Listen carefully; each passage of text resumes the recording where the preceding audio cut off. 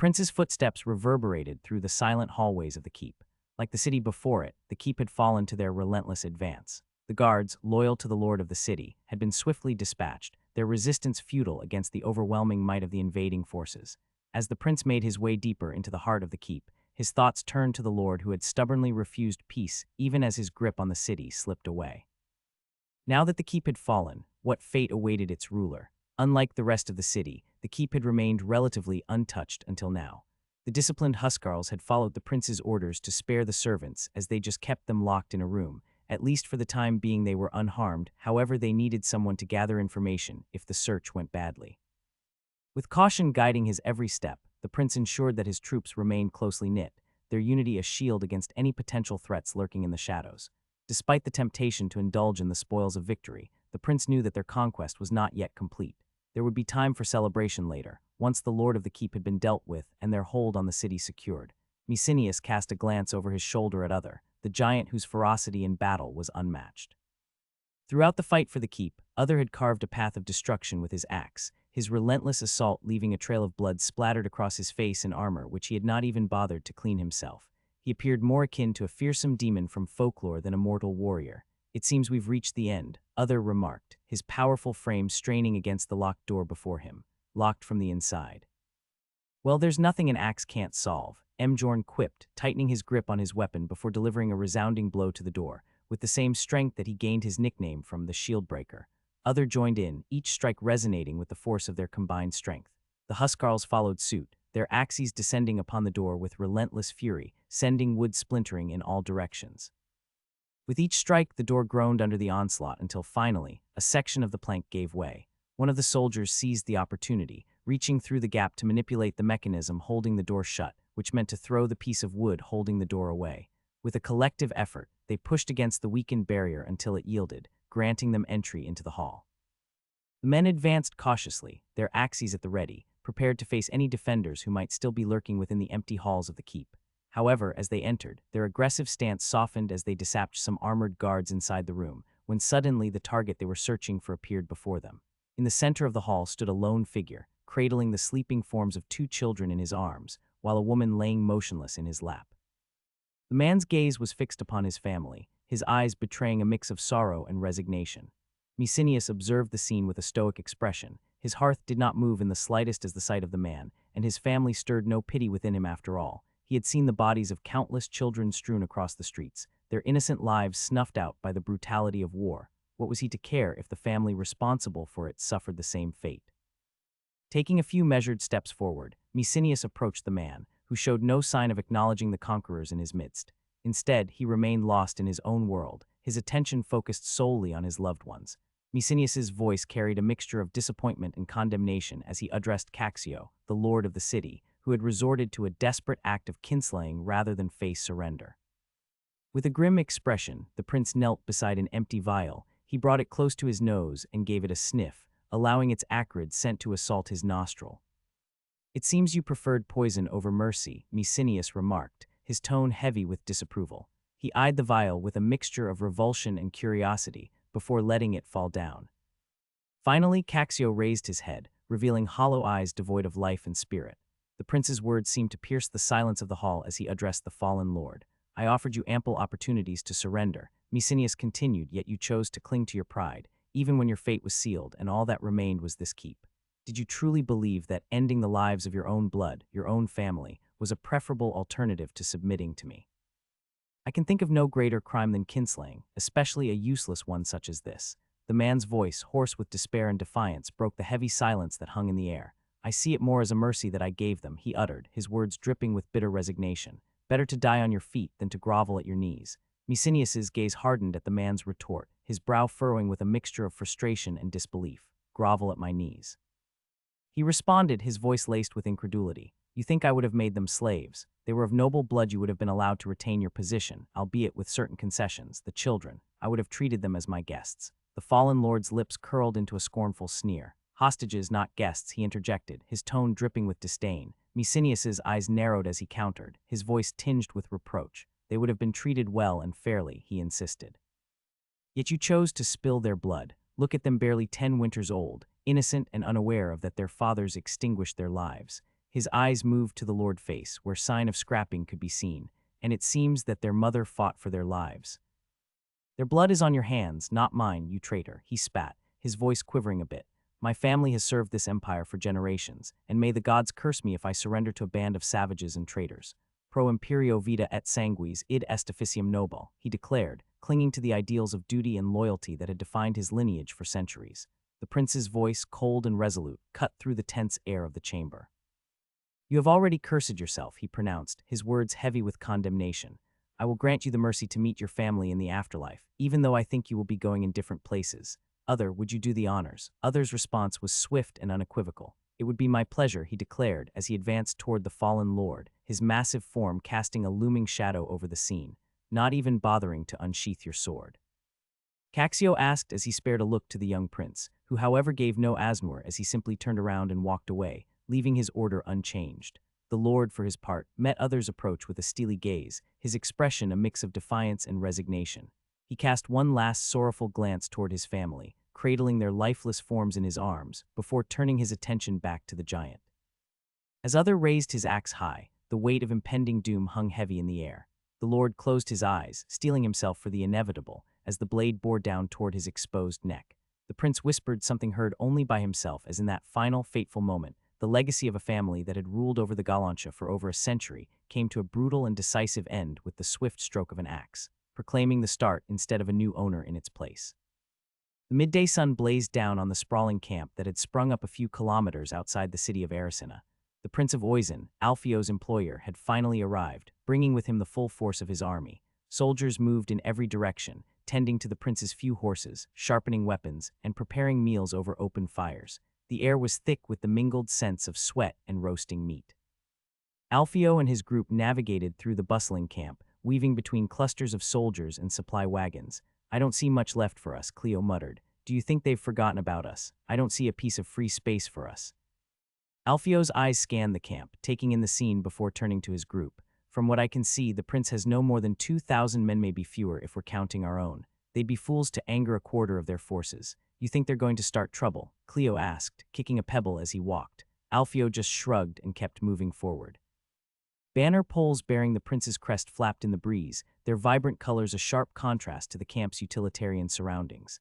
As they walked, Alfio noted the different flags representing various nobles. Has he managed to settle things with his vassals? He wondered aloud, his eyes drifting over the scene. Most of the troops were infantry, armed with lances and barely any armor if they had any at all. The cavalry, though better equipped, was few in number. It was clear that the men Alfio had brought with him could be regarded as elite, as he would easily hold their own in battle, and even some more. Finally, the group approached the center of the camp, where the prince's tent loomed large and tall. Alfio could hear the murmur of voices from within, a low hum of conversation. He glanced at his companions and went forth. Jarza walked beside him, his face set with determination, while Egil, buoyed and happy by the recent formation of the light cavalry, brought up the rear. The guards at the entrance snapped to attention as they neared. One of them murmured something to his comrades before disappearing into the tent, returning a few seconds later. With a nod, the guards parted the heavy tent flaps, allowing them to enter. Inside, the prince's tent was spacious, filled with the scent of leather and polished steel. Numerous people crowded the space, most of them nobles whose finely crafted armor gleamed in the filtered light seeping through the tent's fabric. Their crests and insignias marked them as men of importance within the princedom. As Alfio and his group entered, the nobles turned their attention toward them, their stares ranging from neutral to openly disdainful. At the far side of the tent, the Prince of Yarkat stood behind a large wooden table, a rough map of the region spread out before him. The prince, sensing the arrival of new company, raised his eyes from the map. His gaze was sharp and assessing as it met Alfio's. The silence stretched for a moment before Alfio and his group dropped to one knee in unison, a gesture of respect that filled the tent with a hushed reverence. They quickly rose, their movements fluid and practiced. Your Highness, Alfio began, his voice steady and confident. It is a pleasure to see you and your army marching to our aid. The sight of your banner was a welcome one, especially after the enemy retreated deeper into the territory. He offered an amiable smile, his eyes briefly scanning the prince's entourage. Among the prince's closest advisors stood Shahab, the prince's father-in-law, and Robert, the prince's right hand. To Alfio's surprise, Fahil had been summoned before him and was now standing behind the prince, his expression nervous and uneasy. This sight caused Alfio to chuckle silently, finding humor in Fahil's discomfort. The prince's eyes, sharp and calculating, settled on the mercenary captain. It is a pleasure to see you in full health, Alfio, he began, though the brief pause hinted at an expectation, perhaps, that the captain might not have fared so well. Fahil has informed me of your remarkable defense of the city. He also mentioned how you cunningly set a trap that led to significant enemy casualties, including the capture of many prisoners, some of whom, I understand, are of considerable rank. The prince's gaze flickered with interest as he absorbed Alfio's words. Indeed he did, the prince acknowledged, his voice betraying a trace of admiration. Your ingenuity has proven invaluable. Such actions have not only strengthened our position, but have also dealt a significant blow to our enemy's morale. The prince's expression shifted subtly, his eyes narrowing as he continued. Many of whom you took as prisoners, he said, his tone even but laden with hidden meaning. Indeed, your grace, Alfio responded, his voice steady and measured, sensing where the conversation was heading. The prince's demeanor hardened, his voice acquiring a sharpness that had not been there before. I'm sure they have been a considerable burden on you, so I have come to relieve you of them, he declared, his tone laced with subtle condescension. Feeding so many prisoners must have been an arduous task. Alfio inwardly smirked at the prince's thinly veiled attempt to seize control of the situation. Too late, you scheming bastard, he thought, a flicker of amusement dancing in his eyes. Aloud, he maintained a respectful tone. Your grace is generous to be concerned about our welfare, he said smoothly. However, I am pleased to inform you that the matter has already been resolved. There is no need for you to trouble yourself with the prisoners. A ripple of surprise coursed through the assembled nobles, their attention now fully captured. The prince's expression tightened, a barely perceptible shift that revealed his displeasure. May I know how you have resolved this issue? His voice was cold, the words clipped as he sought to maintain control of the situation. Of course, your grace, Alfio replied, his voice laced with a confidence that bordered on defiance. A slight smile played at his lips as he continued. The prisoners were ransomed days before you blessed the city with your presence. A wave of astonishment swept through the tent, the nobles exchanging incredulous glances as Alfio's words sank in.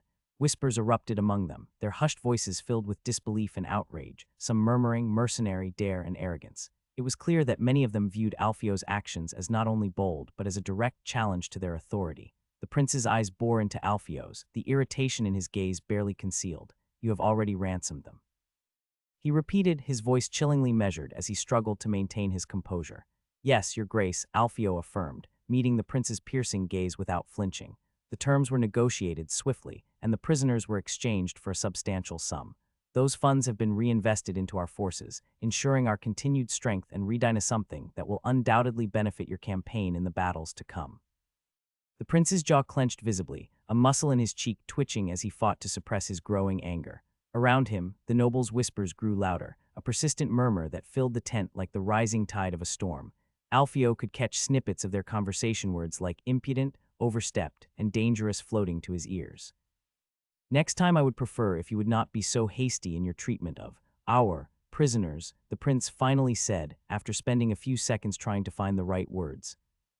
Alfio maintained his composed demeanor and bowed a bit, his face a mask of respectful neutrality.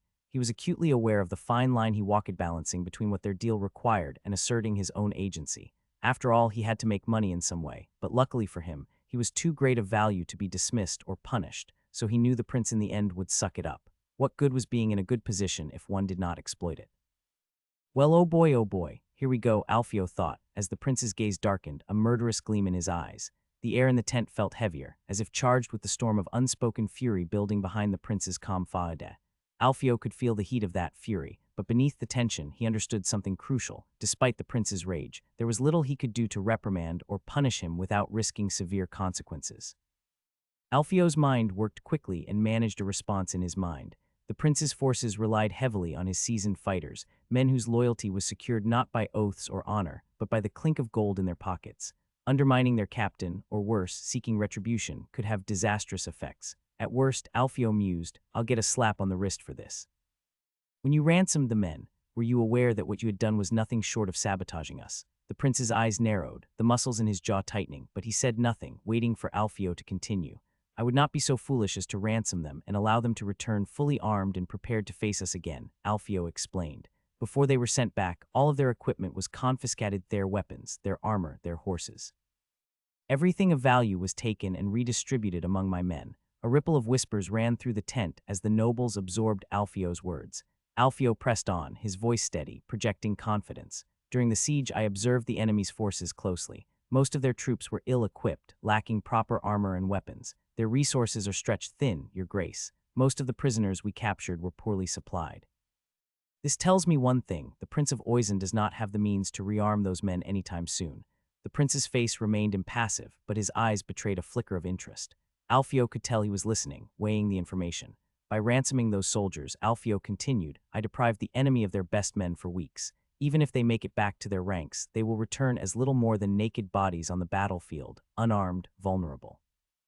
Meanwhile, the coin I gained from their ransom has been put to good use. My men are better equipped, better prepared, and stronger than before. Every sword, every piece of armor taken from them has strengthened our own forces. The prince's eyes narrowed as he processed Alfio's words. The logic in Alfio's explanation was hard to refute. What has happened cannot be undone, the prince began, his voice heavy with restrained anger. He paused, searching for the right words, seeking a way to frame his next statement as a punishment. The nobles in the tent watched intently, their whispers momentarily stilled by the prince's commanding presence. You have knowingly went behind my back, the prince continued, his tone hardening. The only way you can repay such a debt is by spilling my enemy's blood on the battlefield. Your troops shall be put on the front line, where we will see if your words about their capabilities were mere boasting or if they contain truth. The prince's gaze bore into Alfio, the weight of his decree hanging in the air. Alfio, ever composed, bowed deeply in acknowledgement. As you command, your grace, he said, his voice steady and respectful. My men and I will prove our worth on the battlefield. We shall obey and honor your directive.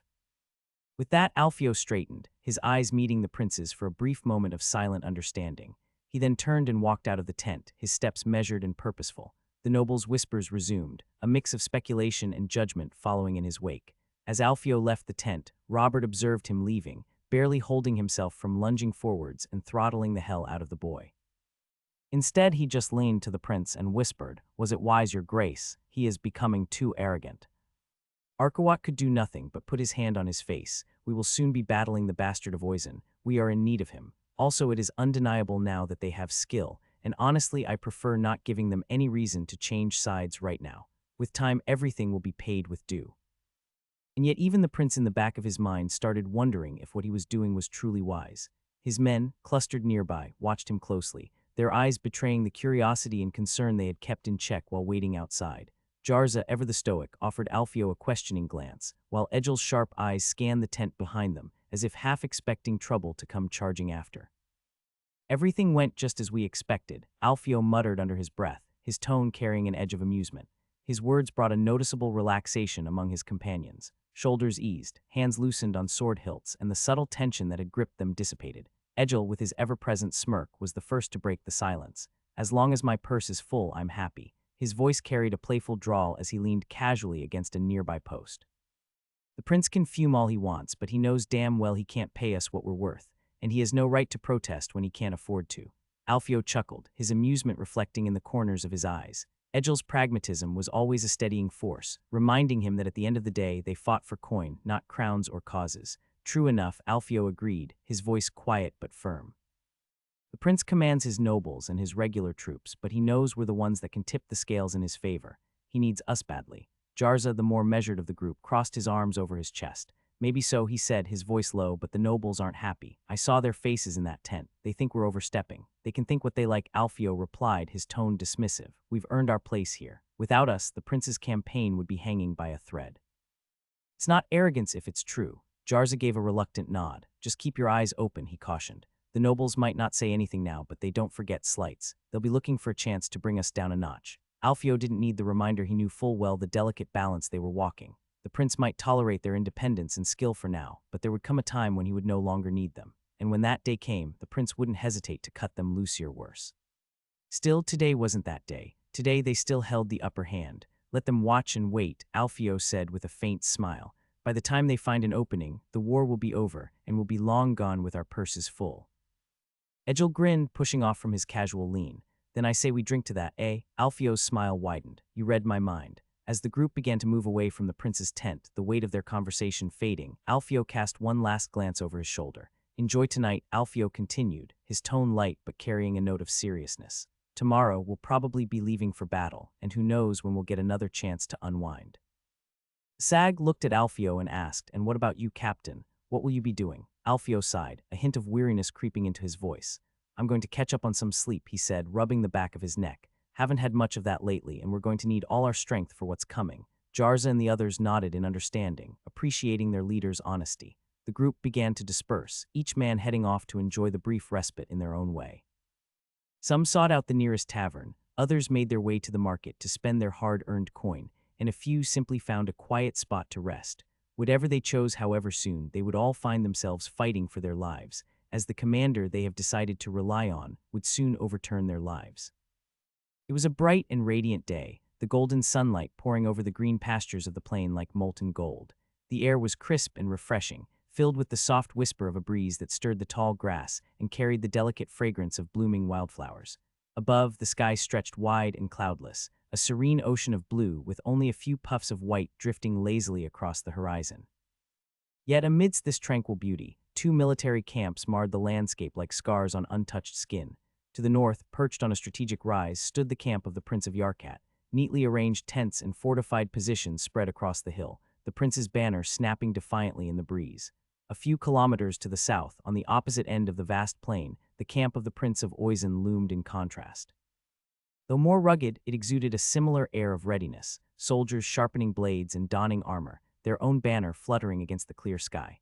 Between the two camps, the open plain lay silent and untouched, a stretch of no man's land where the tall grass swayed gently, unaware of the blood that would soon soak its roots. The serene beauty of the landscape seemed almost dreamlike, as though nature itself stood in quiet opposition to the violence that was about to unfold. The sun, indifferent to human conflict, continued to rise higher, casting its warm light over the earth as if unaware of the impending clash that would soon break the peaceful spell of the day. Inside the camp of the Prince of Yarkat, a tense gathering of nobles, those who had been convinced to join the campaign, were amassed in a large, ornately decorated tent, as the nobles argued over the strategy for the impending battle. One noble, a burly man with a booming voice, stood up, his face flushed with excitement. "We should engage the enemy immediately," he shouted, trying to rally his fellows. "Repel the invaders and drive them from our lands." His fervor was infectious, and many of the nobles echoed his cries, their thirst for battle evident. The recent humbling of the enemy elite had filled them with confidence, and they saw this as a prime opportunity to deliver a powerful blow to their adversaries. However, not all shared this eagerness for a direct confrontation. A significant number of nobles preached caution, their voices rising above the clamor. Were they cowards? No, they just knew the difference in strength between the two sides. They were acutely aware that the enemy's cavalry outnumbered their own, and that abandoning the high ground to fight on the plain below could be disastrous. "We should maintain our position and force them to come to us," one of the cautious nobles argued, his voice steady but firm. "The high ground gives us the advantage. Let them exhaust themselves trying to dislodge us." The tent erupted into a cacophony of voices, with nobles on both sides of the argument trying to make themselves heard. The tension was palpable, each faction deeply entrenched in their views. "Are you empty only in the head or between the legs too?" one taunted, his voice dripping with disdain as he addressed one of the men advocating for a defensive stance. The insult hung in the air like a gauntlet thrown down in challenge. The targeted noble, a man of considerable stature, bristled at the remark. "What did you say?" he demanded, his hand instinctively moving to the hilt of his sword. The atmosphere in the tent grew even more charged, the prospect of an internal clash looming. Before tempers could flare further, a commanding voice cut through the din. "Enough!" The Prince of Yarkat stepped forward, his presence commanding immediate attention. "We are here to discuss our strategy, not to fight among ourselves." Among the people that spoke, Alfio did not recognize any of them, so he simply stayed silent and observed the shuffle. As the room fell silent, the Prince of Yarkat looked around at the assembled nobles, his gaze sharp and assessing. His eyes scanned the room, passing over the familiar faces of his advisors and generals, before finally settling on a figure standing near the back of the tent. The prince raised a hand, calling for Alfio's attention. "Captain Alfio," he began, his voice cutting through the tension. "You have fought with them. Anything worthwhile to add?" All eyes turned to Alfio, the noble's expressions ranging from curiosity to skepticism. Alfio stepped forward, his posture relaxed yet confident. He took a moment to gather his thoughts before speaking, aware of the weight his words would carry. Truth be told, Alfio actually had something significant to say. He had been observing and analyzing the situation carefully, waiting for the opportune moment to present his idea. Now that he was called upon, he had no reason to hold back. "Well, Your Grace," Alfio began, his voice calm but commanding attention. "During the siege, while I did not have the chance to engage the enemy on even ground, I made it a point to observe their equipment and numbers closely. Through these observations, I've managed to get a fairly accurate understanding of their army's composition." He paused for a moment, ensuring that he had the full attention of the prince and the gathered nobles. "Their infantry is largely comprised of peasants, poorly equipped with nothing more than shields and lances. In our encounters, my men had little difficulty cutting through them like cattle. However, this is a double-edged sword, as the infantry brought by his grace is not much better equipped than theirs. We would face the same limitations in terms of manpower and armament. Alfio could see the nobles exchanging glances. He continued, his tone growing more serious. Where the real problem lies is with their cavalry. The Prince of Oisin's cavalry forces outnumber our own significantly, at least 2-1. In any open field engagement, this gives them a substantial advantage. We would be at a considerable disadvantage, unable to match their mobility and striking power. He let his words hang in the air, the gravity of the situation clear. The Prince of Yarkat's jaw tightened. One of the nobles from the faction advocating for an immediate attack stepped forward, his face red with indignation. "You insult our strength, mercenary," he growled, his voice loud and defiant. "We are not cowards to hide behind walls. We will smash through the enemy lines like an axe through wood." Alfio couldn't help but smirk. After all, he never talked about hiding behind walls. "With all due respect, my lord," he replied, his tone laced with irony. "That axe of yours would fall apart before it even had the opportunity to strike. The enemy would see to that." The nobleman's face turned an even deeper shade of red, his fury barely contained. "How dare you?" he shouted, taking a step towards Alfio, his hand instinctively moving to the hilt of his sword. "You dare question our courage and strength?" Before the situation could escalate further, the Prince of Yarkat raised his hand, his voice commanding and authoritative. "Enough," he barked, his eyes flashing with anger as he looked between the two men. "Alfio, don't you have anything useful to say?" "Well, your grace, I actually do have a solution," Alfio said, a confident gleam in his eye. "If you would allow me, I could explain how we might overcome this problem and even the odds with the enemy." The Prince of Yarkat, intrigued but cautious, nodded. "Go on, Captain Alfio. You have my permission to speak." Alfio bowed slightly. "I would also request your permission to have my men bring something inside that could illustrate my point." The prince's brows furrowed in confusion, but he gestured for Alfio to proceed. "Very well, bring it in." At the prince's command, the tent flaps were pulled open, and two of Alfio's men entered. They were carrying a long object, carefully wrapped in blankets. The nobles inside the tent exchanged puzzled glances, whispering among themselves as they tried to guess what Alfio had up his sleeve. The day dawned bright and sunny, though the air carried a crisp chill, reminding all that winter was on its way. Frost tipped the blades of grass, sparkling like tiny jewels in the morning light.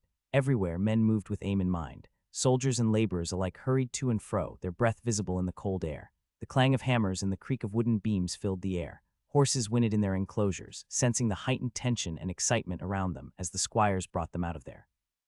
The camp, spread across the gentle slope of the hill, was a hive of activity. Tents flapped in the breeze, their colors muted by a layer of frost. Smoke rose from numerous campfires where cooks prepared hearty meals to sustain the troops. The battle was finally imminent, and a light meal was being prepared for the soldiers.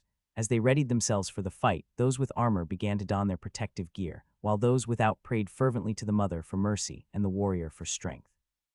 "Please raise your arm, sir," a small voice belonging to a boy spoke as he laced the arm brace to Alfio's arm. "Did you ready the breakfast?" Alfio asked, stretching his neck and rolling his shoulders. "I have informed the cooks," Ratto replied, bringing his face up to stare at the mercenary captain, who was barely older than him. "Are you anxious, sir? Am I that easy to read?" Alfio responded with a smile and a deep breath. "I would be a fool not to be. Anything could happen at any moment. A man's fortune or fall can come without a second's notice, as swords are blind in the midst of bloodlust and madness." Ratto said nothing, just observing the older warrior intently. After a moment he asked quietly, "Why are you doing this, sir? Entering battle, I mean. It sounds scary. Why not leave all of this behind and live in peace? You have got the gold for it, of that I am sure." Alfio raised his eyes in surprise, meeting Ratto's earnest gaze. A smile played on his lips as he considered the question. "I am owed more than this," he began, his voice steady and thoughtful. "It's not my lot to simply walk away. Peace is a noble goal, but it's not in my interest. There are things I need to see through, debts that must be repaid, and a boat of gold that I desire." Ratto looked puzzled, prompting Alfio to elaborate. "You see, life has given me more than just the ability to fight. It has given me a purpose. I lead these men because I believe in what we are doing. It's not just about the battle, it's about what comes after. We fight for more than just survival. We fight for a future, something that I may call a home." The young boy nodded slowly. "Aren't you afraid?" "Of course I am," Alfio admitted. "Fear is a constant companion in war. Those who say aren't afraid are either liars or men that already know on how to die. But it's how we handle that fear that defines us. We can let it paralyze us, or we can use it to sharpen our resolve, to remind us of what we're fighting for. I choose the latter, though I'm still searching for that thing." Ratto continued to lace the arm brace, his movements more deliberate now, as if understanding the gravity of the situation. "I hope to be as brave as you someday, sir." Alfio chuckled softly, placing a reassuring hand on the boy's shoulder. Bravery isn't the absence of fear, Rado. It's the determination to move forward despite it, and you have that within you. Just remember, every warrior starts as a boy with dreams. It's the choices we make that turn those dreams into reality. Alfio left the tent with Rado in tow, the flaps of the canvas rustling as they stepped into the cool morning air. Outside, Jarza, Cleo, and Asag were waiting for him, their expressions a mix of determination and anticipation.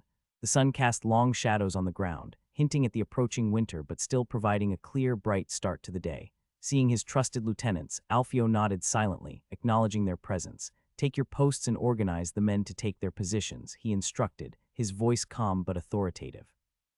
Jarza gave a sharp nod, his face set with resolve as he turned on his heel and headed towards his assigned area. Cleo, his long hair, which he let grow after gaining back his freedom, tied back and his armor gleaming in the sunlight, shot Alfio a quick smile before striding off to rally the troops.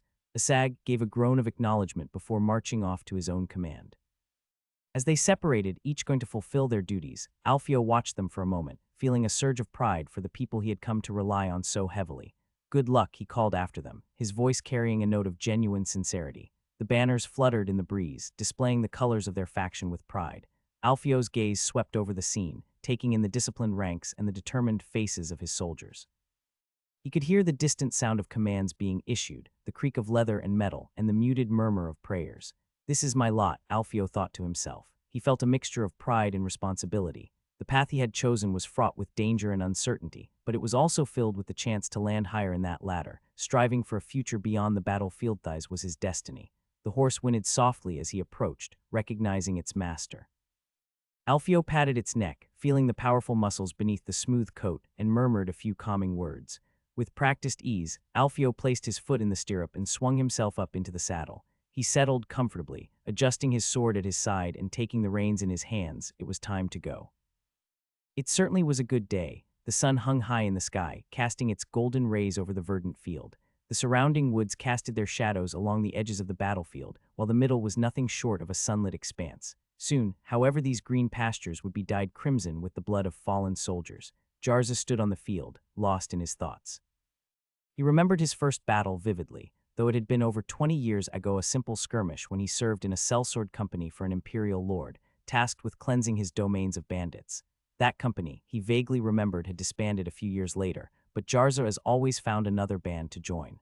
20 winters and 20 summers had passed in the blink of an eye, each season blending into the next.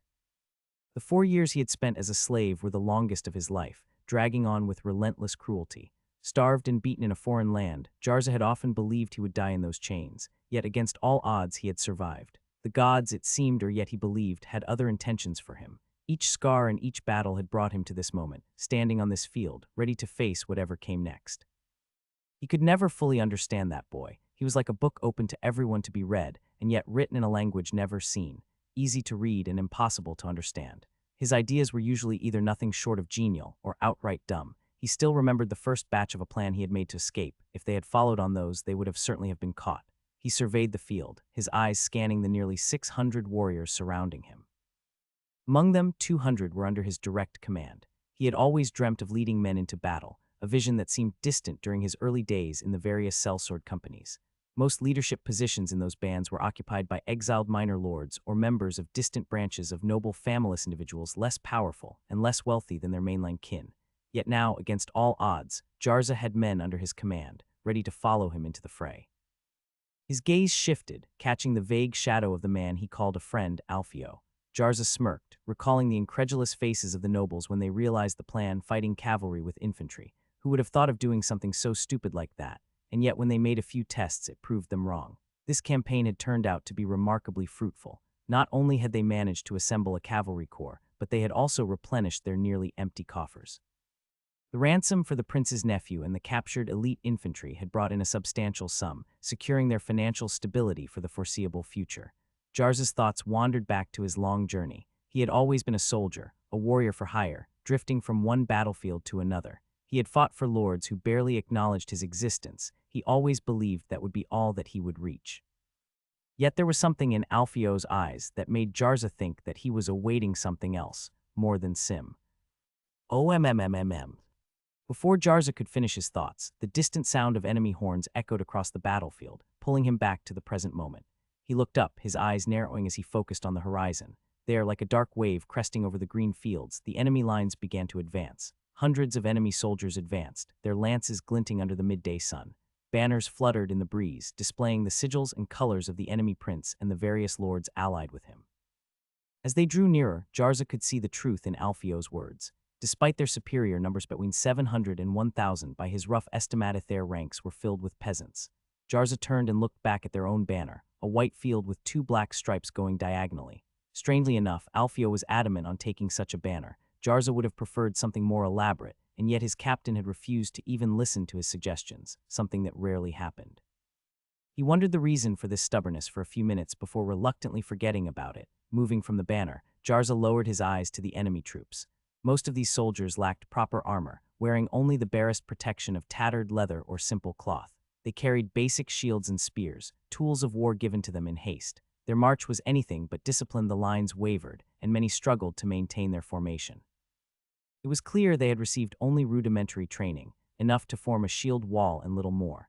These were not seasoned warriors, but common folk thrust into the chaos of battle, armed with the basics and left to fend for themselves. Jarza observed their approach with a critical eye, noting the uneven pace and the nervous glances exchanged among the ranks.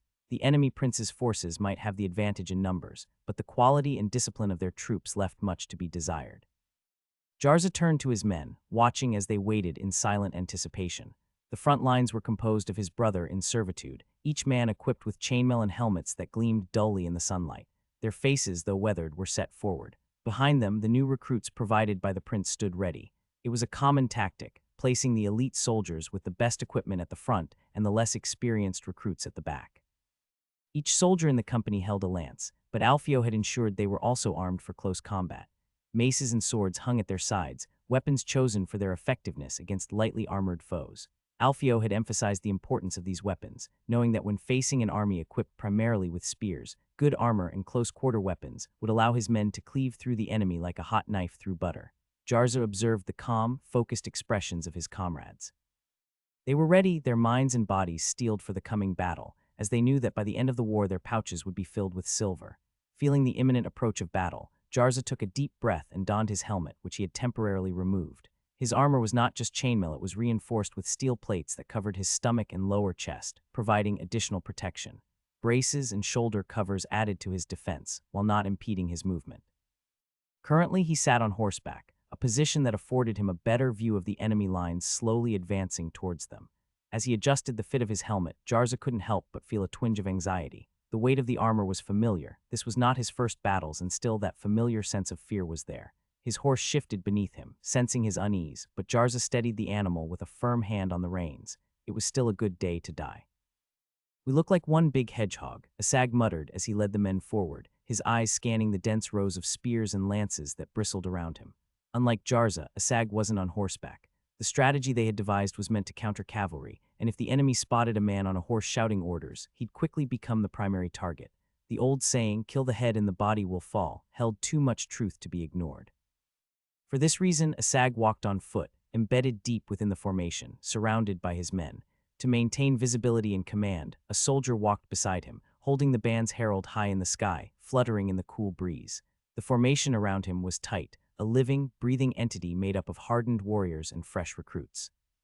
The front lines were a wall of steel and muscle, each man gripping his 4 meters long lance with practiced ease, ready to thrust it forward at the first sign of an enemy charge. Behind them, the newer recruits held their positions, their eyes darting nervously, but their resolve firm. They looked to the veteran Mercenary for cues, mimicking their calm and steady demeanor as best as they could. Sag couldn't help but feel a grim satisfaction at how the formation looked from within a veritable forest of pointed weapons, each one poised to impale the first horse or soldier that dared to approach. He did not know how Alfio hadn't thought of such style of fighting, but the training showed how the captain's boasts were actually truthful. This was the ultimate weapon against cavalry. Alfio knew the value of discipline in battle, especially among troops who had never tasted real combat. A good portion of his men were green, fresh recruits who had only recently taken up arms. These men, untested and anxious, as such Alfio gave them a job that did not involve close combat. For this reason, Alfio had placed them inside the formation, protected on all sides by the more seasoned warriors. Their job was simple yet crucial, and it would shine during the fight. As Asag looked out across the battlefield, his gaze was drawn to the far left, where enemy banners flapped in the cold breeze. But what truly caught Asag's attention was not the banners, but the rising cloud of dust directly in front of them. It billowed into the sky, a vast, churning mass that obscured the horizon. Asag didn't need to see the soldiers within that dust to know what was coming. His experience told him everything he needed to know the enemy cavalry had finally arrived. The sight of the dust cloud sent a ripple of tension through the ranks. The tension hung thick in the air as Asag sensed the rising anxiety among the recruits. He knew that fear could be as deadly as any enemy on the battlefield. He needed to rally them, to remind them of their training and the strength they held as a united front. Soldiers, Asag's voice cut through the murmurs, drawing the attention of every man within earshot. We have trained long and hard for this fight. You've seen firsthand the power of these weapons and the effectiveness of this formation. His words seemed to steady them, and many soldiers exhaled deeply, their nervous expressions slowly transforming into something more resolute.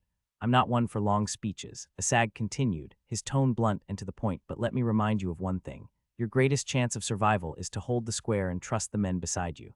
If any of you think you'll survive by running, then you've got shit for brains. Fear won't make you outrun a horse. His words were harsh but necessary, meant to cut through the panic and focus their minds on the reality of their situation. So brace your asses and stand your ground. USSAH, the roar of agreement came from the veterans first, their voices strong and unwavering. It was quickly followed by the recruits, their initial hesitation giving way to growing resolve. The collective shout echoed across the formation, a powerful affirmation that Asag had managed to steady the morale just in time. Asag took a moment to survey the faces around him. The fear was still there, but it was tempered now by determination. They were ready as they could be.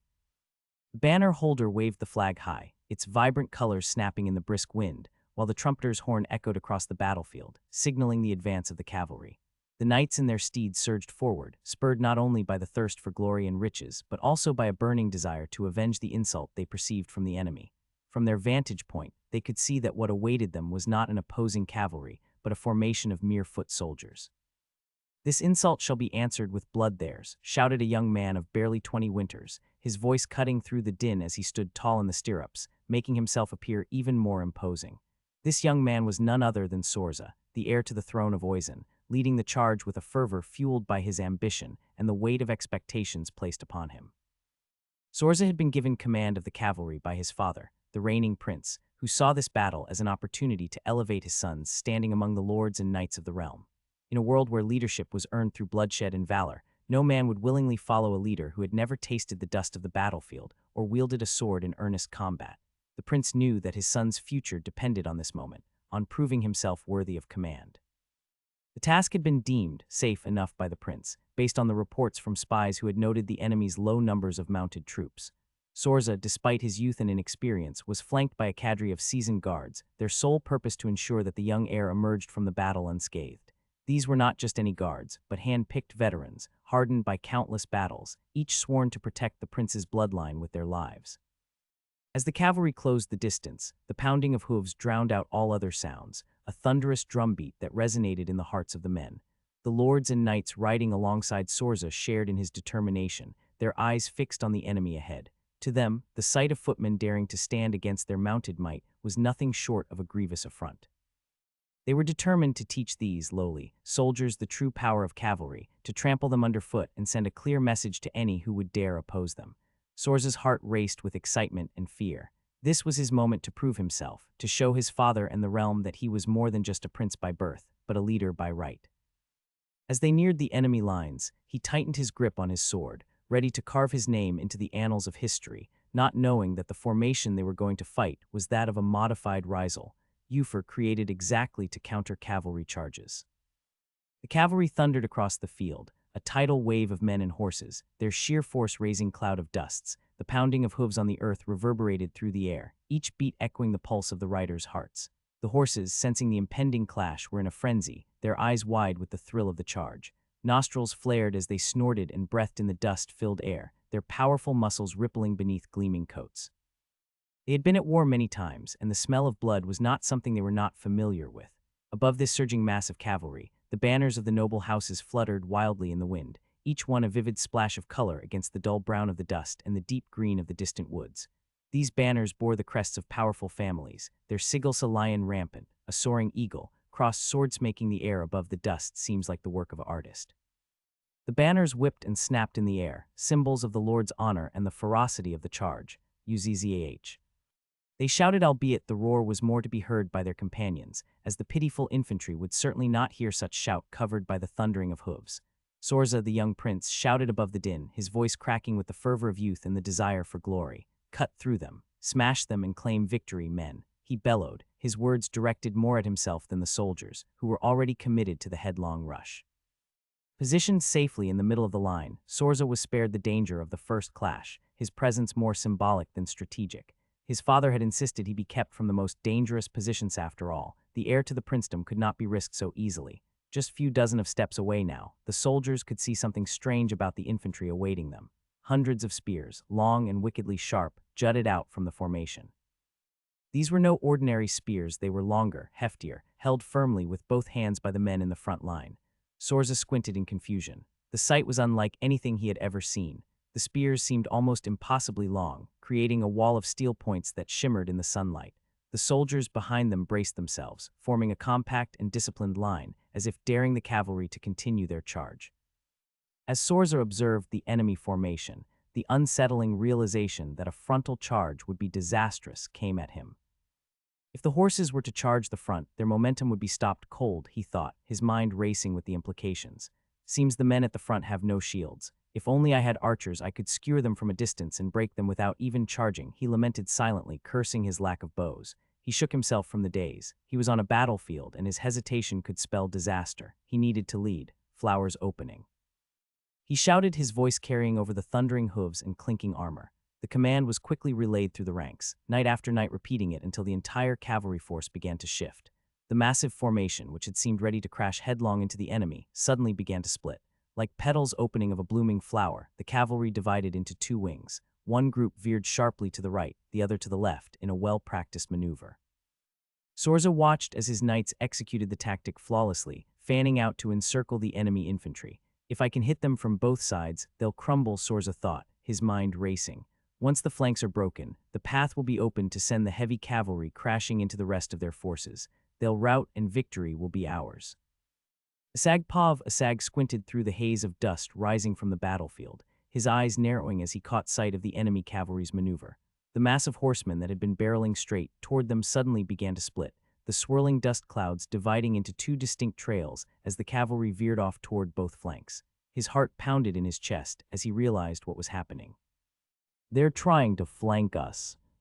The enemy's intent was clear: encircle the infantry and crush them from both sides.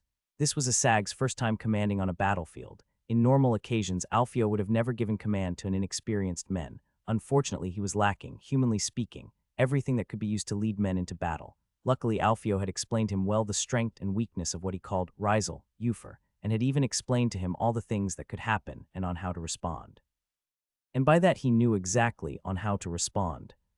Steady, men, hold the line, he bellowed, his voice cutting through the chaos. The urgency in his tone resonated with the soldiers, who gripped their spears and weapons tighter, their knuckles white with tension. Steady, Asag roared once more, his voice raw with the effort. The spears were set, angled forward like a wall of thorns, ready to pierce any horse that dared to charge. The cavalry were coming in, they were so close that he could distinguish the color of each horse's mane and face. Even from inside the formation, he couldn't help but feel scared of such beast, and from that he knew that the men on the first line must be shitting themselves. Even the brothers that he had marched with for months must be feeling their knees giving in. As the enemy cavalry thundered closer, the ground beneath Asag's feet trembled with the force of their approach. He could feel the intensity of the moment, the air thick with anticipation. The horses were now only 24 steps away, their riders' armor glinting in the sunlight as they prepared to smash into the infantry formation. Asag's eyes narrowed as he gauged the distance. The moment was upon them. Javelins, he bellowed, his voice a command that cut through the noise of the battlefield. In an instant, the recruits green but eager snapped into action. They had been drilled for this for a few hours, and despite their inexperience, they moved as ordered. Arms shot upward, each soldier hefting a javelin and taking aim at the oncoming cavalry.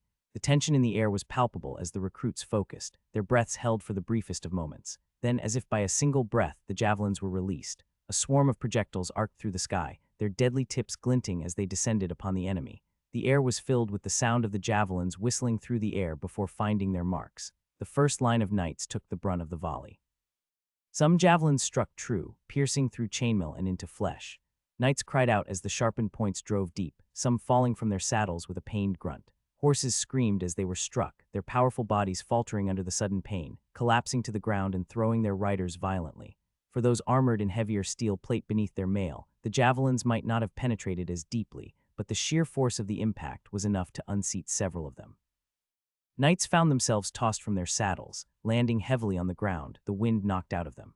Some struggled to rise, only to be trampled by the hooves of their own charging comrades. The effect was immediate and chaotic. The front lines of the cavalry were disrupted, their advance faltering as the wounded and the dead littered the field. Yet the charge was not over as the lines behind avoided their fallen companion as they advanced to give the footmen a taste of the cavalry's steel.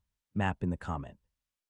Men moaned in agony where they had fallen, clutching at their wounds, their cries of pain rising into the cool morning air. Horses whinnied in fear and distress, their screams cutting through the clamor as they lay dying or struggled to rise, their legs shattered by the fall. The stench of blood and sweat began to mix with the cold breeze, causing many of the men to breath from their mouth as not smell the foul odors.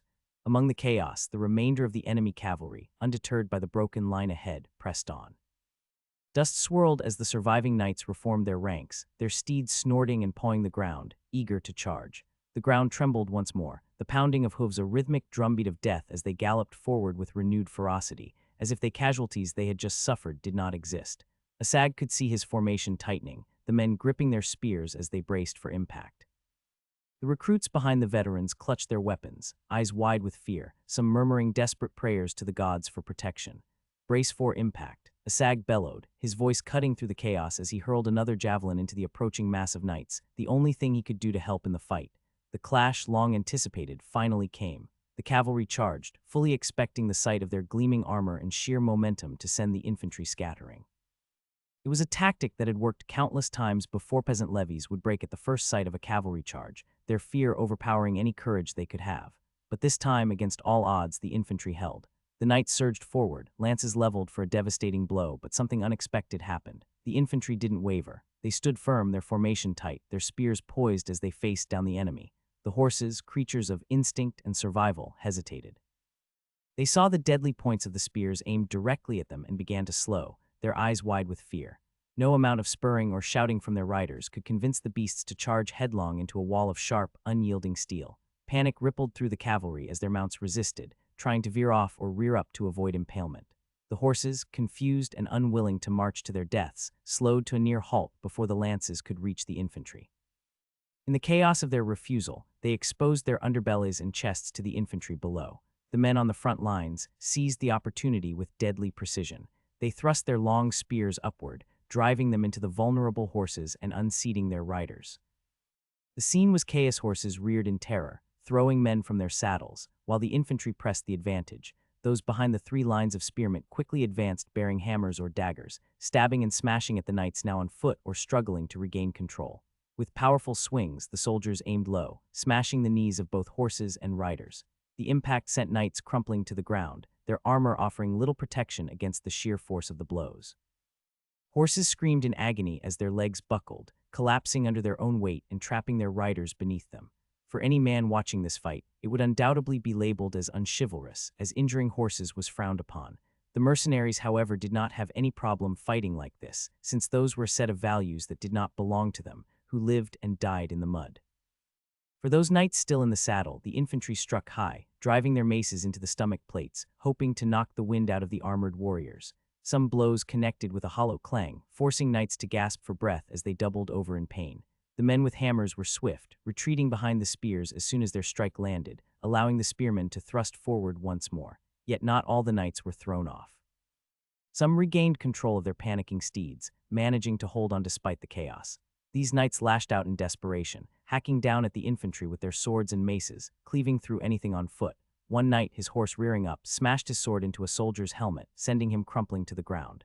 The knight then drove his spurs into his steed, forcing the animal to barrel through a small group of infantry, scattering them like leaves in a storm. But the infantry regrouped quickly, pushing behind the lines of spears. As the chaotic melee raged, more javelins soared through the air. The infantry behind the spearmen kept a steady rhythm, launching their projectiles into the air. The cries of men and the high-pitched whinnies of panicked horses filled the battlefield. At a distance, Sorza watched in disbelief, his brow furrowed as he took in the strange, almost mechanical way the enemy infantry fought. It was nothing like he had expected. These weren't peasants who would break at the first sight of a cavalry charge. They were disciplined. The spearmen held their line unwaveringly, while the men behind them moved in perfect synchronization, throwing javelins, then stepping back into formation. This isn't working, he muttered to himself, gripping the reins of his horse tighter. His initial confidence had withered, replaced by a growing sense of unease. With a swift decision, Sorza raised his sword high into the air, signaling to his riders, "Pull back." He shouted, "Pull back and regroup." The call echoed across the battlefield as one knight after another relayed the order. Slowly, the cavalry began to retreat. The riders tugged at their reins, forcing their steeds to turn and gallop back. As the cavalry regrouped, pulling back a safe distance from the enemy, Sorza called out, "Ready yourselves. We will charge again. This time we will break them." His voice was firm, but there was a sliver of doubt creeping into his tone that he hoped the men would not hear. The clash between the infantry forces was no less intense than that of the cavalry. On the left flank, while the cavalry struggled to break through, the infantry battle unfolded with brutal ferocity. The two forces could not have been more different. The Oisin infantry, largely composed of peasants, was a ragtag group hastily armed with spears and shields. Their shields were simple, wooden, and not even covered with tattered leather. Most wore little more than cloth and leather tunics, and their spears were of uneven length and craftsmanship. They stood shoulder to shoulder, gripping their spears with shaking hands, their faces pale as they awaited the inevitable charge. These were farmers, vagabonds, and laborers' men who had never seen battle before this day, and it showed. They were here only because their prince had called upon them, and also for the opportunity to plunder during war. On the other side stood the mercenary infantry led by Alfio, who was standing on the back directing the battle, men who were fighting for coin rather than any sense of duty toward a master or lord. Alfio's soldiers were better equipped, each man wearing chainmail that glinted under the sun and helmets that covered their heads. Their shields were thicker, stronger, and better maintained than the Oisin peasants. But most importantly, they carried with them not spears, but close combat weapon swords, hammers, and maces. Alfio knew that the battle would be won not in long engagements, but in brutal, close-quarters combat, making use of shock and awe. The Oisin peasants were armed with spears, and spears were only effective while keeping distance. His men, wearing chainmail and wielding blunt weapons, would close that distance and render the spears useless. The goal was to get in close, deny the Oisin troops the space they needed to thrust their weapons effectively, and then use their superior armor and heavier weapons to crush them. The two forces clashed, and immediately the difference in experience and equipment became apparent. The Oisin peasants, trying desperately to maintain a shield wall, jabbed their spears forward, but Alfio's soldiers moved in too quickly. The chainmail-clad infantry pressed forward relentlessly, shields locked together as they pushed through the thin line of peasants. The blunt weapons came into play, with hammers and maces smashing down onto shields, arms, and legs. The swords cut through flesh when the opportunity arose, but it was the hammers and maces that made the biggest difference. Each blow from the mercenaries' hammers rang out with a sickening crack, breaking through wooden shields and shattering bones. Even the spears that managed to hit home glanced off chainmail or were deflected by shields. The Oisin infantry, already untrained and nervous, quickly found themselves overwhelmed by the sheer brutality of the assault. Their spears, meant for keeping the enemy at a distance, were useless in such close quarters, making the infantry feel like mouses in a cage. The black-winged scavengers' birds flew in lazy arcs, drawn to the feast of flesh that would soon litter the fields below. Their caws echoed over the battle as they spectated it from above. Jarza stood near the center on the back of formation, his face set in a stony expression as he commanded the fighting. His eyes flickered from one side of the battlefield to the other, watching his men with the sharp attention that only a seasoned warrior could have. He had spent decades in the thick of battle, and this was no different except now. He was the one giving orders, not obeying them. Rotate the lines. He barked over the noise using his whistle and signaling with his hand a circle. His voice cut through the chaos like a blade, as every 50 man surging obeyed the command and relayed the order to the soldiers. Every 10 to 15 minutes, the frontline troops, those in the thick of the brutal, close-quarters fighting, were pulled back, replaced by fresher soldiers from the second and third ranks. Normally, such a maneuver would have been risk-shifting troops in the heat of battle could leave gaps in the line, openings the enemy might exploit. But the Oisin infantry, green and untrained as they were, did not press the advantage. They were too exhausted, too battered by the continuous pounding they had taken from Alfio's seasoned soldiers. The Oisin forces were more concerned with catching their breath, their initial aggression having drained them. Their spearmen, already struggling to maintain a coherent line, faltered under the attacks. Jarza took full advantage of their hesitation of the peasants. He watched as the tired Oisin soldiers hesitated, their spear thrusts growing sluggish. Some had dropped their weapons entirely, clutching their shields tightly as if they could ward off the enemy. These men were not warriors, they were simple men hastily called to arms and given the barest of training. They had no sense of timing, no instinct for when to strike or when to press forward. "Hold steady, lads, don't let up," one of the officers commanded, his eyes scanning the lines. The troops, now fresh, took the front once more. The fresh line advanced, shields locking together as they pressed forward, step by methodical step. Behind them, the spent soldiers who had been on the front took a moment to breathe, wiping sweat from their brows and catching their breath, knowing they'd be called forward again soon. The Oisin troops, sensing the renewed assault, wavered. Their spears trembled in their hands as they tried to form some semblance of a defense, but it was futile. Every few minutes the pressure was renewed, and the mercenaries pressed forward with hammers crashing down on shields, swords slicing through gaps in the shields, and maces smashing limbs. Jarza, his helmet tipped back for a moment, allowed his eyes to wander across the chaotic battlefield. He couldn't help but wonder how Cleo was faring with his detachment of men. His command was smaller than Jarza's, and this was also his first battle. Cleo's troops were a mix of veteran mercenaries and fresh-faced recruits, much like his own, and they had been ordered to hold firm at all costs. Normally, mixing veterans with recruits was never a good idea. Unfortunately, they were running low in men, and Alfio, worried that entire units made up of recruits would rout at the slightest obstacle. Before he could dwell longer on Cleo's situation, movement on the horizon caught his attention. Jarza's eyes narrowed as he saw figures emerging from the distant line. More infantry, moving in formation toward the already beleaguered Oisin troops on the front line. The dust cloud they kicked up gave them away long before their banners were visible. Reinforcements, Jarza spat bitterly, watching as the new enemy forces marched to bolster their crumbling front. The Oisin peasants had been buckling under the pressure of Alfio's disciplined soldiers, barely holding the line, but these fresh troops stopped the front line from routing. But Jarza wasn't about to let the enemy regroup and rally. He turned to his officers, a cold determination settling over his features. "Prepare the men for another push," he ordered, his voice sharp. "We need to crush them before those reinforcements arrive. If they join the fight, this will drag out longer than it needs to." The officers nodded and quickly moved to relay the command. Jarza knew they had to act fast, strike before the enemy could coordinate their efforts.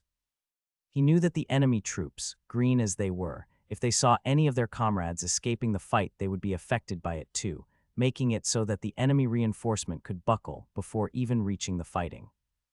The Sag stood amidst the chaos of the battlefield, his brow damp with sweat as he wiped it away with the back of his gloved hand. The ground before him was littered with the remains of fallen horses and men, a grotesque graveyard of twisted bodies and shattered armor. The cavalry had charged 4 times already, each attempt crashing like a wave against the unyielding spears of his infantry. Yet, despite their successes in repelling the attacks, the toll was starting to show on his men. The javelins, their most effective defense against the mounted knights, were growing scarce. With each charge, fewer and fewer of the deadly projectiles flew through the air. His soldiers, who had once launched the javelins with vigor and precision, now threw them with heavier arms, their movements slower, their breathing more labored. Asag could see the exhaustion settling into the ranks like an unwelcome fog. Worst of all, his burns started getting hot all of a sudden, probably from all the sweat coming from his forehead. The javelins were nearly gone. Each man had perhaps 2 left, or 3 if they were lucky. Asag knew they could repel another 2 charges at most with such limited ammunition, but he had to keep morale steady. He raised his voice, shouting over the noise of the battlefield. "Hold steady. They're tired just like us. We break them here or we die here." The veterans grunted in response, the recruits nodding anxiously, clutching their remaining javelins as if they were their last hope of survival. Asag knew they would need more than just weapons to survive this next wave. They needed iron will and above all some help. He glanced over at the bodies that lay strewn across the battlefield. There was no room left for retreat, no option to fall back. The sheer mass of corpses, horses, and men alike laid on the ground. It was an ugly idea, that Asag thought, but an idea nonetheless. "Use the deads," Asag shouted to his men, who relayed the order down the lines. "Move the carcass to the front." Confusion flickered in their eyes as they glanced between each other, unsure at first what to make of the command. Yet they moved, stepping out from behind the protective wall of spears to approach the fallen horses. Each group of 10 hesitated as they reached the corpses, the massive bodies of the animals sprawled across the ground, some still twitching in their death throes.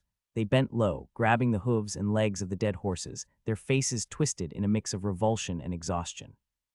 These were animals bred for war, powerful and once full of life, now reduced to flesh and bone in the mud. Luckily, they were close to the lines, as moving hundreds of kilos was a hard job. "Is this supposed to help?" one of the men asked, his voice tight with confusion as they dropped the horse's body in front of the first rank. "How's this gonna stop the next charge?" "Better than standing there waiting to die," the veteran snapped back, wiping the sweat from his brow. Let's go get another one before they decide for another charge. The frontline soldiers, already exhausted from the constant threat of the cavalry, stared at the makeshift barricades with wide eyes.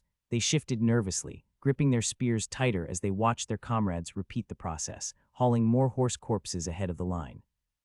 From atop his mount, Sorza squinted through the dust and chaos, watching in disbelief as groups of infantry soldiers began breaking formation.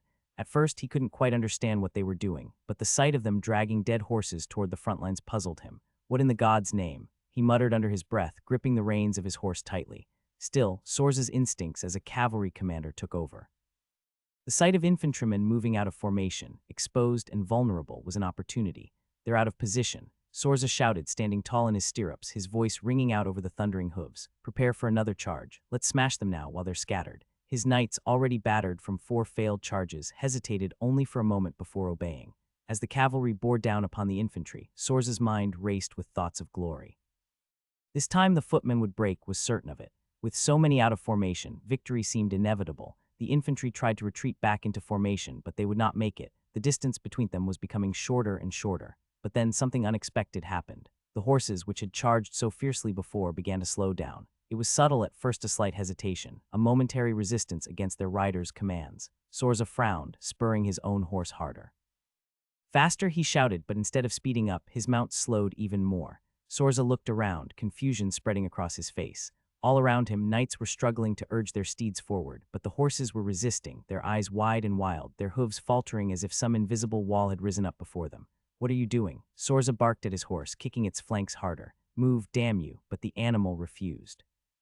It neighed in distress, its powerful legs stumbling as it shook its head violently, resisting every command to charge further. They won't go forward, Sorza whispered, realization flooding his mind. They are spooked by the deads. In that instant, the young prince's dreams of a swift victory crumbled. For a few seconds, he simply stood there, gripped by disbelief, anger, and frustration. The dust swirled around him, and all he could hear was the frantic neighing of his horse and the hollow sound of failure settling into his bones. Curse this wretched day. Sorza spat under his breath before giving one last, desperate order, his voice louder and sharper than ever. Dismount. He roared, dismount and fight on foot, men. His words cut through the chaos like a blade, reaching the ears of his knights who, though battered and confused, obeyed immediately. The sound of armored men hitting the ground rang out as the cavalry abandoned their steeds, clambering to their feet with swords, axes, and maces in hand, using the same warfare they so hated and spat upon. The battlefield turned chaotic as the riders now on foot clashed against the enemy. Clad in heavy armor, they rushed forward with swords, axes, and maces in hand, determined to break through the enemy lines. The spearmen held their ground, or at least tried to. Rows of long spears pointed menacingly forward, bracing against the weight of the approaching knights. As the knight crashed into them, the spearmen shoved the points of their weapons into the gaps between plates, aiming for weak spots in the armor, like face and armpit, while men with hammers waited their brave knight to break through the spears to give them a good welcome. Push, one of the infantrymen shouted, sweat pouring down his face as he strained against the weight of a knight pressing forward with his shield. The enemy proved too strong. Some managed to grab the spears with their gauntleted hands, yanking them away from the soldiers before smashing them to the ground with their axes or maces. Wood splintered and cracked, sending broken spears tumbling to the dirt. With their spears destroyed, the men were forced to rely on their swords, hammers, and maces. The close-quarters combat became brutal, as the knights swung their heavy weapons, aiming for heads and chests. A knight swinging his mace crushed the helmet of an unfortunate soldier, the impact sending him crashing to the ground, lifeless. Another knight thrust his sword into the gap between a soldier's chainmail, the blade sinking deep into flesh with a sickening squelch. While on horses, Asag's men may have managed to stand their ground. What was happening now could only be described as a one-sided carnage. As deprived of their advantage, the formation Alfio had so hardily managed to form was getting smashed left and right. Alfio sat atop his horse as a slight tremor of nerves betrayed him. His mount shifted beneath him, sensing his unease as he surveyed the battlefield below. It wasn't unfolding the way he had imagined. He had been so confident that his well-trained infantry would swiftly rout the enemy's peasant forces, even boasted about it before the battle. Yet here they were, locked in fierce combat for over an hour, nearly two, and the enemy lines still held. Reinforcements kept streaming into their ranks, keeping them bolstered, refusing to break under pressure. He clenched his teeth, his jaw tightening painfully as he struggled to suppress his frustration. His plan had been flawless, had thought. What's keeping them? Why haven't they broken? He asked himself, trying to make sense of it all. He had prepared for everything, or so he had thought. If we keep this up, they'll wear us down. The men can't hold this forever. I need to shift the momentum before it's too late. Just when despair began to settle like a weight in his chest, a rider appeared at the edge of his vision, galloping towards him at full speed. Alfio barely noticed at first, lost in his thoughts of impending defeat. But then, as the rider drew closer, something about the urgency in his approach caught Alfio's attention. Things were looking grim, however. It seems fate had other plans for Alfio, for when everything seemed going badly, he received the good news he was certainly not expecting. Egil sat on his horse, lazily chewing a piece of stale bread as his eyes scanned the tree line in front of him. The sun filtered through the leaves, casting dappled shadows on the forest floor, but the sight did nothing to stir his excitement. He leaned back in his saddle, bored, feeling like he'd been waiting there forever. 100 men, all on horseback, sat with him in silence, hidden among the thick trees. They were meant to be a surprise force waiting to strike at just the right moment. But that moment hadn't come yet, and to Egil it seemed like it never would. How long are we supposed to wait? He thought, taking another bite of bread and tearing it slowly with his teeth. The bread was tough, tasteless, but it gave his restless hands something to do. He glanced down at his left foot, feeling the familiar throb of pain. Damn thing, he muttered to himself, casting a grim look at the limb, which less than a week ago was slightly pierced by an arrow. The wound had healed enough for him to ride again, but every time his foot brushed against the stirrup, a sharp jolt of pain shot up his leg. From there he could see the battle going on. Unfortunately, he was too far away to even understand what was going on. I will let Alf worry about that. I only have to stick on what I know, he thought as he threw the remaining bread on the ground. Straightening himself up with a sudden burst of energy, a smile spread across his face as the man rode up, dust kicking up from his horse's hooves. The rider, breathless and wild-eyed, pulled his reins, stopping just before Egil. It was Lidio. The captain's given the order, he gasped, pointing toward the battlefield. It's time. We charge. Egil's smile widened, his weariness instantly replaced by excitement. He had been waiting for this moment. Finally, the monotony of sitting in the woods was over. With a quick glance at the line of men behind him, Egil's voice rang out with newfound eagerness. About damn time. You heard him, lads, he shouted, his voice carrying through the trees. We're done waiting, follow me. A collective murmur of excitement rippled through the ranks as the men straightened in their saddles, hands gripping weapons in anticipation. Egil spurred his horse forward, the pain in his foot momentarily forgotten as adrenaline surged through him. His steed shot out from the tree line, galloping toward the battlefield, with 100 riders thundering after him. The ground shook beneath the weight of hooves, and the dull roar of the charge echoed out of the forest and toward the battle.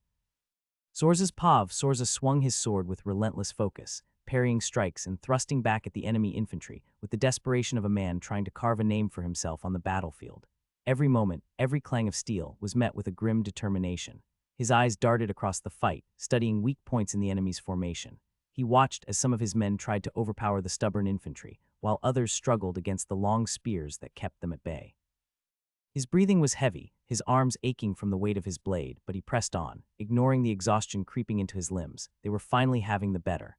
In one corner, he saw a knight felling 2 enemy footmen with a single powerful swing, killing the first and knocking the second to the ground before finishing him off, and in another, his own guards struggling to push forward against the unyielding wall of spears. Then a shout cut through his concentration like a blade. Your Grace, look ahead. One of his guards yelled frantically, pointing past the melee while grabbing the air back from his shoulder. Sorza snapped out of his battle trance, blinking in confusion. His eyes followed the direction of the guard's outstretched hand, and what he saw drained the blood from his face. A massive plume of dust was rising on the horizon, growing larger by the second. Cavalry, he whispered, his voice barely audible over the din of battle. The realization hit him like a hammer. The enemy had held back cavalry. That bastard of Arkawat had hidden part of his forces, biding their time until now. Fear gripped Sorza's chest as he stared at the dust cloud, knowing what it meant. They're coming for us, he muttered, panic rising in his throat.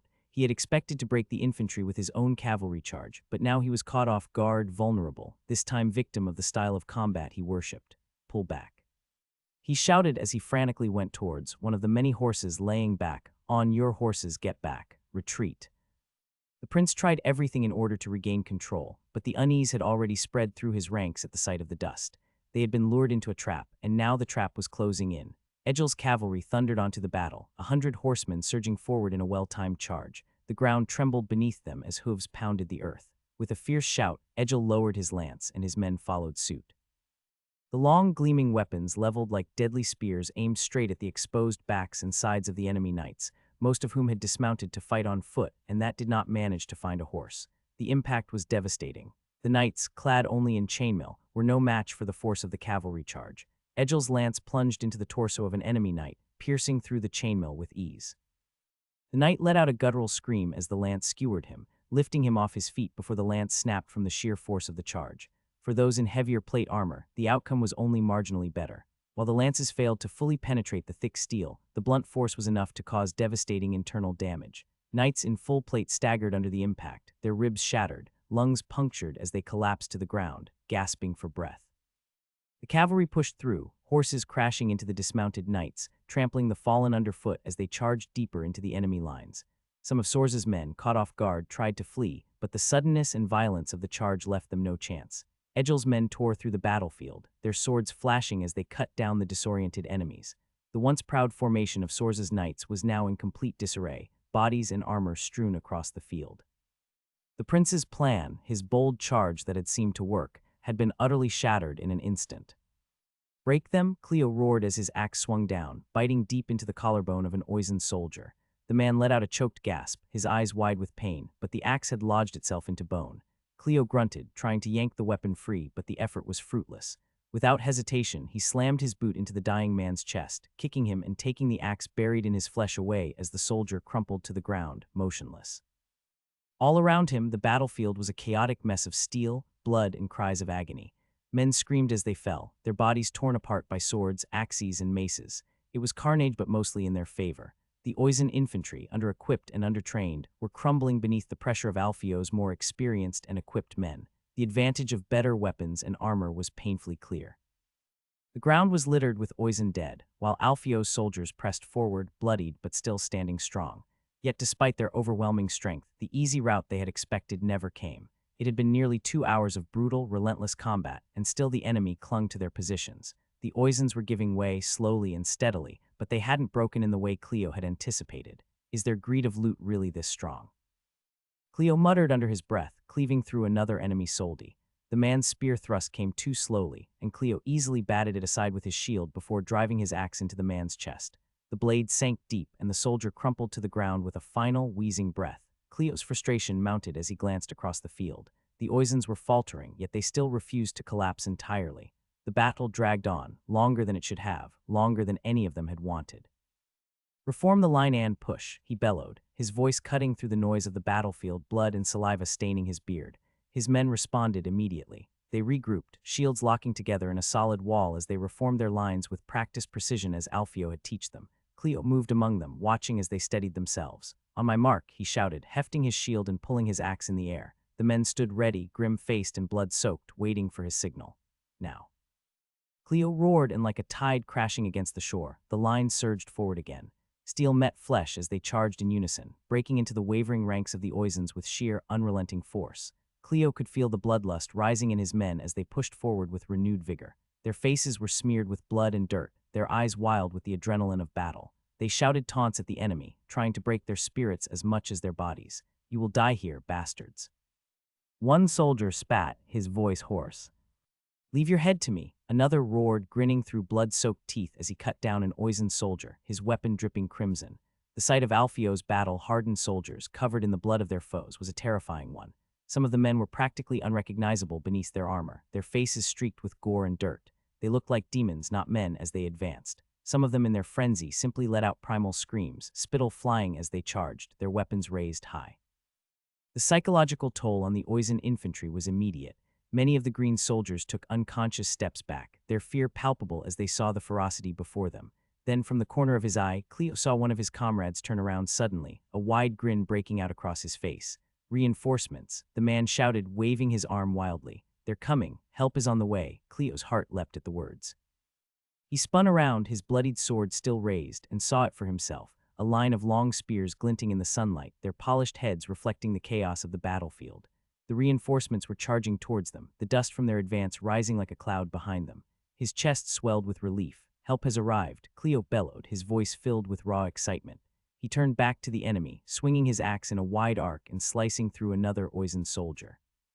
The man dropped with a groan, his blood mixing with the already soaked ground. "Push them back," Cleo roared. "We've got them now." The Oizen soldiers, desperate to stop the incoming reinforcements, scrambled to intercept Asag's men. Their lines were thin, worn down by the hours of fighting, but still, they rushed forward, shields raised and spears ready, trying to form a line. Their commanders shouted at them to hold firm, to stop the enemy's advance, but their voices wavered as the tide of battle seemed to turn against them. As they charged, the air suddenly whistled with the deadly sound of javelins flying through the sky, as the men that still held on their last javelins threw them. A full volley, sharp and accurate, cut through the Oisin lines with brutal precision.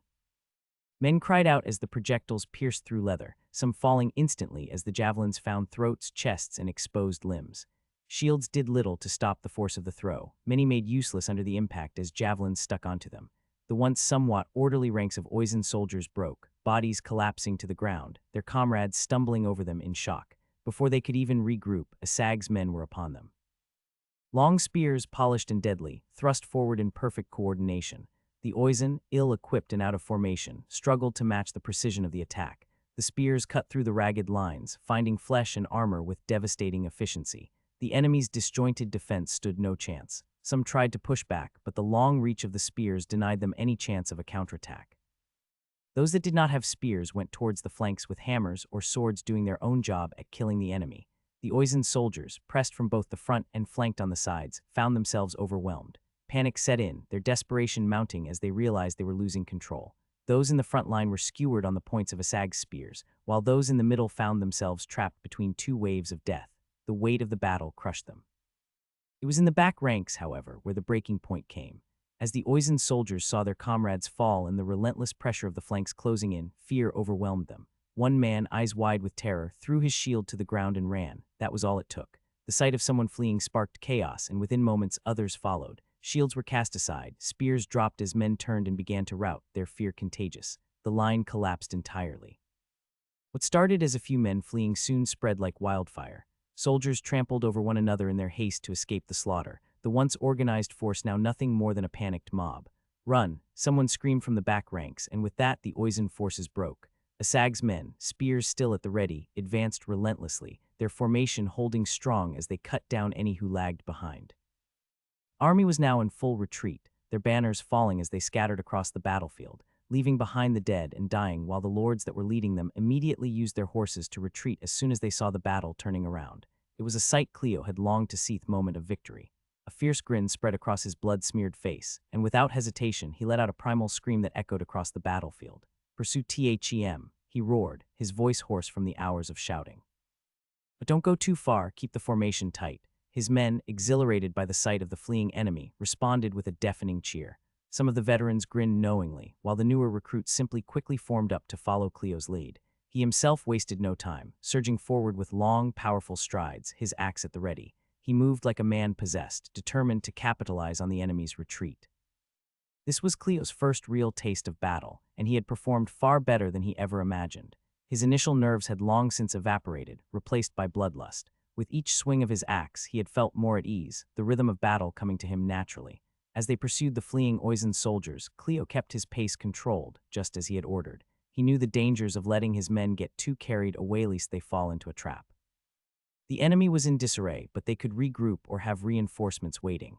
He swung his axe into the back of a fleeing soldier, the blade sinking deep into the man's spine before he kicked the body aside, barely breaking his stride.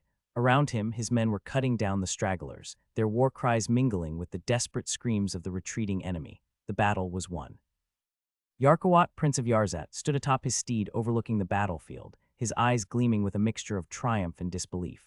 For the first time in years, the bitter taste of defeat was absent from his lips, replaced by the sweet sensation of victory. The enemy was in full retreat, their soldiers scattering like leaves before the wind. And now, the sight of the fleeing Oisin forces was almost too much to contain. He threw his head back and laughed at a deep, booming sound that reverberated through the ranks of his men standing nearby. It was a rare, joyous sound, one that echoed the sheer relief and exhilaration he felt. The long years of near defeats, political setbacks, and skirmishes that had brought nothing but shame were finally washed away by this glorious moment. Many of his lords after this victory may even decided to reapproach the prince. By the gods, look at them run. Yarkawat cried, a wide grin splitting his face as he turned to Robber, who shared the same smile. His hand gripped the hilt of his sword as if he could barely restrain himself from joining the chase. "They're nothing but cowards." His eyes sparkled with delight as he looked down at his commanders. There was a fire in his gaze, a youthful energy that hadn't been there in years. The years of waiting, of watching as other lords ignored his authority while he sat idle, had all been wiped clean by this moment. "Tell the men to pursue them," He barked at his commanders, his voice full of glee. Chase them down and give no quarter. The couriers rushed off to relay the orders, and the army sprang into action. Yarkawat watched them eagerly as his forces surged forward, hunting down the fleeing remnants of the enemy. His hands trembled with excitement, and he could feel the rush of adrenaline coursing through his veins. For too long, he had been the one retreating, licking his wounds while others gained glory. But not today. Today, the enemy fled before him, and the land would sing of his victory. "We'll break them here," he murmured, more to himself than anyone else, his grin widening. "And once we do, the rest of their lands will be ripe for the taking." Yarkawat savored the moment, nearly oblivious to the heavy toll the battle had taken on his own forces. The stench of blood, sweat, and death lingered in the air, but he was far more focused on the sweetness of victory that now coated his thoughts. Yet his triumph was cut short when a rider galloped toward him, kicking up a cloud of dust, who had come to explain what had happened. "Your Grace, it seems the plan has worked," the rider said, breathless but eager to deliver the good news. The enemy cavalry was routed by the mercenaries' charge. They pushed through the left flank and later reinforced the infantry, which caused the entire left wing of the Oizen forces to collapse. The Prince of Oizen had no choice but to call for a retreat. Yarkawat's grin widened as he listened. He turned to Robert, his trusted advisor, with a gleam of satisfaction in his eyes. "I knew those mercenaries were worth every coin," he said with a smirk. Robert offered a measured bow in response, his face betraying little emotion, but the prince could sense the unspoken approval beneath the man's stoic exterior. Everything had gone according to plan, but the rider wasn't finished. "Your Grace," the man continued, his tone shifting slightly, "I have further news. Captain Alfio has been spotted returning to camp with some of his men. It seems they are escorting prisoners. Potentially important ones." Yarkawat's victorious swagger faltered for the briefest of moments. The mention of prisoners immediately transported him back to the disaster at Arasena debacle that still haunted him. It had been a stark lesson in how fragile control could be when taken for granted. He could not afford to let those prisoners remain under the mercenaries' control for too long. Alfio was a good paid sword, but Yarkawat knew better than to trust anyone with things above them. He needed to seize control of the situation before it slipped through his fingers like before. "I understand," Yarkawat said, his voice tightening with resolve. "You're dismissed." The rider gave a swift bow and retreated. Yarkawat's eyes narrowed as he turned back to his men, his earlier elation now tempered by the need for action. The victory was not complete until the prisoners were securely in his grasp. "There are about 100 men with me," he thought, scanning his small detachment. It wasn't a large force, but it would be enough to assert his authority over whatever captives Alfio had brought back. He couldn't delay any longer. Every moment was an opportunity for something to go wrong. Without hesitation, he gave the order, "Mount up, we return to camp at once." His men moved quickly, their horses stirring in the dust as they prepared to ride. Yarkawat spurred his horse forward, his eyes now fixed on the horizon where the camp lay. Victory had been sweet, but the real work was just beginning. He would not allow any mercenary or enemy, Princedo, steal the fruits of his triumph. "The day is ours," Alfio mused, a rare smile creeping onto his face as he rode forward with his personal guard flanking him. Victory was sweet, but as much as he wanted to claim it had been expected, he couldn't lie to himself. The truth was far less certain. Despite all his preparations, despite the tricks and strategies he'd employed, they had been outnumbered both in cavalry and infantry. The odds had been stacked against them. Had his infantry not been as well equipped, or if Asag had failed to steal his men's courage during the crucial cavalry charge, the entire battle would have ended in disaster. But luck, it seemed, had not abandoned him. The disciplined ranks of his infantry had held firm, and Asag's men had weathered the relentless cavalry onslaught. They had turned the tide when all seemed lost, and the man who had spearheaded the ambush that ultimately won the day was riding toward him. He watched as Egil drew closer, both men locking eyes in silent recognition of their shared triumph. Without a word, they spurred their horses forward, gripping each other's arms in the way only comrades who had faced death more than once could. "It seems the gods favored us once again," Egil said with a grin, his voice warm with the exhilaration of battle. Alfio nearly scoffed, biting back the retort that sat on the tip of his tongue. The gods had nothing to do with it, he thought, though he let the comment slide. "It was the ambush that won us the day," he said instead, his tone matter-of-fact. "How does it feel to be back in the saddle after all this time?" Egil's face softened, his grin widening as he took a deep breath, closing his eyes as if savoring the moment.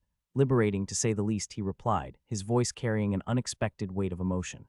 He tilted his head back, letting the wind brush against his face. "Feeling the wind crashing into me as I cut through the enemy's lines, there's nothing like it. I never realized how much I missed it until I was back in the thick of it, sword in hand.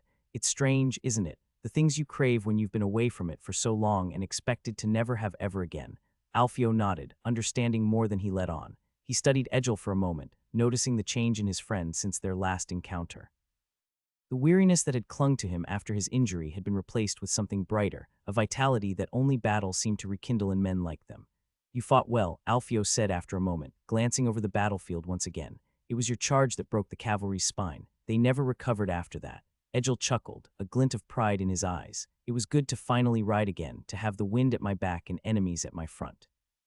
That moment when the lance shatters against their armor, when their line buckles, that's the kind of feeling that makes the pain worth it. Alfio couldn't help but smile at that. "And how's the leg?" he asked, motioning toward Egil's wounded foot. Egil's face darkened slightly, but the smile never left his lips. "Still sore. Hurts like hell whenever it hits the stirrup, but I can manage. Nothing's going to keep me from the fight now that I'm back on my feet." Alfio nodded again, casting a quick glance at the horizon where the enemy had once stood strong. Now their lines were broken, their forces scattered. The day was indeed theirs, but there was still work to be done. Alfio's gaze finally shifted toward the long line of prisoners being led on foot, their hands bound in front of them. Their heads hung low in shame and defeat as they trudged across the field, a stark contrast to the proud knights they had been just hours before. Behind them, a cluster of riderless horses followed, the leather reins held by Egil's men. The animals, once fierce in battle, now appeared docile, plodding along with a calmness that belied the chaos they had just endured. Alfio's eyes narrowed as he counted. There were dozens of them, horses without riders, captured by his men. He threw a sidelong glance at Egil, his expression full of silent questions. Egil, catching the look, grinned knowingly. "A good haul, eh?" he said, his voice light but proud. "These," he gestured to the line of horses, "are the spoils of today's work. We've captured 28 knights, 43 horses," and he paused, turning his attention toward the only mounted prisoner in the group, a man bound to his saddle. Egil added, his voice quiet with triumph, the air of Oisin.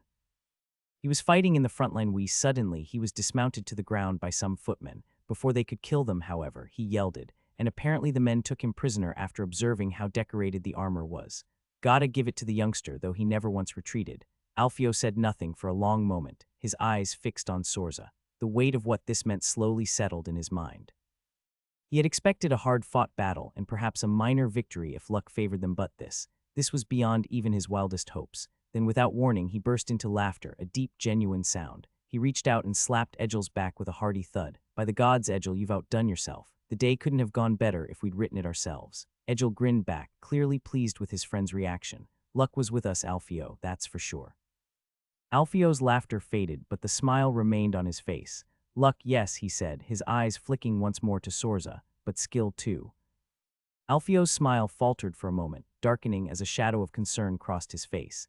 His tone shifted, becoming more serious, almost as if he remembered something, as he asked, "How many men do you have with you, Egil?" Egil frowned slightly at the abrupt question, sensing the tension behind it. 50, he answered, his voice cautious. "The rest are on their way back as you ordered. They didn't pursue beyond the battlefield." Alfio nodded thoughtfully, his mind racing. 50.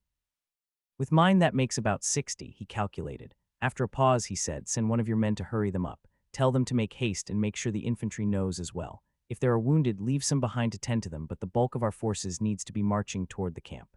Now, Egil's brows furrowed, his unspoken question clear in his eyes. "Why?" Alfio met his gaze and sighed softly, though his voice remained steady. "If my suspicions are correct, and I pray they aren't, we might be walking into more trouble. We may need all the strength we can gather." Egil's expression shifted from curiosity to understanding, though it was clear he still didn't have the full picture. But he didn't ask further. Instead, he gave a curt nod and turned to issue the orders. Alfio watched him go before casting a glance at Sorza, the captured heir of Oisin, bound on horseback, who since came here said nothing and just observed the ground. "We'll return to camp and secure our guest," Alfio added, his eyes lingering on the prince, whose defeat now felt heavier even to the victors with each passing moment. "Whatever happens next, we need to be ready." As he said so, he turned towards the prisoner as he bowed. "Your Grace, I hope you will find our accommodations to your liking. I apologize for the simplicity of it through. After all, we are no rich men." Keeping a watchful eye on the prisoners, Alfio led his men toward the camp at a steady pace. The captured walked in sullen silence, their hands bound tightly, heads lowered in defeat. Every now and then, one of them would glance around nervously, as if waiting for a moment to escape. As they marched, Alfio looked up at the sky and noticed the absence of ravens. They must have already started their feast. He imagined the ghastly sight of them, tearing at the eyes of the dead as their first choice before going towards the nose, and whatever part was easy to strip from the bones. As they neared the camp, Alfio glanced back at Egil, who had fallen in beside him. "Any word from the men we sent ahead?" "Not yet," Egil replied, his brow furrowing, "but they should catch up soon enough." "Good. We'll need every sword we can get if this situation turns sour." Alfio's voice was grim. I hope, though I am still just overthinking it. As Alfio's party reached the camp, the sight of his banner rippling in the wind signaled their arrival. The guards at the gate, recognizing the familiar colors, hurriedly opened the wooden doors, allowing the small company to enter. The creak of the gate echoed through the quiet encampment, and Alfio immediately noticed the sparse presence of men. There couldn't have been more than a dozen soldiers left, most likely left behind to guard the camp, while the bulk of their forces were still scattered after the battle. Alfio, without wasting time, dismounted and gave a sharp wave to his men. "Get them inside, lock them away," he ordered, pointing toward the small makeshift holding area at the far end of the camp. The captured knights were ushered forward, their steps slow and heavy with the weight of defeat. "But not him," Alfio added, pointing to the firstborn son of the king of Oizen, who stood among the bound men. Sorza had been unbound shortly before they entered the camp. Alfio knew the importance of treating such a high-ranking captive with a measure of dignity. The young prince, despite his capture, carried himself with the quiet defiance that only a prince could muster. "Take him to one of the empty tents," Alfio continued, signaling to a pair of his men. "Treat him well. He's not to be harmed. Make sure he is not injured." The guards nodded and guided Sorza toward a larger tent on the edge of the camp. The rest of the prisoners were led away, their armors clinking softly as they were taken toward a small wooden structure serving as a holding cell, where they were first deprived of armor and made to sit on the ground.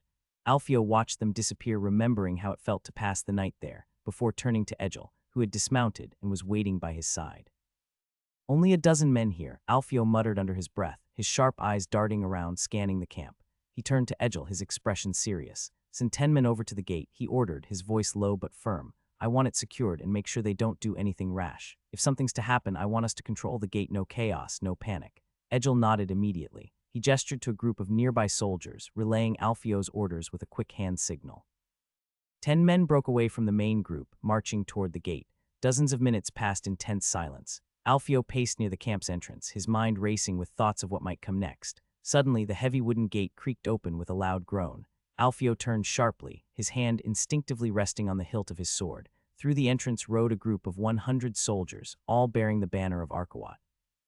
Their armor gleamed in the fading light, and the banner snapped in the wind, its colors vibrant and unmistakable. The riders poured in, filling the space within the camp. They halted in formation, their horses snorting and stamping the ground. Alfio, standing with his remaining 50 men, looked on, his expression unreadable. His soldiers subtly tightened their grip on their weapons. 50 men against 100.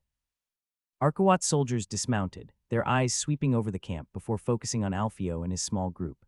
Arkawat dismounted from his horse with regal grace, his eyes scanning the camp as Alfio stood before him. The prince approached with an air of triumph, his rich cloak swirling slightly as he walked. Alfio bowed once more, offering a respectful nod as they exchanged pleasantries. "The battle went better than expected," Arkawat said, his voice rich with satisfaction. "You've done well, Alfio." "A victory well earned." Alfio returned the compliment, offering a polite smile. "It's only through your guidance, your grace. Your strategies led us to victory." Arkawat chuckled, waving off the praise. "Still, the execution was yours. Tell me, how fares the spoils of this victory?" At that question, Alfio's smile faltered ever so slightly. He knew this moment would come, but there was no hiding it now. He drew in a breath, steadying himself. "Your grace," he began carefully, "we captured 30 knights from the field, all accounted for and bound." Arkawat's brow lifted slightly as he awaited more. "And among them," Alfio continued, hesitating for a moment, "is Sorza, the firstborn son of the Prince of Oizen." For a split second, there was a pause between them. Alfio knew there was no point in hiding the truth. Arkawat would discover it soon enough. The prince's eyes gleamed with interest, though his face remained unreadable. Alfio felt a slight tension in the air, wondering how Arkawat would react to holding such a valuable hostage. Alfio stood tall as he rose to his feet, his voice steady yet firm. "I would like to remind His Grace of the clauses in our contract," he said, meeting Arkawat's gaze without faltering. "Every spoil taken during the war is the property of the Banbit, gold, silver, or prisoners." The words hung heavy in the air. Arkawat's guards immediately reacted, their hands drifting to the hilts of their swords, sensing the tension that had arisen.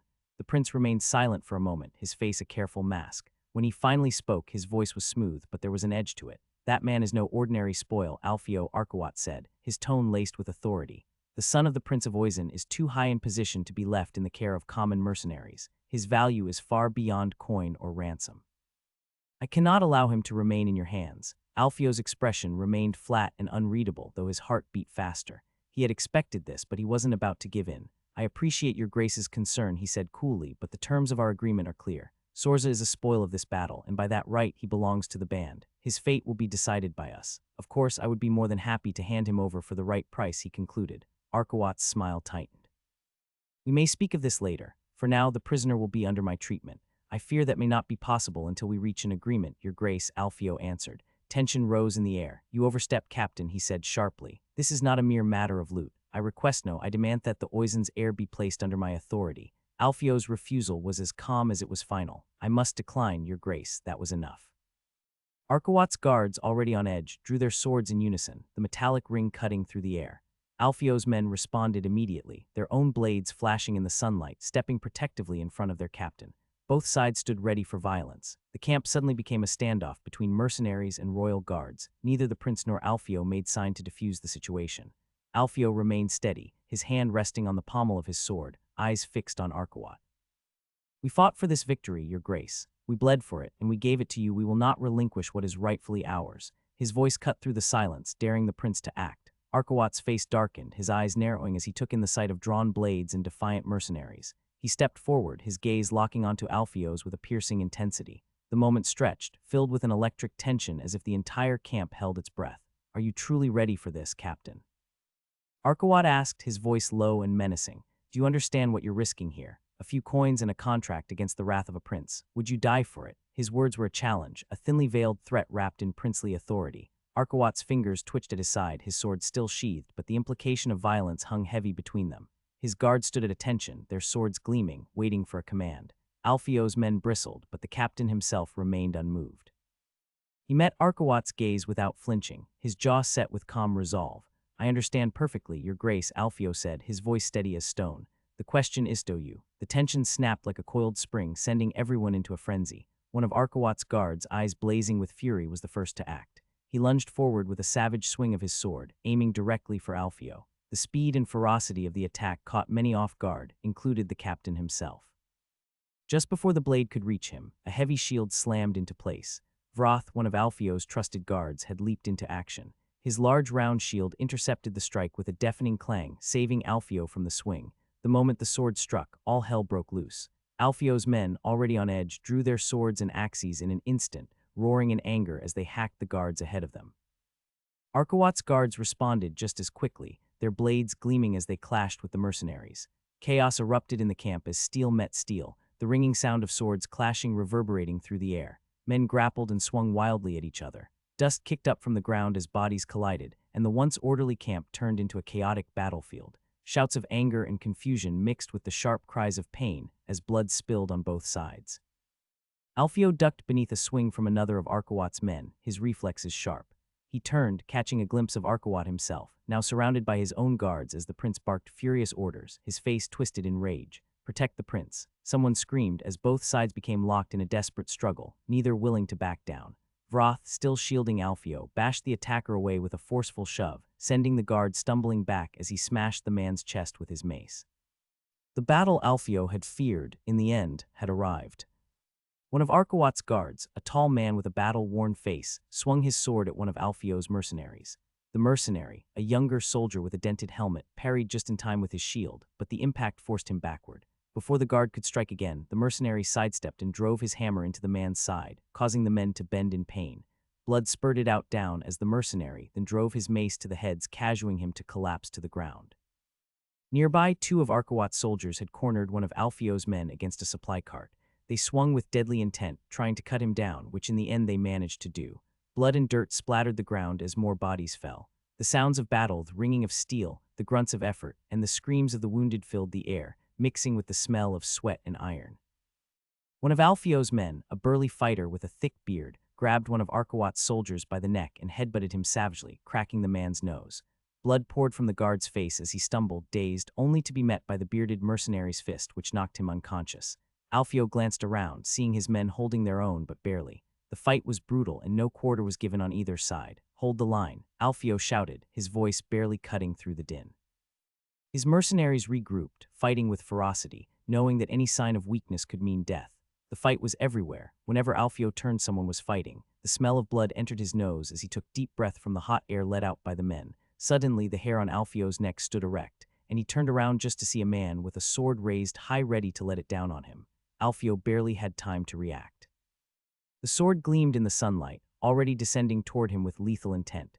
Instinctively, he raised his own blade to parry, but he knew it wouldn't be fast enough. Just as the sword was about to come down on him, a shield slammed into the attacker's side with bone-crunching force. Vroth, ever vigilant, had come to his aid once again. The attacker stumbled sideways, thrown off balance, fell to the ground, and Alfio took his chance. With a fierce shout, he thrust his sword forward, catching the man in the side where his armor was weakest. Still, only few centimeters managed to get in, as the chainmail stopped it from getting deeper. Without wasting a second, Alfio put his leg over the man's chest, before thrusting his sword into the guard eye, causing him to die, with the blade piercing what Alfio felt was the brain. "Stay focused," Vroth barked, pulling Alfio back toward the center of his close guards, leaving the man to die alone on the ground. Just as the tide seemed to turn in favor of Arkawat's guards, Alfio's forces, though bloodied and battered, were being steadily pushed back. The prince's men fought with renewed fury, their swords and axes cutting through the mercenaries' defenses. Alfio's line was breaking under the weight of their relentless assault, certainly made easier by the fact that most of Alfio's men had been fighting for hours. His men, now outnumbered, struggled to hold their ground. The sharp ring of steel filled the air as shields were splintered and swords clanged against armor. Alfio could feel the pressure mounting. His guards, though fierce, were tiring. Vroth, still at his side, grunted as he blocked another powerful swing from one of the prince's elite. Suddenly, just when it seemed the prince's forces would prevail, a loud crack echoed through the camp. The heavy wooden gates burst open with a resounding thud. Heads snapped around to see a fresh wave of men, dozens of them pouring into the camp. Mounted on horses and armed with swords, spears, and axes, they surged forward like a roaring tide. The sound of hooves pounding against the ground filled the air, the riders charging straight at Arkawat's men. "Reinforcements," one of Alfio's mercenaries cried as he had witnessed salvation. Egel's remaining men had finally arrived, more cavalry, and a contingent of foot soldiers following close behind, with a tall black man riding on the front. "Smash them," Jarza shouted as he charged forth, leading his axe through the neck of a man. Under Alfio's eyes in that moment, Jarza looked like an angel who had come to save the day, which, by the way, he did. The sight was overwhelming. Horsemen, clad in leather and chainmail, bore down on Arkawat's guards like a hammer against an anvil. The first impact was devastating. Riders crashed into the prince's men with the full force of their speed, lances shattering on shields and bodies alike. One knight was knocked clean off his feet, his armor crumpling under the weight of the charging horse. Another was impaled by a spear, his body lifted off the ground before being tossed aside like a rag doll. The prince's men, stunned by the sudden assault, wavered. Those on foot were thrown into disarray, trying to fend off the incoming cavalry while maintaining their defense. But it was too late. The formation had been broken. Alfio, seizing the opportunity, raised his sword high. "Press them, now," he shouted. The camp was a whirlwind of chaos, with dust kicked up by the galloping horses, the clash of steel, and the screams of dying men. Javelins flew across the battlefield, whistling through the air before finding their mark in both horse and man. Every few seconds, the thud of a projectile hitting flesh or armor could be heard, followed by cries of pain. Alfio pushed forward with his men, his sword cleaving through the enemy as they desperately tried to hold their ground. Prince Arkawat stood in the heart of his formation, surrounded by his personal guards, barking orders with a commanding voice. His once jubilant expression had hardened as the chaos unfolded around him, though his presence still inspired those nearby. The clang of steel and the shouts of men were deafening, but his voice cut through the noise. He started the fight thinking he had the better number. Now, however, they were the one outnumbered and getting encircled. "Where are the rest of our men?" he demanded, turning sharply to Robert, his most trusted knight, as the battle grew fiercer. His brow furrowed with frustration, expecting immediate answers. Robert, breathing heavily and streaked with blood from his own wounds, struggled to speak. He raised a hand, pointing toward the forest in the distance, words forming on his lips. Before he could utter a sound, the air whistled. A lone javelin shot out from the chaos, flying with deadly precision. Thwack. The battlefield was a sea of chaos. Bodies clashed, weapons rang out, and the ground was slick with blood. The air was thick with dust, sweat, and the acrid smell of metal. Everywhere Alfio looked, men were locked in desperate combat, each one fighting for their life, their side, their survival. To his left, a young mercenary with a bloodied sword was engaged in a vicious fight with one of Arkawat's knights. The knight moved his broadsword, swinging in controlled arcs. But the mercenary, quicker on his feet, ducked and weaved, jabbing with his lighter sword, probing for weak spots in the knight's armor. Javelins soared overhead, some finding their marks, others clattering uselessly against shields and armor. A mounted man charged through the chaos, lance aimed low. He skewered an enemy soldier through the stomach, lifting him off the ground before the lance splintered, the broken shaft ripping free as the man galloped on. Then came a roar. "The prince is dead," someone shouted. The cry echoed across the battlefield, followed by another voice, then another, spreading panic through Arkawat's men.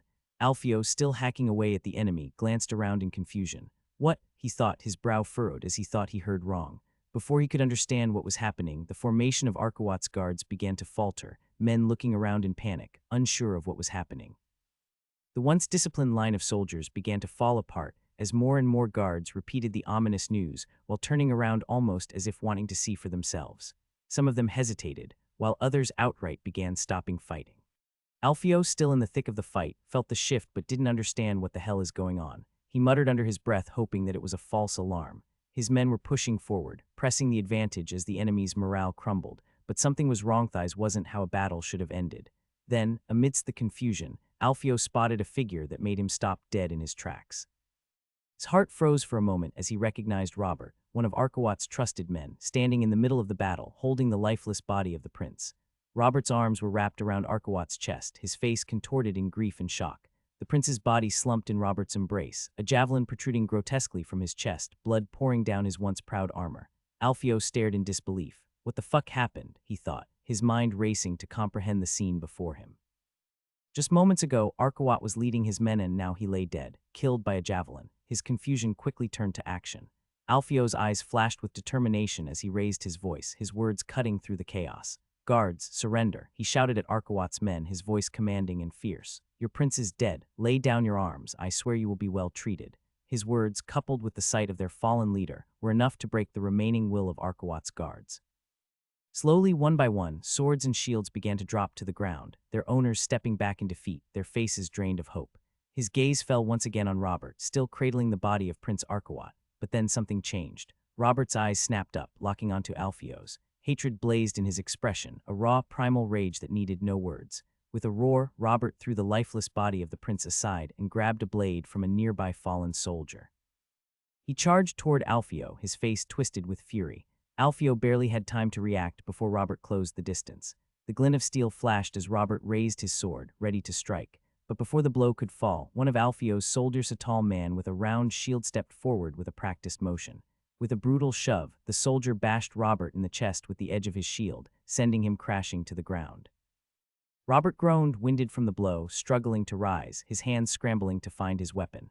The soldier raised his sword, poised to deliver the killing strike. "Stop," Alfio barked, his voice cutting through the tension like a blade. The soldier hesitated, glancing over his shoulder at his commander, unsure. "Disarm him," Alfio commanded, his tone calm but firm. "He may still be to use." The soldier nodded and swiftly kicked the sword out of Robert's reach before yanking him up by the collar and wrenching his arms behind his back. With a few quick movements, the soldier stripped Robert of his remaining weapons, leaving him defenseless. Alfio spared him a quick sight before turning around, making sense of what just happened. His shoulders sagged slightly as he took it all in. What had started as a triumph was now spiraling into the worst possible outcome. The prince was dead. Worse, it was one of his men that killed him. And if that was not enough, they were still deep into his territory, with the rest of the army soon coming back. If they were to run, they were to be quick with it, as he did not want to be found there with the body of Thyr ruler in tow.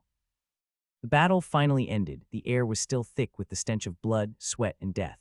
Men moved like through the camp, gathering the defeated that was still alive and binding them in rough ropes. Alfio watched as 25 of Arkawat's men, some still trembling from the clash, were disarmed and stripped of their weapons. Their swords, shields, and gleaming armor were tossed aside, quickly claimed by Alfio's own soldiers. Horses, once the pride of Arkawat's cavalry, were taken, their reins handed to mercenaries who now stood taller, outfitted in the spoils of war. The prisoners, their faces etched with defeat and exhaustion, stood in a silent line as their hands were bound tightly behind their backs. Some stared at the ground, others gazed out in disbelief at the sight of the man they were meant to protect, as if the body of their prince was still in front of them. The rest of the men wounded, at least those belonging to Arkawat, were killed on the spot. Alfio stood to the side, watching the scene with a cold gaze. His eyes wandered across the field before finally resting on the body of Prince Arkawat. The once mighty figure, so full of life and fire, now lay still. The javelin was still embedded in his chest, his fine armor soaked through with dark, congealed blood. Alfio seethed with anger as he stood over the lifeless body of Prince Arkawat. This was not how it was supposed to go, he thought, his jaw clenched in frustration. "You ruined everything." He placed his boot on the prince's chest. "You and your fucking pride. He yanked your greed. He yanked again, and your fucking shit you call brain." Pushing down hard as he could, he finally took out the javelin from the wound. The weapon slid free with a sickening sound, and Alfio tossed it aside, its metallic clatter against the ground only deepening his sense of failure. Originally, the plan had been clear after they captured the prince's heir, using him for leverage for a lordship, before offering their services around as common mercenaries to raise coins. It was supposed to be simple, a clean exchange of prisoner for titles and land. But Alfio had underestimated the prince's greed and arrogance. Instead of negotiating, Arkawat had forced his hand, the choice that had now led them to this disastrous result. He stared at the prince's body, rage burning hot in his chest. The temptation to draw his sword and butcher the man's body in a fit of fury emerged within him, but Alfio knew it would solve nothing. It wouldn't bring back the deal that was now lost, and it certainly wouldn't undo the chaos that had unfolded. So instead, he swallowed the rage and turned away, his expression hard, his thoughts cold. There was no time for reckless emotion. Egil and Jarza approached Alfio cautiously, their eyes flicking between each other, both sensing the storm brewing inside their commander. The battlefield around them had begun to quiet, but the tension in the air lingered thick like a cloud that refused to clear. Alfio stood over the prince's body, his face set in a grim mask, the fire in his eyes barely concealed. Egil's usual easy demeanor had slipped, his smile was gone, replaced with a silent wariness. Jarza, more perceptive, exchanged a quick glance with Egil, the two men silently acknowledging that Alfio needed some time alone, yet now was not the time for inactivity. Jarza finally stepped forward, his voice low, almost cautious as if to test the temperature of the moment. What should we do next? Alfio didn't respond right away. His gaze lingered on Arkawat, sprawled in the dirt, the prince's eyes still open in a final, silent question. Finally, Alfio exhaled, turning his eyes toward Egil and Jarza. His voice was calm, but underneath his mind was in chaos. "Getting the hell out of here is our first step," he said, his tone clipped, each word precise. He paused, then began speaking again, this time with more detail. "You have 10 minutes, no more. Take what food and supplies we need for the march back. Don't overburden yourselves, just enough for the journey. Send riders to the men who haven't arrived yet. Tell them to bypass this camp and take a detour through the forest. We're heading to the capital, but we're not sticking around here. No one's to burn anything we can't afford to draw attention. Take only what we need and make sure everything is done quickly. Every second counts." Egil, normally steady in battle, cast a quick glance at the battlefield, his brow furrowing at the sight of their men giving the mercy stroke to the wounded. The pitiful groans of dying men were hard to ignore, not that he felt sorry for them, just annoyed by the sounds. "What about our wounded?" Egil asked, his voice quieter than usual. He turned his gaze back to Alfio. "Those who cannot march." Alfio didn't hesitate. His answer was firm, as he would not desert his comrades. "Have Agalacios look at them. Anyone who can still march will march. Those who can't, throw them in the carriages and have horses draw them forward. We're not leaving anyone behind, but we can't waste time anymore." His eyes shifted toward Jarza, then back to Egil. "Move fast and be silent. Every second matters." Both men nodded and turned to leave, their faces serious as the gravity of their predicament settled over them. Alfio watched them go for a brief moment, then turned back to the dead prince at his feet, bile rising in his throat. Everything had gone to shit, and the worst part was, it wasn't over yet. "What about the camp followers?" Egil then asked, turning around, his voice quiet but firm. His eyes darted toward the tents scattered around the edges of the camp. Alfio paused for a moment, his thoughts darkened. A small part of him considered simply ordering the men to kill them all. His hand even hovered near the hilt of his sword for a brief moment as the thought crossed his mind. But then reality hit him like a cold splash of water. They didn't have the time for such a thing. It would take far longer than 10 minutes to hunt down and slaughter everyone hiding in those tents, and in the chaos that followed, they would lose precious moments. Every second they spent here increased the risk of another army bearing down on them or reinforcements loyal to Arkawat discovering the scene.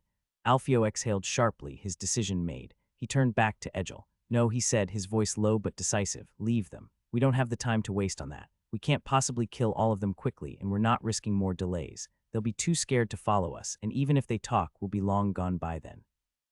Egil nodded, though a flicker of uncertainty passed across his face. 10 minutes passed in a blur of frantic movement, as the men gathered what they could and prepared to march, with more and more of his men coming back.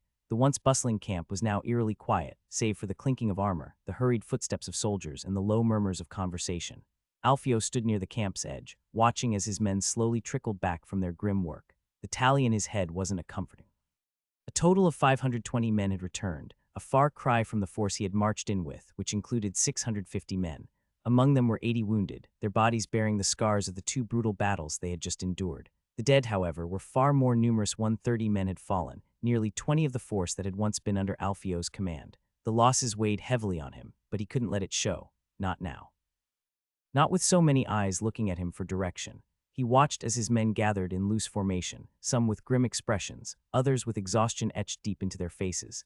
They had fought hard and bled for this battle, and now they were leaving it behind, not being given even the opportunity to loot victorious, but at a cost. Many of them still clutched the weapons and armor of the fallen, taken from the dead and prisoners captured during the battle at the camp. Many of them even starting looking at Alfio with a bad eye, something that he immediately took notice of. I will have to raise morale before I get stabbed by one of them. Probably giving them their due coins and allowing them to drink and fuck a bit will solve the matter, he muttered, making the choice with light heart, as the ransom from the nephew of the man that he had now captured the son was still unspent and ready to be used. Alfio's gaze drifted across the camp one final time, taking in the scene. The camp followers remained in their tents, no doubt watching from the shadows, but they were of no concern now. The time for decisions had passed. As the last of the men assembled, Asag rode up beside Alfio, his face pale and his eyes heavy with exhaustion. The man had fought well, but the toll of the day was clearly wearing on him. He looked out at the army with a grimace before turning his attention back to Alfio. "Where are we going now?" Asag asked, his voice thick with fatigue. Alfio's expression didn't change. His eyes remained fixed on the horizon, where the road stretched ahead of them like a long, winding escape route from the chaos they were leaving behind. "Yarzet," Alfio replied simply, the name of their employer's capital falling from his lips with no room for debate, as after all he still had one trick up his sleeve. In a sunlit room overlooking the city of Yarkat, Talek, the young head of the garrison guard, took a rare moment to pause from his diligent work. The sunlight streamed through a narrow window, casting a warm yellow glow over the stone walls of his chamber. Son of a simple knight, he had risen to the influential position at a young age, mainly from the relation between him and the prince. Despite this, he harbored a twinge of resentment. His father, Robert, the prince's right hand, was leading a campaign against Oisin, while Talek was left behind, commanding a city that seemed distant from the chaos of war. Would he not have been more useful on the front than here? He had wondered when his request to join the army was refused. With a deep sigh, Talek turned his gaze from the window back to his desk.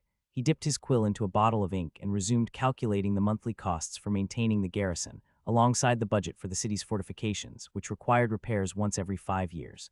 The quiet of the room was abruptly interrupted by the sound of the door swinging open. A guard, breathless and with a note of excitement in his voice, stepped into the room. "Sir Talek, the army has returned."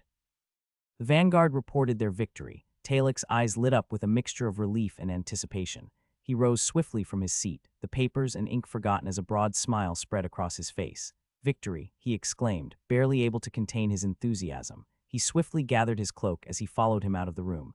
Talek hurried down the winding stairs from his chamber, his heart pounding with excitement.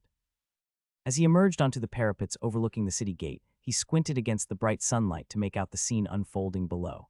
His gaze fell upon a large, jubilant procession of soldiers bearing the banner of Prince Arkawat, the colors fluttering proudly in the breeze. Turning to the guards stationed by the gate, Talek's voice rang out with urgency. "Open the gate, quickly," he commanded, his tone firm. The guards, catching the fervor in his voice, sprang into action. With creaking chains and the groan of heavy wood, the massive gate began to retract, revealing the soldiers and the banners of the prince in full view. Talek descended the stairs 2 at a time, his mind racing with questions. He moved briskly through the bustling streets toward the entrance, eager to greet the returning troops and to learn the details of their victory. As he approached the front of the procession, he spotted the men leading the vanguard, those who had borne the brunt of the campaign and would have the freshest accounts of the battle. Talek stepped through the gate and into the open air, his eyes fixed on the vanguard entering slowly into the city of Yarkat. The cavalry led the way, followed by the footmen, the soldiers' armor catching the midday sun. At the head of the procession, a rider guided his horse into the city with a deliberate, steady pace. Once inside the gate, the man swung off his mount with practiced ease, landing softly on the cobblestones. As he scanned his surroundings, his gaze quickly locked onto Talek. Talek, too, observed the man. There was something vaguely familiar about Himhai's build, the set of his shoulders, even the way he carried himself. But try as he might, Talek couldn't place him. The soldier's helmet covered his face, making it harder to discern his features. Before Talek could ask any questions, the man spoke first, his voice clear but with a youthful edge that caught Talek off guard. "Are you the head of the garrison?" the man asked, his tone neither harsh nor polite but businesslike, as if this was a simple chore. Talek blinked, slightly caught off balance by the directness of the question. He hesitated for a heartbeat, then quickly gathered himself. "I am. May I know who you are?" he replied, his voice firm though curiosity bubbled beneath the surface. "Good," the man said, a thin smile playing on his lips. "That makes things much easier." With a casual but deliberate motion, the soldier reached up and removed his helmet, revealing his face to Talek. And then, without warning, the man unsheathed his sword in one swift motion. The gleaming steel caught the sunlight, and before Talek could fully react, the cold edge of the blade hovered mere centimeters from his throat. Talek's breath hitched, his heart pounding in his chest. The once quiet entrance of the city now seemed suffocating, and a tense silence fell over the few nearby guards, who had barely begun to comprehend what was happening as the surrounding men took out their weapons and copied their captain. "Tell your men to throw down their weapons," the man said softly but firmly, the tip of the sword so close to Talek's skin that he could feel the cool steel radiating against his neck, before any unnecessary blood is spilled. Moments ago, the streets had been bustling with onlookers, curious townsfolk who had come to witness the return of the army. Now they were retreating, disappearing behind doors and shuttered windows. He turned his attention back to the man holding the sword to his throat, the weight of the situation settling deeper in his chest, like a spike passing through his stomach. "Who are you?" Talek demanded, his voice wavering with frustration and fear. For a moment, the man didn't answer. The silence between them stretched uncomfortably, the blade at Talek's neck pressing just a fraction closer, causing his pulse to quicken. When the man finally spoke, his voice was low, almost too calm. "I don't have time for this," he said, his tone filled with quiet menace. "If you don't cooperate, I'll have my men take this city by force. And if that happens," he added, his eyes narrowing slightly, "you will defend a city that by the end will be burnt and looted, with you being the first casualty." Talek's heart sank. He glanced at the armed men now entering the city behind the stranger, grim-faced and clearly ready for blood. He knew that with the gate open there were only 100 men in the garrison to stop them, and from the looks of it, they were greatly outnumbered, not even taking into consideration the fact they were spread throughout the city, while instead the army was right in the gate. Swallowing his pride, Talek obeyed. "All right," he said through gritted teeth. "Men, throw down your weapons." But as he complied, recognition dawned on him, the pieces finally coming together. The familiar face, the youthful edge in his voice. Talek's eyes widened in shock. "Wait, you are Alfio," he spat out. "You damn traitor." Alfio's lips curled into a small, humorless smile. "I suppose in your eyes, that may look like it," he said, not lowering the blade. "But my contract with Prince Arkawat was rendered null and void at the moment. I'm no longer bound by it, but don't worry, I am not here to sack the city or anything else." Talek's confusion deepened. "Then what are you doing here?" Alfio paused, lowering the sword slightly but not taking his eyes off Talek. "I simply came looking for a new job with someone with more sense than the late prince. After all, I am still owed a debt." Talek blinked, still trying to piece together the strange situation. "A job." He felt a hand seize him by the arm, one of Alfio's men pulling him into custody. "Asag, take him inside the wall to order the rest of the garrison to lower their weapon. Go towards the left," Alfio ordered as he turned to a man with a part of his face burnt, who simply nodded and took the hostage inside alongside 50 men. Alfio's eyes then fell on Cleo. "Take 100 men and circle to the right," Alfio ordered, his voice measured. "I want as many towers secured as possible and do it quietly. Tell your soldiers to act like fresh recruits blend in with the city's guards. Once you're inside, overpower the garrison but keep the bloodshed to a minimum." As Cleo moved off with his troops, Alfio turned his attention back to the rest of his force. "The rest of you," Alfio called out, "were taking a walk to the keep. Be prepared for anything. We'll be having a conversation with some important people, and things may get vivid." The army marched steadily through the city streets, their footsteps echoing off the stone walls as they moved toward the keep. The windows, doors were closed, and the roads empty with no people in sight. As they passed through the final gate leading out of the city proper, the landscape opened up into an expanse of green fields. The land between the city and the keep stretched out like a soft, untouched carpet of grass, the only interruption being the dirt road they followed. For a moment the soldiers almost forgot where they were, their eyes briefly taking in the tranquil surroundings. But the calm belied the intensity of what was to come. Once they reached the base of the keep, Alfio signaled for his men to halt. The sound of their march faded into silence, and the soldiers gathered, their eyes fixed on the towering structure ahead. Alfio surveyed the scene, his eyes sharp, measuring the defenses of the stronghold. Jarza, Alfio called Jarza, stepped forward, his expression serious. He didn't need to be told what was expected of him. "Encircle the keep," Alfio ordered, his tone leaving no room for hesitation. "Make sure nothing and no one leaves without us knowing." Jarza nodded, and with a sharp wave of his hand, he began organizing the soldiers. Under his direction, the men quickly fanned out, forming a perimeter around the keep, ensuring that every exit and weak point was watched. He directed groups to cover the rear and sides. As the army spread out, taking their positions around the keep, a cold wind swept through the fields. Despite the outward calm he projected, Alfio was deeply unsettled as he surveyed the looming walls of the keep. His eyes narrowed as he studied the stone structure, calculating the odds in his head. Gold. Time was as valuable as gold right now, and they didn't have much of either. The idea of besieging the keep made him crawl in nervousness. He couldn't afford to wait. They had no wood to construct battering rams, no proper siege equipment to break down the thick gates, and a direct assault on the walls would likely cost them more men than they could spare. The closest source of wood were a forest hours away from here, and even if they got the wood he believed they would lose too many in the attack. Yet he couldn't just sit idle. Siege or storm, he kept thinking as he wrestled with his thoughts. He saw familiar figures approaching. Each of them bore the weariness of battle but remained resolute, their eyes fixed on Alfio as they stopped a few paces away. "What's the plan then?" Asag asked, his voice low but firm. He crossed his arms over his chest, a faint frown of concern on his scarred face. Egil glanced toward the keep, his jaw clenched. "If we're going to do something, we need to act quickly." Alfio stood silent for a moment, his hands tightening on the reins of his horse. His mind raced. He could feel their eyes on him, waiting for a decision. For the first time he did not know what to do. He swallowed hard, betraying his inner turmoil. He stopped himself, taking a slow breath, trying to push aside the uncertainty and to steel his nerve. "Stay put," he finally ordered. "If I am not out in 30 minutes, burn and loot the city." His voice a little quieter and less sure than usual. Without waiting for their reactions, he pulled on the reins and spurred his horse forward, riding alone toward the closed gates of the keep. His heart pounded as he neared the massive wooden door, a growing weight settling on his chest. He needed a way inside. Diplomacy, perhaps, bluffing. He wasn't sure, but he knew one thing: time was running out and he had to act. From atop the gate, two small windows framed the silhouettes of archers, their bows drawn, arrows notched, and pointed directly at Alfio as he approached.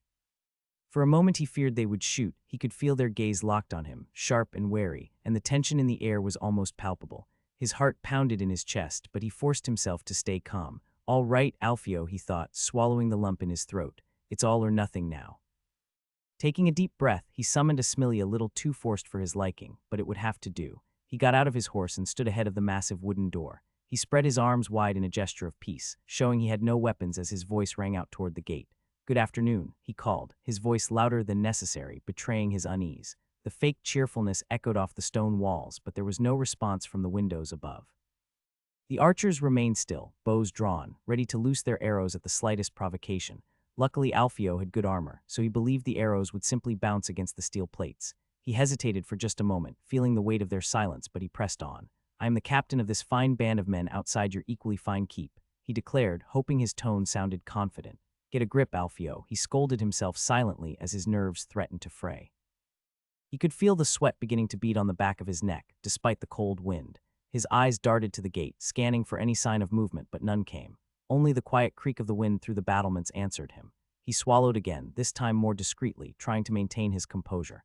"I'd appreciate it if you would inform the princess and her daughters that I have come to discuss a matter of great importance," he continued, his voice steadying as he found his rhythm.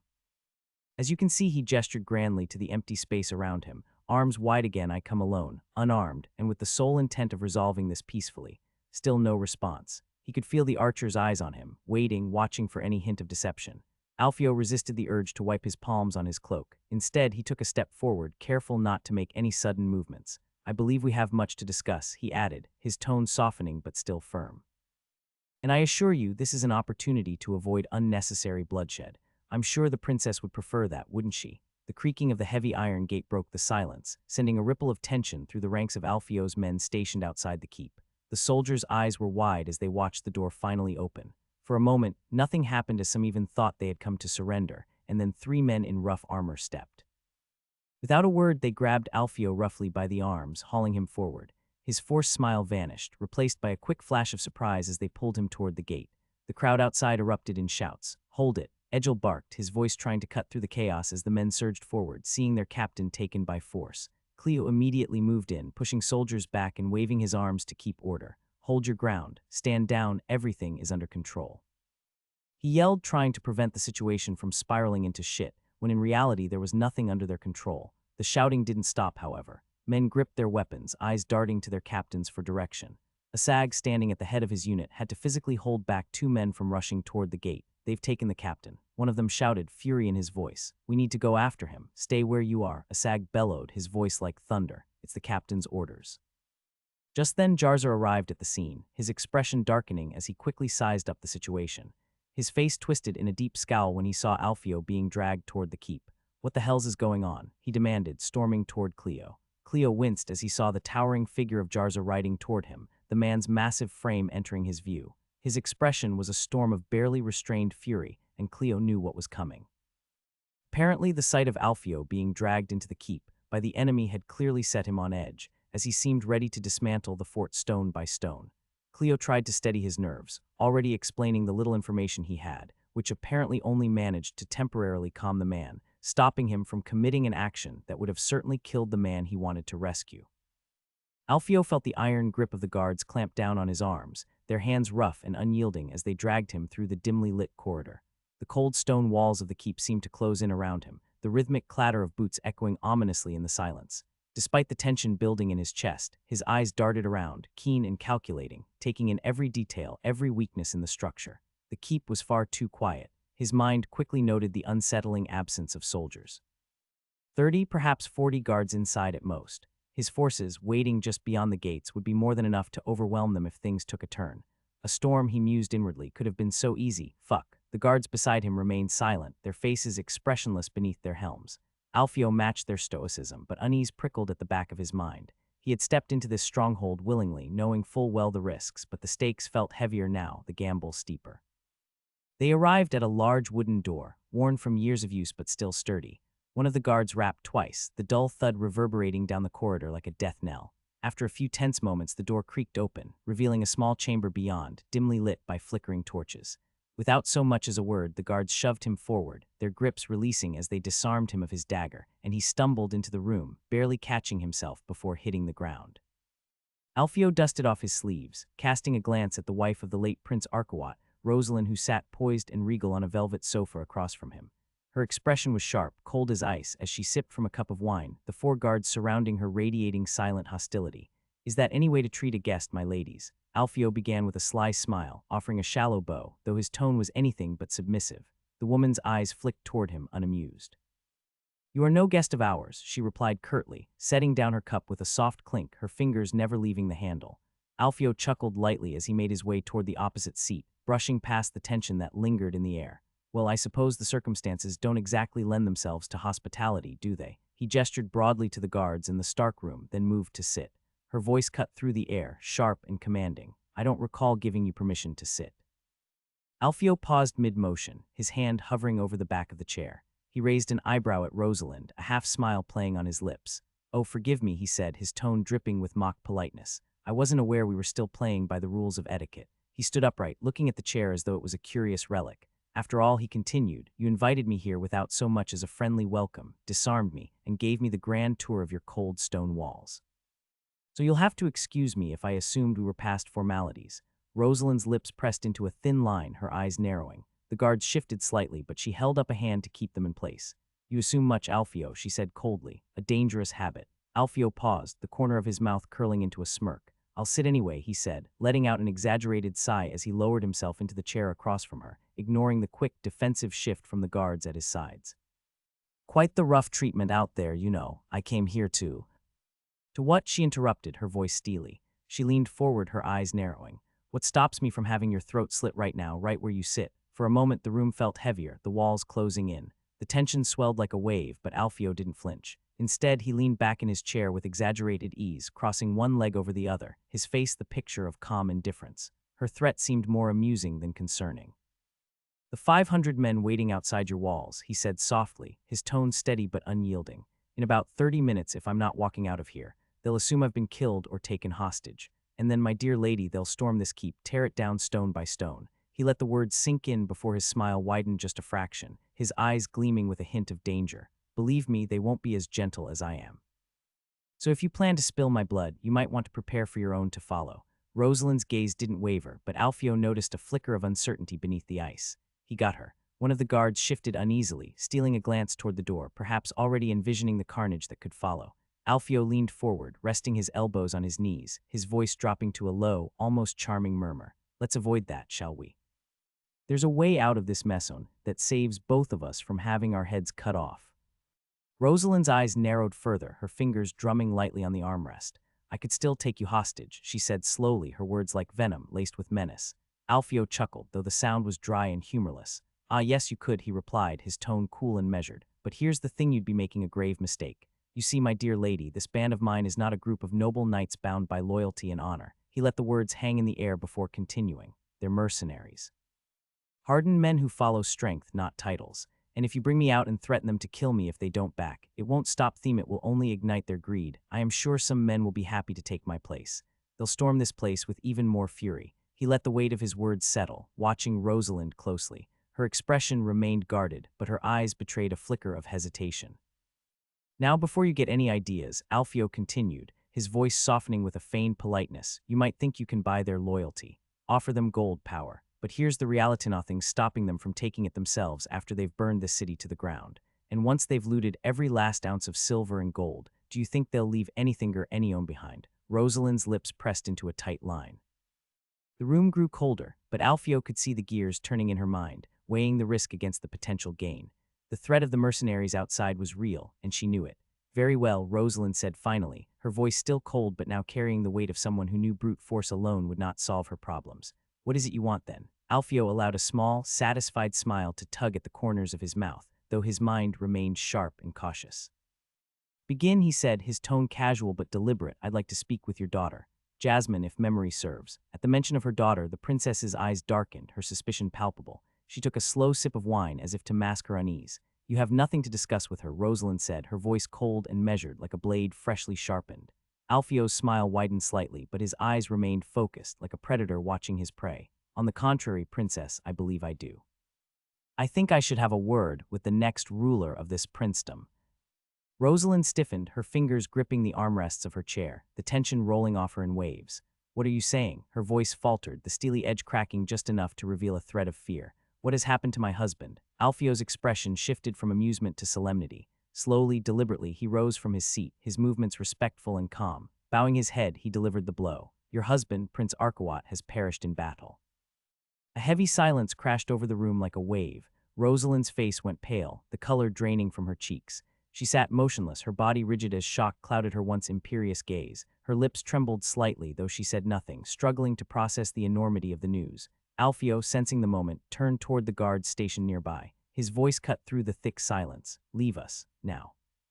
The guards hesitated for a brief moment, glancing at their princess, but the authority in Alfio's voice and the silent command in Rosalind's eyes left no room for argument. They quickly moved toward the door, filing out of the room without a word. And so, in the quiet, dimly lit chamber, Alfio and Princess Rosalind stood alone. The fate of the city and the entire princedom of Yarzet was about to be decided in this small, unassuming room, a place where titles and armies suddenly felt far less significant than ever. "Now," Alfio said softly, taking his seat once more, his tone far more serious, "let's discuss how to move forward." A young woman no more than 17 years of age strode into the room. She was pleasing to the eye, with dark hair falling past her shoulders. Her eyes, a deep shade of green, surged toward Alfio, taking in his presence with a brief, cool assessment. She gave him a long, piercing look, her expression guarded, before crossing the room and sitting elegantly beside her mother, Princess Rosalind. Without a word, she straightened her back and folded her hands neatly in her lap. Alfio returned her gaze with a slight nod of acknowledgement, sensing that the true negotiation had just begun.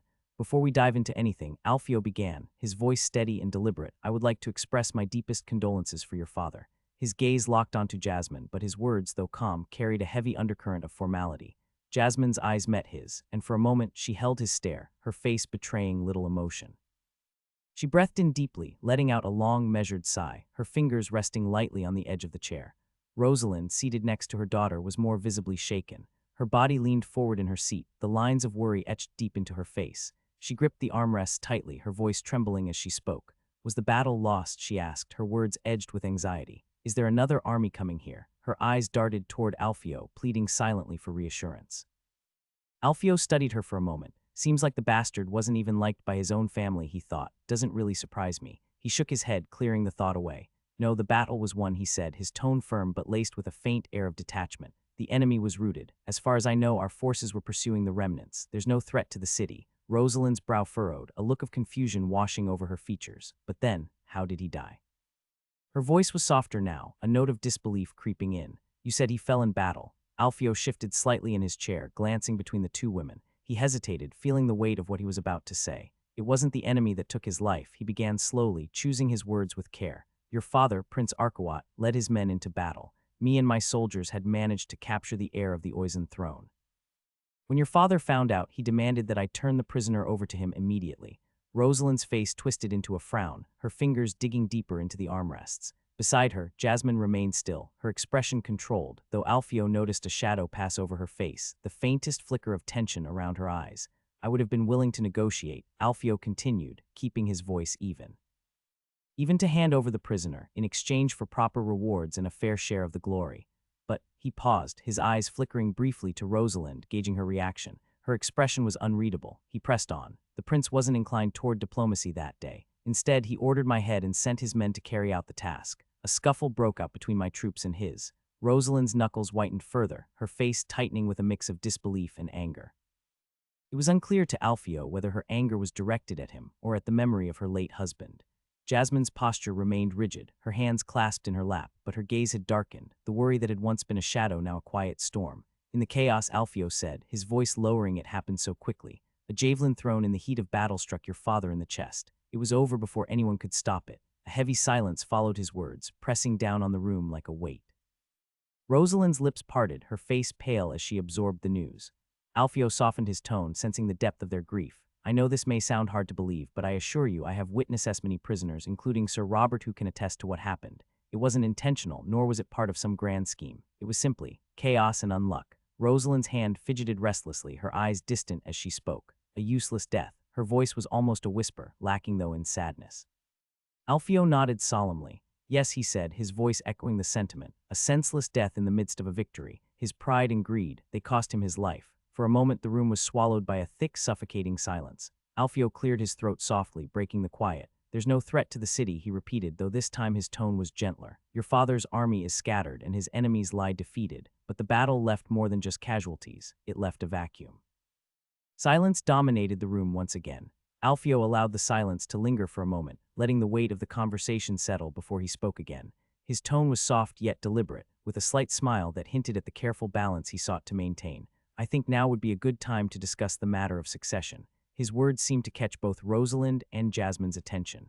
Alfio leaned back slightly, choosing his words carefully. From what I understand, though I'm not intimately familiar with your kingdom's history, he began, his voice steady, there have been precedents of female rulers in your line. He paused, his gaze shifting between mother and daughter, measuring their reactions. However, it's also true that there have been far more instances where brothers or male relatives claimed precedence over daughters. Succession, he added, is often more prone to regular interpretation than what's not. Jasmine's eyes narrowed slightly as Alfio's words piqued her interest. Her fingers gripped the armrest and she leaned forward, a subtle but telling shift in her posture. Alfio continued, his tone remaining compassionate but firm. It's crucial to understand that while your father's death has indeed created a power vacuum, the path for you to fill that void, if that is your desire, will likely be fraught with challenges, perhaps even impossible. Luckily, I am the one that can make it happen. Jasmine's expression flickered, shifting from contemplation to a small, almost imperceptible smile. She observed Alfio with sharp eyes, her mind clearly working through the implications of his words. Her father's death seemed to weigh little on her compared to the potential power she could seize. She leaned forward, locking her gaze with Alfio, much like she had attempted in the garden at the feast. So Jasmine said, her voice calm but carrying anticipation, does this mean you accept the proposition I made before? Alfio's lips curved into a knowing smile. He gave her a slight nod, acknowledging her question without fully committing. I had hoped we could revisit that discussion, he said smoothly. Our positions have shifted considerably since then, and the stakes are much higher now. Rosalind glanced between her daughter and Alfio, her confusion clear as she tried to piece together the unspoken conversation happening before her. It was evident she hadn't been privy to the private negotiations her daughter had been conducting with the mercenary. The realization seemed to unsettle her, though she said nothing. Alfio leaned back into his chair, his posture casual, though every movement was calculated. Before we move forward, there's still the matter of my previously owed payment for services rendered. His gaze slid between Jasmine and Rosalind, the tension between them almost palpable as they waited for him to continue. He let a small, reassuring smile touch his lips. However, given the circumstances and as a gesture of goodwill, I'm willing to overlook the remaining balance. Consider it a token of our potential cooperation. Jasmine raised her eyebrows in surprise. For a moment, her nervousness was replaced by curiosity. She glanced at Alfio, clearly intrigued by his sudden generosity. If you're willing to overlook the payment, she asked, her voice cautious but direct, what is it that you want in return?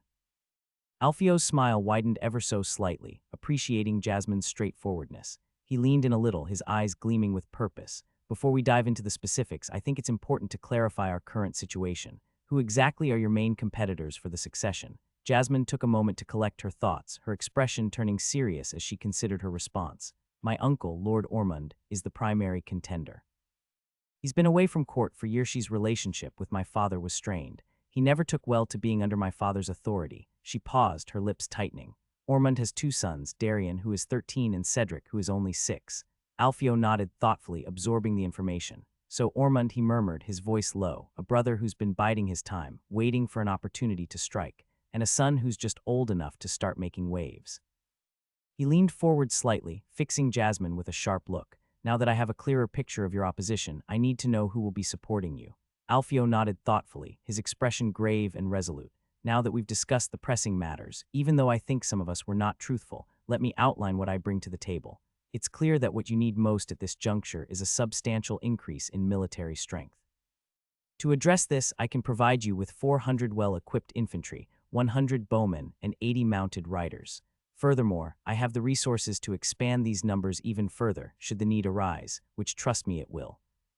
He paused for a moment, letting the weight of his offer settle in the room. In addition to an army, I also have with me the heir to the Oisin princedom, which will certainly make for a nice diplomatic visit from the Prince of Oisin. Nothing better to start one's rule than to have a victory over a rival. Jasmine's eyes sharpened as she understood that the boy in front of her was indispensable if she was to go forth. She glanced briefly at her mother, who remained silent. Apparently the young woman was still not at ease with her new given power as she looked at her mother for direction, maybe even permission. Alfio couldn't quite tell. With deliberate slowness, he extended a finger toward Jasmine.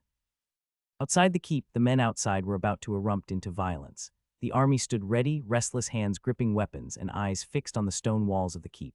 The infantry had formed tight ranks, shields at the ready gripping axes that they would use to smash the door, while archers were preparing to knock their arrows. Jarza stood at the forefront, his eyes narrowed as he glared at the keep's walls. His broad frame was tense, muscles coiled as if ready to spring into action. His fingers gripped the hilt of his sword, white-knuckled with barely restrained frustration. Damn that reckless fool, Jarza muttered under his breath, pacing back and forth as he cast another wary glance at the gate. Alfio's gone and walked straight into the lion's den without a second thought. One wrong move and they'll have his head on a pike. He stopped, staring hard at the closed gates of the keep as he spoke to himself. What does he think he's playing at? We don't have time for his games. The whole damn thing could go sideways in an instant, and we'll be the ones left cleaning up his mess.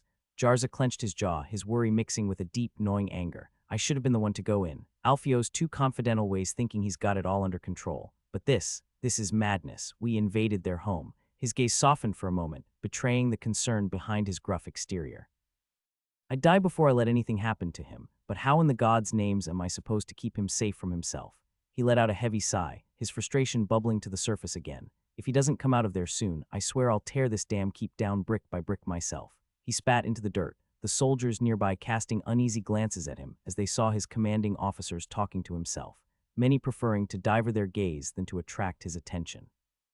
Tense atmosphere outside the keep suddenly shifted when the heavy wooden doors creaked open.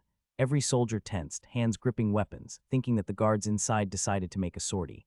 But instead of an attack, Alfio stepped out, flanked by several men, his expression relaxed and confident. His armor gleamed in the sunlight, and a wide smile spread across his face as he waved casually toward his companions. Jarza, standing at the head of the gathered troops, narrowed his eyes in disbelief. He blinked, momentarily stunned by the sight of Alfio strolling out so nonchalantly after all the worry he had. His hand loosened on the hilt of his sword as a small smile erupted on his lips. As soon as he saw the wave, Jarza kicked his horse into motion, galloping forward with a few others close behind him. His horse's hooves kicked up dirt as he rode across the green stretch that separated the army from the keep. He stopped just a few feet in front of Alfio, his face a mix of barely contained anger and relief. Gods, Alfio, Jarza growled as he dismounted, his heavy boots hitting the ground with a thud. You had us ready to storm this damn place. What in the hells were you thinking? I was thinking on how to solve the pickle we were in, which, no need to thank me, I managed to do. As he said so, he slightly tapped on the black giant cheeks, before waving to the other to follow him in his tent. As the others gathered inside the tent, Jarza, Egil, Cleo, and Asag exchanged curious glances, their expressions ranging from confusion to curiosity. They looked at Alfio, who sat casually in a chair at the head of the tent, a smug smile playing on his lips. Egil was the first to break the silence, scratching the back of his neck. So, what was all of that about? He asked, his brow furrowed. Are we taking the city or what? What's going on? The others nodded in agreement, eyes narrowing in confusion as they waited for Alfio's explanation. Alfio leaned back in his chair, clasping his hands together as if he were enjoying this moment far more than he should. "Nothing of the sort, my friends," he said, his voice calm yet full of certainty. "There won't be any need for a siege or looting. The battle is already won without a single drop of blood shed here. Although," he paused for dramatic effect, glancing around the room, "our swords are still required." Alfio's smile widened. "From now on, we are no longer mercenaries. We are subjects of Princess Jasmine, first of her name of House Avalone Isha. Soon there will be a formal ceremony where we will all swear fealty to her, the rightful ruler of this land." Cleo raised an eyebrow. "Wait, what? Swear fealty to her?" He exchanged a look with Egil, who simply shook his head, baffled. "What the hell have you done now?" Alfio replied smoothly, his eyes glinting with ambition. "We are no longer mere sellswords. As of today, we are the standing army of Princess Jasmine, and also dutiful servants for her soon-to-be husband." He paused, locking eyes with each man in the room before grinning, which would be me. The tent went into chaos. "Her husband," Egil scoffed, leaning forward with disbelief. "You married her." Alfio leaned back in his chair, arms crossed, a smug grin plastered on his face. "Yep, married into royalty." "Who would have thought?" Jarza, still looking dumbfounded, passed his hand over his bald head as if trying to smooth out the confusion. "How in the hell did you manage to convince a highborn to marry a commoner like you? I mean, looks can only carry you so much." Alfio chuckled, clearly enjoying the moment. He glanced around the tent, letting the suspense hang in the air. "Well," he began slowly, "I pointed out some rather obvious facts that she may or may not have missed." Jarza raised an eyebrow. "Like what?" "Like the fact that her succession will almost certainly be contested by her uncle, a fight that she would certainly lose," Alfio said, his grin growing wider. "The fact that she had no army to back her claim and even fewer supporters among the nobles. And let's not forget, the angry army of mercenaries who, by the way, were still owed their due payment and to be stationed right outside their walls, with torches in hand, ready to burn the city to ash and to piss on whatever remained. It's mind-blowing how people get impatient with torches in hand, you know." Egil burst out laughing, slapping his knee. "Gods above, that's ruthless. Did not think you had that in you. I thought you were an eunuch." Alfio shrugged, his grin never fading as he ignored the last part of his friend's assertion. "It's called leverage, and I used every ounce of it." Still, Jarza muttered, shaking his head in disbelief. "A commoner marrying a princess. You'll make an enemy out of every noble. A single lose and everybody will turn their swords toward you." "That's exactly the point. My legitimacy will be based on victories and victories alone," Alfio said, his tone turning a little more serious as he knew he could not afford to lose. "And of course, soon enough, all of you will be raised to nobility as well. We're building something here. We're no longer mercenaries. We'll have lands, be knights, lords, and commanders. Every one of us will have a place at court. Just to be clear, though, the rule belongs to Princess Jasmine. I'm merely a humble consort." Egil, who had been watching Alfio with a grin spreading across his face, suddenly stood up and crossed the room. Without warning, he threw his arms around Alfio in a tight embrace, laughing heartily. "You mad bastard," he exclaimed, planting a rough kiss on Alfio's cheek. "You're the most beautiful madman I've ever known. You are the most stallion among us." Alfio laughed, patting Egil on the back. "I take that as a compliment, whatever that means." As Egil released him, he shook his head in amazement. "To think I almost doubted you. But now, we are set for life." Cleo, who had been watching the exchange, folded his arms and leaned against the tent pole. "Well, we're really doing this, aren't we?" "We are," Alfio replied, his voice calm but resolute as he put his foot on the table. "And this is just the beginning." Jarza, still shaking his head in half disbelief, furrowed his brow as he looked at Alfio. "All right, you've got the marriage, the army, and the title. But what about the civil war? You know this won't be as simple as sitting pretty on a throne. Her uncle's not going to let this go without a fight. How do you plan to deal with that? You said that the princess has few friends among the nobility. Won't this mean more and more lords will assemble under whatever his name is banner? Won't we be outnumbered?" Alfio's smile turned sly, the kind of grin that sent shivers down spines.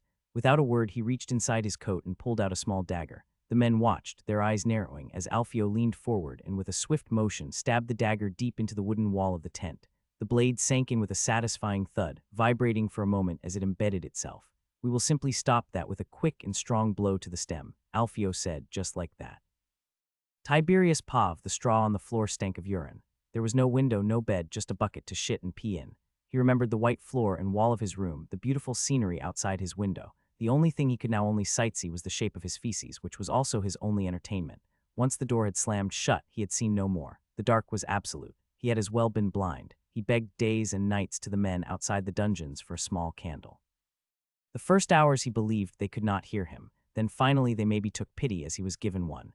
That was 2 days ago, or so he believed. He had no way of knowing apart from when he go to sleep and then wake up, not that it was a reliable way of telling the hour. The glob he was given to eat was hard bread and a soup that was more dirty water than soup. He was the son of the emperor. Illegitimate as he was, still he had eagle blood in him.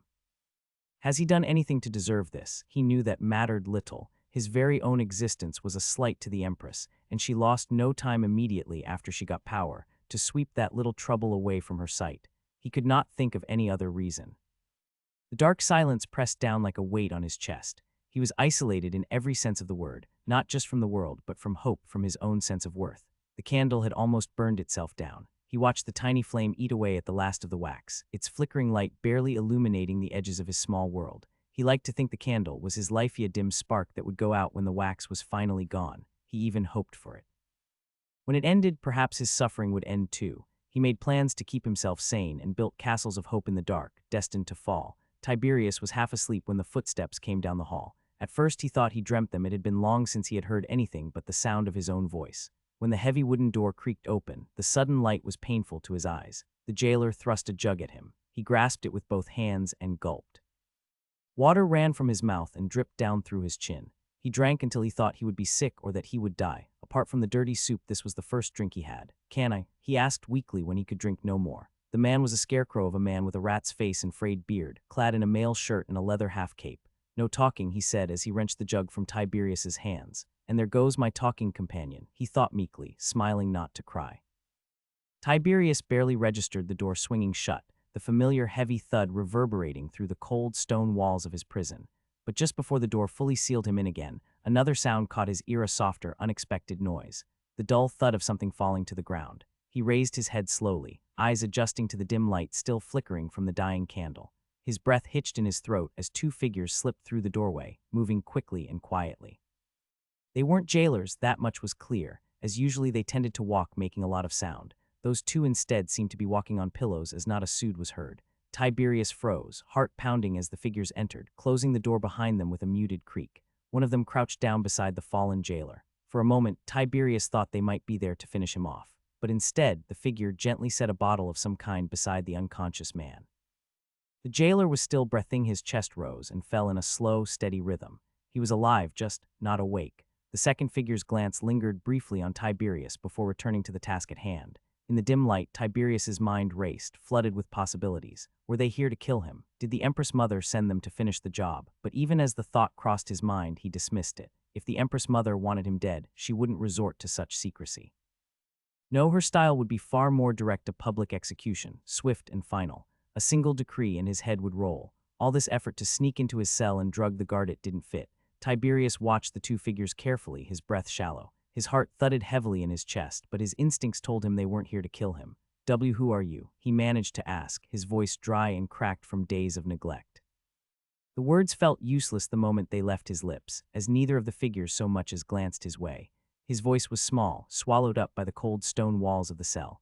Without warning, the first figure turned to the other, his voice low but firm. "Get the bastard out." Tiberius flinched at the harshness of the words, but before he could react, the other man moved quickly, his hand disappearing into the unconscious jailer's pouch. There was the sound of metal jingling, and then the man held up a pair of keys. For a moment, the quiet clink of metal against metal filled the room, and Tiberius realized just how starved he was for any sound other than his own desperate whispers. Such a small sound, he thought, and yet so sweet. The man slid the key into the lock, the metallic click reverberating like music in Tiberius's ears. The door creaked open, and for the first time in what felt like an eternity, Tiberius saw the corridor beyond his cell, a narrow, dimly lit hallway that stretched into darkness. Freedom, however distant, was suddenly in reach. "Keep quiet," the man behind him whispered sharply, pressing a finger to his lips as a warning. Tiberius didn't need to be told twice. He nodded eagerly, his fear mingled with a strange relief. They weren't here to kill him, they were rescuing him. But why? What possible reason could anyone have to free him? He was nobody now. No allies, no powerful friends, no titles or lands, nothing of value to offer anyone. The very act of rescuing him seemed, from his perspective, a fool's errand. As they pulled him to his feet and ushered him quietly into the corridor, Tiberius's mind whirled with questions. What did they stand to gain from this? What could possibly make this worth their while? He cast one last glance at the unconscious jailer, slumped by the cell door. "Why me?" The two men led Tiberius through the dungeon corridors, their footsteps eerily soft against the cold, damp stone floor. They moved with practiced caution, glancing around every corner before signaling him to follow. Tiberius's bare feet padded silently behind them, his heart racing with a mix of fear and hope. They walked in near silence, save for the occasional drip of water echoing through the dungeon. Tiberius, though weak and disoriented, couldn't help but notice how methodical the two men were. They paused at every intersection, waiting and listening, ensuring the way was clear before proceeding. It was a level of care that heightened his confusion. Who were these men? Finally, after what felt like an eternity winding through the labyrinthine halls, they reached a small wooden door. Tiberius recognized the area immediately, though it made no sense to him: the latrines. It was different from the grand, marble-lined lavatories used by the nobles. This was far simpler, meant for the guards and servants, tucked away in the lower parts of the keep far from the eyes of anyone important. The wooden door creaked slightly as one of the men pushed it open. The smell hit Tiberius immediately, a mix of stale air, dampness, and the unmistakable stench of human waste.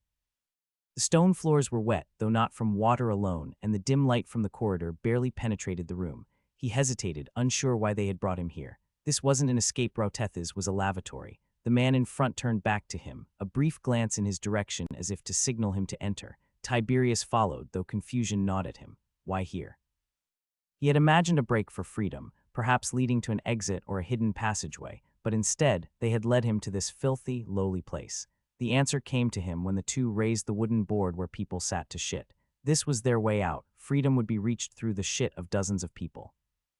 What do you mean he disappeared? Empress Valeria's voice was laced with irritation as she sat at the head of the council table, her piercing eyes focused on Lord Vader, her nephew. Normally, the fate of the little bastard wouldn't have concerned her.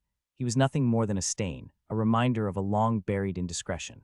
But the Odysseidith insult, someone daring to make a mockery of her authority within her own city, made her blood boil. Lord Vader, her nephew, bowed his head slightly, visibly uncomfortable under the Empress's withering gaze. "Your Grace," he began cautiously, "the guard was found unconscious near the entrance to the dungeons. It appears the infiltrators placed an open bottle of wine beside him after bringing him out of the cell. Those who passed assumed he had simply drunk himself to sleep. So for some time the matter was left unreported, as the discipline within the dungeon keeper is lax at best. Only when the guards woke up on his own, we understood what had happened." Valeria's lips curled into a scowl, her fair face tightening with rage.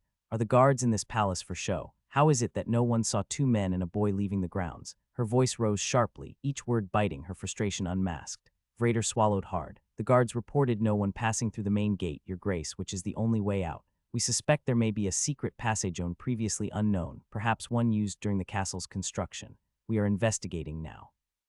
He kept his eyes on the floor, afraid to meet her fiery gaze. "Incompetence," Valeria spat, slamming her hand down on the table with a sharp crack that echoed in the chamber. "Monkeys would do a better job than this." Her voice dripped with venom. "Do you have any idea what this means? They didn't just take some random prisoner. They have no use for that bastard. They took him only to spite me and humiliate me, to let me know I am powerless. And they did it under my nose." Her fist clenched. "If this can happen, what's to stop them from kidnapping someone who actually matters? When my father returns, he will hear of this and he will think us fools." Vader hesitated, mouth opening slightly as if to defend himself or offer a solution. But Valeria's sharp, icy gaze cut him off before he could utter a word. "Organize search parties on every inch of land under my son's rule. I want the bastard's head at my feet as soon as possible." She gave a look to her nephew. "Leave," she commanded, her voice low and seething. "I am tired of staring at failure." The room fell into a tense silence, the only sound the soft rustle of Lord Vader's cloak as he quickly bowed and retreated from her sight, leaving Valeria to seethe alone in her fury. As the heavy doors of the council chamber slammed shut behind her departing nephew, Empress Valeria remained seated at the head of the long table. Her hands were still clenched into fists, her knuckles white from the force. Slowly she released her grip, taking in a long, deep breath. Her chest heaved with the effort, but the tension in her muscles didn't dissipate. She reached up and touched her temple, massaging it lightly as she tried to steady herself. "Breathe, Valeria, control yourself." But even in her own thoughts, the words felt hollow. It wasn't just the disappearance of that illegitimate wretch gnawing at her, it was the knowledge that her father was soon to arrive. She could already see him, standing tall and stern in the entrance hall, his eyes cold and unforgiving as they swept over her. He had that way of making everyone of her feel small. It wasn't fear exactly, but something worse. The constant pressure to prove herself worthy of the blood that coursed through her veins, though it seemed to never be enough. And now this, Tiberius, that little blot, had vanished, and she knew her father would not overlook it. He never overlooked anything. A small mistake, a minor failure, and it would be as though the entire foundation of her authority had crumbled. He hated mistakes, especially when they came from her. Even after ascending to the title of Empress, that feeling, the one she had always felt under her father's gaze, never disappeared. In fact, it had grown worse with time. As a child, all that was required of her was to study under her tutors, to be a diligent and obedient daughter. Back then, her father's cold, watchful eyes were an ever-present weight, but then the stakes had been low. A missed lesson or a wrong answer would earn her a scolding, nothing more. But now, as Empress, that same gaze carried a far more oppressive weight. It wasn't just about pleasing him anymore. Now it meant maintaining control over an entire empire, keeping her grip tight on the pulse of the city, its people, its nobles, and its politics. And with every passing day, she felt herself struggling to hold on. Back then, failure meant disappointment. Now, it meant the crumbling of her authority, the collapse of everything she had worked for. And even as she wore the crown, she couldn't shake the feeling that she was still that small girl, trembling under her father's unforgiving gaze, forever trying to prove herself. A sharp knock interrupted her thoughts, snapping Empress Valeria out of her brooding. She took a deep breath, straightened her posture, and forced a calm expression onto her face. "Enter," she called, her voice steady despite the turmoil in her chest. The door creaked open, and she immediately recognized the figure standing in the doorway. Lord Marcellus, his square face with its strong chin and short black hair, was unmistakable. He carried himself with the quiet confidence of a man who had seen much and feared little. Valeria allowed a smile to touch her lips, one of the rare genuine expressions she could muster in these troubled times. "Lord Marcellus," she said, her tone warming as she gestured for him to enter. "It is always a pleasure. Come, sit with me." Marcellus bowed his head slightly and stepped into the room, his dark eyes taking in the scene with a quick, assessing glance. He moved with the grace of a seasoned warrior but bore the composure of a statesman. As he approached, Valeria reached for a silver decanter of wine on the table beside her and poured the rich red liquid into 2 goblets. "Join me for a drink, my lord," she asked, offering him one of the cups. Marcellus nodded and accepted the wine, lowering himself into the chair beside her. The Empress studied him for a moment, taking in the sharp lines of his face, the way his jaw tightened as he took a sip from the cup he filled. Setting his goblet down, he leaned forward slightly, his voice low and filled with concern. "Is everything all right, Your Grace?" he asked softly, his gaze searching hers. "You seem burdened." Valeria exhaled slowly, allowing herself a rare moment of vulnerability. She swirled the wine in her cup, her eyes following the movement of the liquid. "I'm just tired," she said, her voice quieter than usual. Marcellus nodded, understanding etched in his features. "I understand the strain of leadership, though mine is nothing compared to yours. But my dear Empress," he said, reaching across the small distance between them and gently taking her hand in his. His touch was firm yet comforting, his fingers rough from years of wielding a sword. "I am here to serve your every need. Whatever you ask, I will do. You need only give the word." He lifted her hand to his lips, pressing a tender kiss against her knuckles. His gaze remained locked on hers, the gesture both respectful and intimate. She smiled, allowing herself to indulge in the moment. It had been a long time since someone had shown her this kind of attention, this kind of devotion. "Marcellus," she said softly, her voice a whisper now, "you always know how to ease my troubles. I've been surrounded by sycophants and schemers for so long. It's refreshing to have someone I can trust." Marcellus's eyes darkened slightly, a hint of something more than mere loyalty in his gaze. "I am yours to command, Empress," he repeated, his voice lower, more intimate. Valeria tilted her head slightly, studying him. There was a moment, a spark of something more unspoken but present in the air between them. She leaned closer, her lips curving into a knowing smile. "Perhaps there is something more I require from you," she said, her words hanging between them like a whispered promise. Marcellus's breath hitched slightly, but he remained composed. He stood slowly, offering her his hand once more, his gaze never leaving hers. Valeria took it, rising to her feet with grace. Without a word, she led him towards her private chambers. Marcellus followed her, like a puppy mixed with something more primal, something that neither of them could deny. As the door to her chambers closed behind them, Valeria smiled, allowing herself just for a momento forget the weight of her crown, as she allowed the man to take the queen. 2 weeks had passed since the fall of the Galantia. The city, once proud and defiant, now laid in the hands of Prince Mecenius. His banner flew high over its battered walls, and a garrison of 300 men had been left behind to secure the streets and maintain order. Yet, Mecenius knew the city itself was not the ultimate prizite, was the battle yet to come that would decide the fate of the province. The prince, flanked by his commanders, led an army of 7,300 soldiers, marching steadily through the open countryside beyond the Galantia. His men moved with a disciplined pace, their morale high by recent victory and the following loot, but aware of the enemy force advancing toward them. Scouts had been sent in all directions, scouring the land for signs of the opposing army, while Mecenius himself studied the terrain. He sought not just to meet his enemies, but to meet them on the ground of his own choosing. This was to be his first battle, yet it seemed that he had no qualms with it, and instead behaved as if he had spent half his life there. The lands the prince had personally scouted as he had waited for his enemy to come were veridrolling hills that stretched into flat plains, thick patches of forest that could either be a boon for ambush or a hazard for retreat. Mecenius's sharp eyes scanned the horizon as he rode ahead of a bunch of men.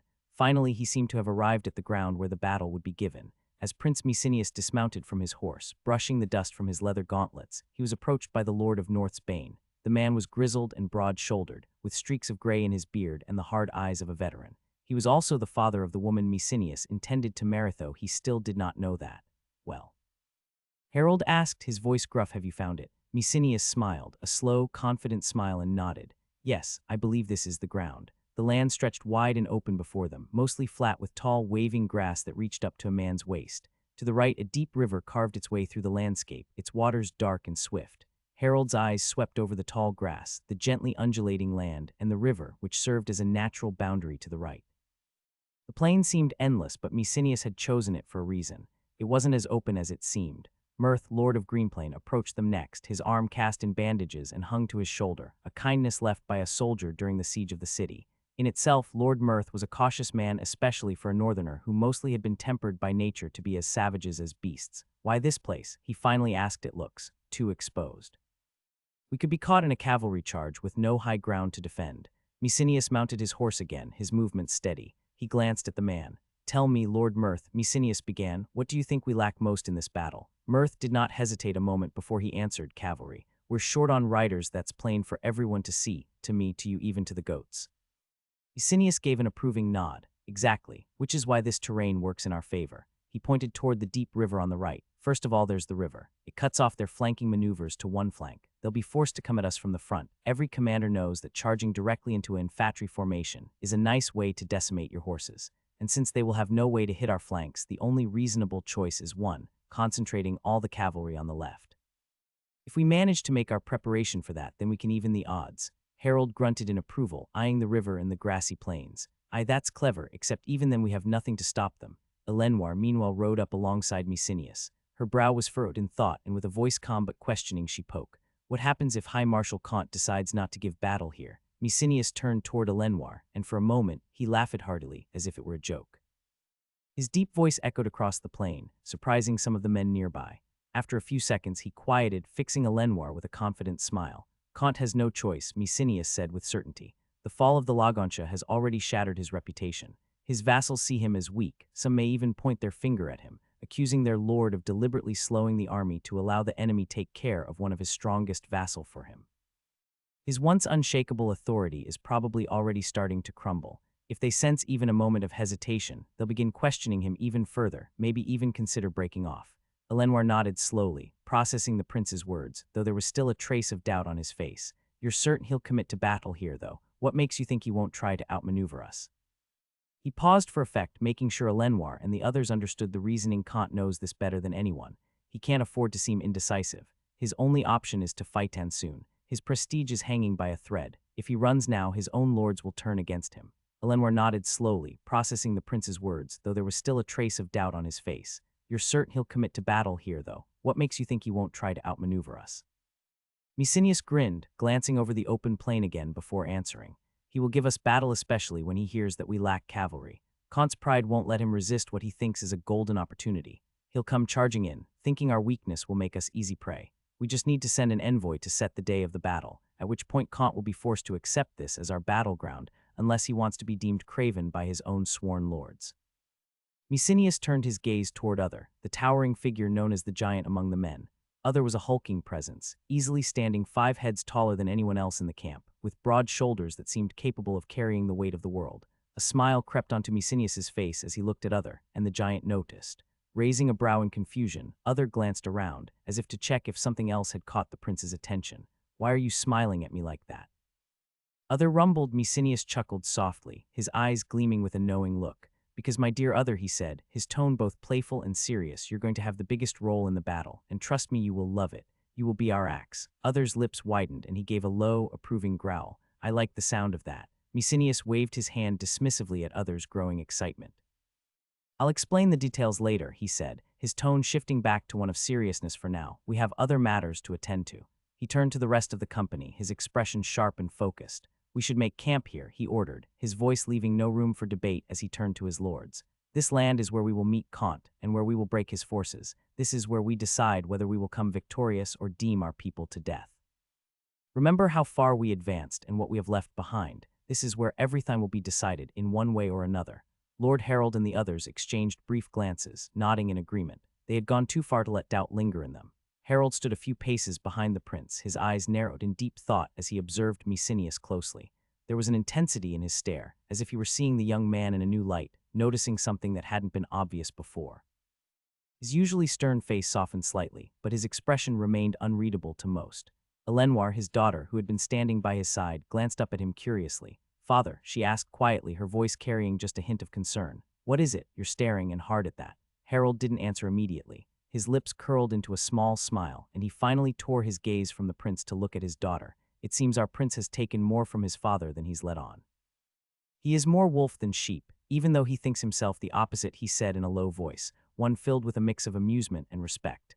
Elenor raised an eyebrow, intrigued. "You think so?" Harold nodded slowly, his eyes flickering back to Messenius, who was now giving more orders to the men, his commanding presence undeniable. "There's a cunning in him that I did not know he possessed, and he is able to win people's hearts quite easily. Perhaps our plans with him will be much easier than we thought it would be." The camp of the Lords of Messenia, with the High Marshal Kant leading it, sprawled across the plain like a bustling, though still temporary city. Hundreds of tents dotted the landscape, arranged in neat rows and guarded by a wooden barricade that ended with spikes at the top and at the base outside of it. The camp was alive with activity, soldiers sharpening their weapons, squires feeding the horses of their masters, and quartermasters barking orders as wagons of supplies were unloaded near the center.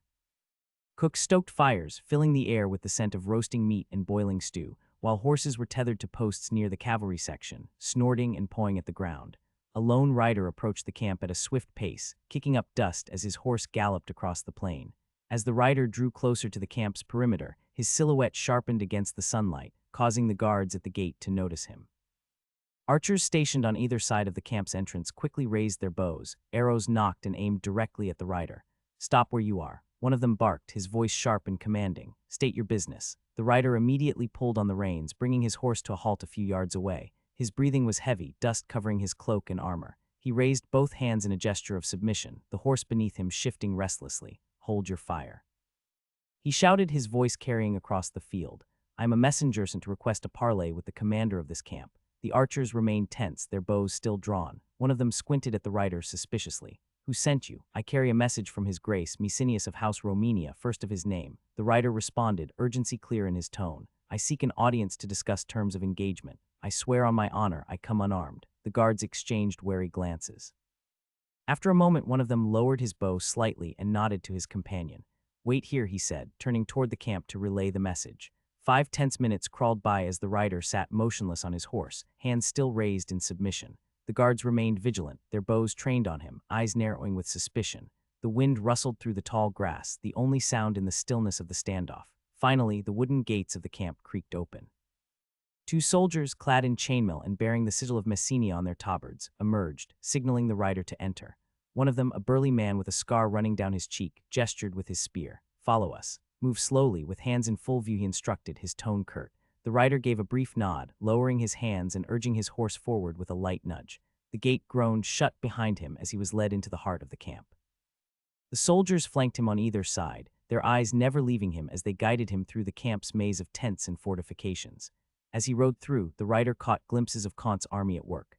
Blacksmiths hammered at anvils, mending armor and weapons. Groups of soldiers sat around fires, their conversations dying down as they turned to watch the unfamiliar face pass by. War horses, muscular and restless, were being groomed and prepared for the coming battle. Eventually, they approached the largest tent in the camp. The flap was pulled back by one of the guards, and the rider dismounted, his legs slightly stiff from the journey. He patted his horse before turning to face the command tent. "High Marshal Kant and the lords are waiting," the scarred soldier said, nodding for him to enter. The messenger straightened as he stepped inside the tent, the flaps falling closed behind him with a soft rustle. The air inside was thick with the presence of dozens of nobles, commanders, and advisors filled the room, all seated around a grand wooden table strewn with maps and plans. Eyes turned towards him, scrutinizing every movement, but the messenger met their stares unflinchingly. His gaze traveled across the room until it settled on High Marshal Kant, who sat at the head of the table. Kant was an imposing figure, though not for his physical prowess. His bald head gleamed under the dim light of the lanterns, only a thin fringe of gray hair remaining on the sides and back of his skull. His face, plump and flushed, was framed by a thick, neatly trimmed beard. His belly strained against the fine velvet tunic he wore, a stark contrast to the lean and hardened men surrounding him. Apparently a life as one of the most powerful men in the empire left his trace on the man. He leaned back in his chair, studying the messenger. With an amused look, the messenger dropped to one knee, bowing his head respectfully. "My lords," he greeted, his voice firm and unwavering. Kant let out a snort, shifting his weight slightly in his chair. "So you're the messenger from that rabble," he said, his tone dripping with condescension. "I've heard your master is quite the thorn in our side, pillaging and besieging our cities like a wild pack of dogs." He waved a dismissive hand. "I trust he found the hospitality of the Galantia to his liking. Soon enough, he and his men will be sent scurrying back to the snow where they belong, tails between their legs." There was a ripple of chuckles around the room as Kant's words settled, but the messenger remained unshaken. Kant's lips curled into a sneer, and the tension in the room thickened as he leaned forward, his fingers drumming idly on the hilt of his sword. "What have you come to say, then?" he asked, his voice laced with mockery. "I hope it is to deliver the terms of your surrender. Or is your master finally ready to battle like a true man, even though he still is a green boy?" The messenger held his ground, rising slowly from his kneeling position. "My lord," he replied, his tone even, though there was a subtle edge beneath it. "His Grace, Prince Mecenius, offers you one final opportunity to swear fealty to him, as he did before this campaign began. It was your refusal to recognize the legitimate heir of the late emperor that set this conflict in motion. His Grace believes you made an enemy of him the day you defied the rightful bloodline." A low murmur rippled through the room, the tension climbing as Kant's expression hardened. His fingers, which had been tapping lazily on the sword hilt, clenched around it, his knuckles whitening. Slowly he stood up, his bulk looming over the messenger. "Swear fealty." Kant's laughter rang out, a harsh and bitter sound. "I will sooner kiss a beggar's foot than bend my knee to that pup, or to any of his so-called lords of the snow," he spat, his voice rising with disdain. His eyes narrowed into slits, the insult hanging in the air. "I am no vassal to upstarts with dreams of thrones and crowns, much less to one that has savages as companions. Though you have still not swore to no one," the messenger noticed in his mind. Though he refrained from saying it out loud, he held his gaze, undeterred by Kant's fury. He bowed his head slightly, more out of formality than submission, and continued, his voice clear and resolute. "Then, my lord, it seems his Grace shall prove his right on the battlefield. In the spirit of chivalry and to uphold the honor of combat, he extends to you an invitation. Tomorrow, after dawn, 2 hours' march from here, he proposes a battle to settle this dispute." There was a pause as the weight of the challenge settled over the room. The nobles shifted in their seats, their eyes burning with resolve as they moved towards Kant. The messenger stood tall, his gaze unwavering as it locked onto Kant. "Do you accept, my lord?" Kant's nostrils flared as he stared back, his bloated fingers tightening around the armrests of his chair. A bitter silence hung in the air, thick as smoke, as the nobles in the room exchanged uneasy glances. Finally, Kant broke the tension, pushing his heavy frame up from the chair, but pride would not allow him to show it. "Not here, not before his men. We accept." Kant's voice boomed, louder than before, as if to drown out any hint of uncertainty. "Tomorrow shall be the day of our glory. The gods themselves will witness as we vanquish those who dare lay claim to what is not theirs." He paused, lowering his head for an instant, his next words dripping with reverence. "May the gods hail the rightful." The messenger's eyes gleamed with something close to acceptance, but he kept his composure. "May the gods hail the rightful." Outside, the messenger mounted his horse. Mecenius had been right all along. Kant never had a choice, as the fall of the Galantia had sealed his fate. With his vassals watching his every move, to hesitate now would have been to show weakness. His pride, his fear of losing control, had forced his hand. It was already decided. Tomorrow, on the battlefield, both men would prove the rightness in their words. The ground trembled under the march of thousands of Northmen, clad in fur and steel, their breath misting in the cold morning air. Their faces set forward, even sharper than their axes and swords that gleamed under light.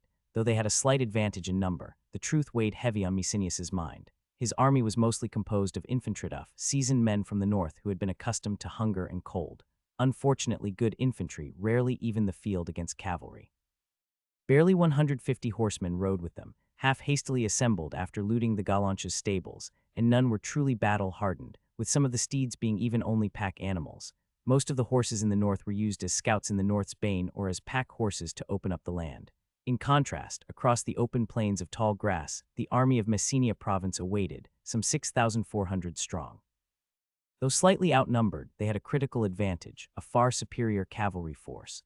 Mecenius did not know exactly how many mounted warriors the enemy had, but he had heard reports of at least 700, many of them hired swords mercenaries skilled in the art of war.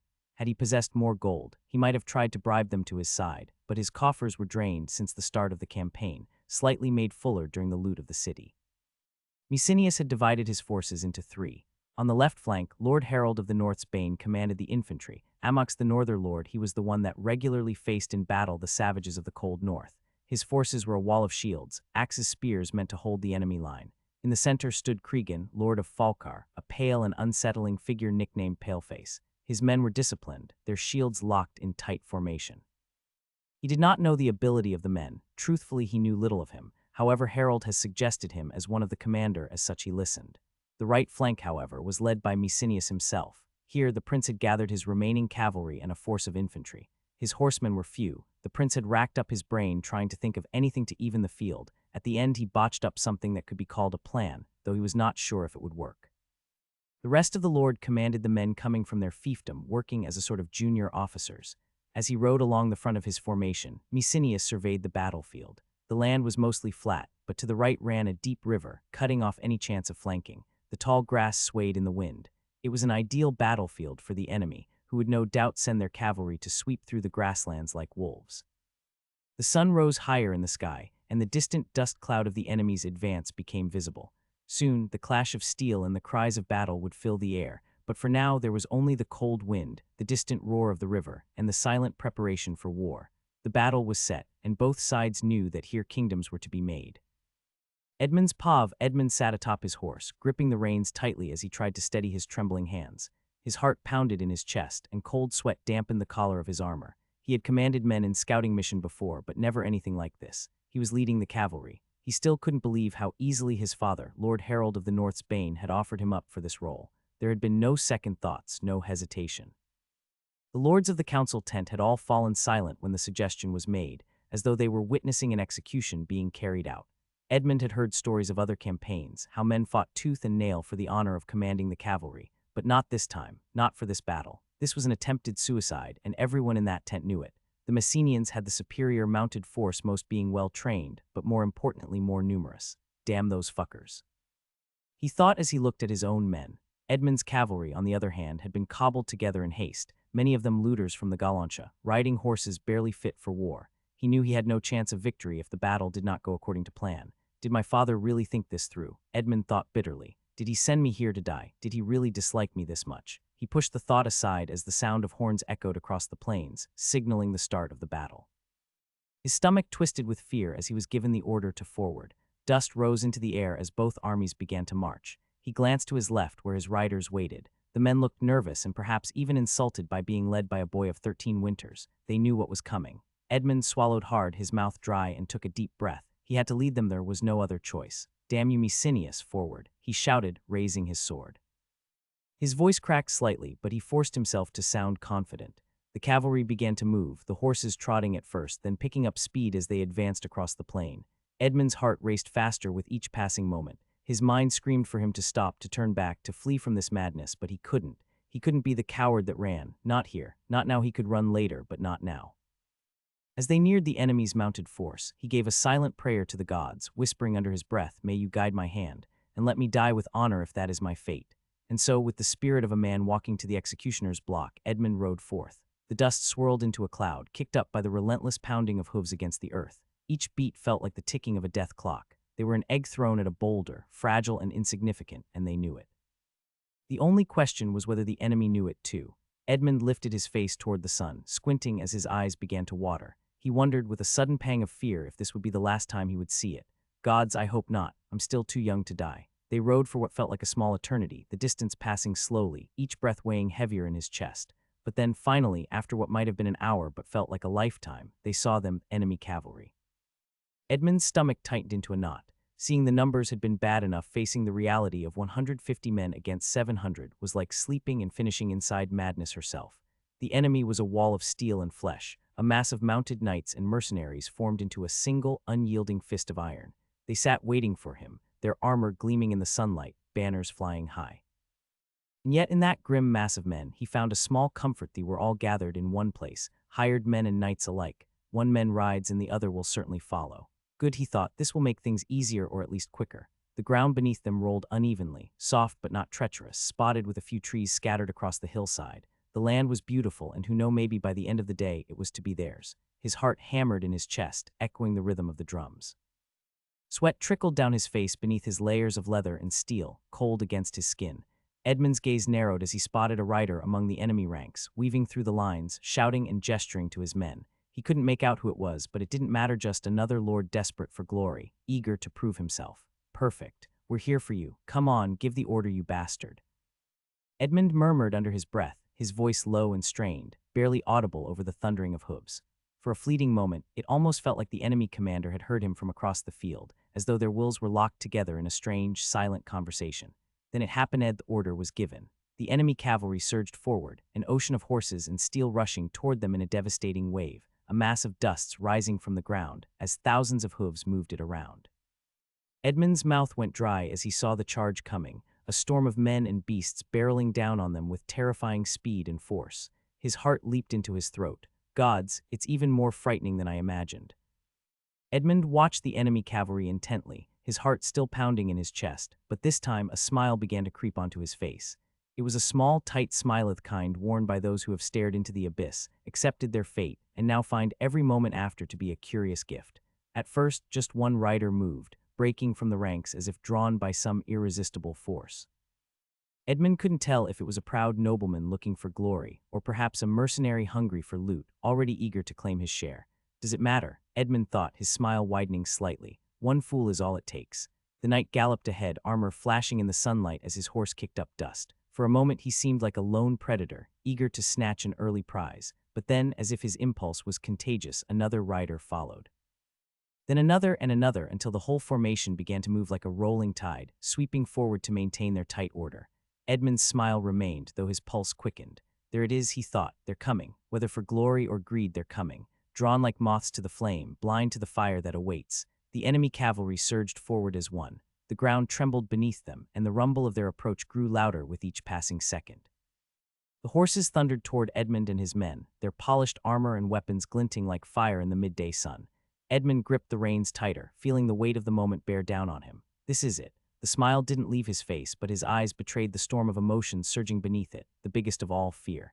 He rode hard for a few seconds, feeling the wind whipping past his face, his heart hammering as the ground blurred beneath him. His riders galloped beside him, hooves pounding like a rolling drumbeat. Every instinct screamed at him to keep going, to ride straight into the enemy and meet them head-on, but his mind was clear. Roundabout, he shouted, his voice barely carrying over the thunder of hooves. Without a flicker of doubt, his men obeyed. Their horses wheeled sharply, as if moving with one will, dust rising in great clouds that swirled like phantoms around them. The charge melted into a sudden turn, a retreat, but to the enemy, it would seem as if they were fleeing in desperation, unaware that the real battle had only just begun. Behind him, the sound of steel on steel rang through the air as swords and lances were raised high, the enemy riders screaming in triumph as they gave chase. Edmund didn't have to look back to know what they were thinking, that his small, outnumbered force had panicked and fled at the sight of their superior numbers. He could almost hear their thoughts. They're routing, they're breaking, charge them, keep following us, he thought, gritting his teeth and urging his horse forward. Come on, keep thinking that, keep chasing. He watched as the enemy cavalry followed after them, their formation breaking apart in their eagerness to run him down. The disciplined ranks of knights and mercenaries stretched out, some of the more reckless riders charging ahead, eager to claim the glory of striking down fleeing foes. Edmund felt the surge of tension in his chest. Come on. Just a little farther, they rode hard for several minutes, the landscape blurring around them as they cut through the tall, swaying grass. Edmund's heart raced in his chest, pounding with every beat of his horse's hooves. The sound of pursuit echoed behind enemy riders, their cries growing louder with each passing moment, eager to run them down. Were they close? Did they reach them? He kept thinking as he rode on, overthinking every little thing he was coming across. Maybe our horses are slowing down. Will we get caught in the middle? And then he saw it, 4 wooden poles driven into the earth, barely visible above the grass but unmistakable to him. He grinned despite the tension, knowing they had reached the turning point. Edmund and his men passed the poles, riding through the invisible line that marked safety. He turned in his saddle, looking back just in time to see the enemy cavalry, still a solid wave of horsemen charging blindly after them. They were awfully close. Edmund wasted no time. He yanked the horn from his belt, raised it to his lips, and blew with all the air he could muster. The deep, resonant sound echoed across the battlefield, loud and sharp, cutting through the roar of hooves and shouts. Now, he thought, his heart steadying as he watched, now we turn the tide. From the tall grass they emerged like phantom warriors, concealed until the last moment. Edmund's horn blast was their signal, and the ambush sprang to life with ruthless precision. Hundreds of men, burly and clad in chainmail, erupted from their hiding places. Their hands, calloused and strong, gripped axes and javelins, ready for the strike. The enemy riders barely had time to react. With a unified, guttural shout, the warriors hurled their weapons into the air, their voices blending into a singular roar of fury. The sharp whistling of javelins cut through the rhythm of pounding hooves, slicing the air with deadly precision, followed by the heavy, ominous thud of axes spinning through the sky like cruel iron meteors. The riders barely knew what hit them. Horses neighed in panic, their eyes wild with terror as javelins slammed into their sides, piercing flesh with a sickening crunch. Beasts reared up, throwing their riders into disarray, some tumbling helplessly to the ground. Several of the riders were knocked from their saddles as axes cleaved through armor, the metal bending and shattering under the force, cutting deep into limbs and torsos. Blood sprayed in arcs, painting the ground in crimson as men screamed, their voices swallowed by the chaos. Some fell, their last breath frozen in shock, while others simply dropped dead lifeless, the impact of the weapons cutting their charge short in an instant. The sudden ambush was met with chaos. The once proud formation of cavalry crumbled as the enemy horses bucked and skidded to a halt, their riders shouting in surprise and fear. The tall men of the north hulking figures of muscle and chainmail outwore cries as they surged forward, throwing more axes and javelins, their eyes fierce with the thrill of the kill. Edmund watched it all, the grin of satisfaction creeping across his face. The trap had worked to perfection. Edmund's eyes, meanwhile, locked onto a figure rising above the chaos, a monstrous presence that seemed to tower over the battlefield. It was Other, the giant, and even amidst the swirling chaos of battle, he was unmistakable. His muscles bulged from every inch of his body, veins pulsing with a raw, savage strength. A thick, wild beard framed his face, and his head was crowned with the skull of a bear hood that only added to the terrifying image he presented. Blood splattered across his chest and arms, staining his fur and chainmail as he waded into the fray like a beast unleashed. In each hand, Other wielded a massive axe, one of them gifted by the prince himself, Mecenius, and it seemed Other was intent on reminding everyone of that fact. Every swing of his axes, every cleaving blow that hacked through men and horses alike, was followed by a thunderous bellow, manhwarecaps. Another soldier fell beneath his ferocious onslaught, his torso split open by the brutal swing of Other's weapon. Manhwarecaps, he roared again, his voice booming across the battlefield, spit flying from his mouth as he drove forward, his eyes wild with bloodlust. His every movement was like a force of nature irresistible, unstoppable, the twin axes cutting down everything in his path. A horseman tried to charge him, but Other's height, which reached the rider's belly, made him a match for even mounted foes. With one powerful strike, his axe cleaved through the rider's thigh, sending him tumbling from his saddle with a scream. He then grabbed the poor bastard from the neck and smashed him into his head, with such a powerful strike that he stopped moving. Other hardly paused. Manhwarecaps. He bellowed again, his voice thick with spit and fury, his face twisted in a savage grin as he chopped another limb, his axe cutting through bone and meat alike of the rider. Edmund couldn't help but be thankful that Other was on their side. Watching the giant work was like witnessing a bear tearing through a pack of wolves. There was a primal, almost terrifying joy in his every action, a hunger for the kill that seemed to drive him forward. Every soldier that fell before him was met with that same battle cry, some maybe even thinking that the giant was shouting his name. And with every strike, with every blood-soaked step, Edmund knew that the enemy's morale was crumbling under the sheer force of this one unstoppable man. Edmund, still atop his horse, watched the chaos unfold as the northern infantry wreaked havoc on the enemy cavalry. It was true that the enemy riders far surpassed them, yet right now the infantry was the one outnumbering the riders. They divided themselves too, 3-man fighting against men on horses. While some enemy riders might have been able to fend off 1 man, facing 2 or 3 was another matter entirely. One soldier would distract, parrying the blows or forcing the rider to retreat, while the others seized the moment to strike either the rider or the horse. The riders made for harder targets, but the horses were prized for the spoils they would bring, so most time they aimed for the rider. Edmund's heart pounded in his chest as adrenaline surged through him. He raised his sword high into the air, the blade gleaming in the sunlight. Charge, he bellowed, his voice cracking with urgency, desperate to capitalize on the confusion spreading through the enemy ranks. For the prince, 4 MASINIUS. At Edmund's command, his men sprang into action, energized by the sight of their comrades gaining the upper hand.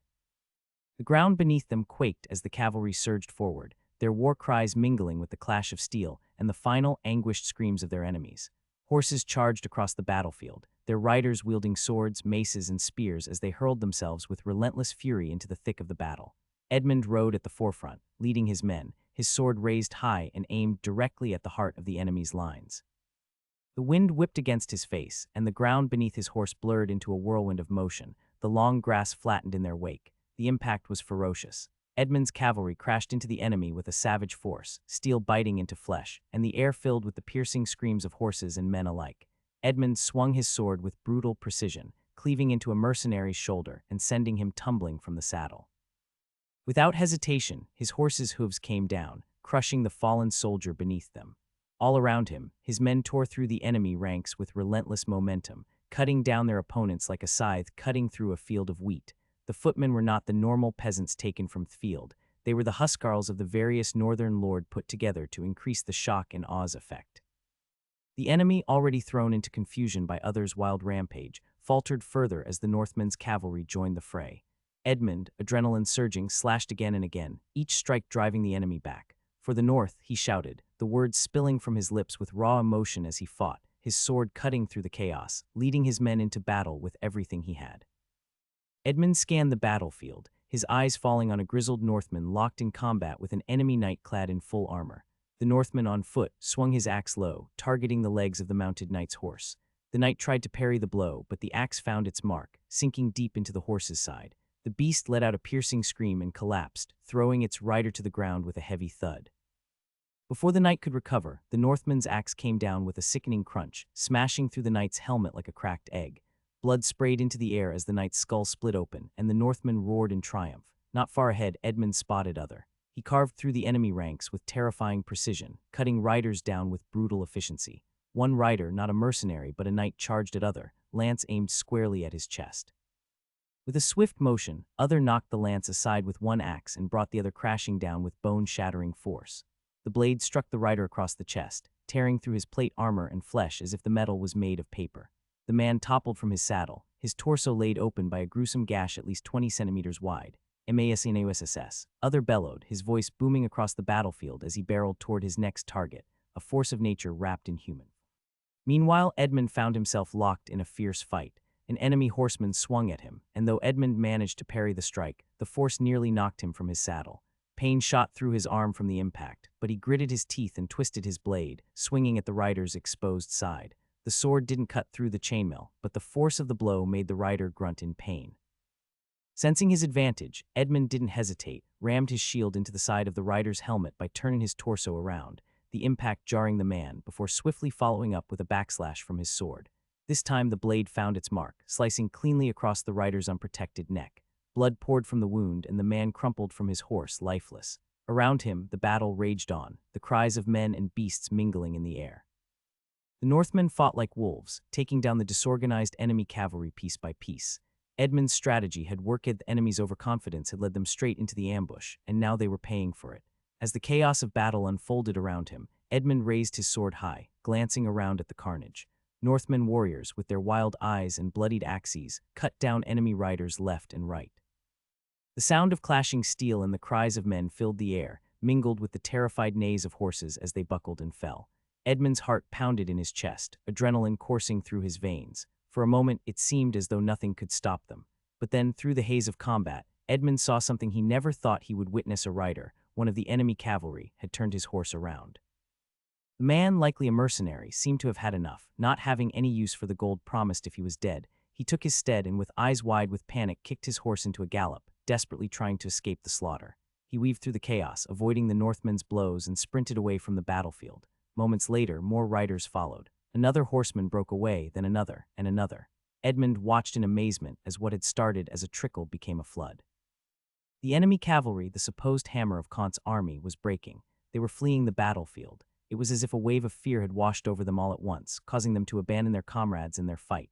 "They are routing," Edmund shouted, almost in disbelief. Within moments, the entire enemy cavalry force was in disarray, turning their horses to flee. The mercenaries and knights who had charged with such confidence now raced to save their own lives, trampling over each other in their desperation. The once organized mounted unit was reduced to a panicked stampede, horses kicking up dust as they fled across the field, retreating back toward the hills from where they had come. After them, Edmund roared to his men, raising his sword once more. "Don't let them escape." As the enemy cavalry routed, chaos spread through the battlefield like wildfire. Those enemy riders, caught too deep in the fight, surrounded by Northman warriors, had no chance of escape. the infantry took full advantage. Men closed in from every direction, their movements quick and efficient. One rider, desperately trying to swing his sword to defend himself, was dragged off his horse by a Northman's hooked spear. He hit the ground hard, his armor clattering, only to be finished off by the swift strike of a waiting axe. Another rider, cornered by two infantrymen, tried to raise his lance, but it was too late.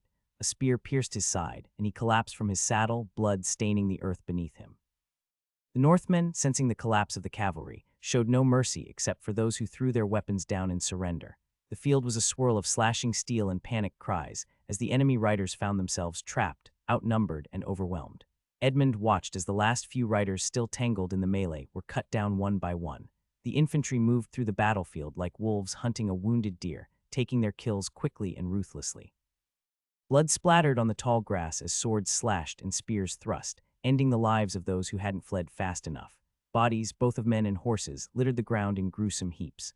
Above the din of battle, Edmund could hear the thundering hooves of his own cavalry now in pursuit. The remaining enemy riders, those lucky enough to break free of the slaughter, raced across the field in a desperate bid to escape. But Edmund's men followed closely behind, their horses snorting as they chased down the fleeing enemy with relentless speed, while their commanders wrapped things up in the middle. The sound of steel slicing through flesh, the desperate cries of men begging for mercy, and the victorious roars of the Northmen filled the air. This is what victory tastes like, the boy thought as he now charged forth following his men. The once lush, rolling plains were now littered with the bodies of fallen men and horses, a landscape seemingly pictured by Lady Death herself. The tall grass, once swaying in the breeze, was trampled and stained red, flattened beneath the weight of the dead and dying. Here and there, shattered weapons and broken shields lay scattered like remnants of a violent storm. The sea, however, were finally calm, and the victorious sailor could finally cheer at the end of the storm. Northmen moved among the corpses, their faces hard and unflinching as they kicked at the bodies, checking for any signs of life. A groan or twitch was quickly silenced with the cold steel of an axe or sword, ending whatever pain remained. This was the only mercy that one side would give the other. Messenius rode through the aftermath, his steed moving carefully between the fallen. The prince's eyes scanned the battlefield, his expression calm and unreadable. His armor was stained with the dirt of battle, but his posture was as regal as ever. Soldiers around him, battered and bloodied from the fight, turned as he passed. Some knelt in respect, others raised their weapons high in salute, shouting his name. "Your Grace," a grizzled warrior called, bowing his head as the prince approached. "Glory to the prince," another voice shouted from across the field, followed by a chorus of cheers as more men turned to acknowledge their leader. Wherever Messenius rode, men bowed and cheered, their voices rising above the stillness of death that hung over the battlefield. To them, he was not just a commander, but a symbol of victory, a figure who had led them through the storm and made them feel triumph for the first time in their lives. Even the wounded, those who could barely stand, lifted their hands in salute, their faces filled with pride. Messenius gave a small nod to each man he passed. The victory was theirs, but the cost was evident in every lifeless body that surrounded him. His eyes flickered over the scene, noting the faces of both subjects and foes alike, lying motionless in the dirt. The battle had been won, though not without struggle. After the Messenian cavalry broke and routed, the northern forces seized their moment. Edmund and his riders, alongside the infantry used in the ambush, wheeled around to flank the remaining forces of Lord Kant and his vassals. The Messenian foot soldiers, now without the protection of their cavalry, found themselves caught between two advancing lines. Panic spread like wildfire among their ranks. Swords clashed, and the air filled with the cries of men fighting for their lives, but the outcome was already decided. The northern cavalry, though small in number, struck with precision, cutting down Messenians as they fled. Infantrymen followed closely, axes and spears tearing into the backs of those who dared turn and run. The flanking had worked. Kant's forces crumbled under the pressure and victory was delivered to Messenius's feet. Yet, despite the northern momentum, there simply wasn't enough cavalry to finish the job. Most of the enemy army, once it realized defeat was inevitable, scattered into the distance, disappearing across the horizon before the northerners could fully encircle them. Messenius knew well the value of cavalry in a battle such as this. The northern forces had fought hard and outmaneuvered their foe, but with more horsemen, the victory could have been absolute. Almost all of the army would have been either killed or made prisoner. As it stood instead, the bulk of Kant's infantry escaped into the wilderness, their numbers diminished but still significant enough to regroup. Though he was satisfied enough that he had crippled the enemy cavalry, denying them their biggest advantage, he still felt a sour taste at the thought that total victory could have been achieved. As Messenius rode through the battlefield, the ground littered with bodies, he spotted Edmund nearby, his face still dirty from the intensity of the battle. The young man was guiding his horse toward the princes, his expression a mix of disbelief and lingering adrenaline. Messenius reined in his horse, slowing down beside Edmund, who looked up at him. "Well done, Edmund," Messenius said, his voice steady but warm. "You handled the cavalry better than I could have hoped for. That ambush saved us, no question about it." Messenius chuckled, his eyes scanning the battlefield, then meeting Edmund's again. "Madness maybe, but it worked. And you led them well. That takes courage." Edmund let out a short laugh, though it was tinged with frustration. "Courage or stupidity, I'm not sure which, still the plan was yours. I still can't believe my father volunteered me for such a dangerous role." Not a single word of protest from me changed his mind. He shook his head, his thoughts clearly still spinning. It felt like he was sending me to my death. Messenius raised an eyebrow, sensing the young man's unease. "Your father knows your worth, and he trusted you to come through." He was right. "You are also one of the few he believed would had the sane mind to actually fake a retreat instead of headbutting a mountain. If the role was given to other, do you think he would have reined back? Your father must have had conflict within himself, I am sure." "Maybe," he said quietly, his gaze dropping back to the battlefield. "Maybe." Messenius gave Edmund a firm pat on the back, his grin widening. "Still not bad for your first time leading," he said with a hint of admiration. "You've earned your place today." Before Edmund could respond, the prince spurred his horse forward, riding on through the field, leaving the young man confused with his recent events. After a short ride through the field, the prince returned back to camp. As Messenius dismounted, he barely had a moment to catch his breath before he saw Other the giant striding toward him, his body covered in blood, most of it not his own. Other's face was smeared with the red of his enemies, his long beard drenched, and his chest heaving with the adrenaline of the battle that just ended a few hours ago. Without warning, the giant of a man grabbed Messenius by the waist, lifting him clean off the ground, as though he were no more than a child, while bringing him in a tent where the lords were waiting. "Ha, we did it," Other bellowed, his voice deep and booming like thunder. The prince gave a small laugh, feeling the raw power of Other as he was hoisted up. "Put me down, Other, before you break my spine." He chuckled, patting the giant on his broad, bloodied shoulder. With a playful grin, Messenius gave Other a firm shove, though for the giant it was more like a pat.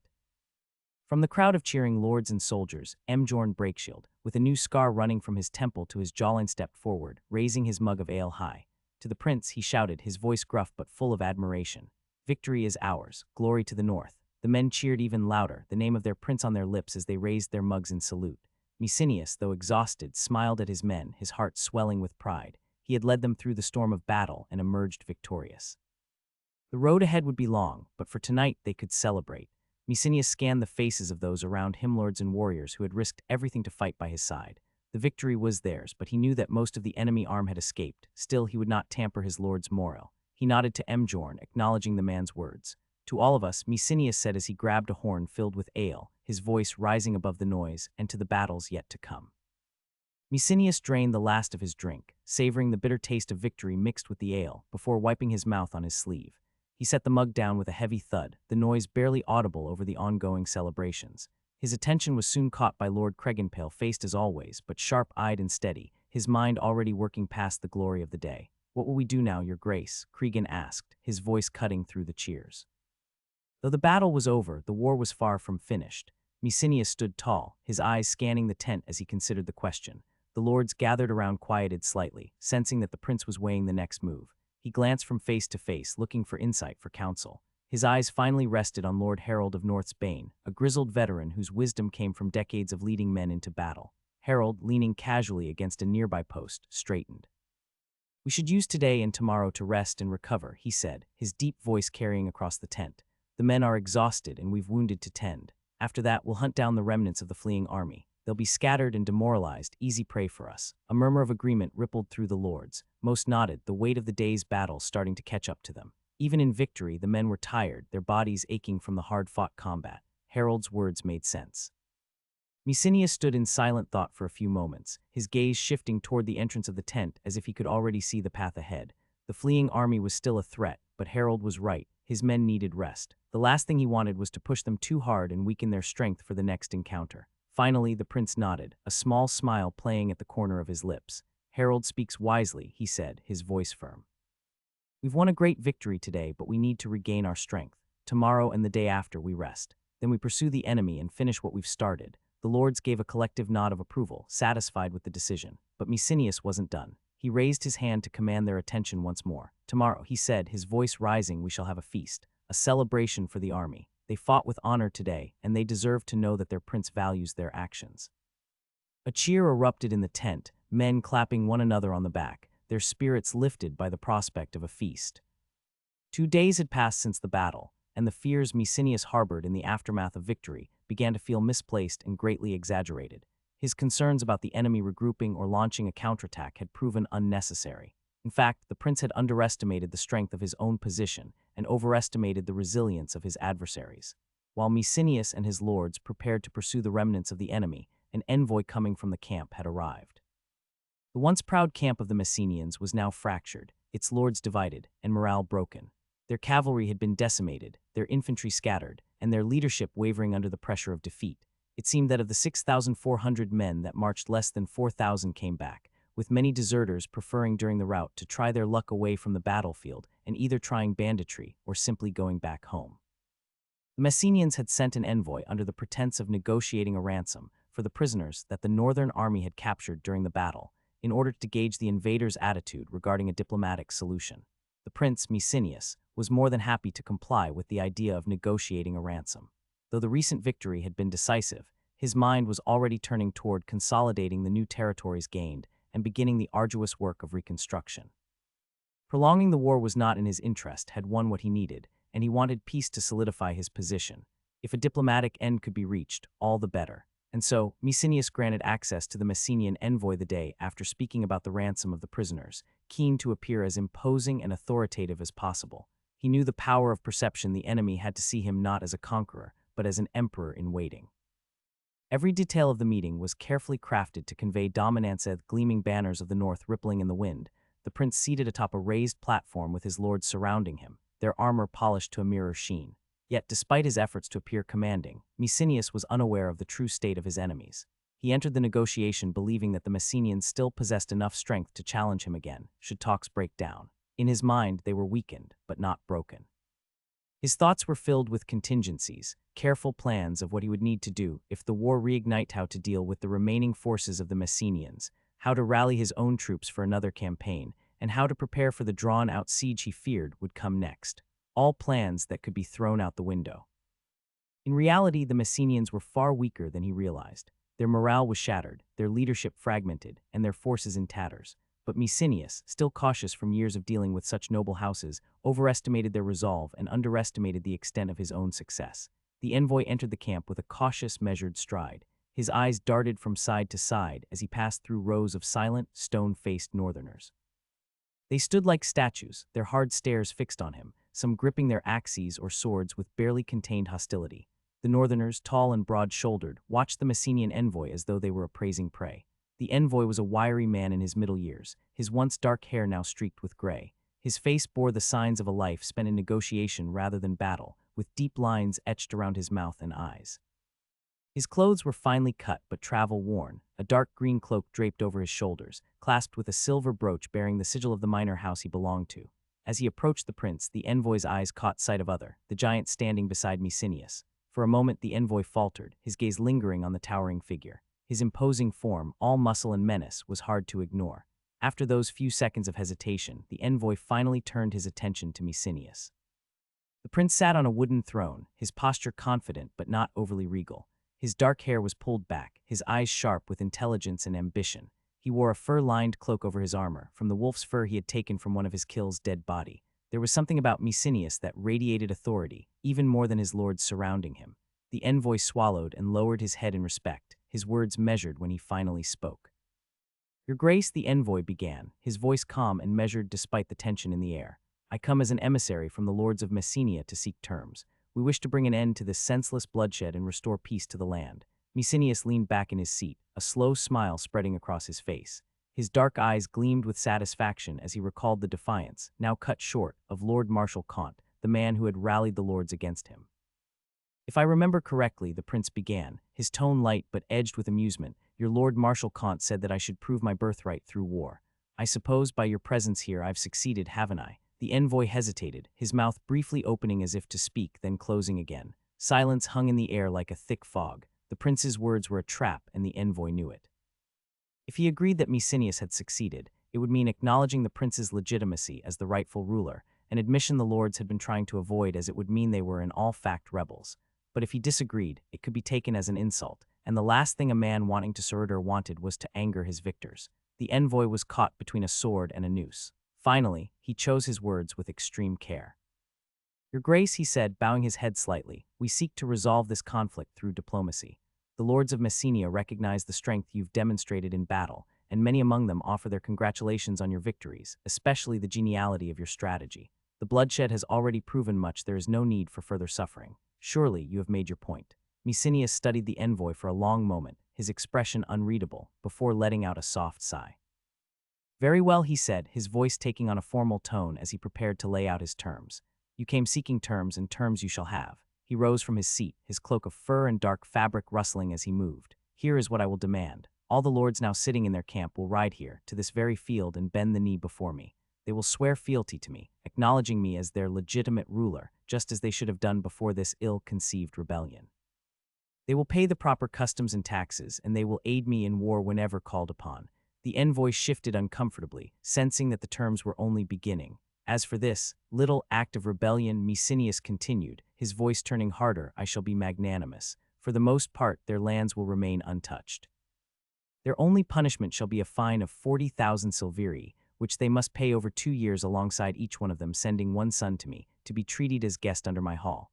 Failure to do so, of course, will be dealt with accordingly." The envoy said nothing until now. The terms were rather generous. "Their titles will not be stripped from them," he said, before a dark gleam returned to his eyes, "with one exception. Lord Comte, the man who so boldly defied me, shall no longer hold the title of High Marshal. He forfeited that honor the moment he rallied the lords in open rebellion against me. His ancestral land will obviously not be touched." The envoy bowed deeply once more, his expression a mask of professionalism despite the tension in the air. "Your Grace," he said, his voice steady, "I will deliver these terms to my lords and return with their response." Messenius nodded, his eyes reflecting the cold satisfaction of a ruler who had achieved his aim. Without a word, he made a dismissive gesture with the back of his hand, a subtle yet clear signal for the envoy to take his leave. The envoy bowed once more, then turned on his heel and strode out of the tent with a measured pace. As he passed through the rows of silent northerners, their eyes followed him with disdain. Once the envoy went out, the northern lords turned toward the prince. Mjorn Breakshield stepped forward, his brow furrowed with concern. "Your Grace," he began, his voice rumbling like distant thunder, "why such generous terms? Surely we could push our advantage further and demand more. We are the victor. Why are we so lenient?" Messenius leaned back slightly, contemplating Mjorn's question with an air of calm. "We've just won a battle, not a crushing one, Mjorn," he replied, his tone measured yet firm, though his words were wrong. "If we continue this war, the lords will only dig in their heels, raising more taxes to muster new armies. They may be weakened now, but desperation breeds tenacity. If we force them to fight again, they will not be so easily dispatched, especially after the tactics we employed against their cavalry. Not to talk about my other 2 brothers in the south. Every month we pass at war is a month they have to finish their little quarrel and turn their attention to me.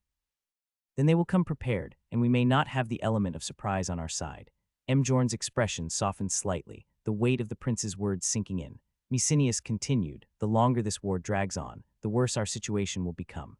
We cannot afford to bleed our resources dry for a glory that may come at a grave cost. We will not be able to call back for reinforcement. Are you aware of our losses in this single battle?" Mjorn shook his head. "No, Your Grace. Well, we lost between dead and wounded more than 700 men. Sure, they may not sound as many as my tone may give, but after 2 more battles, who will say if we still have an army? A swift resolution now will allow us to consolidate our gains and stabilize the newly acquired territories. It's in our best interest to turn our swords into plowshares. The winter season is coming, and we need everything to mitigate the famine that will come. The lands we have conquered will be our new barn for our people." The lords nodded in agreement, their concerns successfully shifted from the immediate victory to the practicalities of the future. After all, none forgot what they were in fact fighting for, a north that could stand on its own feet. Alfio's days in the palace were the dream life of every man. Each morning, he woke to the scent of roasted meats, fresh bread, and exotic fruits spread lavishly across long tables at the grand banquets held in his honor. Servants moved in hushed efficiency, ensuring that his every need was met before he could even voice it. During these meals, the princess, mother, always stared at him, as probably the thought of marrying her daughter to a no-good mercenary ate her from the inside. Alfio could see, however, they were both surprised by the manner in which Alfio spoke and acted, as they expected something a little more vulgar from someone so beneath them. Of course he did many mistakes, though most of them were minor, but for the most part, Alfio behaved as a good-mannered guest. He ate heartily at every meal, indulging in the rich fare, but his mind never lingered long on food. His thoughts were consumed by the endless work ahead of him. When he wasn't feasting, Alfio worked tirelessly on the reform of his military band, transforming them, especially the new recruits, into soldiers. He spent countless hours in the training yards, personally overseeing drills, restructuring ranks, and evaluating the men under his command, while replacing the officers he had lost at Sarasna. These soldiers, who had once fought for nothing more than coin, were now being offered something far more valuable, and Alfio had vowed to reward them with plots of land after the end of the 3rd year of service. An offer that was obviously given only to his oldest band of soldiers and not to the new recruits. Apart from building loyalty, Alfio also sought to increase his army's strength, and he did so with the ransom he had recently secured from the nephew of the Prince of Oizen. That bounty, along with future dealings with Sorza, gave him a solid foundation. Currently, he had 23,000 silveri in his coffers, a sum that eased his efforts but also reminded him of the precarious state of the palace's finances, which he was displeased from finding empty. The effectiveness of the javelins during the last engagement had left a lasting impression on him, making the sum of money appear quite cheap considering the advantages bought by them. He made it a point to himself in ensuring they would play a larger role in his future tactics, knowing the devastating impact they could have in breaking enemy ranks. Despite his focus on military matters, Alfio also knew the importance of solidifying his political position. In the evenings, after the wear of the day, he would often find himself seated across from Princess Jasmine, sharing quiet moments over cups of fine wine. Their conversations were surprisingly engaging, far removed from the formalities that often marked royal discourse. Alfio had quickly realized his initial evaluation of the princess had been correct. Jasmine was more than a pretty face and a royal title. Her sharp mind and quick wit surfaced in every conversation, and she effortlessly matched him word for word, and he could see she was also pleasantly surprised by his. But while Alfio admired her intellect, it also unsettled him. A woman with a mind as sharp as Jasmine's was more bad than good regarding the circumstances. He knew their betrothal was still on uncertain ground. The alliance between them had been forged more out of necessity than political advantage. Jasmine was astute, perhaps too much so, and Alfio feared she could see through the cracks in their shaky foundation. As he conversed with her, he often found himself wondering if she suspected his unease, his awareness that the trust between them was still fragile, and whether she was merely biding her time, waiting for him to make a mistake. Still, he continued to play his part, knowing that their alliance was as important to his survival as his reformed army. Every word, every gesture had to be carefully measured, even as they shared wine and words together. "So Alfio," Jasmine began, her voice as smooth as the wine they had been sipping, "when do you plan to march and deal with our problems?" He set the cup down, taking a brief pause before answering. "In a few days," Alfio finally said, his tone measured. "My preparations are still ongoing, and if I move too soon, they could unravel. I have to be certain everything is set in place." Jasmine's brow arched slightly, her fingers trailing along the stem of her glass. "You're being careful, I see. Caution is wise, but waiting too long could send everything to the wrong path." Alfio's eyes narrowed slightly, though his expression remained neutral. Was she testing him, prodding to see how he behaved if pushed to action? He couldn't tell if she was offering genuine advice or trying to push him into acting prematurely. She could easily try to seize power the moment I step out of the city, he thought. Then if I were so stupid as to besiege the city after my return, any lord with the desire to be the prince consort will be more than happy to raise troops in her defense. He had thought about consuming the marriage before, however. He went against the idea in the end. If his marriage was to be accepted, it had to be grand and witnessed by many lords, not in a secret room in the keep with guards, courtiers, and rats attending. "Rest assured, your grace," Alfio replied smoothly. "The timing is calculated. Every delay serves a purpose. Marching too soon would only weaken my position. When I leave, I want to make sure that no one," his eyes briefly flicked to hers, "disrupts what I've started. After all, I have to give time for our man to do his work." Despite his wariness, the offer was tempting. More soldiers meant a better chance of success, and for the moment he needed that advantage. "Your offer is generous," Alfio said, keeping his voice calm though his thoughts churned. "The more men I have, the better, just as you said. May I be given your permission to recruit more men then? I could also use that to leave more loyal men inside the city," he thought as he sipped from his cup. Jasmine's smile widened. "I'm glad you see it that way. Of course you may. Together, we'll handle these issues swiftly and pacify the situation."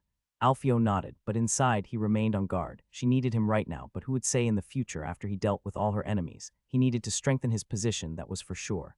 He lifted his glass once more, raising it slightly in her direction. "To a swift resolution, then. To victory," Jasmine replied, her gaze unwavering. As the conversation between Alfio and Jasmine lingered in a charged silence, a soft knock echoed from the door. Jasmine, her eyes never leaving Alfio's, called out, "Enter." The door creaked open, revealing a young servant, his head bowed in respect. "Your Highness," he began, voice quiet but clear, "Lord Shahab Philistin requests permission to enter the gates. Here comes my soon-to-be grandfather." Before Jasmine could respond, Alfio leaned forward, his eyes sharp. "Should we go and welcome him together?" He suggested, his voice smooth but with an edge of caution. Jasmine hesitated for a moment, considering him, then she quickly understood he wanted to make sure that his army stayed outside. She nodded, rising gracefully from her seat. "Very well," she said, smoothing her gown as she stood. She knew she was in his hands, there was no need to plunge the dagger deeper. "I would like for us to wait for my mother," of course, Alfio said as Jasmine exited the room. Alfio followed suit, his thoughts racing.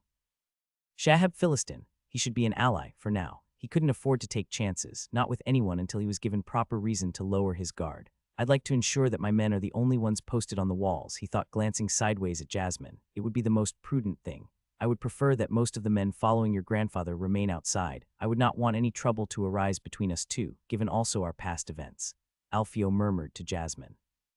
Jasmine's lips curled into a faint smile, but she gave no indication of disagreement. "Of course," she replied, "we wouldn't want any misunderstandings." The great wooden gates of the castle groaned as they slowly swung open, the heavy chains rattling with each turn. Outside, waiting with anticipation, stood Rosalind, Jasmine, Alfio, and his trusted companions, their eyes fixed on the figure approaching. Shahab Philistin rode forward, his gray hair blowing wildly in the wind, his weathered face set in a scowl of clear displeasure. His sharp eyes flicked toward the walls, taking in the sight of Alfio's men holding the posts, and the anger in his expression deepened. No doubt he was incensed that his army of 200 had been denied entry into the castle, clearly worried also for his own security. Despite his irritation, as Shahab spotted his daughter and granddaughter, his demeanor softened. Without hesitation, he dismounted, his boots hitting the ground with a solid thud. His steps quickened as he approached Rosalind and Jasmine, his outstretched arms beckoning them toward him. "My dear girls," he said, his voice warm, though the anger still simmered beneath the surface. He embraced both of them tightly, his gray hair falling into disarray as he leaned in. "I was so worried," he continued, pulling back to study their faces, relief evident despite his earlier frustration. Alfio watched the scene unfold, a smile tugging at the corners of his lips. "At least the old man's heart is in the right place," he thought, his smile lingering. That might make things easier. As the embrace finally ended, Lord Shahab's piercing eyes locked onto the young man standing a few paces away, barely out of his teenage years. His voice, gruff and tinged with bitterness, cut through the moment. "Why is that man standing here, instead of having his head removed from his shoulders?" Shahab growled, his eyes narrowing as they fixed on Alfio with an intensity that could cut diamonds. Alfio, unfazed, offered a slow, deliberate bow, the faintest trace of a smile curling his lips. "A real pleasure to see you again, my lord. I assume you've heard of the unfortunate incident involving your son-in-law." Shahab's gaze hardened, his jaw set like stone. "Which is why I ask Aginwi, is this thing still drawing breath? That murderer," he spat, "killed your husband." His eyes flicked from Alfio to his daughter, Rosalind, the sorrow and outrage clear in his expression. Alfio let the words hang in the air for a moment, the tension palpable, before stepping forward calmly, his voice level but unyielding. "My lord, it's rather ungracious of you to make such accusations. I only acted in self-defense, a matter that has already been discussed at length with Lady Rosalind and Princess Jasmine, and that many such as Sir Robert may testify." His tone remained measured, but there was a firmness behind his words, a reminder that this was no longer an unresolved dispute, but a settled matter. He continued, "It was determined that I was innocent of any wrongdoing. After the battle, I merely sought repayment for a debt, a sum agreed upon between myself and the late Prince Arkawat, your son-in-law. It was not a crime, but simply an accident." Shahab's face darkened, but Alfio pressed on, his gaze shifting to Jasmine. "That debt led to my service under his rightful heir, Her Grace Princess Jasmine of House Veloni Isha, who, as you may know now, has also become my betrothed." Shahab's face turned red with fury, veins bulging at his temple as he glared at Alfio, his chest rising and falling rapidly as if he was on the verge of exploding. His hand trembled slightly as it moved toward the hilt of his sword, fingers curling around the grip. For a moment it seemed as though the old lord would act on his rage and strike. Alfio's companions, standing a few paces behind him, stiffened immediately. In a flash, each of them placed their hands on the hilts of their weapons, their eyes fixed on Shahab and his retainers. The tension was so thick it was nearly suffocating. Up on the walls, Alfio's hundreds of men responded just as swiftly. Arrows were nocked, swords drawn, and the gates behind Shahab's entourage slammed shut with a thunderous clank, cutting off any chance of escape. The silence was deafening as Shahab glanced around, his gaze flicking between the armed men surrounding him and his daughter and granddaughter, his breath catching in his throat. Both women stood still, and without saying a word, Jasmine gave him a subtle nod of reassurance. The standoff lasted for what felt like an eternity before, at last, Shahab exhaled sharply through his nose. With a slow, deliberate motion, he released the hilt of his sword, letting his hand fall to his side. His jaw tightened, and his voice was low and gravelly as he barked the order, "Stand down." His men, who had been ready to draw their weapons in response, hesitated only for a moment before obeying, lowering their swords and spears. The soldiers on the walls, seeing the tension diffuse, slowly lowered their bows and relaxed their grips on their blades. The courtyard was still, although the air was charged with tension. Shahab glanced at Alfio one last time, his eyes filled with disgust, before turning away to face his daughter and granddaughter. There was an awkward silence between everybody, broken only by the voice of Princess Mother, who suggested for everybody to enter the keep, away from prying eyes, and to have a good talk, something that everybody agreed on. Once the tension in the courtyard finally broke, Shahab and his entourage, accompanied by Alfio and his companions, were escorted inside the keep.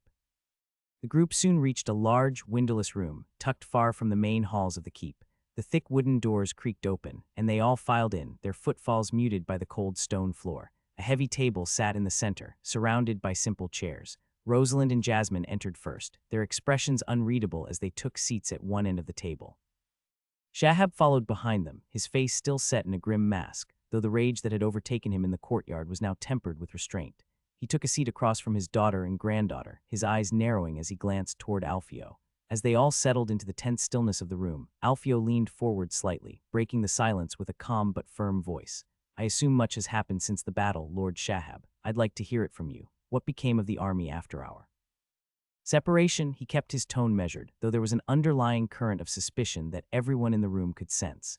Shahab's weathered face tightened slightly, his gray eyes flicking toward his daughter and granddaughter before he responded. His voice was low, almost weary, as if the weight of recent events still bore heavily on him. "After the battle was won, we pursued the fleeing soldiers for an entire day. We had hoped to cut them down as they ran, but most managed to slip away into the woods or scatter to their homes. Nevertheless, we looted the enemy camp, taking whatever spoils we could find, and returned to our own camp to regroup." He paused, his hand unconsciously gripping the arm of his chair as he spoke. "When we arrived back at our camp, we found signs of battle, blood, wreckage, chaos. It didn't take long to question the camp followers, those who remained behind. They told us what happened. How your men had been struck," Shahab's voice hardened, "and of how you killed Arkawat." Alfio remained silent, his gaze steady but unreadable. Shahab continued, his voice taking on a more deliberate tone. "In the days that followed, we rested our troops, licking our wounds and wondering where you had gone, Alfio. The camp was full of rumors. Some said you had fled, taking your mercenaries and disappearing into the hills. Others believed you had been cut down in some skirmish. We didn't know what to believe."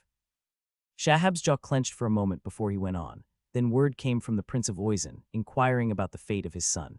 We had no answer for him, of course, as we had no idea what had happened in the capital. Our scouts reported that the enemy had fully retreated back into their lands, withdrawing after their defeat. He leaned back in his chair, eyes narrowing as he finished his account. As for our army, most of it broke apart.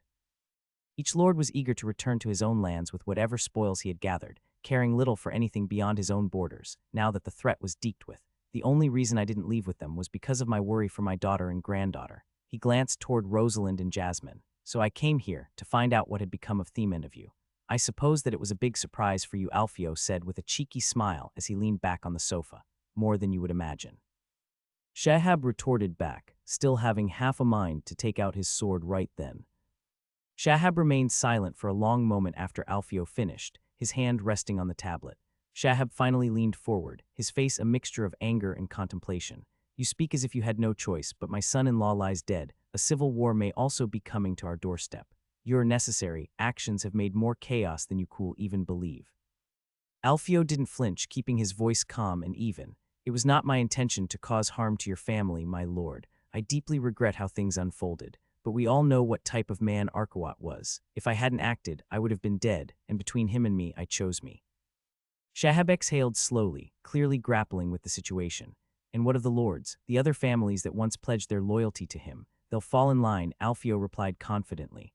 "After we deal with the pretenders, they will have no choice but to bend the knee to Princess Jasmine, especially if a strong army is backing her up. It's not like Arkawat expired that much loyalty in his lords." For now, the balance of power was firmly in his favor.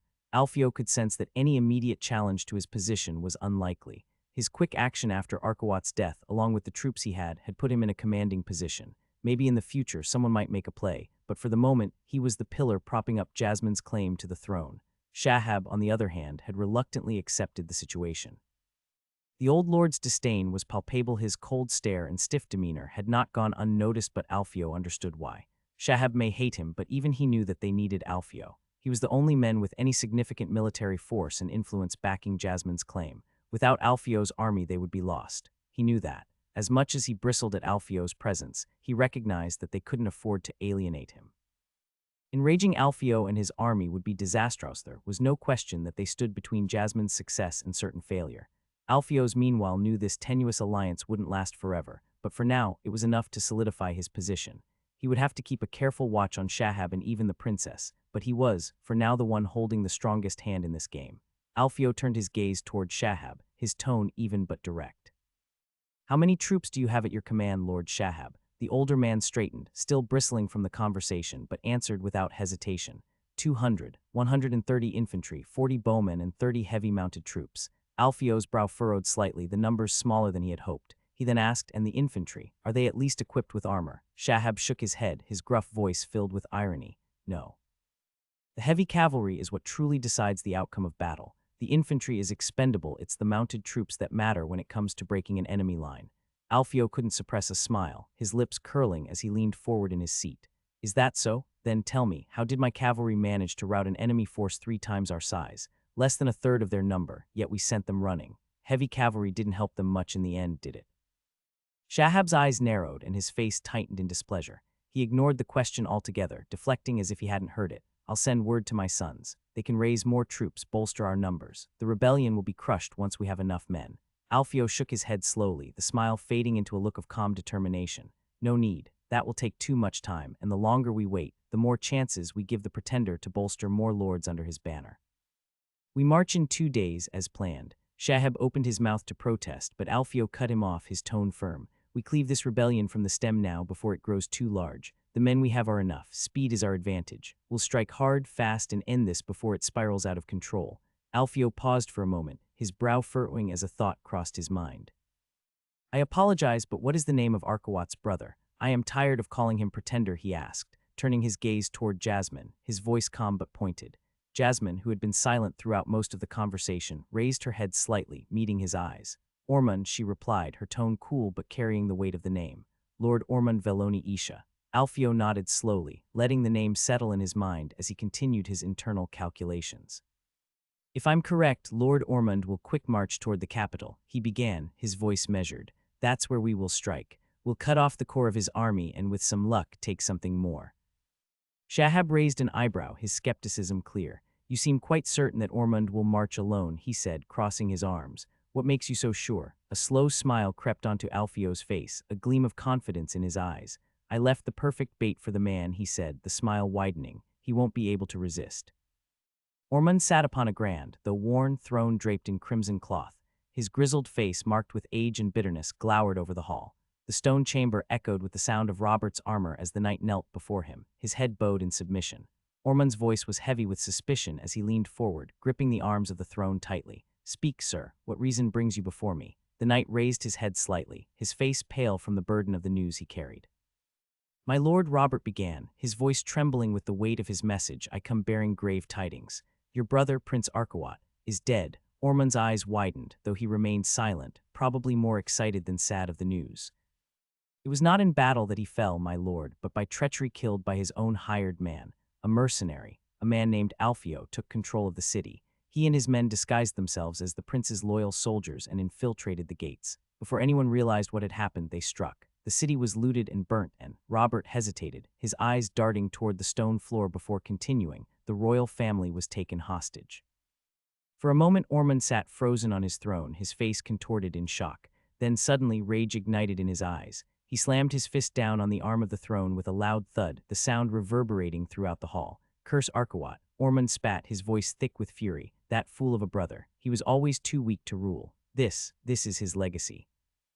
Weakness and ineptitude, his eyes blazed with a venomous intensity, as if his brother's failure to keep the city secure had personally insulted him. He rose slowly, his knuckles white from gripping the throne's edge. Ormond's eyes narrowed as he stared down at the knight, his mind racing with questions. "How did you escape?" he demanded, his voice sharp. Robert kept his gaze low, choosing his words carefully. "Princess Jasmine, my lord," he began.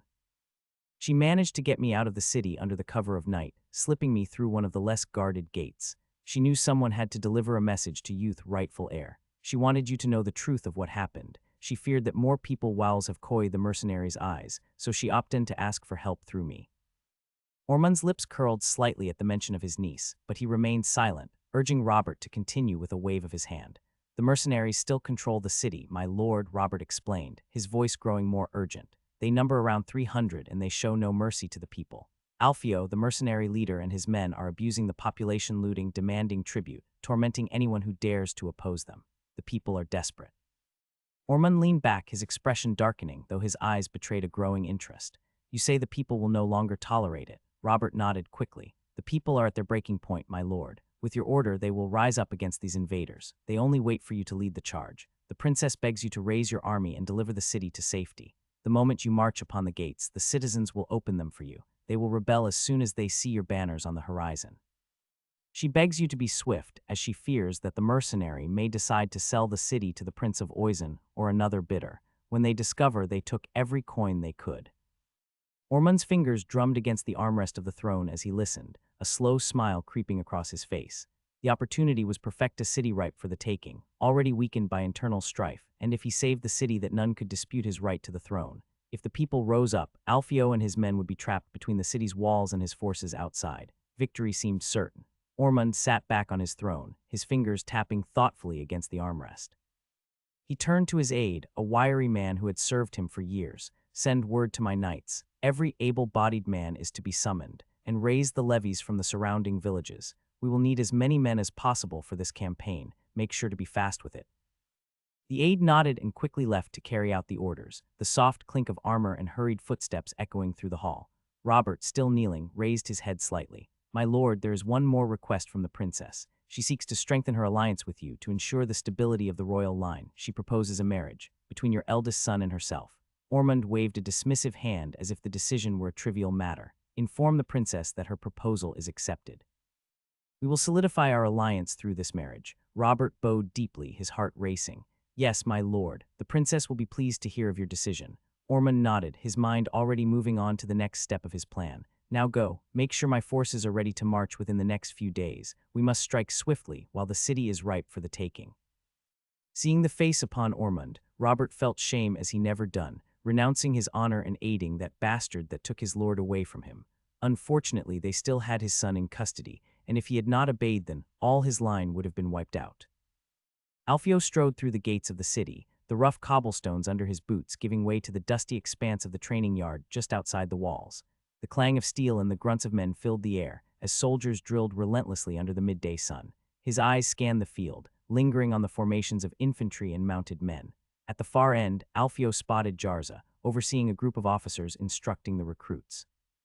Jarza stood with his arms crossed, his expression stern as he observed the men clumsily trying to mimic the precise movements of the more seasoned fighters. As Alfio approached, Jarza shifted his stance slightly but didn't look up until Alfio was beside him. "How do things look?" Alfio asked, his tone low but curious, eyeing the chaos of the yard as weapons swung in poorly coordinated arcs. Jarza let out a slow breath, shaking his head in mild frustration. "A mess," he muttered, scratching his beard. "I'm at a loss with these greens. Most of them are farmhands, never held a proper weapon before, and now they're expected to fight with hammers and maces." He gestured toward a group of men awkwardly swinging heavy hammers, their footwork clumsy and their strikes too wide to be effective. "These weapons require more technique than they think," Jarza continued, his voice betraying a hint of irritation. "They assume it's just about strength, but with hammers and maces, you need precision and control. Right now, they're just flailing." Alfio watched a few recruits misstep, nearly colliding with one another. He frowned, thinking of the time he had. "How long do you think it'll take them to become half-decent with those?" Jarza turned to Alfio, meeting his gaze for the first time. "Weeks, if we're lucky." Alfio nodded slowly, his mind working through the challenge ahead. "We don't have weeks, not even days. In a few hours we will march, but we'll have to make do. Keep drilling them. All they have to do is watch the wall after all. They can be drilled as second-rate soldiers for now."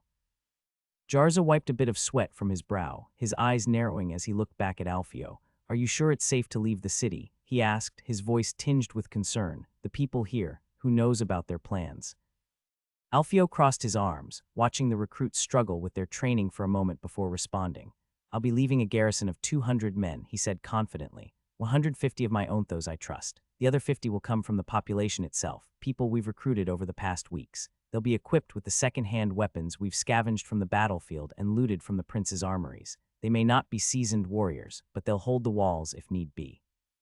Lidio shall be the one to command the garrison. I left him some instructions to follow. I trust him to deliver a good job. Jarza raised an eyebrow, doubt flickering across his face. Recruits from the population. You trust them with the defense of the city. Alfio gave a small shrug. As long as we are the one getting them their due coins, they will be loyal to us. And besides, they'll have enough veterans with them to keep them in line. I've made sure that those veterans will know what to do if anyone gets any ideas about rebellion while we're gone. Jarza nodded slowly, though his concern didn't entirely fade. And with how many are we going to march? Alfio turned his gaze back toward the training yard, his mind quickly calculating.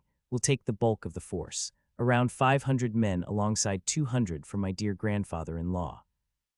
Jarza frowned. That's cutting it close, Alfio. If anything goes wrong, we'll be stretched thin. Alfio met his lieutenant's gaze, his expression unwavering.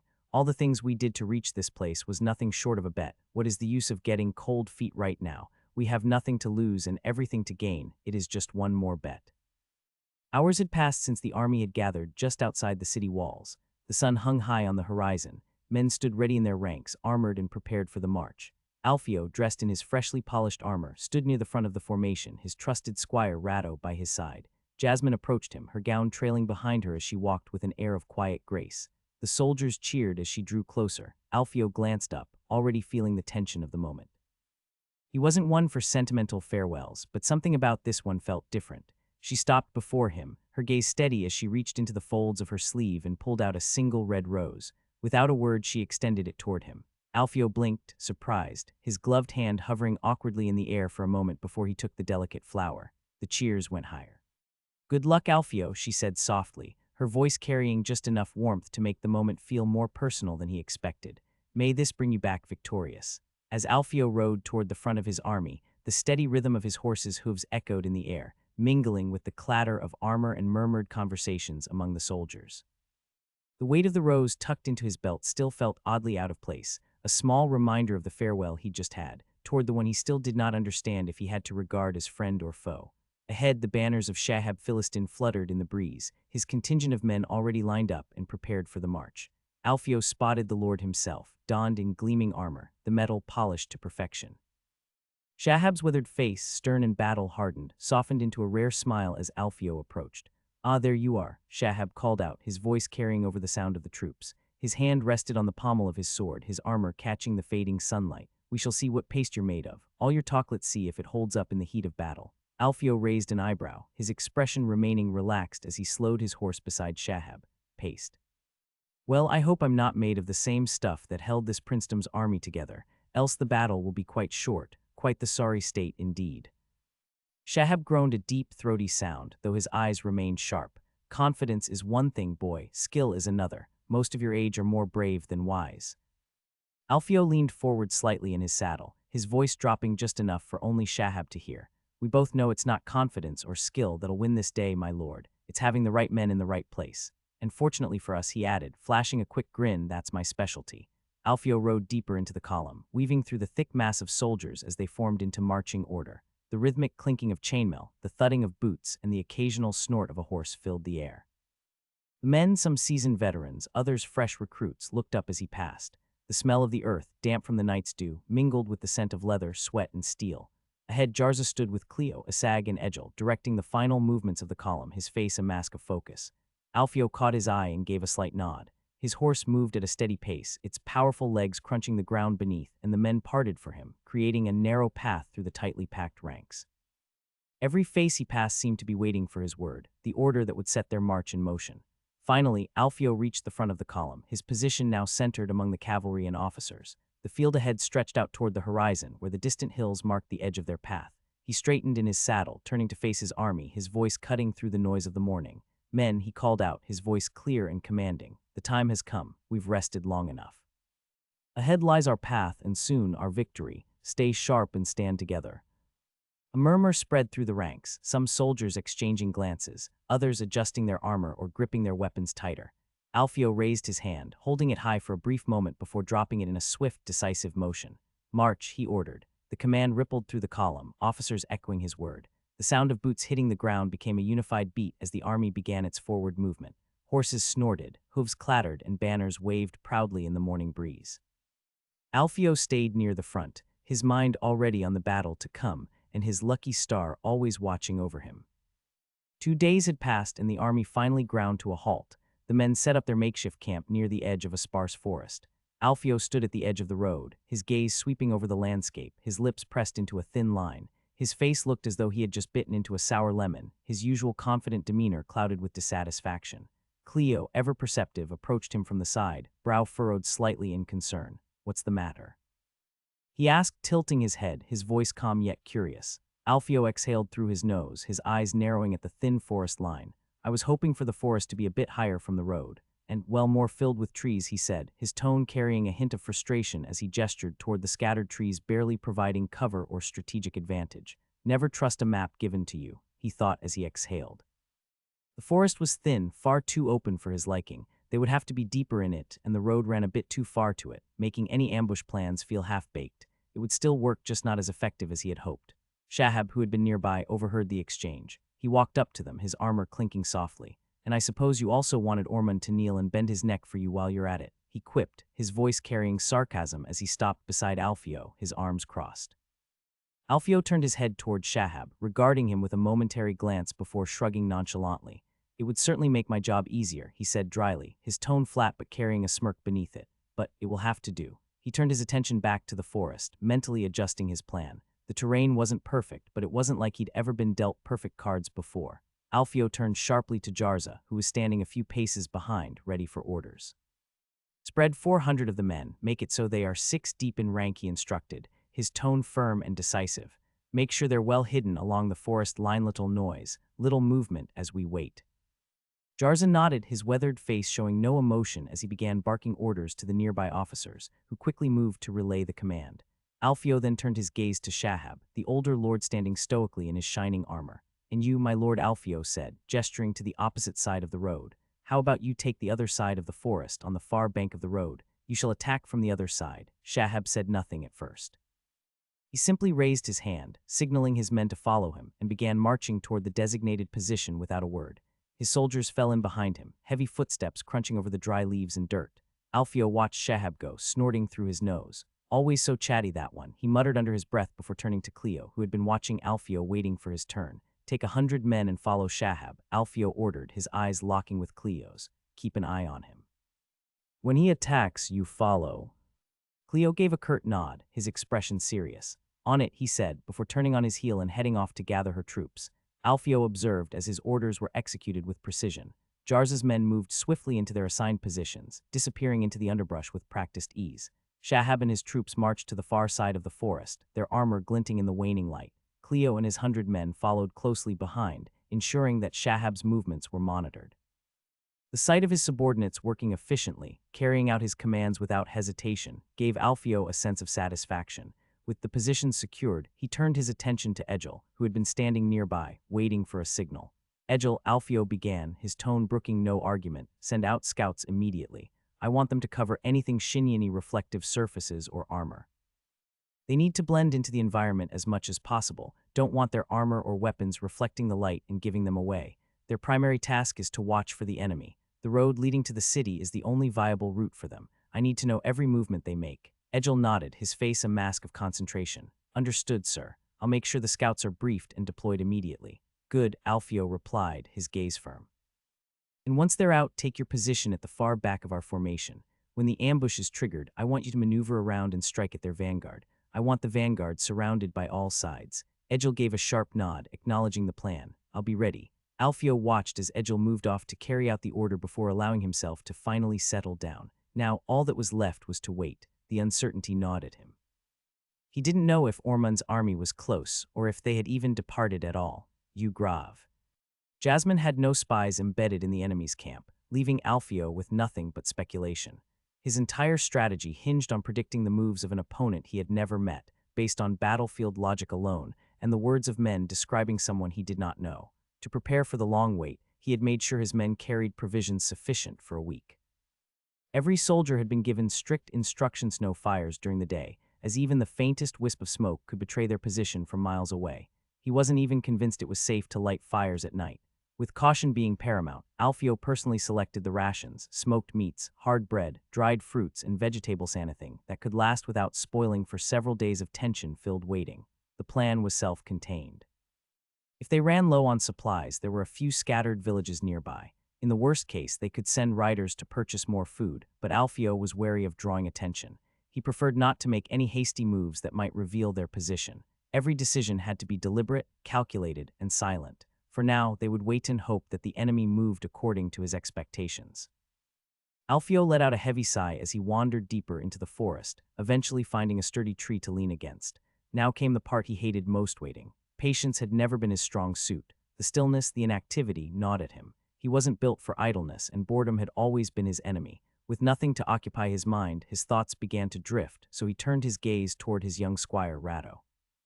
Misunderstanding the look from his master, Rado quickly reached for the flask of wine and poured a cup, offering it with the kind of speed that only came from being eager to please. Alfio accepted the drink, but took the moment to redirect the conversation. "Have you been keeping up with your studies, boy?" Alfio asked, taking a slow sip of wine. Since solidifying his deal with Princess Jasmine, he had taken an unusual interest in the boy's education, making sure the squire had proper instruction, not just in arms, but in letters and numbers too. Rado looked surprised at the sudden question, but answered quickly, "Yes, sir." "For how long each day?" Alfio inquired, raising a brow. 2 hours every day," the young squire replied. Alfio couldn't help but chuckle. A damn child is more diligent than a grown man, he mused, the image of Egil flashing in his mind, always clever and witty, but sometimes too carefree in his duties. "Mayhaps the others could learn from your diligence," Alfio said aloud with a smirk. The compliment caused Rado to blush, his cheeks tinged with red as he glanced at the ground.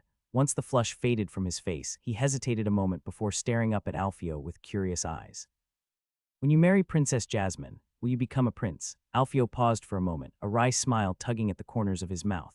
He swirled the wine in his cup before answering. "Prince consort," he corrected, emphasizing the distinction. "A princess has no power without her prince, and so it is with the prince consort, at least, lawfully it would be so." Rado tilted his head, confusion clear on his youthful face. "Lawfully, sir." Alfio's smile widened as he gazed down at the boy. "Yes, lawfully. Power doesn't always follow the law. It's a game, and it depends on many factors. Titles, lawfully, mean little if you don't know how to wield the power behind them or how to maintain them. Tell me, Rado, is a man king only because of the crown he wears on his head?" Rado, still innocent in his understanding of the world, nodded eagerly. "Yes, sir, the crown makes him king." Alfio shook his head slowly, a knowing smirk playing on his lips. "No, lad, it's not the crown that makes him king. It's the men under him, the ones who wear swords and shields, that make him king. A crown without an army behind it, that man won't be king for long. But a man without a crown, yet with an army, he may very well become one. Power in an abstract thing, and yet it can move mountains and dry rivers. Isn't that a funny thing?" Rado blinked, taken aback. "But isn't it blood that decides who should be king?" Alfio chuckled, sipping from his cup before continuing. "Blood, laws, titles, they are all things kings invented to make the path to power seem clearer, less contested. But it's just an illusion. These rules, these traditions, they make people think twice before challenging authority. They give a sense of legitimacy. But in truth, it's all just a pretty cloak to cover the steel underneath. The moment a man loses his army, he loses his power, no matter what crown sits on his head. And a man with an army, well, he can carve out his own crown, no matter what blood runs in his veins. Laws are made by men and can be changed by them. Titles are created and handed to men. They may be destroyed or taken away. Life is chaos. It is everything and nothing at the same time. Some men shy away from it, others try to make use of that for their own agenda. But at the end of the day, every man fears what he cannot see nor comprehend." Rado looked down, processing the weight of Alfio's words, his young mind struggling to reconcile with the mind of a man shaped by two worlds. Two riders trotted along a narrow trail, their eyes constantly flicking toward the horizon. Truth be told, they were happy with their role as scouts, as it allowed them as much freedom as they could have got while remaining soldiers. As they rode, the conversation naturally drifted toward their captain. "You know what?" one of them began, his voice carrying over the gentle clopping of hooves. "I'll just say it, we're lucky to have him as our captain. He always seems so carefree. Drinks when he wants, laughs with the men, but never seems to actually do anything except riding drills." The other rider, a bit older, shrugged. I've noticed. They say the commanders of the other units are strict as nails, keen on discipline, the black giant, more fierce than a bull. But Edgel, he's always got a smile on his face, barely gives orders outside of training. Strange for a captain, eh? The first rider chuckled, shifting in his saddle. You know what I heard? That he's from one of those migratory tribes out east. His people were allowed to settle on imperial land some years back. Something happened, though, and they were enslaved and massacred. That's so? The other raised an eyebrow. They say his tribe worships horses as sacred animals. The younger man continued, they treat them like gods. Apparently that's why he's so relaxed about most things, but dead serious when it comes to his mount and riding. The older rider scratched his chin, thinking back to something he'd seen a while ago. Well, that explains a lot. I remember a time in the city when Edgel caught some fool mistreating his pack horse. He was so furious, he whipped the man in front of everyone, took the horse for himself. Didn't even blink. Best thing was that the fool was not even a soldier, just a casual poor bastard. The younger rider snorted. Sounds about right. Guess we ought to be careful how we handle our horses around him. Man's got more love for his steed than most of us have for our women. The two shared a quiet laugh, the sound fading into the evening air as they continued their patrol, glancing again toward the horizon. The older rider's laughter trailed off, this time his expression shifting from casual to sharp, his gaze fixed on a faint, glimmering light far in the distance of something reflecting in the setting sun. Hold on, he said, his voice low and tense. He pointed ahead, drawing his companion's attention. You see that? Something's shining out there. The younger rider squinted, scanning the distant landscape until he spotted it too. His face paled slightly, and he nodded, his hand instinctively tightening on the reins. I see it. Could be metal, armor maybe. The more time they stared, the more the number of things shining increased. Without another word, both men wheeled their horses around, spurring them into a swift gallop. The peaceful quiet of the woods was replaced by the pounding of hooves as they raced back toward the camp. Ormond's pav, the army marched slowly along the winding dirt road, a column of men moving forward. At the front, Ormond Veloni Isha rode alongside his eldest son, his face lined with frustration. His hand gripped the reins tightly, knuckles white as he glanced back over his shoulder at the sluggish pace of his troops. Rows of infantry, cavalry, and supply wagons trailed behind him, their movements hindered by the uneven terrain. At this rate we'll be lucky to reach Yarzet before winter, Ormond muttered under his breath, his voice tight with impatience. His son, riding beside him, cast a quick glance at his father but said nothing, knowing better than to speak when his temper flared. He did not really understand what was going on, just that they were marching to the capital, where his father would become prince, and apparently he also was to marry his cousin Jasmine. He did not remember much about her, just that he got along fine with her during the time they met. They had been marching for a full day now, and despite Ormond's relentless push, the army still had another day's journey ahead of them to reach the city. The men were exhausted, the horses sluggish. But Ormond had no time for rest, forced his troops to march for more than 12 hours every day, ignoring the grumbling and fatigue. They could only make camp when the sky grew so dark they could no longer see the road ahead. The rumors of the mercenary takeover gnawed at him, and he feared what might have happened to his nephews in the city.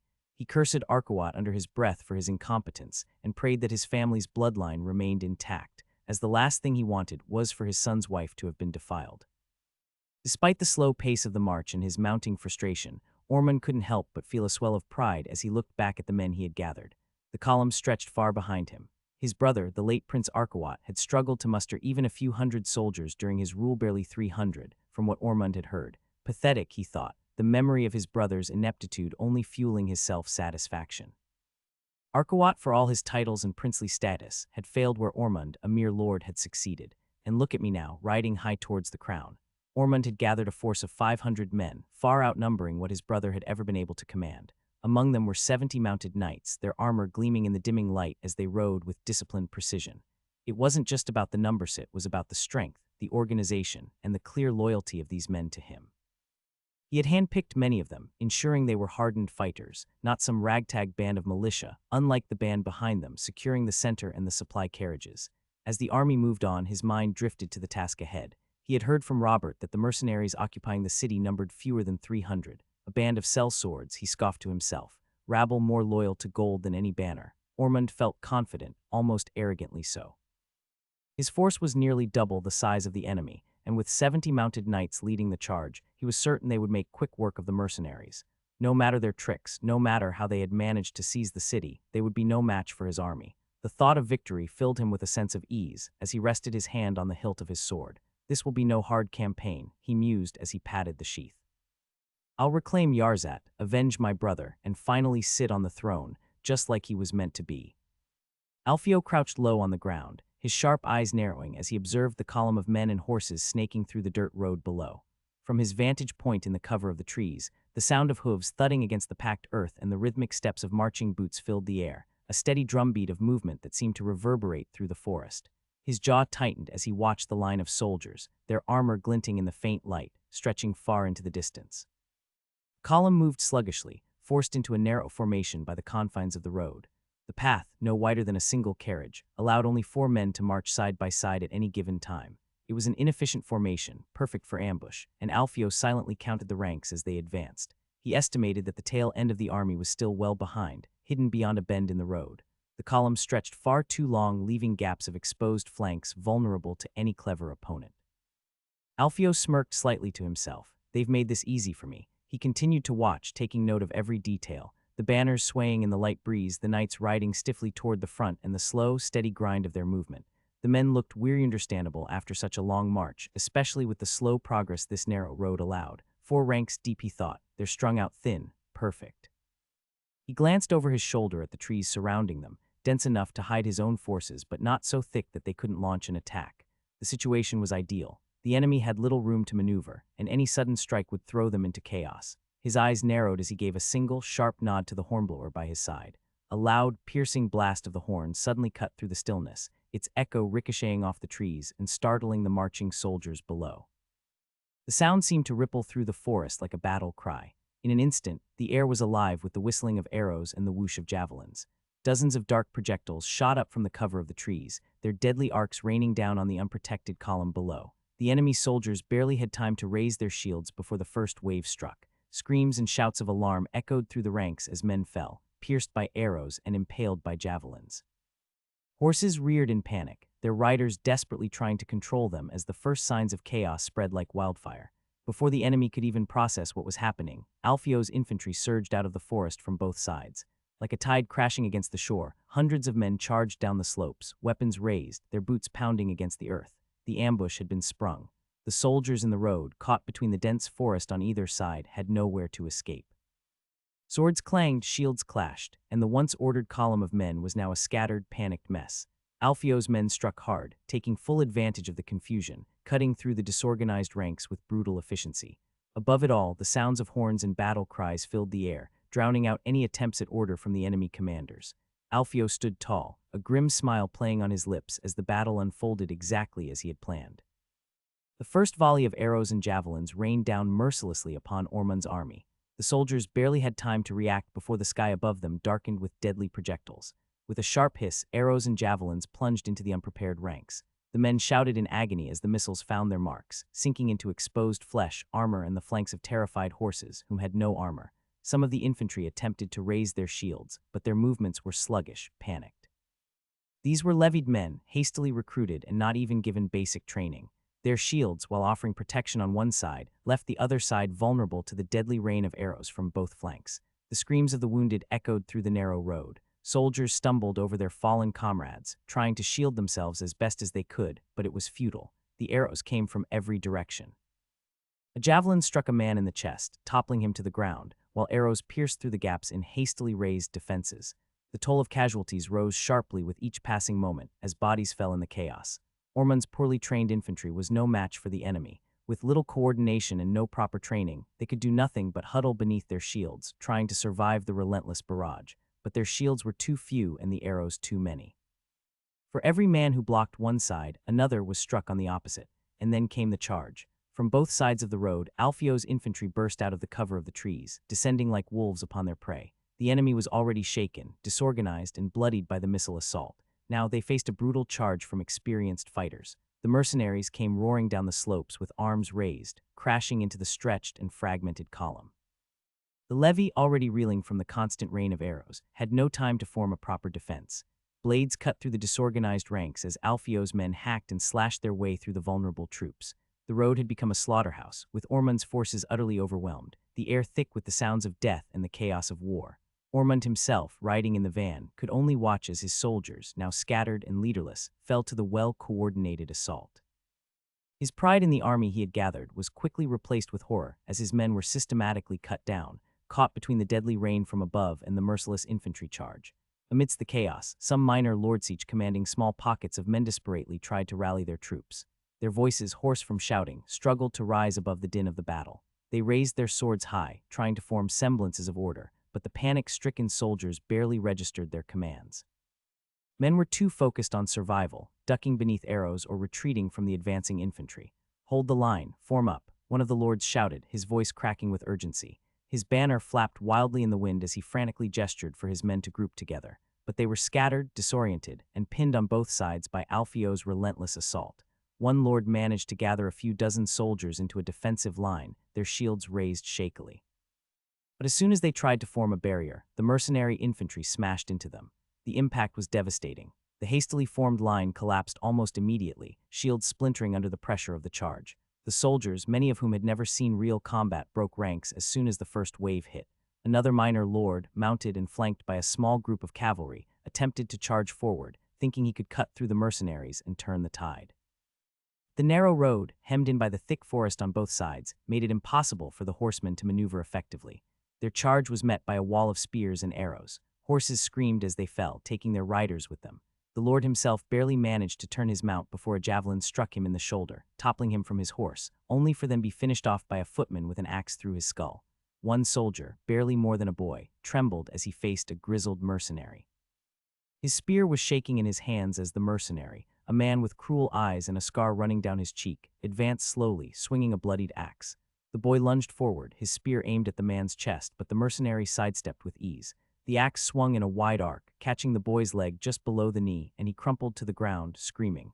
The mercenary raised his axe again, and the boy's cries were silenced. Elsewhere, a mercenary armed with a mace was swinging wildly at a group of terrified levies. His brutal strikes shattered shields and sent men sprawling. One levy, desperate to defend himself, lunged at the mercenary with his spear, but the blow simply went into contact with the chainmail. The mercenary grinned savagely and brought his mace down on the man's shoulder with a sickening crunch, splintering bone and armor alike. In another corner of the battlefield, a riderless armored knight was engaged with two infantrymen. His sword flashed in the dying light as he parried one strike and dodged another. He was skilled, moving with the fluid grace of someone who had seen many battles. One mercenary lunged forward, aiming a dagger at the knight's exposed armpit, but the knight caught the attack on his gauntlet and drove his foot into the attacker's chest, sending him sprawling. Before the second mercenary could react, the knight swung his sword in a brutal downward arc, cleaving through his opponent's shoulder and down into his chest. The man fell with a gurgling scream. Before the knight could turn around to face the other, however, he had his head smashed in by a mace coming from a third man that saw the fight and came to lend a hand. Ormond watched in horror as the battlefield descended into chaos. His once proud army was being torn apart. Men were falling all around him, their screams drowned by the relentless sounds of arrows whistling through the air and javelins crashing into shields. The ground was littered with bodies, and the mercenary infantry, fierce and unyielding, had broken through every line of defense his minor lords tried to form. What was left of his foot soldiers were being cut down, overwhelmed by the mercenaries' brutal efficiency. The smell of blood filled the air. Ormond's heart pounded in his chest, his throat dry as he scanned the battlefield. The columns of his troops had been stretched too thin along the road, and now they were trapped, slaughtered like cattle. He could see men desperately trying to form up behind shields, but it was no use. The arrows and javelins continued to rain down, piercing through any gaps. The panic spread like wildfire. There was no rallying them now. "Get over here," he barked, grabbing his son's arm. His voice cut through the din, and his son, face pale with fear, rode up beside him. "We have to get out of here." Now, with the remnants of his mounted knights, barely more than 30 men, he wheeled his horse around and bellowed for his riders to follow him. They had no hope of winning this battle. The only chance was to make a break for it, escape the slaughter while they still could. Ormond spurred his horse forward, charging through the chaos. He cleaved his axe down through the chest of a mercenary who lunged at him, the blade cutting through flesh and bone with grim ease. His son followed closely behind, eyes wide in terror, clutching his sword as if it were the only thing keeping him tethered to the world. "Push through," Ormond shouted, slashing at anything in his path. His knights did the same, cutting down footmen and mercenaries who tried to block their escape. The clatter of steel, the shouts of men, and the thundering of hooves surrounded them as they fought their way to the front of the battlefield. His sword flashed again, cutting down another mercenary who stood in their way. As they broke free from the melee, Ormond didn't dare look back. Behind him, he knew his army was being wiped out, but he couldn't risk a glance. The fate of his forces was sealed, and he would gain nothing by watching them die. All that mattered now was survival. Only 16 men managed to follow him, riders who had somehow kept pace and survived the carnage. Covered in blood and dirt, they rode hard, leaving the slaughter behind. Ormond's face was grim, his lips pressed into a tight line as he raced away from the battlefield, his son close at his side. The ambush was brutally efficient. Alfio watched from his vantage point as the chaos unfolded beneath him, his eyes cold and calculating. The mercenary forces on either side of the road had closed in so swiftly, so effectively, that at certain points along the battlefield, the two flanks of the ambush had met together. They clashed with the remnants of Ormond's shattered army in the middle, their merciless assault folding the enemy in on itself. In some places, the bodies of Ormond's men lay so thick that the attackers on both sides ran into each other, exchanging brief nods before turning their attention back to the work of slaughter. The sounds of battle, a constant rhythm of steel meeting flesh, screams of the dying, and the crash of arrows rumbled across the field. It was a massacre. On the left, terrified, many of Ormond's peasants had broken minutes since the fighting reached them. The moment they realized the hopelessness of their situation, they threw down their weapons and fled, their fear overriding any semblance of order. Spears clattered to the ground, and shields were discarded as they ran, scrambling away from the mercenaries that pursued them. Their panicked shouts echoed across the road as they scattered into the woods, desperate to escape the death that closed in from all sides. But Alfio's soldiers paid the fleeing peasants no mind, only pursuing enough to scare them into not looking back. They were not worth the effort. Victory was certain. Instead, the mercenaries shifted their focus to more valuable targets. Without hesitation, they wheeled toward the right, charging with grim determination to aid their comrades in finishing the encirclement of Ormond's van and the center of his army, turning around like a wheel to clash onto the enemy exposed back. It was a well-coordinated assault, the soldiers moving like a pack of wolves, tightening their grip on the remaining pockets of resistance. The core of Ormond's forces, surrounded and pressed on all sides, had no escape. Mercenaries wielding maces, hammers, and swords crashed into them, cutting them down with ruthless efficiency. The battlefield was now a tightening noose, the soldiers from both flanks coming together, crushing the remnants of Ormond's army between them, capturing those that surrendered while killing all those that did not. Alfio walked slowly among the bodies, his boots squelching in the ground that had mixed with blood. The air was thick with the stench of death, and the silence was only broken by the occasional groan of a wounded man or the cawing of distant crows circling above. This would be the third, Alfio thought, as in less than a month he led 3 different battles, all in victories. Truth be told, he felt good about that.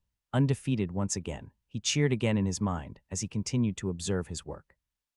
Bodies lay scattered across the narrow road, many with shattered skulls from the brutal strikes of maces and war hammers. Some had been pierced by javelins and arrows, the shafts still sticking out of their chests, necks, or backs like grim markers of their final moments. Limbs were twisted in unnatural positions, and the once proud banners of Ormond's army lay crumpled in the dirt, stained with mud and blood. Alfio surveyed the carnage with a calm gaze. Most of the enemy infantry had broken early in the fight, throwing down their weapons and fleeing into the forest in blind panic. He hadn't bothered to send anyone in pursuit. These were peasants and untrained conscripts, scattered and leaderless. They posed no real threat now, and he had no desire to waste resources on chasing them down. They would be of no use in the battles to come. His attention turned to the rows of prisoners being marched away under the watchful eyes of his soldiers. The captives shuffled along, heads bowed, their faces pale with fear and defeat. Among them were some notable figuresquener lords and landed knights, stripped of their armor and dignity, now little more than spoils of war. A few knights still held their heads high, their pride intact even in captivity, while others looked broken, their spirits crushed as they were escorted to the rear. They had likely thrown their lot in with Ormond in the hope of rising to power or securing more lands, but now they were little more than bargaining chips. Keep them secure, Alfio ordered one of his officers, his voice steady as he walked past the defeated lords. No harm is to come to them unless they give reason for it. They are nobles, and must not be mistreated, he said before stopping all at once as he came face to face with unfamiliar men. The knight in question noticed Alfio too, but immediately gave out a sigh of disgust, more of himself than of the young man, and then lowered his head. Look, who is it? Alfio thought as he gave out a small smile, turning towards one of the men guarding the captives. Release that one, have him cleaned and fed, he said before leaving as the man in response nodded and obeyed, bringing Robert away from the line of prisoners. The rest of his men continued on with their work, pulling the prisoners toward the back of the camp they had set up for holding them. As he walked through the battlefield once again, he started revising the battle. His men had performed well. The ambush had been devastating, almost surgical in its precision. The left of Ormond's army had collapsed under the pressure, allowing for a complete encirclement of the center, and the few who had tried to rally were quickly overwhelmed. Alfio turned toward Ratto, who had been trailing behind him, wide-eyed as he observed the grim scene of the battlefield. Come, Rado, Alfio called, his voice cutting through the uneasy silence. It's time for another lesson. Rado hurried closer, his eyes still darting from the fallen soldiers to Alfio's steady gaze. The boy had seen war before, but never from this close, never so brutal. Alfio observed him and was pleased that he did not shy from it. A dog who is fearful of blood is of no use to the hunter. Do you see this? Alfio gestured to the battlefield with a sweep of his hand. This is more than just a slaughter, it's controlled chaos. People and animals both have the same basic instincts. Strip away their titles, their training, their comforts, their reasons, and what's left. Rado looked up at him, hesitant. I don't know, sir. Alfio smiled faintly. A beast, he said, his voice calm but sharp. We may think we're above it, but when pushed to the edge, when stripped of order and reason, we're no different than cornered animals. No better than the rats swimming in filths or dogs barking at what they can't comprehend. Fight or flee, those are the choices. Rado blinked, absorbing the words, his young face furrowing in thought. Alfio continued, in this ambush, I made sure to leave a gap in the back of their formation. Not by accident, mind you, but by design. He pointed toward the far end of the battlefield, where the remnants of Ormond's army had fled into the trees. I completely encircled their right flank in their center, but left an opening at the back. Those who saw it ran. They didn't even think they just fled like prey sensing an escape. Rado nodded slowly, following Alfio's hand toward the horizon. But those on the right, Alfio said, his tone darkening, they had no such luck. They were trapped, cornered.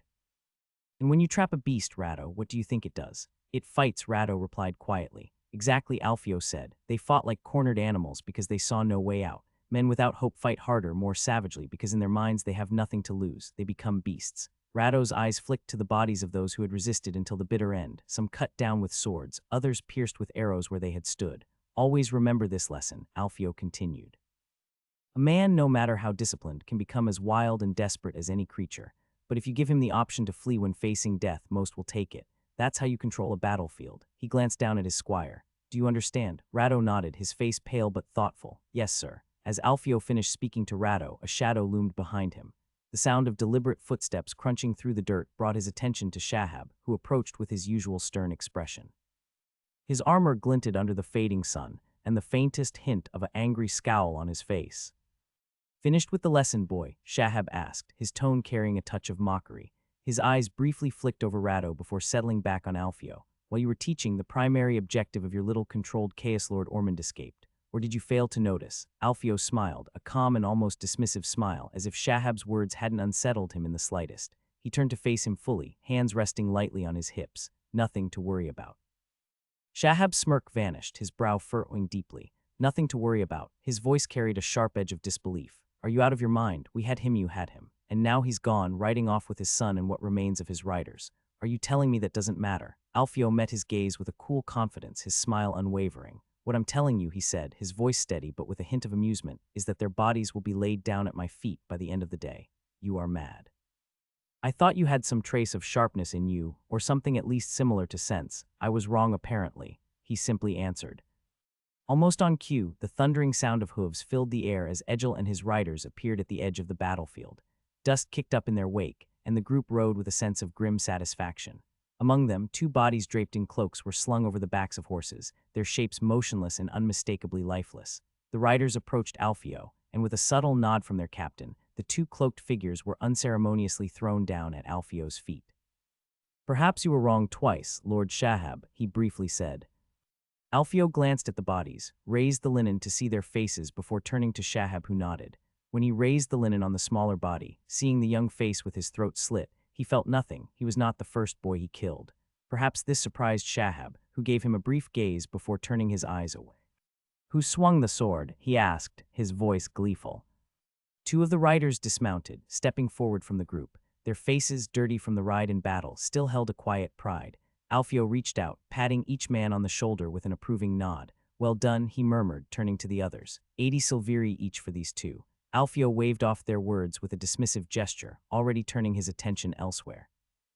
Take them away, he ordered, his voice now cold and matter-of-fact as he motioned toward the lifeless bodies at his feet, sweeping them away as if they were trash. Without another word, his men moved to obey. The bodies dragged off as Egil's riders began to retreat into the ranks. Alfio remained standing, casting a final glance toward Shahab, whose face now held a reluctant acknowledgement of his commander's foresight. Shahab narrowed his eyes, stepping closer to Alfio as the two stood over the fallen bodies. How did you know? He asked, his voice tinged with a mix of curiosity and disbelief. Alfio let out a light chuckle, shaking his head as if the answer were obvious. People of power, he began, his voice smooth and confident, are easy to predict. These men ran off with horses. These are beasts they spent years and formed a bond with, and most men would be reluctant to abandon them. When they managed to create a gap, which I did not account for, they immediately rode off with their steed, thinking they could escape. The question, however, was where. He paused, glancing at the tree line with a wry smile. Riding on horse through a forest is nothing short of a death sentence. Too many trees, too little space. So they avoided it. Naturally, that left only one choice of road, where they could see ahead of them. Fools did not even think that the opposite was the same. He paused again, enjoying the moment as Shahab listened in silence. The road, where my cavalry was riding ready to strike the van. When they saw riders coming toward them, they simply did their job. Alfio's grin widened as he finished, a gleam of satisfaction in his eyes. Shahab stood there, digesting the explanation. Without another word, he turned on his heel, his brows furrowed in thought as he walked away, not giving Alfio the satisfaction to his bewildered expression. Alfio watched Shahab's retreating figure, the corners of his lips curling into a faint smile. With a contented sigh, he turned back toward the forest, where the promise of warmth awaited. The cold bite of the day was nothing compared to the fire. He could now enjoy both the one in the woods and the one that still burned in his chest. The morning after the ambush, Alfio received a detailed report on the aftermath of the battle. The casualty numbers were reassuringly low. Only 13 of his men had been killed, and 34 had been wounded. These relatively minor losses reflected the effectiveness of the ambush, apart from the difference in effectiveness and equipment of the two armies. The report also gave news regarding the gains from the encounter. The loot captured included 29 horses, which would be used to replace the dead horses, and a considerable amount of armor, 64 chainmails and 12 sets of plate armor, all of which Alfio would make to better equip all his forces. While the warfare of this age mostly used plate armor for men on horses, Alfio was aware of the great use it could have on infantry. Satisfied with the outcomes, Alfio decided to grant his men one full day to loot the battlefield. He was aware of the toll these last weeks took on the men, as in less than half a month they had fought 3 battles, in which only in one were they allowed to actually loot. As in the first 2, Alfio had to hand out a month pay in advance for each soldier to restore morale, as they had no time to take anything from their kills. After the day of looting, Alfio planned to lead his forces back toward the city they had fought to protect. Alfio sat at a small, roughly hewn wooden table with his closest companions gathered around him. The table was set with modest fare, but given the recent victory, the mood was light and spirits were high. A seat had been left open for Shahab, whom Alfio had sent someone to invite, though the man had yet to arrive, always if he bothered to. Rado, Alfio's young squire, approached the table with a platter of roasted chickens, their skin crisp and glistening. He set them down with care. The village they'd passed through had provided what they could. Those chickens, however, were not the robust, plump birds that modern farming produces. These ancient chickens were lean, stringy, and barely 1/6 the size of the poultry that people now find in markets, a result of nature's untamed selection rather than centuries of selective breeding. Hardly a feast fit for kings, Cleo joked, as he took a small bird for himself. Alfio, smiling, waved him off. It's enough. Besides, since when are we so greedy? We have been eating jerky meat and hard bread for half a week. I would have killed for something that didn't shatter my teeth at every morsel. He laughed as he grabbed one. The group settled in, pulling apart the roasted chickens with their hands. Despite the small size of the birds, the men ate with hearty appetites, savoring each bite as they tore through the tender meat. The fire crackled nearby, and the soft clinking of cups filled with wine added a relaxed rhythm to the evening. Conversation was light at first, the men exchanging jests about the chickens and sharing stories of the battlefield. Alfio wiped his hands on a cloth, leaning back in his chair and surveying his companions. He took a sip of his wine, eyes flicking to Jarza. Setting the cup down, Alfio spoke, his voice casual but probing. Let's talk about the battle, he began, eyes scanning the room. I want to know how our men fared. How did they handle themselves out there? Jarza straightened slightly, wiping grease from his fingers before speaking. Well enough, I'd say. The orders were followed without any chaos. Our oldest soldiers were disciplined as could be expected. They almost instinctively looked to their superiors for direction. No hesitation, no disorder. We kept formation, and when the time came, they encircled the enemy as planned. Alfio nodded, listening intently. His gaze remained fixed on Jarza, but a smile tugged at the corner of his lips. Good. That envelopment we pulled off was proof that our drills are working. The way we closed in on the van and center, forcing the enemy into a corner, it worked like clockwork. And that doesn't happen without soldiers who know how to follow orders. He looked around the table, raising an eyebrow. Anyone else? Thoughts? Cleo leaned back in his chair, a frown on his face as he wiped his mouth with the back of his hand. My men were mostly recruits, he said, his voice quite frustrated, barely any experience. I had to shout and grab some by the collar before they turned around and chased the ones fleeing to the left. He shook his head, clearly annoyed. They broke formation too quickly, eager to chase down anyone running rather than sticking to their positions. Alfio listened, nodding thoughtfully as Cleo spoke. He had expected such problems from less experienced soldiers, especially when the heat of battle tested their discipline. After a moment, he turned his attention to Egil, who was still calmly eating, unbothered by the discussion. Egil simply shrugged, not bothering to look up. "My men did their job," he said between bites of chicken, his voice casual. There was no hint of pride or complaint, just a simple statement of fact. Everybody there knew the lax attitude the man had on his troops. Alfio sighed, realizing that Egil's cavalry had been as reliable as always, though the man's indifferent attitude was still something he found hard to get used to. Alfio glanced at Cleo again, wiping his mouth with a cloth. "And how did Shahab's troops fare?" he asked, his tone curious, knowing that Shahab's unit was always something of a wild card. Cleo gave a crooked smile, his mood lightening slightly as he leaned forward. "Even worse than mine," he replied with a chuckle. Most of his men were timid, barely eager to join the fight. They kept to themselves for the most part, hesitant, you know. He shook his head, finding the irony in it. Didn't help that their officers stayed back the whole time. While ours led the charge, theirs were more concerned with staying out of the thick of it. Alfio couldn't help but smile at that. "I suppose it's no surprise, given how those men were gathered," he mused, glancing over at the roasted chickens still on the table. As the group continued their meal, Jarza set down his cup and looked across the table at Alfio. "So," he said, his tone curious but cautious, "what happens now?" Alfio paused, his fingers working at the bones of the small chicken in front of him, picking at the remaining bits of meat. He cracked a bone between his teeth, chewing thoughtfully before speaking. "Ormond and his eldest son are dead," he said plainly, as if discussing a trivial matter. "That leaves only the youngest, 6 years old. He won't be a problem." Jarza nodded, following the logic but still unsure. "So they'll turn to Jasmine." Egil, barely looking up from his food, spoke in an ironic tone. "What about her betrothed? He'll have something to say about all this, I presume." Alfio smiled faintly, ripping another piece of meat from the chicken. "Yes, he will." He paused, glancing up with a sly grin. "I'll be giving her a bit of advice on how to deal with the aftermath. She may take it or she may not. But we've done our part, secured her position. Now it's up to her to maintain it." The table grew quiet for a moment as Alfio's words settled over the group, each of them weighing their new position now that Ormond had been removed from the equation. "And if she doesn't listen to your advice?" Cleo asked, raising an eyebrow. "Nothing I can do, though my lord grandfather will certainly back my suggestion to her, making it more likely for her to listen to me. She appeared to be a smart lad and knows a good advice from a bad one." Jarza leaned back in his chair, swirling the cup in his hand with a smirk on his face. "So, looks like you'll be the next prince. Anything for us peasants." His tone was light, but there was a glimmer of curiosity in his eyes. The others glanced at Alfio, waiting for his reaction. Alfio paused mid-bite, raising his eyebrows in mock surprise. "Jarza, I'm hurt," he exclaimed, placing a hand over his chest dramatically.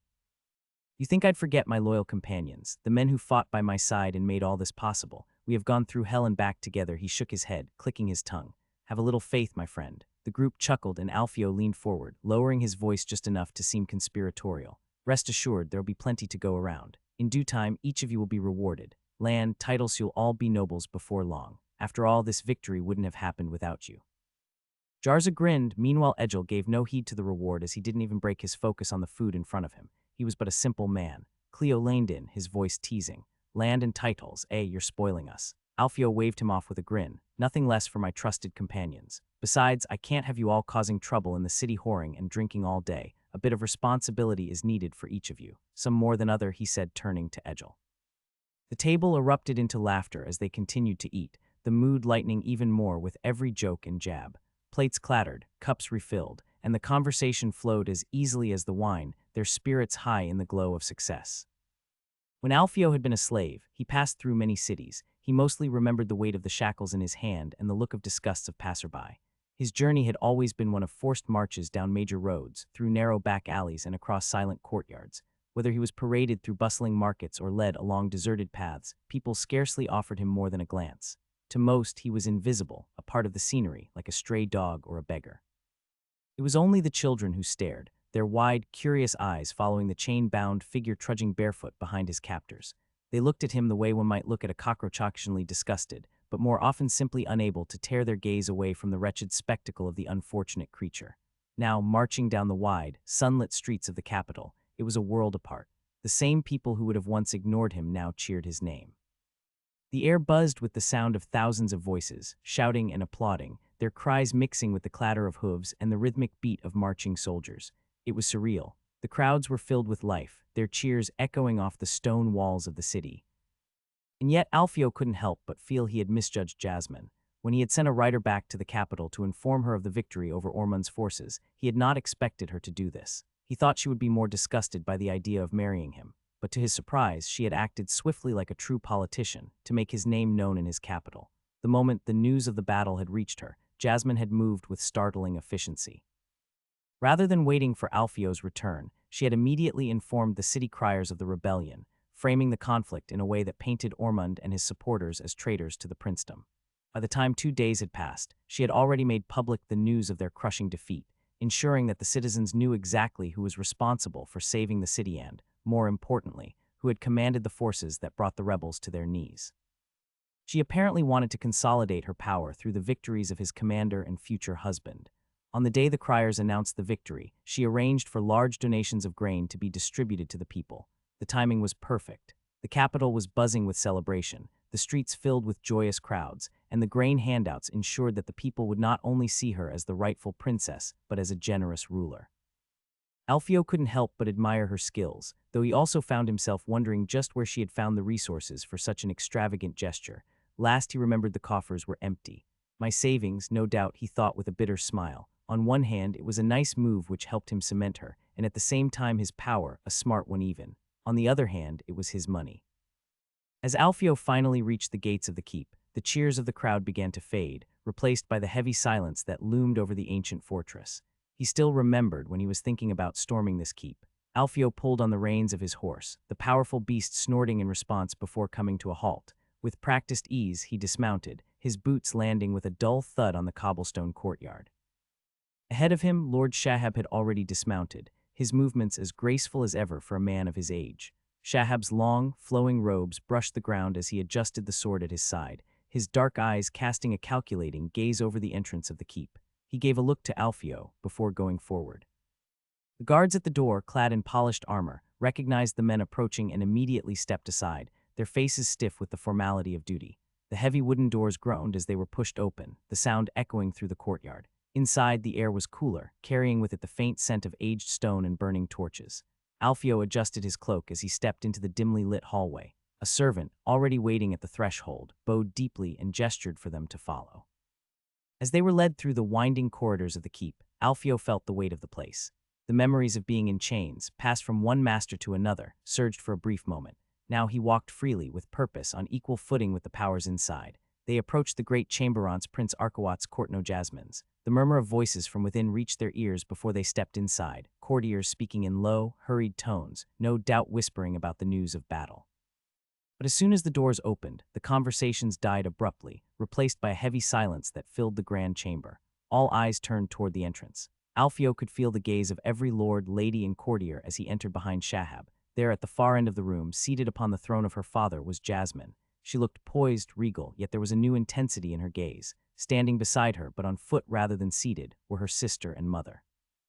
Princess Rosalind's face was pale, her lips drawn into a tight line as she stood beside her eldest daughter, her posture stiff with unease.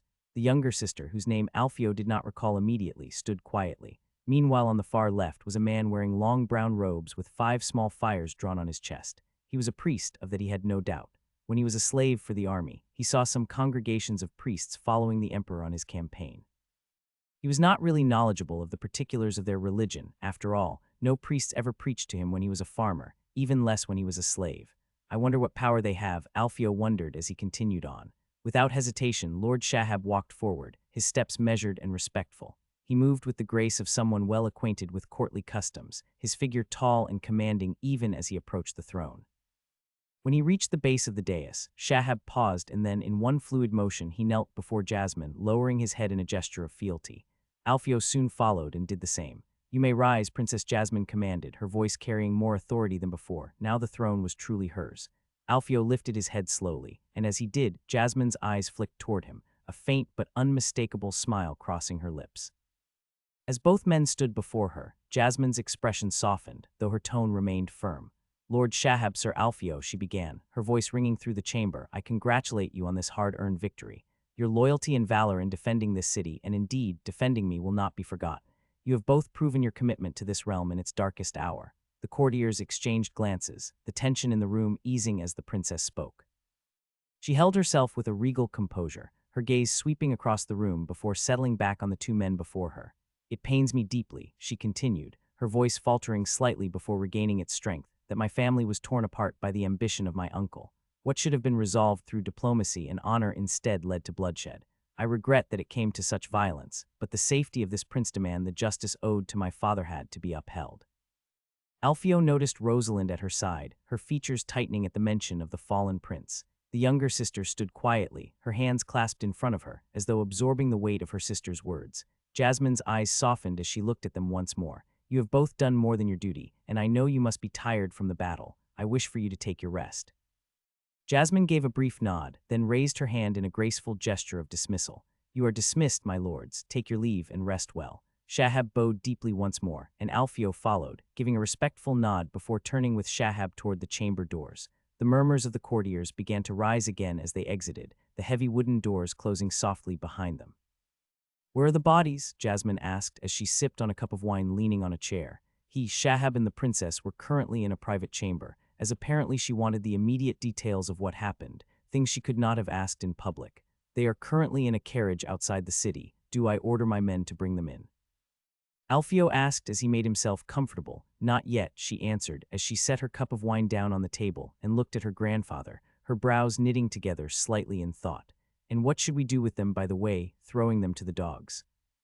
Shahab, ever stoic, inclined his head thoughtfully before speaking.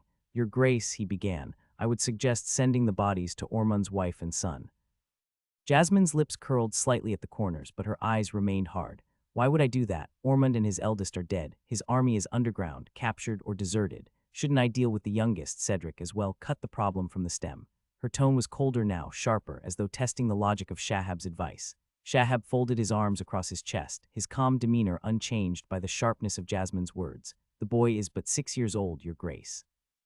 Killing him might bring you temporary peace, but it would earn you the reputation of a tyrant, one who murders children, especially family. No one likes kinslayers. Right now, we can play the card of the evil uncle marching to steal your throne. Many don't yet know the reasons behind Ormond's rebellion. The lords will question the act of kinslaying less, given the circumstances. But killing the boy, that could cause us more trouble in the future than you realize. Jasmine's eyes flickered with frustration as she considered Shahab's words. I feel like leaving them alive would be a mistake. A loose end, she said, her tone laced with impatience. Alfio, who had been quietly observing the conversation from his seat, set his cup down and leaned forward slightly. Your Grace, he said, his voice steady, I may have a solution. Both Jasmine and Shahab turned their attention to Alfio, curious. Jasmine raised an eyebrow, her curiosity piqued. What do you suggest, then? A small, confident smile tugged at the corner of Alfio's lips. He seemed entirely at ease, his fingers tracing the rim of his wine cup before he spoke. I suggest we do as your lord grandfather advises, return the bodies to Ormond's wife and son, and for now, leave the boy unharmed. But when the time for your coronation arrives, we'll send word to all nobles to swear fealty.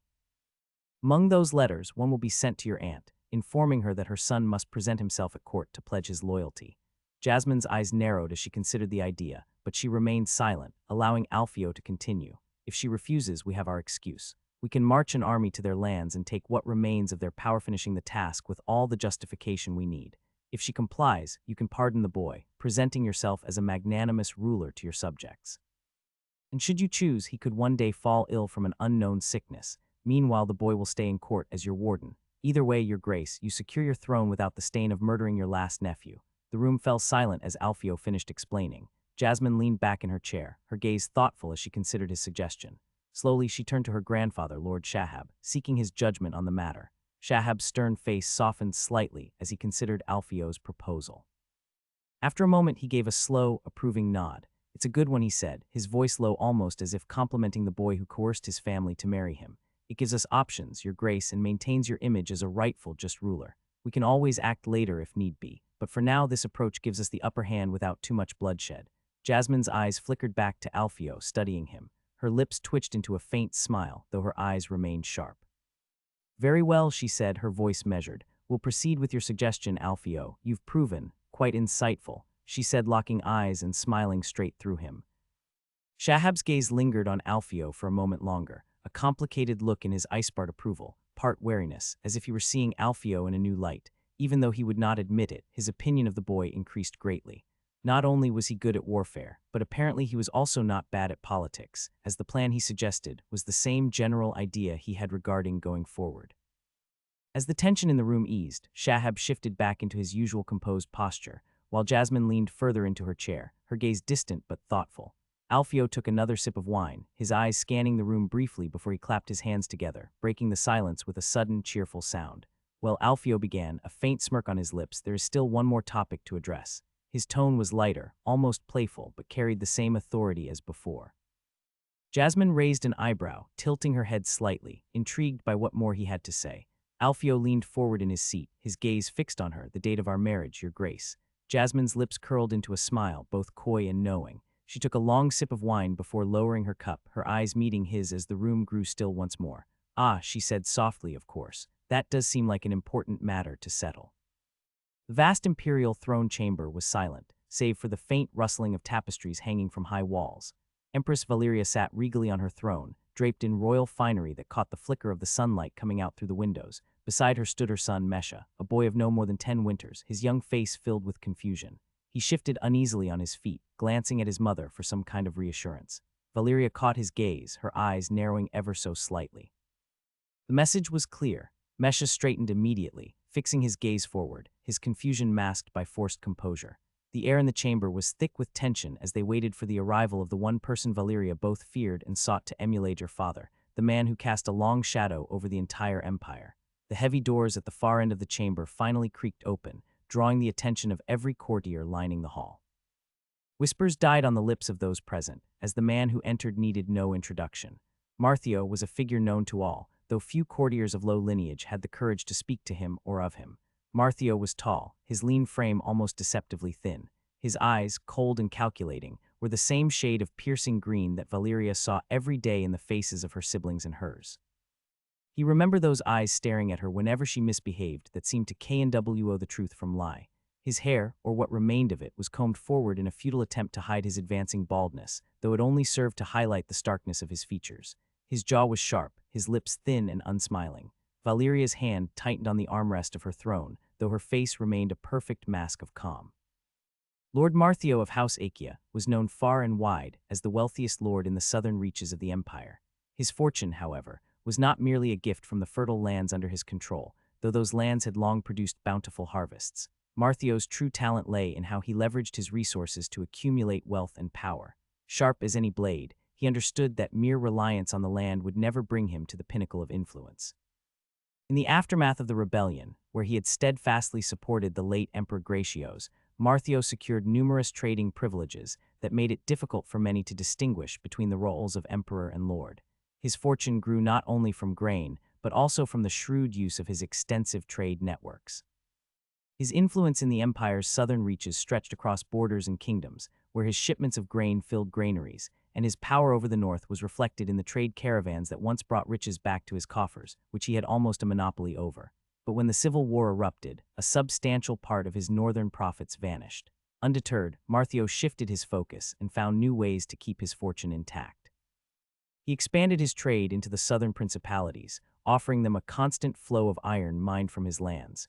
These raw materials became the foundation for crafting the most coveted weapons and armors in the empire. Crafted with intricate designs, the Achaean pieces became a symbol of prestige among the princes and lords of the south. It was said that no true ruler could claim their title without donning an Achaean blade or armor, further cementing Marthio's reputation as the most influential trader in the south. The court herald began to intone the emperor's titles with practiced solemnity: His Imperial Majesty, Lord of the Golden Throne, Protector of the Realm, Sovereign of all peoples.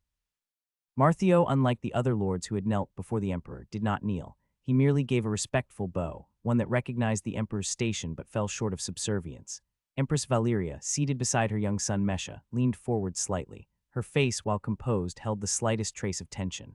"I trust your journey was pleasant, Lord Father," she asked, her voice calm, not even trying to be authoritative. Marthio straightened, his green eyes so eerily similar to her son's locking with hers. "As pleasant as one can expect, your grace, though the roads these days are not what they once were. But I made it here without trouble," he replied smoothly. Valeria offered a tight smile. "I'm pleased to hear it." There was a brief pause before Marthio continued, his voice taking on a tone of formality. With your permission, Your Grace, I would ask to retire for the moment. The journey, as smooth as it was, has left me quite weary. Valeria nodded, though she knew the request was more than just a plea for rest. She could sense the desire for a private conversation, something that couldn't take place within the ears of the court. Of course, Lord Father, take your rest. Marthio bowed again, a subtle acknowledgement of the Empress's words before turning to depart. Empress Valeria sat alone in her private chamber, a goblet of rich red wine cradled in her hand. The room was dimly lit, only the flickering flames of candles casting dancing shadows on the stone walls. She took a slow sip, letting the warmth of the wine ease the tension that had settled into her muscles. Her quiet reflection was interrupted by a soft knock on the door. Your Grace, came the voice of one of her servants from the other side. Valeria straightened in her chair. Enter. The door creaked open and the servant stepped in, bowing low before speaking. Lord Marthio sends his apologies, Your Grace. He regrets that he is too tired to accept your invitation to meet tonight. The servant hesitated, knowing the next part of his message would not be taken lightly. However, Lord Marthio invites you to his quarters instead, at your earliest convenience. The goblet froze in mid-air as Valeria's hand tightened around its stem. She took a slow breath, forcing herself to remain composed. Though the message was clear, her father, less than a day in the capital, was already making it known who held the true authority. He refuses to come to me and instead calls me to him, she thought bitterly. But it was not a surprise. Her father had always been a man who wielded power like a blade, sharp and precise, never one to bend to another's will even when that other was his daughter, the Empress of the realm. Yet in truth, she needed him. Her influence, once strong and unquestioned, had eroded in recent months. The wise counsel, that ever-meddling group of advisors in Novelrecap, subtly siphoned away her authority, making decisions behind her back, whispering in corners, and garnering favor with the other lords. The balance of power was slipping from her fingers. It did not help the fact that the garrison loyal to her was less than a third of the total. Luckily, her father had arrived with an army at his back. Yet even as she recognized the need for his aid, Valeria could not ignore the gall of his behavior. He hadn't even bothered to wait a full day before making it clear who was truly in command. You may wear the crown, but I hold the power, was what he wanted to say. Setting down the goblet, she stood up, straightening her gown. Power games were part of courtly life, but she had learned from the Bisther father himself, and if she had to bend for now, she would find a way to rise again. Empress Valeria strode purposefully through the dimly lit corridors of the palace, her silk gown whispering against the cold stone floors. Her face was composed, regal, though beneath her calm exterior, thoughts churned. The palace was quiet, save for the distant murmurs of courtiers and the occasional clink of armor from passing guards who bowed to her before proceeding. As she neared the wing where her father had been given quarters, she suddenly stopped, her eyes narrowing. Ahead of her, standing like sentinels at the door of her father's chambers, were two of her son's personal guards, very ones she had instructed to remain by her son's side at all times. They were dressed in the imperial colors, their armor polished and their posture rigid. When they saw her approach, they immediately bowed low in deference. Valeria's eyes flickered between the two men, suspicion rising. "Why are you stationed here?" she asked, her voice sharp but measured. One of the guards straightened, clearing his throat nervously before responding. "Your Grace, the young emperor is inside, speaking with his lord grandfather." And it came down on the empress. Her father already held the emperor with him. Even her last card was lost. "Have some idea about my story? Comment it and let me know." Valeria's gaze sharpened, her tone firm as she addressed the guards. "His lord grandfather called for him and you brought him here. He is the emperor. It should be the opposite." The two guards exchanged uneasy glances, clearly unsure of how to proceed. "Answer, damn you," she spoke in a voice that could not be misunderstood. One of them finally took a deep breath before answering. "Your Grace, it wasn't Lord Marthio who summoned him, the Emperor. He went to visit his lord grandfather on his own." Valeria froze, her thoughts momentarily scattering. Mesha went to him. Her own son, the Emperor, had gone his grandfather without her knowledge, without her permission. For a fleeting moment, a rare sense of vulnerability washed over her. She felt like a child whose dog walked to a stranger even after she called for it. The door creaked open. Valeria's eyes immediately landed on her blood and flesh. Her father, Lord Marthio, sat at a polished wooden table, his long, lean fingers resting calmly beside a plate of small, delicate cakes. Opposite him sat Mesha, her sonth boy emperor, who stared up at his grandfather with wide, curious eyes. Marthio's cold, usually face bore an expression she had not seen in years, a faint smile, soft and almost warm, the kind he had once reserved for her when she was just a girl, innocent and eager to please. Mesha's small voice filled the room as he leaned forward, eyes bright with excitement. "And then when I was playing in the garden, I saw her Agami cat. She was hiding behind the flowers. She jumped so high when I tried to catch her, and then," his words came quickly, tumbling out as he described his beloved pet with all the enthusiasm of a child. There was a time when she had been in that very seat, when her father would tell her stories and look at her with that same fleeting tenderness before she had crossed him, before she had defied him by going behind his back. He had never forgiven her for that. Mesh's words trailed off as he saw his mother standing there, watching. Mesh's smile faded, and his excitement melted away when he saw her mother. When did he start to fear me? She, though her chest aching a bit. She was her child, and yet he seemed more happy when she was not there. Lord Marthio's smile vanished the instant the door creaked open. He turned slowly in his chair, his cold green eyes locking onto Valeria with a look that pierced through her. His voice, sharp and clipped, filled the room. "Why did you not knock before entering, Valeria?" he asked, not even bothering with titles. The warmth he had shown moments ago to Mesha was now completely gone, replaced by the stern demeanor she had grown accustomed to. Valeria hesitated, stumbling over her words as she stood frozen in the doorway. For a brief moment, she felt like a child scolded, cornered, and struggling to find her voice under the weight of her father's gaze. As she started stumbling around like a fool, she straightened herself, gathering her composure. "I had asked for you earlier." Marthio's expression hardened further. He gave her a brief, dismissive look before replying, "I had more important guests, Valeria. I suppose it would have been rude to leave the Emperor alone to meet with somebody else." He gestured toward the boy sitting across from him. "Are you finished then? If so, sit down. This actually eases things as I have matters to discuss with you." His eyes bore into hers, leaving no room for further argument. As soon as she sat down, he spoke, his voice calm but carrying the unmistakable edge of authority. "We will need to talk about how you've been running things in my absence," he began, his words clipped and precise. Valeria shifted uncomfortably in her seat but said nothing, her gaze falling momentarily on her son. Mesha, sensing the gaze, rose from his seat. He glanced at his mother, confused and a little uncertain, before quietly stepping toward the door. Just as Mesha was about to leave, Marthio's expression darkened for a brief second, a flash of fury crossing his features as he shot Valeria a sharp look. But then just as quickly, his face softened, and he called out in a warm tone, "Mesha, please feel free to visit me whenever you like. Next time I'll tell you a very nice story." Mesha's face brightened with a wide smile. "Yes, grandfather," he said happily before disappearing through the door. The moment the door closed behind Mesha, Lord Marthio's calm facade shattered. "What the hell have you been doing in my absence, Valeria?" His voice, though quiet, was laced with fury. His eyes, cold and sharp, bore into her as he leaned forward, the once gentle grandfatherly warmth now gone, replaced by the ruthless lord she had known all her life. "This is a damn shit you're running," he spat, rising from his chair. "How are you treating my grandson?" Valeria winced, her fingers clutching the armrest of her chair, but she said nothing. "Isolating him from power," Marthio continued, his voice rising. "He's the emperor now, Valeria.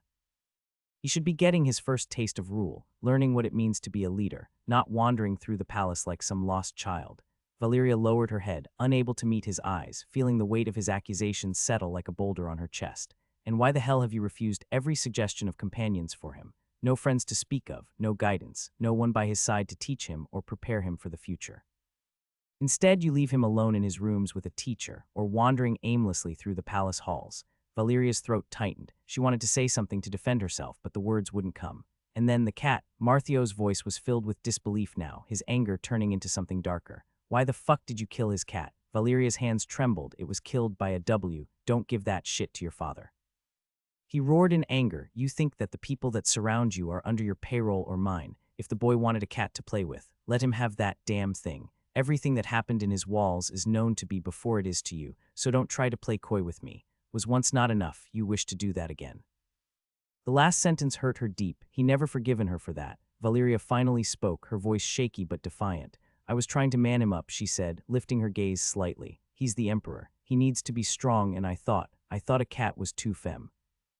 "Man him up?" Marthio cut her off, his voice filled with contempt. He slammed his hand on the table, making Valeria flinch. "You're a fool, Valeria. A damn fool with ideas of grandeur, who thinks herself too smart for her own good." Valeria's face tightened at the harsh words, but she didn't respond. She did not know how. "You're not making him stronger. You're raising him like a lost child," Marthio continued, his voice heavy with disdain. "He's not learning anything about ruling, about leading men or making decisions. All he's learning is how to do nothing unless his mother tells him what to do. He is becoming a goddamn joke. Behind every strong man is an equally strong woman. You are proving that on the opposite side." Valeria felt the sting of his words, but she forced herself to meet his eyes, even as her heart sank deeper. "You're not helping him," Marthio growled. "You're only protecting your own damn power. A blind and greedy fool. You're so desperate to keep control that you're smothering him, making sure he can't act without you hovering over him." His eyes narrowed, voice filled with venom. "He's the emperor, not some puppet for you to manipulate. Valeria looked down again, her grip tightening on the chair.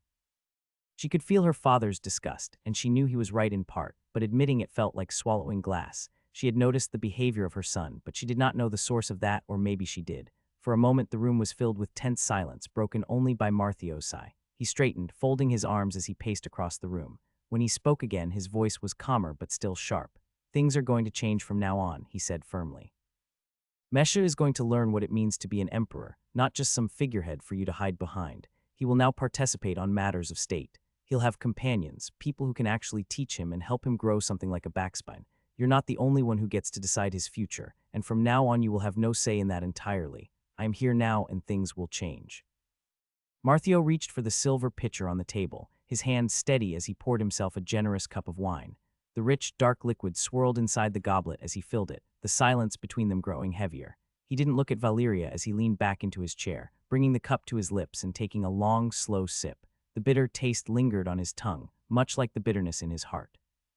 "I had hoped," Marthio began, his voice cold and deliberate, "that for once you wouldn't disappoint me, that you would put aside your petty desires and actually work for the good of our house." His green eyes flickered toward her, sharp and piercing. "But I was wrong." Valeria's lips parted, her heart racing. "Father, I—" Marthio slammed the cup down on the table with a force that silenced her immediately. "No." His tone was absolute. "I trusted you to guide Mesha and further our interest, and instead you've turned it into a disaster. You've made a mockery of our name." Valeria opened her mouth to defend herself, her thoughts racing for something, anything that could lessen the blow. "I was only trying to—" "I don't care what you were trying to do. You failed. You failed as a mother, you failed as a ruler, and most of all, you've just failed. There's no side you can watch this and think she did a good job on that or she did not fail miserably here." The words hit her like a slap. Her eyes widened, and for a brief moment she felt as though the floor beneath her might collapse. "You will step down from the regency," Marthio commanded, his tone leaving no room for argument. "Immediately." Valeria's breath caught in her throat. She wanted to protest, to cling to what little power she still had, but Marthio's expression left no doubt in her mind. His decision was final, and she was powerless to stop it. Her father, towering above her like an immovable force, had stripped her of everything in a single stroke. Valeria stood abruptly, her hands clenching at her sides, mustering the strength she lacked when she was a child. "No," she said, her voice tight with emotion. "I will not step down." Marthio for once didn't respond with immediate fury. Instead, his brows lifted in mild surprise. He leaned back further in his chair, his green eyes narrowing slightly as he regarded her, more curious than angry. "Excuse me?" His voice was soft, almost a whisper. "I did not fail." Valeria shot back, her voice growing louder, her frustration boiling over. "I put our blood on the imperial throne. I secured our legacy. You were off in your territories, managing your trade routes and armies, but it was me. I was the one here in the capital. I made sure Mesha ascended. You talk about disappointment, but you don't understand the pressure I was under, the decisions I had to make." Marthio said nothing, simply raising his cup and taking another slow sip of wine. His silence only spurred her on, the lack of response making her feel as though she was battling not just his judgment, but a ghost of indifference. "I made the southern nobles swear fealty to your grandson," she continued, her voice trembling as she tried to hold onto her composure. "The entire southern bloc, loyal to Mesha, to our house. That wasn't you, it was me. While you were mustering your armies, while you were handling trade and grain, I was here, holding everything together, organizing the defenses, ensuring that we wouldn't lose the capital to the factions circling us like vultures." Marthio remained completely still, his cup resting against his lips, his cold green eyes fixed on her. He let her rant, let her anger pour out. It was as though every word she spoke only further deepened his quiet detachment. His silence was unnerving, but Valeria could feel the pent-up frustration pushing her forward, her voice shaking with both pride and desperation. "I've kept this empire together in your absence," she declared, her tone thick with bitterness. "I did what I had to for the sake of our house, for you and Mesha. I did not fail." Marthio finally spoke, his voice low but laden with disappointment. "If that is what you truly think, Valeria, then I have failed far more than I ever imagined." He paused, taking another measured sip of wine, and let out a deep sigh. His gaze was fixed on her. "That little achievement of yours," he continued, his tone now laced with contempt, "the one you boast about as if it were some grand feat-any fool could have done the same, even a damn mongrel.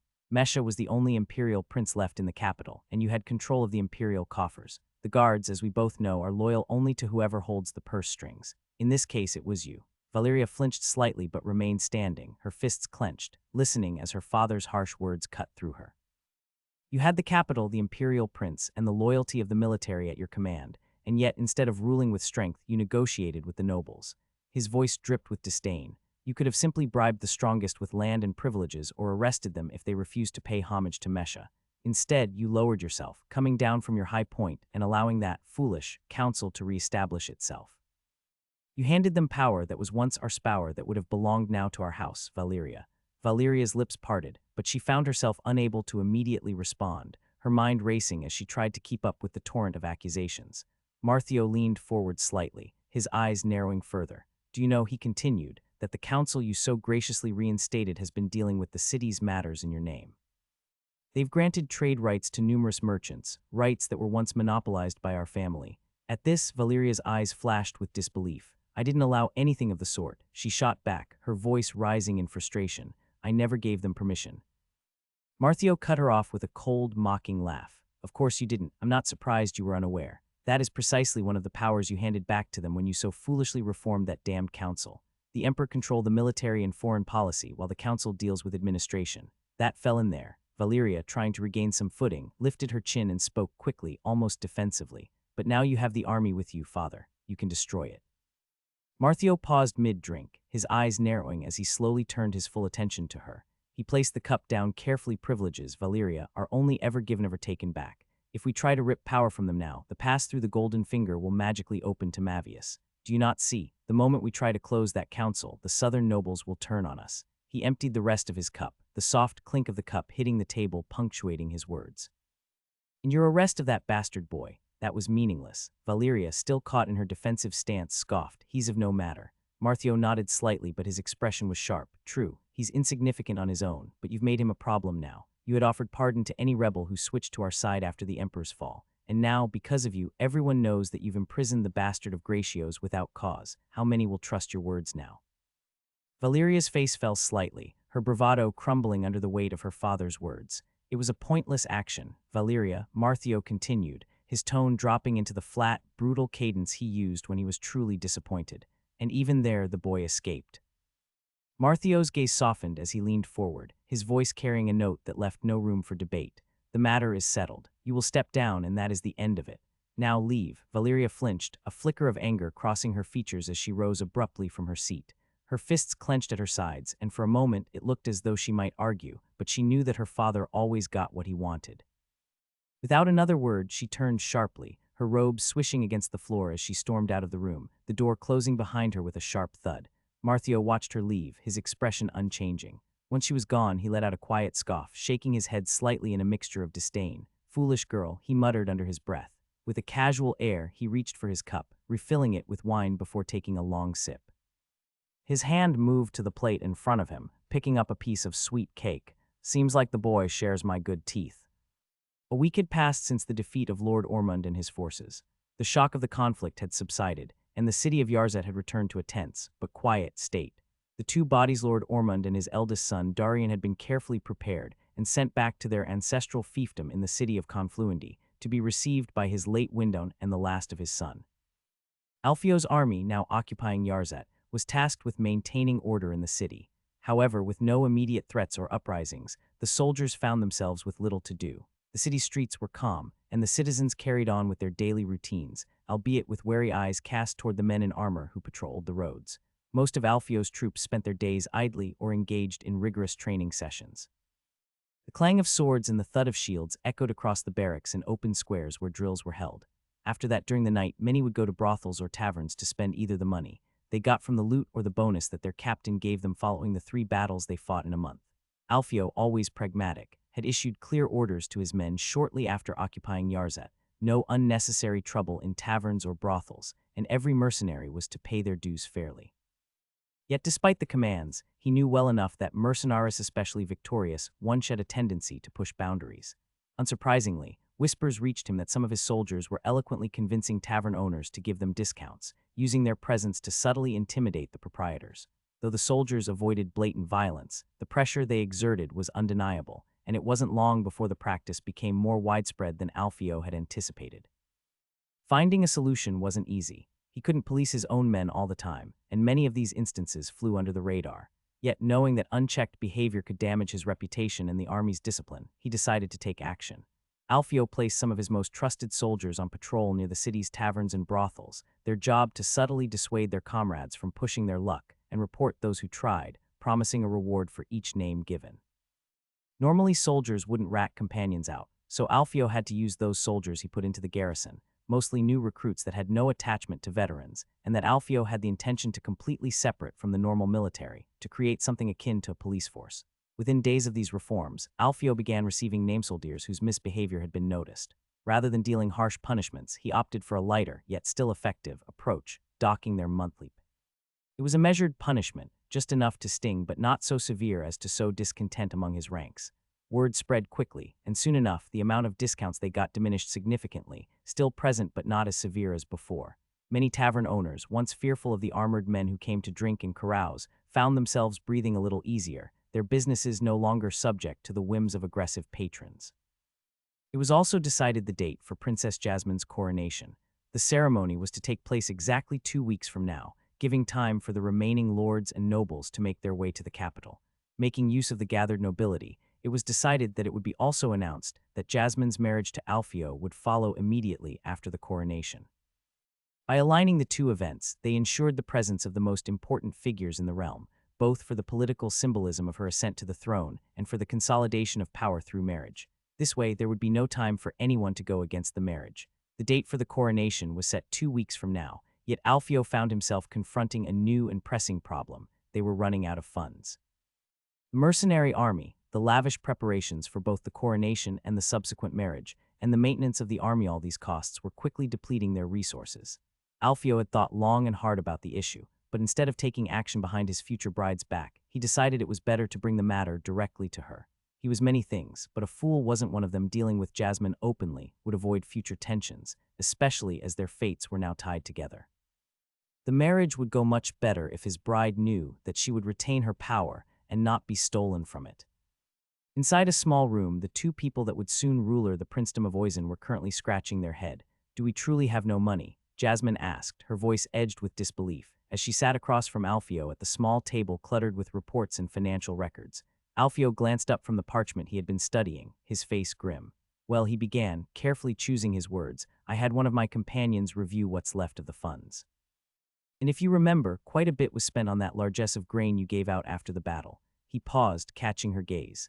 Jasmine shifted uncomfortably, offering an awkward smile, though she knew the decision had been hers. "How much do we have left then?" she asked, her tone softening slightly but still carrying a hint of worry. "I have less than 10,000 silveri remaining, or 1,000 ordi if you prefer to count it that way," Alfio replied, his brow furrowing. He ran a hand through his hair, clearly troubled by the dwindling resources. Jasmine exhaled, leaning back in her chair. "That should be enough to cover the costs of the banquets and the ceremony, right?" she suggested, trying to sound optimistic. Alfio shook his head, his eyes narrowing as he laid out the harsh reality. "Most of that money will be used to maintain the army for the next few months," he explained, "and whatever is left won't come close to covering the expenses for the coronation, let alone the feasts, entertainment, and all the other ceremonies that follow. We're looking at far more than just a few thousand coins for what's ahead. Worst part is that we can't afford to be cheap, as extravagance is the only word that should be used to describe a coronation and a royal marriage." "How much do we currently spend on the military?" Jasmine asked, her brow furrowed as she had no way of knowing how much Alfio's soldiers cost him. Alfio exhaled, setting the parchment down and leaning forward on the table.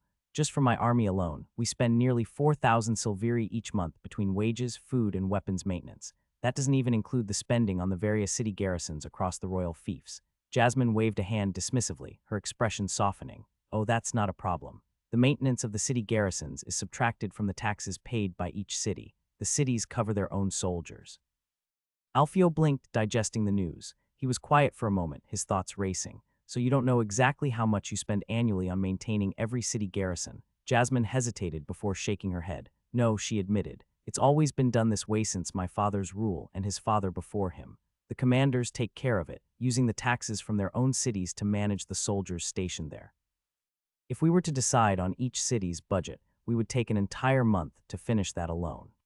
Alfio's mind spun as he processed this. So nothing stops city commanders from withholding more than they need, he thought, realizing that the lack of a centralized system left them vulnerable to corruption. It became increasingly clear to him that the princedom didn't have an effective bureaucracy in place, leaving much of the financial management divided and disorganized. A problem that, however, Alfio knew was only inevitable for strong empire and should be unerred for such small, petty kingdom.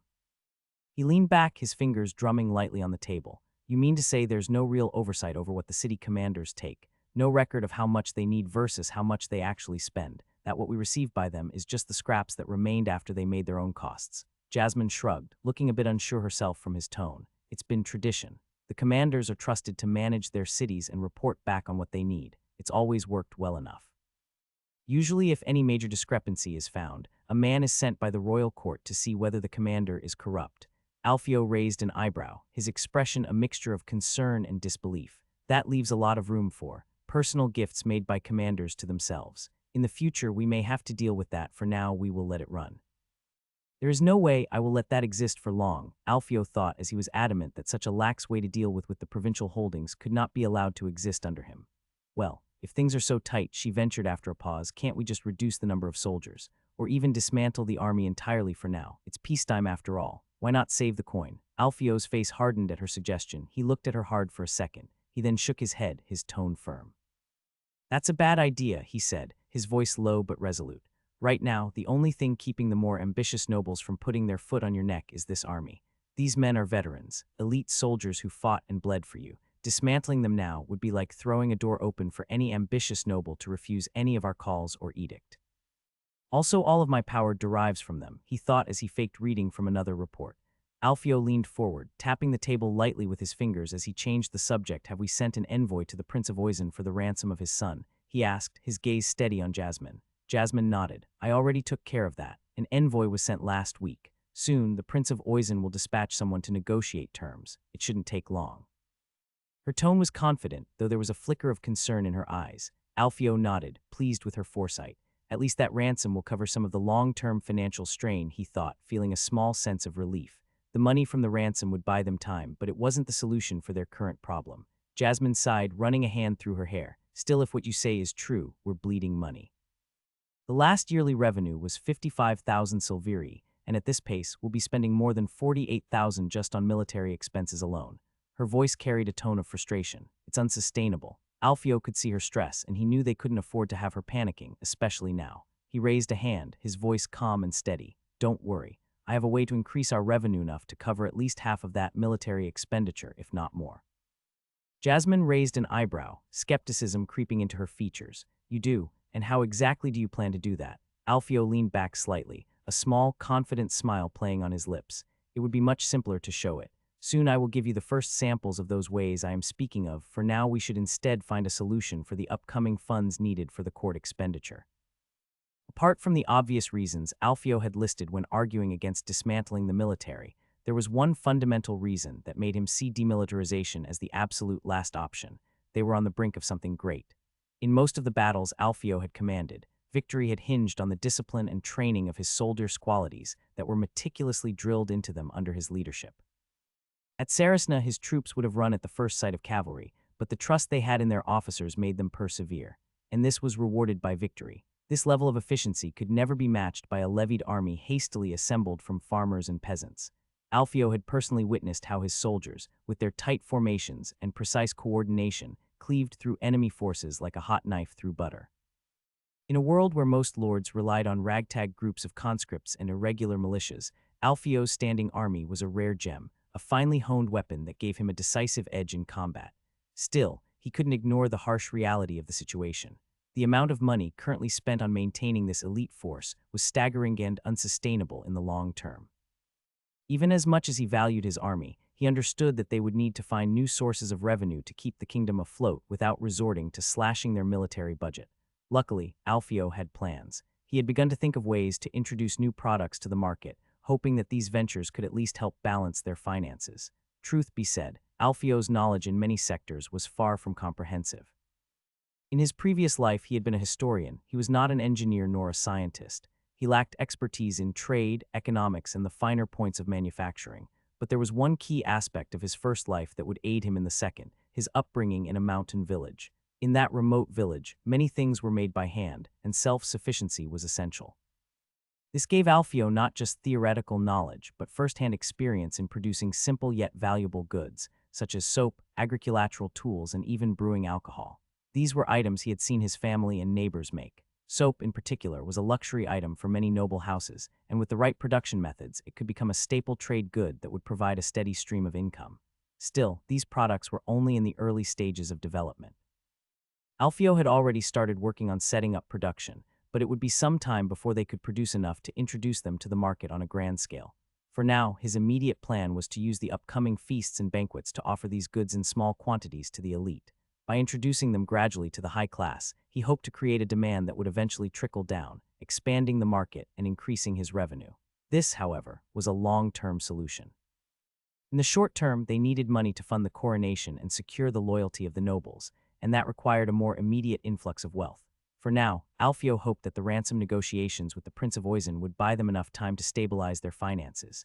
Still, this didn't solve the immediate demand for funds. Even the ransom for Sorza, Alfio believed, wouldn't arrive soon enough to cover the costs, leaving them with two options: either raise taxes or take a loan. "I don't think raising taxes right after taking the throne is a wise move," Jasmine remarked thoughtfully. "We should at least wait a year before that. The last thing we want is to rule over a city that resents us from the start." Alfio nodded in agreement as he leaned back in his wooden chair, the weight of responsibility heavy on his shoulders. "I agree with you. Raising taxes now would only stir discontent among the people and the nobles. I suppose that leaves us with the loan." Alfio, by nature, was cautious about incurring debt. One clear example of how dangerous loans could be to King was Charles V, who, even with all the kingdoms under him, and the great amount of silver and gold coming from America, they were simply not enough against the interests coming from the numerous loans he took to fight against France, the Ottoman Empire, and the numerous rebellions he faced in Spain. There were no laws regulating usury in this world, and without any religious prohibition, interest rates could soar as high as 20 per month, forcing them to pay the entire original debt as simply interest after a year. Luckily, Alfio was not in such a situation, as they had a rare advantage in their court: a man who would likely be more than willing to lend them a considerable sum at a much lower interest rate, given their current circumstances.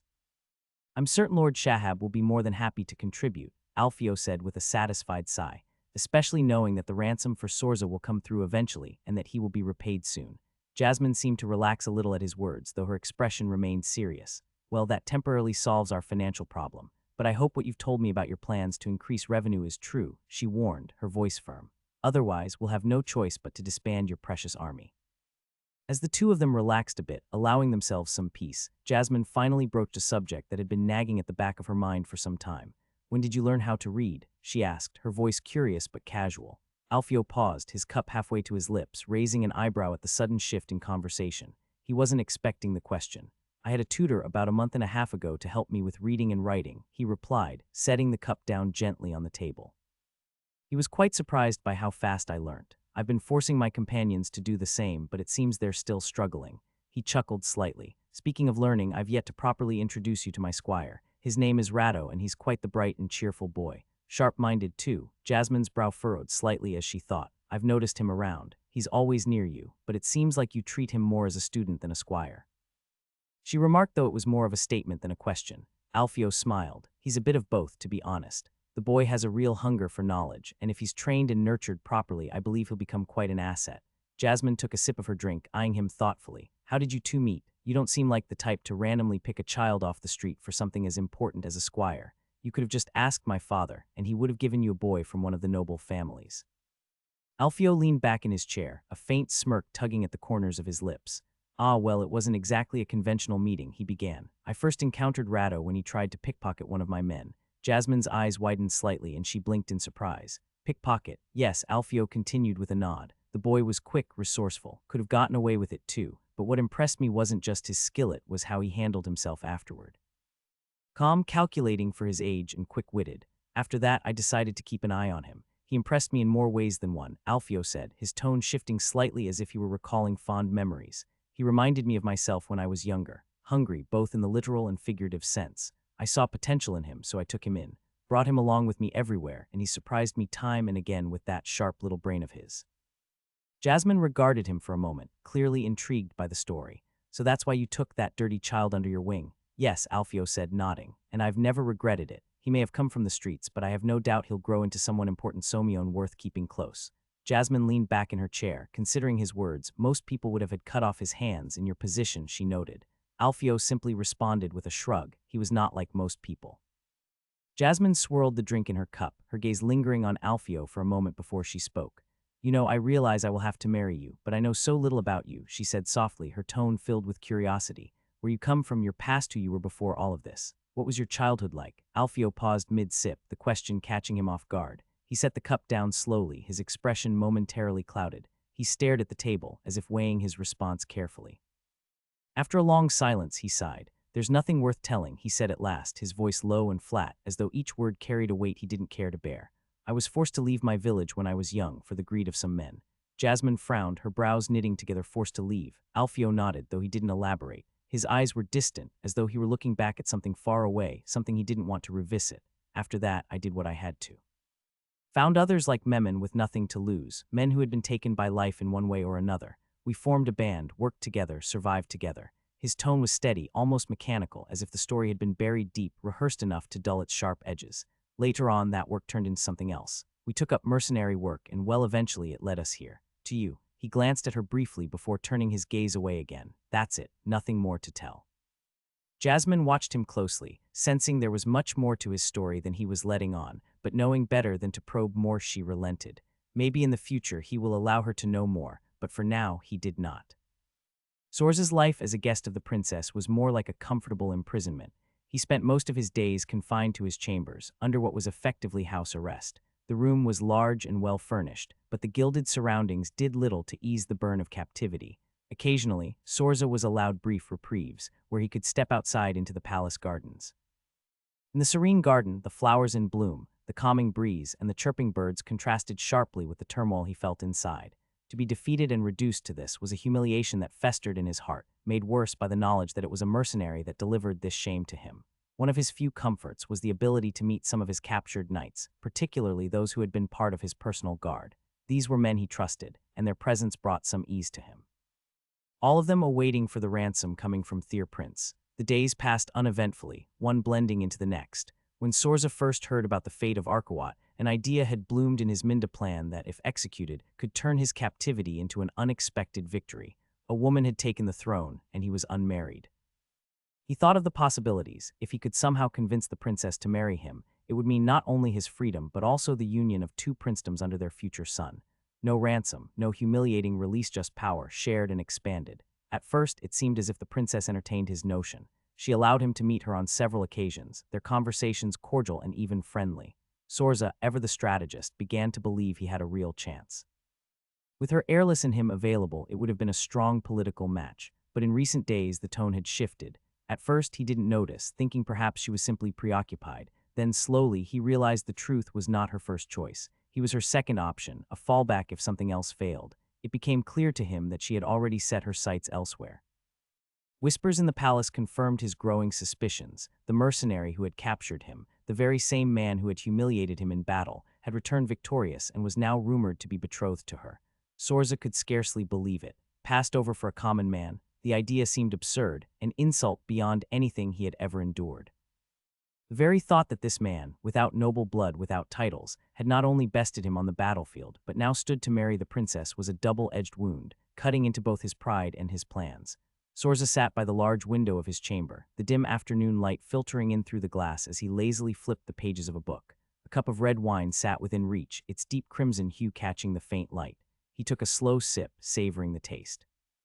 It was now his 23rd day in captivity, each passing moment waiting for his freedom. The room was silent save for the crackling of the fireplace, and Sorza leaned back in his chair, his mind wandering from the words on the page. He had heard voices earlier that day, hushed whispers among the servants and guards that negotiations for his ransom were underway. That brought him a measure of relief, though the thought of being ransomed like some lowly prisoner only deepened the pit in his stomach. Still, it was better than the alternative, remaining here, a guest of the princess, while the world moved on without him. He took another sip of his wine, letting the warmth of it spread through him as he thought of the future. The heavy wooden door to Sorza's chamber suddenly creaked open, breaking the quiet of the room. The young prisoner thought that one of the guard had come for his daily stroll around the keep garden. Instead, a young maid stepped inside, her head bowed respectfully, her hands clasped nervously in front of her. "Lord Sorza," she said softly, her voice barely above a whisper, "the princess requests your presence. Envoys from your father have arrived, and they wish to see you." At her words, Sorza's heart leapt in his chest. He felt a sudden surge of happiness, the dull monotony of his days as a captive briefly forgot. Finally, after weeks of waiting, there was a glimmer of hope. He set the book aside without a second thought and rose swiftly from his chair, nearly knocking over the cup of wine as he did so. Straightening his tunic, Sorza strode towards the door, his posture more upright, his steps more eager than they had been in days. Lead the way, he commanded, though his tone was not harsh. He was too elated to care much for formalities now. The maid nodded quickly and turned to lead him down the long corridor. Sorza followed her, his mind racing with thoughts of the meeting ahead. Sorza followed the maid down a winding series of corridors, his heart pounding in his chest. When they arrived at a large oak door, the maid stepped forward, placing her small hands on the iron handle. With a soft creak, the door swung open, revealing the chamber beyond. On one side of the chamber stood the princess, poised and regal, her hands clasped in front of her. Beside her, to his bitter displeasure, was Alfio, the mercenary who had twice humiliated him on the battlefield. Sorza clenched his jaw, suppressing the surge of anger rising within him. Next to them was an older man, one Sorza did not recognize, perhaps a noble or a close advisor, his stern face giving nothing away. On the opposite side of the room stood Sir Marhwaedit, one of Sorza's most trusted knights. He was a seasoned warrior, well past his youth but still standing tall and proud. His long, graying hair was tied back, and a thick beard framed his weathered face. He wore a breastplate emblazoned with the crest of House Sorza. Behind him were a few of his men, clad in armor, their eyes fixed forward, tense but composed. Sir Marhwaedit bowed slightly at Sorza's entrance, his steel-gray eyes meeting Sorza's with a flicker of hope. He had been a loyal knight to Sorza's father and a close aide since Sorza had come of age. "How is my father, Sir Marhwaedit?" Sorza asked, a hint of worry hidden behind his composed demeanor. Sir Marhwaedit's stern face softened ever so slightly, and a small, reassuring smile appeared beneath his graying beard. "Your father is in fine health, my lord. He waits eagerly for your return." Hearing this, Sorza felt a surge of relief. His father's health was always a lingering concern, but the knight's words gave him peace for the moment. "And my mother," Sorza pressed, his voice quieter, more personal. "She must have been worried with no word from me for so long." Marhwaedit nodded, the smile lingering. "Indeed, my lord, Lady Sorza was greatly troubled when news of your fate was unclear. However, the letter you managed to send her was a blessing. It did much to calm her fears, and she waits for your safe return as eagerly as your father." For the first time in weeks, a genuine smile touched Sorza's lips. As the air between Sorza and Sir Marhwaedit settled, Alfio suddenly broke the silence, turning his attention to the knight with a curious look in his eye. His voice was calm, though it carried a weight beneath its polite surface. "Lord Sorza," Alfio began, his tone almost casual, "I hope that have you found the accommodations to your liking." Sorza's smile faltered immediately, his expression stiffening at the audacity of the man before him. He turned to Alfio with cold disdain, his voice sharp as he replied, "Are you unaware, mercenary, that a commoner should not speak unless spoken to by a lord?" The room seemed to tense at Sorza's words. Alfio's eyes narrowed ever so slightly, the faintest flicker of irritation crossing his face. But instead of rising to the insult, he offered a smile that was more cutting than warm. "My apologies, Lord Sorza," Alfio said smoothly, his voice holding an edge of sarcasm. "You see, I had little formal education. My only teacher and tutor from a young age was war." He paused, letting his words settle. "Perhaps if the same were true for you, you wouldn't find yourself a prisoner, captured by one below your station. Though it was not your fault, I think most men would have ended with the same outcome if that situation was presented to them." As the tension in the room grew thick, the princess cast a sharp look at Alfio, her eyes flashing with disapproval. Alfio, sensing her displeasure, turned his head away with a casual shrug, offering a half-hearted apology to Sorza. "I apologize," he said, his voice smoother but with a hint of indifference. "I meant no disrespect, it's just sometimes my words come out of their own." Princess Jasmine, her gaze still lingering on Alfio, softened her expression as she addressed Sir Marhwaedit. "You have seen how my guest has been treated well, I hope." Her tone was firm but polite, guiding the conversation away from the brewing conflict. Sir Marhwaedit gave Alfio a lingering glance, as if sizing up the man who had caused so much trouble. Alfio, for his part, merely smiled innocently, as if the verbal jab a moment ago had been nothing more than a harmless jest. The knight turned back to Jasmine with a respectful nod. "Indeed, your grace," he said, his voice steady. "I can confirm that Sir Sorza has been well taken care of." He paused, then gestured slightly. "Let us proceed with the negotiations." As the negotiations came to finally start, Sorza was led toward the door by one of the guards. His gaze, however, never left Alfio. The simmering resentment in Sorza's eyes was unmistakable, a deep, festering anger at the man. Alfio, standing relaxed by Jasmine's side, met Sorza's stare without flinching. Rather than showing any sign of discomfort, he offered a small, infuriating smile. It was calm, almost amused, as if the whole situation was nothing more than a game to him. As Sorza stepped out of the room, the door closing softly behind him, everybody stopped as they stared at the young man in question. Jasmine sighed deeply, her patience clearly thinning. "I apologize for his behavior, Sir Marhwaedit," she said, casting a frustrated glance at Alfio. "He can be blunt, but I assure you he means no disrespect." Sir Marwood's eyes narrowed, his voice sharp with offense. In our court, such insolence would never be tolerated. A man who speaks out of turn to a royal would have his tongue removed for such an affront. Alfio, lounging casually, smiled as if the comment amused him. He tilted his head slightly, his tone dripping with condescension. Well, it's a shame then that you don't have men like me in your court. Sounds like you'd be left with a room full of quiet, obedient men, who might fail at the first real test of wit or will. Sir Marwood stiffened, his eyes flicking to Jasmine to control who he thought was her errand boy, but Alfio continued before anyone could respond. You see, sometimes it's not the tongue that's the problem. It's the people who don't know how to deal with a man who can use it well. A sharper mind and a sharper tongue, those can be worth more than any sword or soldier, but I suppose that's a little too much for some to handle. Jasmine winced slightly at his words but kept her composure. Sir Marwood, visibly bristling, held back his temper. A sharp tongue without respect only leads to trouble, he said coldly. Alfio smirked, his eyes gleaming with a mixture of defiance and amusement. Perhaps. But then again, trouble has a funny way of finding men like me, and usually it's those men who end up coming out on top if it was not so. By this point our dear guest would be walking in the fine city of Saracena, with his banner on top of the castle walls. Jasmine, sensing the rising tension between Alfio and Sir Marwood, quickly interjected, her voice calm but firm. Shall we focus on the negotiations? I believe we have more important matters at hand. Alfio opened his mouth, grinning as if ready to add another quip, of course I woo. But before he could continue, Lord Shahab cut in with a sharp voice of authority. Enough. If we allow you to prattle on, Alfio, we'd still be here by sunrise. Let's settle what we came here for. His gaze moved to both sides of the room, his presence commanding respect. Alfio, showing no sign of offense, simply shrugged and leaned back in his chair, making himself comfortable as Shahab turned the conversation towards the truce. I propose a truce of 5 years, Shahab began, his tone measured.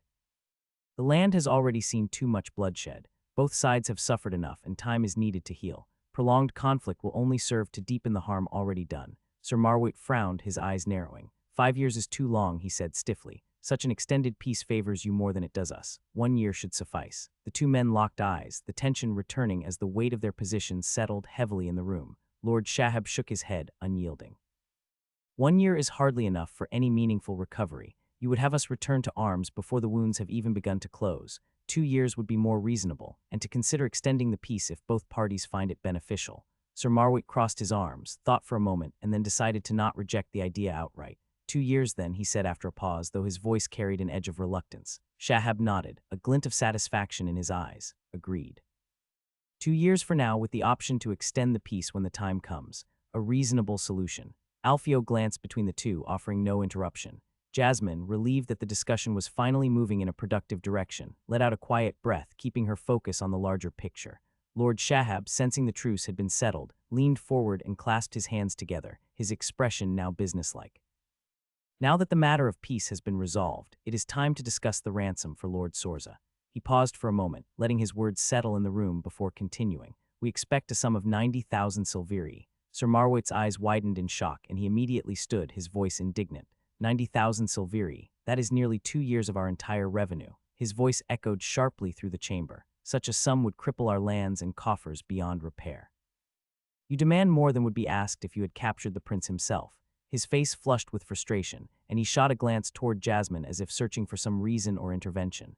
But she remained still, her expression neutral, unwilling to show any sign of favor. Alfio, who had been silently observing the conversation, leaned back. Maybe next time, he thought to himself, the idea of capturing the prince himself flickering through his mind briefly. Lord Shahab, unfazed by the knight's outburst, merely adjusted his sleeves and spoke again in his calm, unwavering tone.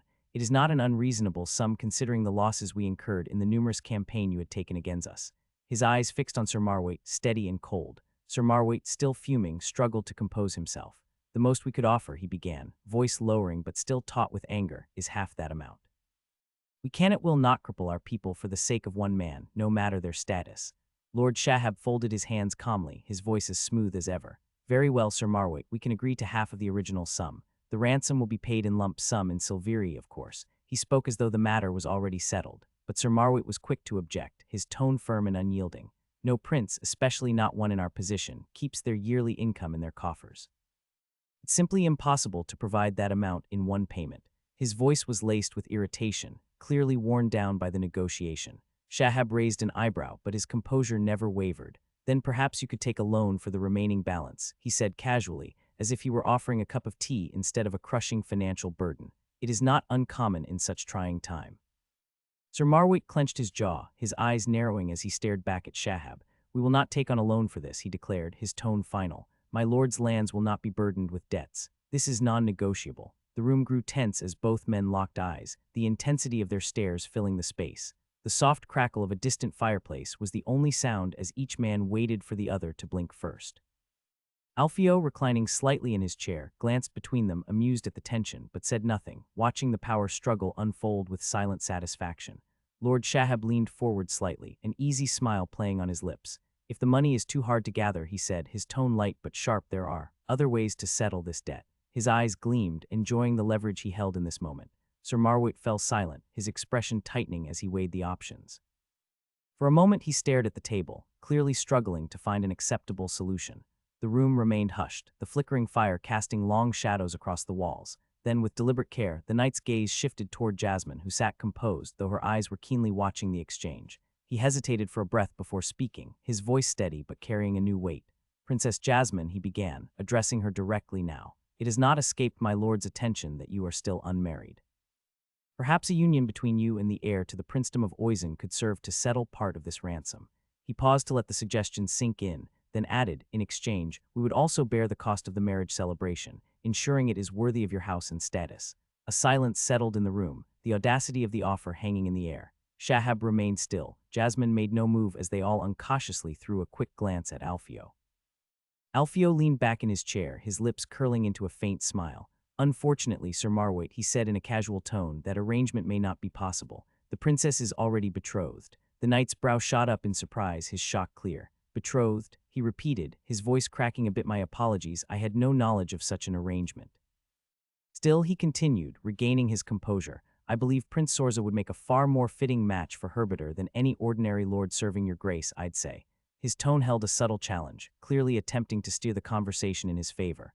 Alfio, unfazed, chuckled softly. Ah, but you're talking to the man right now. He gestured casually toward himself, his voice carrying a smooth confidence that immediately baffled the men. The knight blinked, his expression shifting to one of utter confusion. He glanced between Jasmine and Alfio, his mouth opening and closing as if trying to reconcile the words he had just heard. How? Marwaite finally sputtered, his voice thick with disbelief. How could a royal mingle with such common rabble? Sir Marwaite, still clearly rattled by the revelation, leaned forward, trying to regain his composure. Your Highness, he said, turning his focus entirely on Jasmine, I urge you to reconsider. A union with Prince Sorza would elevate both our princedoms. You would have a royal by your side, not some. But before he could finish, Lord Shahab finally had enough.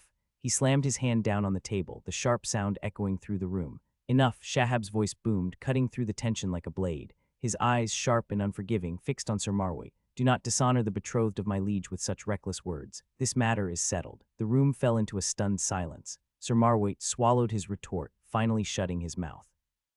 He glanced at Jasmine, who looked relieved that the confrontation had been diffused, and then at Alfio, whose expression remained impassive but with a flicker of triumph behind his eyes.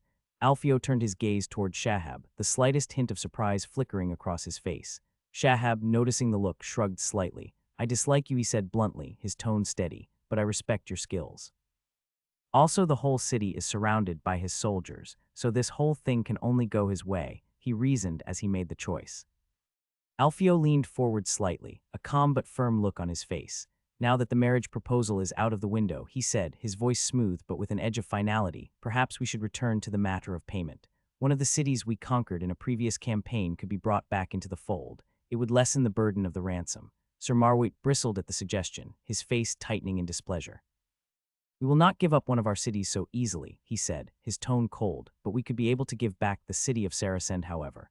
For that we expect the ransom to be set at no more than 20,000 silveri. Lord Shahab immediately raised a hand, shaking his head with a shrewd smile. 20,000 is far too little. For the return of Saracen, the ransom will be 35,000 silveri, he stated firmly.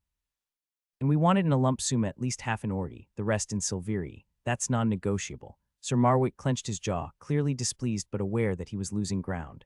He shot a quick glance at Jasmine, who remained silent but resolute, and then to Alfio, whose confident gaze remained fixed on him.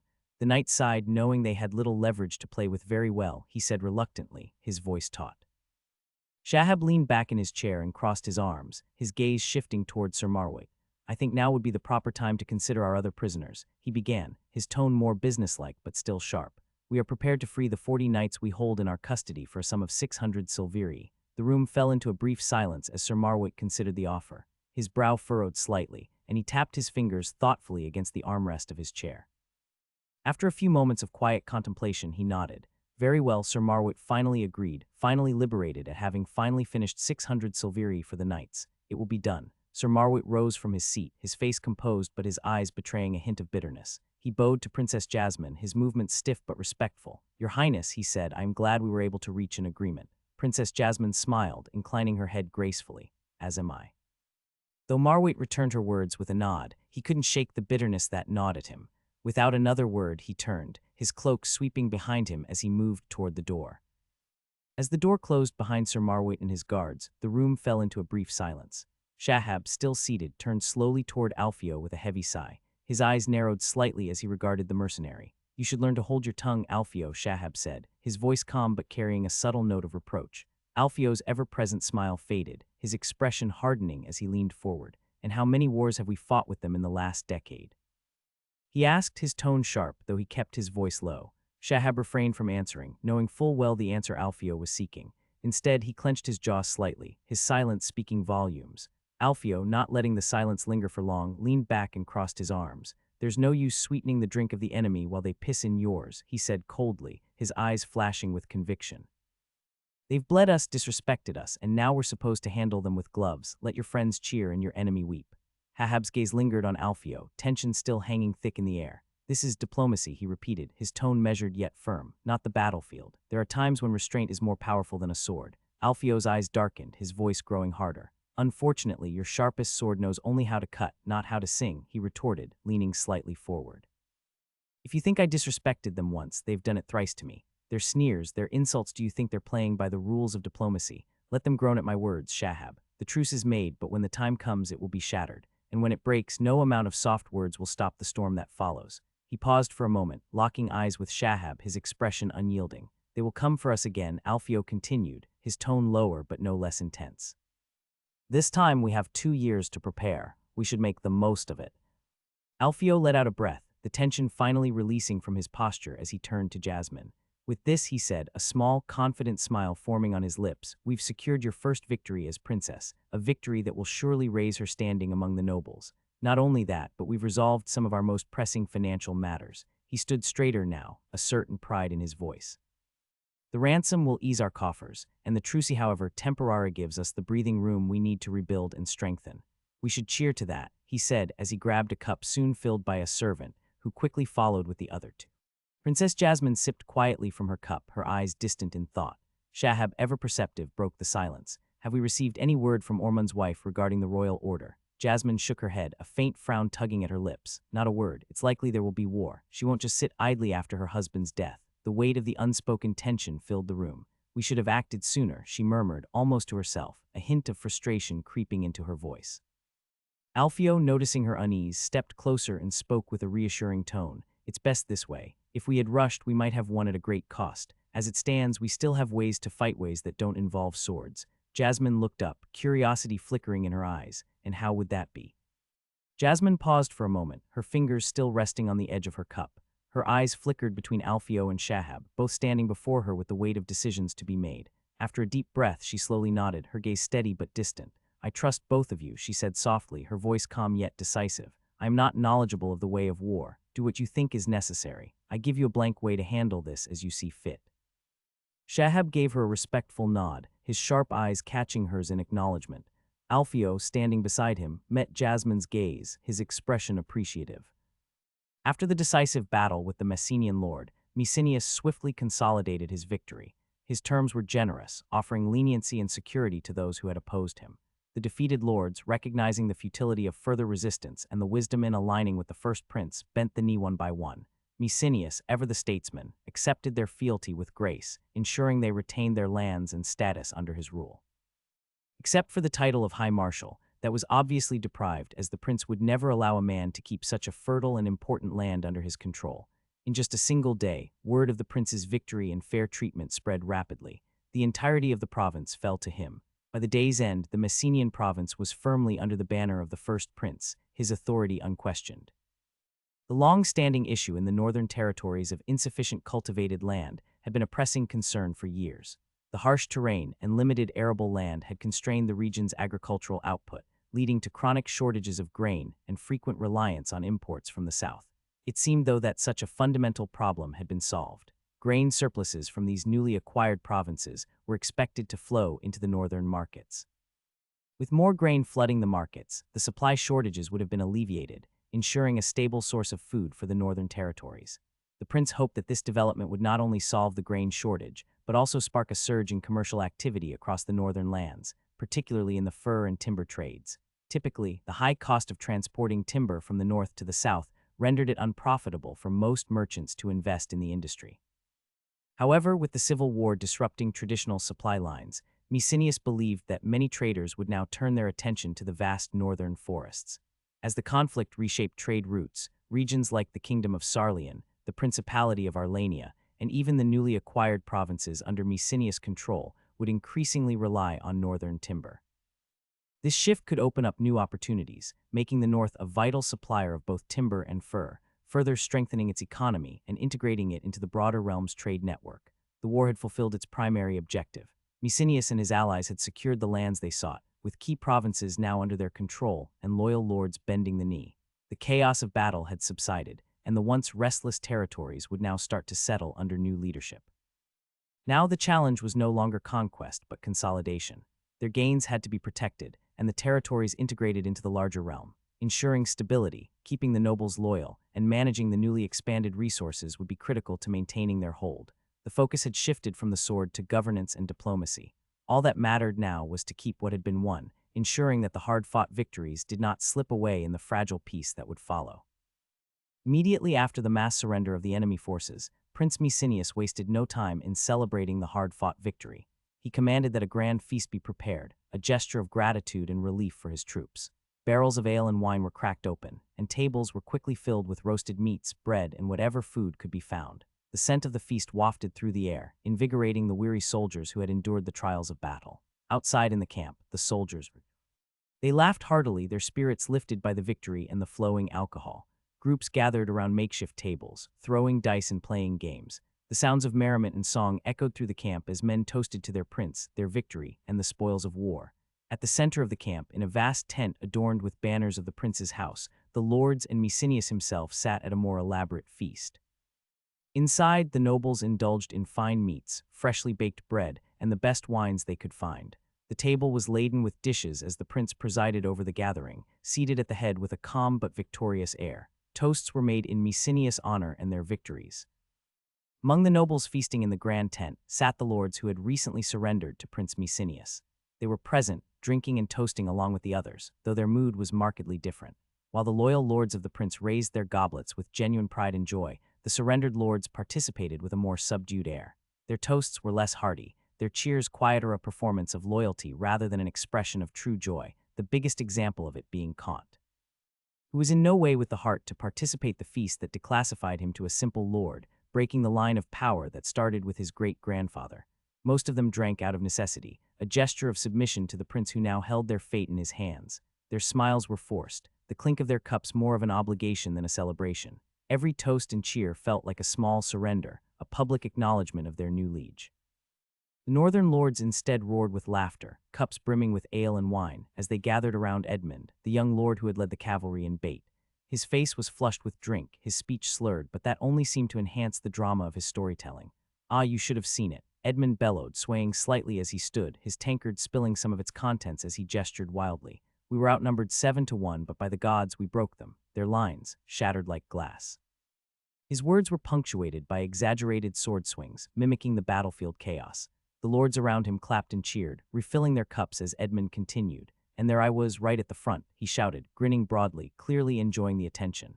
The cavalry was like a storm, a hurricane of steel and horseflesh as they charged towards us. Then I sounded the horn and the infantry came pouring from the flanks. It was chaos, axes, lances, and javelins thrown around. You should have seen them scared out of their wits. Then we turned around and joined the slaughter. Lord Mirth, equally drunk, shouted, and how many did you kill, Edmund? 10, 20. Edmund paused dramatically. 30. At least 30 by my count. maybe 40 if you count the ones trampled under my horse, but nothing in comparison with other. That tall bastard must have killed half and scared the other into running away. The lords erupted in laughter and applause, banging the table with their fists in approval. To Edmund. One of them cried, his tall stature and double axes distinguishing him from the other, raising his cup. The boldest rider in the north. To Edmund, the others echoed, drowning the toast in another round of ale. Edmund, clearly reveling in the moment, raised his tankard high, his voice booming above the din. To our prince, to victory, and to many more battles yet to come.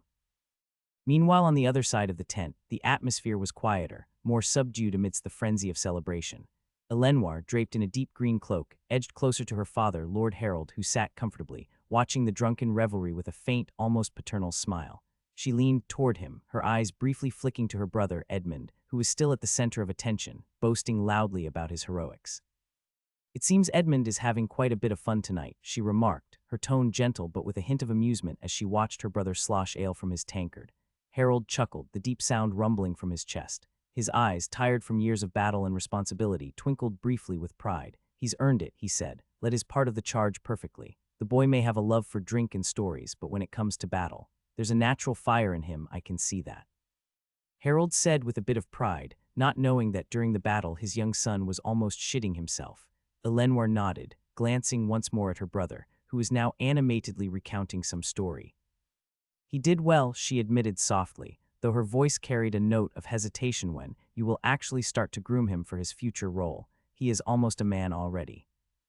Harold sighed, his gaze turning thoughtful as he swirled the wine in his cup. "He's young, Elenor. The world still feels like a grand stage to him, where every battle is a chance to carve his name into legend. In time, he'll learn that leadership is more than just swords and cheers. It's heavy, heavier than any armor he'll ever wear. The better teacher sometimes his life itself." Eleanor's expression shifted, her playful demeanor fading as a more serious tone took hold. She leaned in closer to her father, her voice low and deliberate. "When will you take the next step?" she asked, her gaze steady as her eyes moved to the prince. Harold didn't answer immediately. His eyes drifted away from his daughter and settled on Prince Mecenius, who sat near the head of the table, surrounded by a crowd of newly sworn lords. The prince was animated, drinking deeply from his cup as laughter and cheers erupted around him. He was in his element, entertaining his vassals, playing the role of a victorious ruler. For a long moment, Harold simply watched, his eyes narrowing slightly as if he were calculating something far beyond the merriment of the feast. His strong, weathered hands gripped the edges of his cup, but he didn't drink from it. He thought for a second and then decided that it was time. The feast roared on, the tent filled with the sounds of boisterous laughter, clinking cups, and the occasional shout from a drunken soldier outside. Servants hurried through the crowd, their trays heavy with pitchers of ale and platters piled high with roasted meats and freshly baked bread. They moved swiftly, their steps quickening as drunken men reached out, clumsy hands grazing against their backs and brushing too close to their breasts. The women skillfully dodged these advances, well practiced in the art of avoiding unwanted touches, while letting those that caught their eyes linger on. Around the tables, men gorged themselves on the feast, tearing into slabs of pork and downing mouthfuls of bread between swigs of strong ale. The food, though plentiful, was being devoured at an alarming rate, with chunks of meat and bread disappearing into the greedy mouths of lords and their close companions. Wine spilled from overfilled goblets, drenching the tablecloths and mixing with the grease from the meat, but no one seemed to mind. As the night dragged on, the revelry began to take its toll. More and more men slumped over in their seats, their faces flushed from drink, eyes half-lidded as sleep began to claim them. Some collapsed where they sat, heads resting on the wooden tables, snoring loudly amid the chaos. Others, too drunk to hold themselves upright, slid to the floor, their legs giving way beneath them as they succumbed to exhaustion. The number of unconscious bodies scattered across the tent increased with each passing moment, leaving the few still standing to step over the fallen or drunkenly nudge them aside. Yet the feast continued, unabated by the growing pile of sleeping men. Suddenly, Harold rose from his seat with a sharp movement, grabbing a cup and smashing it against the floor. The loud crash cut through the noise of the feast like a blade, silencing the laughter and conversation instantly. Heads turned toward him, startled, as the clattering of the cup fragments echoed through the tent. Harold stood tall, his eyes scanning the room. "I still remember the first day the prince came into my hall, high on his beautiful brown horse, silk cloths and red velvet cloaks, a real royal prick." People laughed as they threw their open palms at the tables, the prince himself cheering as he emptied the cup while swaying. The first winter hit him hard and well, never leaving the room where his fire was burning and demanding his meals to be brought to him, as it was too cold to leave the fire. Harold let the laughter die down, a wry smile playing on his lips as he looked around the room. He continued, his voice louder and more serious now, cutting through the boisterous atmosphere. "But I'll tell you something," he said, raising a hand. "That same soft princeling who stayed wrapped in silk and never left his fire during that first brutal winter. He grew into a man, a fine one." His words hung in the air as the men quieted, listening intently. "He faced the cold, he fought against the savage beasts and the wild men beyond our halls, and in doing so he grew a pair." The room erupted in cheers, fists pounding the tables. Harold continued, his voice swelling with passion. "He opened his heart to the pain of our people. He saw the suffering, the hunger, and the cold that gnawed at our bones, and instead of retreating behind his velvet cloaks, he fought to help us, not as some royal demanding service, but as a leader who stood among us. He gave what he could when he could, and now look at him, a prince no more a ruler, forged by hardship and tested by battle." The crowd roared again, cups raised high, as Harold's eyes locked with the prince's. There was pride in his gaze, but also a hint of something deeper respect. He spoke, knowing his words carried the weight the prince needed. Harold's voice rang out again, louder now, filled with pride and fervor. "When he saw the chance, when opportunity knocked on our frozen doors, it was he who led the North forward. He took up the sword and didn't look back. He defeated our enemies, crushed their armies, and brought their lands under our banner." The crowd cheered wildly, the northern lords pounding their fists against the tables in approval. But amid the celebration, the defeated Lord Snow sworn to the prince rose their cups weakly, their faces tight with forced smiles. Harold cast a glance toward them, his eyes sharp, but continued without pause. "And now, because of him, our lands are stronger than ever. Our enemies bend the knee or fall at our feet. This is the prince who will carry the North forward, and we will follow him." As the thunderous cheers of the northern lords filled the hall, all eyes turned expectantly toward Messenius. The air was thick with anticipation, every lord both northern and Messenian waiting for the prince to rise and deliver the speech that would cement his claim as the only first king the North would see. Then, without warning, he leaned forward, grabbing a nearby urn and threw what his stomach held onto it. The room fell into a stunned silence as Messenius heaved and vomited agate. The Messenian lords looked on in shock, their faces filled with disbelief at the unceremonious display. Their eyes darted nervously to one another, appalled by what had just unfolded. But the northern lords who had seen their prince endure far worse reacted in the opposite manner. After a brief pause, they burst into raucous laughter, their voices booming with amusement and pride.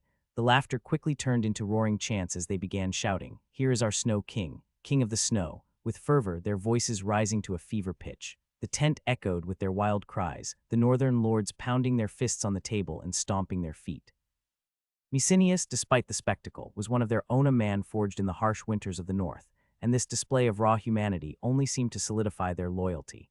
Messenius, now hailed as king by his loyal northern lords, blinked in confusion as he lifted his head from the urn. The cheers and chants of Snow King, King of the Snow, echoed around him, but he seemed disconnected from the moment, lost in a haze of drink and fatigue. He glanced around, his eyes unfocused, clearly not understanding the roaring celebration unfolding before him. "Enough for tonight," Harold said with a warm chuckle, turning to the nearby servants. "Take the king to his tent. Let him rest before he rules." The servants quickly moved forward, lifting Messenius gently from his chair. He stumbled, still dazed, as they guided him toward the exit. The northern lords continued their cheers, raising their cups to the man who would now be king, while Harold watched with amusement. The next morning, the newly crowned King Messenius would awake to a pounding headache and the vague remnants of a night blurred by excess. And as he groggily stirred from his bed, with the events of the previous evening were little more than fleeting images of raised goblets, roaring laughter, and the unmistakable sensation of nausea. It wouldn't be long before a servant would address him with a title unfamiliar to his ears. "Your Majesty," breaking the news to the young king. He had been made king, not through a grand proclamation, a regal ceremony, or a stirring oath, but in the chaos of a drunken feast. And to his dismay, the moment his title was bestowed had been marred by the undignified act of vomiting into an urn, in full view of his newly sworn lords. The snow stretched endlessly in every direction, a blinding, desolate white landscape where neither animal tracks nor even the faintest hint of weeds broke the monotony. It covered the earth like a great frozen blanket, its stillness only interrupted by the biting winds that howled through the frozen plains. Nothing lived out here, at least nothing for long. Among this barren expanse, thousands of tents sprawled haphazardly, dark patches against the white canvas of snow. Thin columns of smoke rose from a few lonely fires where dozens of figures huddled for warmth, their ragged furs pulled tightly around skeletal bodies. Some of the fires crackled with an eerie glow, for mixed in with the wood and kindling were the charred remains of those who hadn't survived what the shamans proclaimed as the Great Migration. Weak, sick, or simply too old to keep up, had become fuel for the flames. This was the camp of the northern savages, the tribes that had been denied passage beyond the Bane time and time again.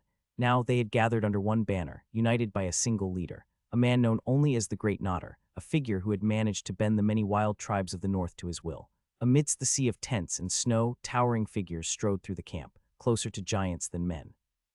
These immense beings stood 4 times the size of an ordinary human, their hulking forms draped in layers of thick animal pelts. Their breath steamed heavily in the cold air, but it was not their size alone that commanded Oit was the creatures they rode. Beneath them were colossal beasts, great beasts covered in dense, matted fur, their massive nose curving outward like ancient, twisted horns. These beasts were the heart of the camp's survival, and their presence loomed large over the huddled masses. Without them, the tribes would have perished long ago in the unforgiving cold. The mammoths, with their powerful trunks and keen senses, were the only creatures capable of finding food hidden beneath the layers of ice and snow. At times, these giants and their mammoth mounts would lead parties deep into the wasteland, where the great beasts would root through the frozen earth, using their strength to dig out what little sustenance lay buried below. Once they found a promising spot, the tribes would swarm around, shoveling furiously to uncover roots, tubers, and anything that could be scraped together to throw into the great cauldrons. These grim, steaming soups were all that stood between them and starvation. Without the mammoths and the giants who commanded them, the great migration would have failed within a month. It was they who led the way, finding sustenance where none seemed possible, allowing the thousands of desperate souls to cling to life in this bleak, frozen expanse. The tribesmen often huddled together near the sparse fires, their voices low and filled with awe as they whispered about Gawulf, their great nodder. How had he managed to bring the giants to his side? These massive, near-mythical beings, so aloof and untamable, had never bowed to any leader before, yet now they marched under his banner. Rumors swirled through the camp, each more incredible than the last. Some claimed that Gawulf had bested the giants' leader, a towering figure twice the size of a man, in a brutal contest of strength. They said he had wrestled the giant to the ground, refusing to yield until the great beastly man had no choice but to swear loyalty. Others whispered of a different contestant, not of battle, but of endurance. They said Gawulf had outlasted the giant chief in a grotesque eating contest, devouring more raw flesh than even the giants could stomach, earning their respect through sheer ferocity and relentless will. Still, others claimed it was a test of drinking, with Gawulf downing enough of their bitter, fiery brews to kill a dozen men, standing tall while the giant fell to his knees in defeat. Gawulf himself never confirmed nor denied any of these tales. Whenever the stories reached his ears, he would only smile faintly, his expression unreadable, adding fuel to the growing myth that surrounded him. It was not the first time that the tribesmen of the north united together, yet while all the others aimed to break the rock separating them to the south, Gawulf had another plan, one equally dangerous. These people, who had seen their numbers dwindle from the harsh journey, now looked toward the Bane with one final hope, differently from what they thought. Howard the Great Nodder had no intention to throw his followers against the cold stone of the castle. He instead turned his eyes eastward, toward the great ice floe. The great ice floe stretched out before them, a vast, frozen river spanning over 30 meters in width, its depth unknown to all who gazed upon it. The surface shimmered under the pale, unforgiving northern sun, a jagged expanse of ice and treacherous waters that seemed to swallow the very light around it. For the tribes who had traveled so far, enduring endless days of snow and starvation, this river now stood as their final trial. Whispers ran through the huddled masses, voices thick with doubt and fear. To cross the great ice floe was to court death itself. The floe was known for its violent currents, unseen beneath the ice but strong enough to pull whole caravans into its depths. It was suicide, many thought, but what choice did they have? Behind them lay only the brutal winter they had escaped from, and they knew that to turn back was to embrace death. Yet the great nodder, Gawulf, stood resolute. He had not brought them this far only to fail. His eyes, cold and unwavering, were fixed on the distant horizon beyond the river where he claimed a paradise awaited. He had told them that across the ice, in lands no northern tribe had ever dared reach, there were fertile plains untouched by winter's bite. Great lands of green stretched endlessly, where plants grew every season of the year, and hunger did not exist. The great nodder stood at the forefront, towering above his people as tens of thousands of eyes fixated on the figures gathered near the frozen expanse of the great ice floe. Ahead of the masses, Gawulf's broad, powerful back faced his people, his long beard dancing in the biting wind. Beside him stood the elite of each tribalder shamans, keepers of ancient knowledge and magic. They circled a lone figure, a young man barely past 20 winters, standing bare-chested against the freezing wind, as if daring it to defy him. Their mouths moved rapidly, muttering ancient, unintelligible word syllables not meant for ordinary ears. Jarka Thrul, vo Firn, Ona Thresh Trekava. Your bones, the bones of giants, your heart, the heart of the flame, you will not break. They chanted, their voices rising and falling like the howling winds. Their canes struck the ground with each step, creating a steady beat beneath the chorus of their cryptic incantations. One shaman, his face painted in ash and blood, raised a bowl filled with dark liquid and flung its contents onto Rolf's chest. The young man's bare skin sizzled as the substance met the cold, though he did not flinch. Another shaman dipped their fingers in a concoction of roots and oils, drawing spirals and jagged lines on Rolf's forehead while chanting, Urgen, Kaj, and Rothar, let the spirits awaken in your veins. A third shaman, the oldest of them all, leaned in close, whispering guttural phrases that seemed to come from deep within her chest. Trekeva, you will not break. After long minutes of chanting, Gawolf strode forward. He embraced the young man from behind, his massive arms encircling him, and pressed a kiss to the top of his head. With solemn reverence, he closed a collar made of animal claws around the young man's neck, each claw representing a life taken in the harsh wilderness of the north, hoping that their soul would unite with his. Gawolf held his gaze, his fierce eyes locking with the youth's, before placing into his hands the end of a long, thick ropeth product of weeks of labor by thousands of people. Their fate now rested on this single thread, tied to the only hope they had left. That was his son, but not of blood. Gawolf's voice boomed over the frozen silence, cutting through the wind as he addressed the masses. Rolf, son of Ignore and Efjerta, you shall be the spear that pierces the belly of famine and drives it from our people. Offer your body and soul to the tribesto, your brothers and sisters. Let the strength of our ancestors flow through you, and may they grant you victory and salvation for us all. Rolf, the Chosen One, rose from the snow, his breath steaming in the frigid air. With a primal roar that echoed across the endless white, he slammed his fists against his chest. The countless rows of tribesmen stood in awed silence as he bellowed, Father, Mother, witness my deed. Let your souls be proud of your flesh. Without hesitation, Rolf seized the thick rope and sprinted toward the great ice floe, his feet pounding against the frozen ground. He ran with the weight of thousands of lives on his back, knowing that one way or another, the river ahead would be his grave, but maybe not that of his people. Rolf gripped the thick rope in both hands, feeling the coarse fibers bite into his palms. After that, he took the second rope around his waist, making sure that it stayed tight. His muscles tensed as he took a deep breath, eyes locked on the churning, icy waters of the great ice floe. The river was a beast, its currents raging and roaring with an untamed fury, and yet it was the only thing standing between his people and their new land. With a final glance at the thousands behind him, he threw himself into the freezing river. The shock of the cold struck him like a hammer, the water immediately sapping the warmth from his body, but Rolf gritted his teeth and kicked with all his might. The current was stronger than anything he had ever felt, pulling him down, threatening to drag him beneath its surface, but he clung to the rope and fought against the torrent. His arms burned, muscles straining as he pulled himself forward, stroke after stroke. The water lashed at him, the cold biting deeper into his flesh with every second, but Rolf's focus was unshaken. He kicked hard, pushing himself against the powerful current, his teeth clenched as he fought for each breath in the bitter air. From the shore, the tribes roared. Over 100,000 voices rose in unison, echoing across the frozen plains, their cries filling the sky. Rolf, Rolf, Rolf, they chanted, the sound like thunder rolling through the air.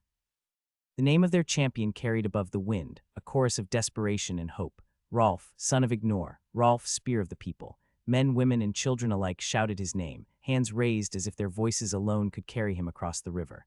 The sound of their cheers filled the air, mixing with the howling wind and the roar of the river, pushing Rolf onward. His breath came in ragged gasps, steam rising from his mouth as he pulled himself forward, each stroke of his arms a battle against the river's might. His chest ached, and his limbs felt as though they would give out, but he would not stop, not with the hopes of an entire generation resting on his shoulders. Suddenly, a chunk of ice, jagged and sharp, came hurtling down the river, carried by the furious current. Rolf barely saw it in time, the glint of its frozen surface flashing in the corner of his eye before it slammed into his side with bone-crushing force. The impact knocked the air from his lungs, pain ripping through his ribs as he was nearly folded in half, his body twisting in the freezing water. For a moment, he thought the river would claim him. The freezing cold bit deeper, and his grip on the rope slackened, his muscles screaming in agony. His body wanted to curl, to surrender to the force of the water, but deep within him, something stronger stirred something primal. Gritting his teeth, he forced himself to straighten, legs kicking weakly at first, then with renewed strength. He couldn't let go. He couldn't fail. Not now. With sheer willpower, Rolf pushed against the icy grip of the river, each stroke a battle of endurance. Finally, through the pain and exhaustion, his hand found solid ground the other end of the river. Rolf's hand shot out from the freezing water, fingers grasping at the snow-covered earth on the riverbank. His breath was ragged, each inhalation a struggle against the biting cold. The wind whipped against his bare skin, tearing at him like an unforgiving predator, and he knew had little time left. The cheers of his people, tens of thousands strong, echoed across the river, a distant roar of hope and desperation. But there was no time to bask in their cries. His task was not yet complete. With trembling limbs, he forced himself to his feet, staggering forward through the snow as his soaked body quaked with exhaustion. His eyes found the tree's sturdy trunk that stood defiantly against the wind, its bark rough and ancient. He trudged toward it, each step a battle against his failing strength. Reaching the tree, Rolf threw the thick rope around the trunk, his fingers fumbling as he bound it tightly. His vision blurred from the cold and exhaustion, but his hands moved with a practiced certainty, tying the rope with all the strength he had left. He knew that if this failed, his people would perish. As the first rope was secured, he quickly unfastened the secondary rope around his waist. His body trembled uncontrollably now, but he forced his shaking hands to move, linking the secondary rope to the main one, ensuring a double layer of security. It was sturdy. It had to be. Once the final knot was tied, Rolf paused, his breath shallow, his body nearly spent. He turned back for a moment, gazing across the river at the sea of his people, their distant figures still cheering him on. He could no longer hear them clear like wind, and the cold had numbed his senses, but their hope reached him. With one final, primal roar, he threw his head back, his voice piercing the storm. His mouth gave in before his body, however, and the last he said, whispered in the winds, were not heard by anybody but the snow. He had lost his voice. Then, knowing his duty was fulfilled, and with his last words unheard, he curled himself against the base of the tree, his body finally surrendering to the cold. His breath slowed, his muscles relaxed, and he knew in his heart that the songs of Rolf Icebreaker would echo through the Ajeshi's people, would sing of his bravery, and his son would know his father's sacrifice. The cold took him, but it did so gently, releasing him from his task. His final breath was one of peace, knowing that he had done his part. For a moment, the entire world seemed to pause. 100,000 people stood in absolute silence, their breath held as they watched the still figure of Rolf, now motionless, curled against the far bank's tree. The wind howled, whipping snow across the great expanse, but not a soul moved. Their hero had crossed the great ice floe, had secured the rope, and had given his life to the cold. The weight of his sacrifice settled over them, a collective understanding passing through the gathered tribes. Then from the front of the crowd, a low voice broke the silence. Gaulf, the great nodder, his gaze fixed upon the distant shore, raised a hand. His voice, powerful and deep, carried over the wind. Move, he commanded, the word an order and a blessing. Dozens of men already prepared stepped forward. They were rugged and hardened, ropes coiled around their shoulders and makeshift rafts strapped to their backs. The rafts were simple constructions, wooden planks bound together, each equipped with a single mast. They moved toward the edge of the river, their eyes set on the rope Rolf had secured.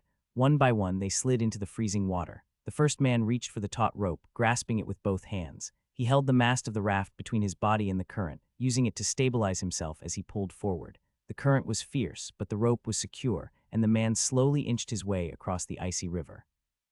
Others followed swiftly behind him, each holding tightly to the line as they made the treacherous journey across the rushing waters. As they reached the other side, they tied off additional ropes, linking them to the first and creating a stronger, more stable network across the river.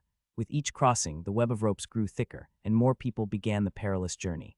More rafts entered the river, each person gripping the line for dear life as they navigated the turbulent waters. The makeshift mast pressed against their chests, helping them keep their balance as they struggled forward. The current tried to sweep them away, but they pushed onward, pulling themselves through the cold, their eyes set on the far bank. The giants, towering figures nearly 4 times the size of a man, had no choice but to wade through the icy depths of the great ice floe. Their immense legs plunged into the freezing water, their fur-clad forms sinking until the river reached their necks, yet their feet still touched the base of the riverbed. Despite the cold biting into their skin, the giants pressed forward, their massive frames undeterred by the swirling current. Behind them, their enormous furred mounts, great mammoths with long tusks and thick coats, were far more hesitant. The beasts snorted in protest, their large dark eyes wide with fear as they eyed the treacherous water. Some stamped their feet, kicking up snow in frustration, their muscles twitching as if to turn away from the crossing. But when they saw their master's giant steadily walking into the freezing river, the mammoths let out deep, rumbling groans. Reluctantly, they began to follow, stepping into the water with their long trunks raised high above the surface. Their trunks, much like the snouts of elephants, stretched toward the sky, allowing them to breathe while they trudged forward, their massive bodies half submerged in the river. The water rushed against them, the current strong, but the creatures moved cautiously, following their master's lead. On the far bank, dozens of fires had been lit in preparation. As the first of the giants emerged from the river, their bodies dripping with freezing water, the tribesmen rushed to them. They brought dry clothes and blankets to cover the giants' shivering forms, while the flames burned bright, offering warmth and relief from the bitter cold. The second prince, or for some others the emperor, Mavius, sat in the dimly lit tent, his tall frame draped lazily over a finely carved wooden chair. The awfully now turning cold wind howled outside, but inside the scent of spiced wine filled the air. His hand curled around a silver goblet, sipping slowly from it as the dark liquid swirled with each motion. His face remained calm yet distant, as if the world outside his tent hardly touched him. For the last days he had only received bad news, and his mood was consequently going down. Lord Kuei stood stiffly before him, his face lined with weariness. The storms that they had attempted throughout the day had not been merciful. "We lost 240 men in today's assaults, Your Grace," Kuei said, his voice steady despite the grimness of the report. "Another 120 are wounded, of which 40 are serious. The healers are doing what they can, but—" He trailed off, knowing the prince would understand the gravity of the situation. Mavius took another sip from his goblet, the wine warm against his lips. He swirled it thoughtfully, letting Kuei's words settle. He grunted softly, his expression unchanging as he set the cup down on a nearby table. 240 dead, he repeated, his voice low, almost to himself, and 40 unlikely to make it. He leaned back in his chair, staring into the ground. There was no outburst, no furor, just a grunt, a sound that betrayed more frustration than anything. Mavius reclined back in his chair, his brow furrowed, and after a moment of tense silence he spoke. "How long have we been standing outside the God's Nail now?" he asked, not turning to face Lord Kuei. Kuei straightened, his expression still stern from the earlier report. "Half a month, Your Grace," he replied. Mavius gave a bitter chuckle, shaking his head. "Half a month, and what do we have to show for it? Nothing but dead men and sickness creeping through the camp. All this time, all we've done is lose soldiers, lose supplies. We've bled at least 3,000 men, haven't we?" Kuei shifted uncomfortably but nodded. "Yes, Your Grace. Between the assaults on the walls, the disease, and the weather, the losses have been substantial." Mavius clenched his jaw, but he managed to keep his temper in check, fingers gripping the stem of his goblet tighter as he took another long sip of wine. He breathed out slowly, as if trying to control the seething irritation within. "What of the southern lords?" he asked after a pause. "The talks, how did they go?" Kuei hesitated, his lips tightening. "The southern lords, Your Grace, have been courty." The tent's flap suddenly flew open, and Landolf strode. Mavius glanced up, irritation flashing across his father-in-law's face at the interruption. "My prince," Landolf began where Kuei stopped. "Our messengers were not turned away, but they received no promises either. Most of the southern lords are waiting, watching the winds before they choose a side." Mavius remained silent for a long moment, staring into his cup as if it might offer some answer. Then he muttered, almost under his breath, "Traitors, all of them." He lifted the goblet once more, taking another slow drink of wine, his mood darkening. "Is there any good news to tell me?" His voice was low, controlled, but heavy with frustration. "What of the men we sent inside the city?" Landolf, still standing at the entrance, shifted uncomfortably but stepped forward to speak. "Some of the men inside have begun lending their ears to our offers, Your Grace. Mostly lower officers, ones who are tired of the siege themselves." Mavius finally looked up, his eyes narrowing as he studied Landolf's face. "And did we buy them?" Landolf cleared his throat, measuring his words carefully. "We're in the process, but their demands are considerable. Some are asking for wealth beyond reason, while others more boldly are asking for small lordships in return for their cooperation. Promising land and titles to mere officers might destabilize the hierarchy and even make some lords pout, but desperate times demanded desperate measures." After what felt like an eternity, Mavius finally looked up, a slow smile forming on his lips, though his eyes remained cold. "If they want lordships, they will have them," he said, his voice calm yet resolute. "Promise them what they ask. As long as they open the gates to me, they can have their little plots of land and call themselves lord for it." Landolf shifted his weight, glancing briefly at the floor before meeting Mavius' gaze again. "The castle's doors are defended day and night by 100 men, Your Grace. Even if we bribe the officers, breaching the gates won't be simple." Mavius snorted dismissively, swirling the wine in his cup. "And they want land for simply offering lip service and surrender. Are they cowards who expect lordships without spilling any blood?" Landolf hesitated but quickly replied, "Some of those officers have control over their soldiers and garrison a few towers along the walls." Mavius fell into silence, tapping the side of his cup thoughtfully. After a few moments he spoke, his voice measured. "If we can get our men inside those towers, we might have an easier time taking control of the walls from within." Kuei, standing by with his arms crossed, shook his head. "The walls are watched day and night, Your Grace. They'll be expecting an attack. We've thrown men at them for weeks to no avail." Mavius' eyes glinted with sharp determination. "Which is exactly why it's time to try something new. No more battering our heads against their defenses. We'll make them open the gates from within." He turned to Landolf, voice steady and commanding. "Accept the deal, but make it clear to those officers they'll have to let our men into the towers. And once inside, their men will fight for us." Landolf nodded, ready to obey, but Mavius held up a finger, thinking.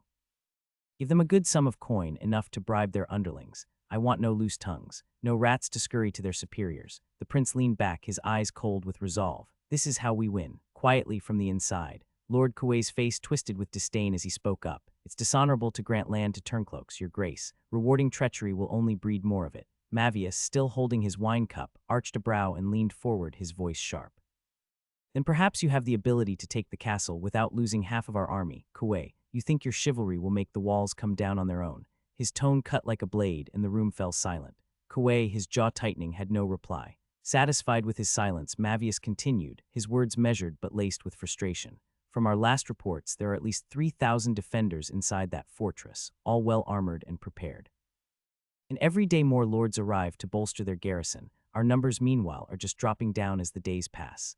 Meanwhile, my older brother, he spat the words, is off in Messenia, doing gods know what. We have no idea when he'll march toward us if they are victorious, and even if they are not, that bastard of Kant refused our call to arms. Who knows what is going on there?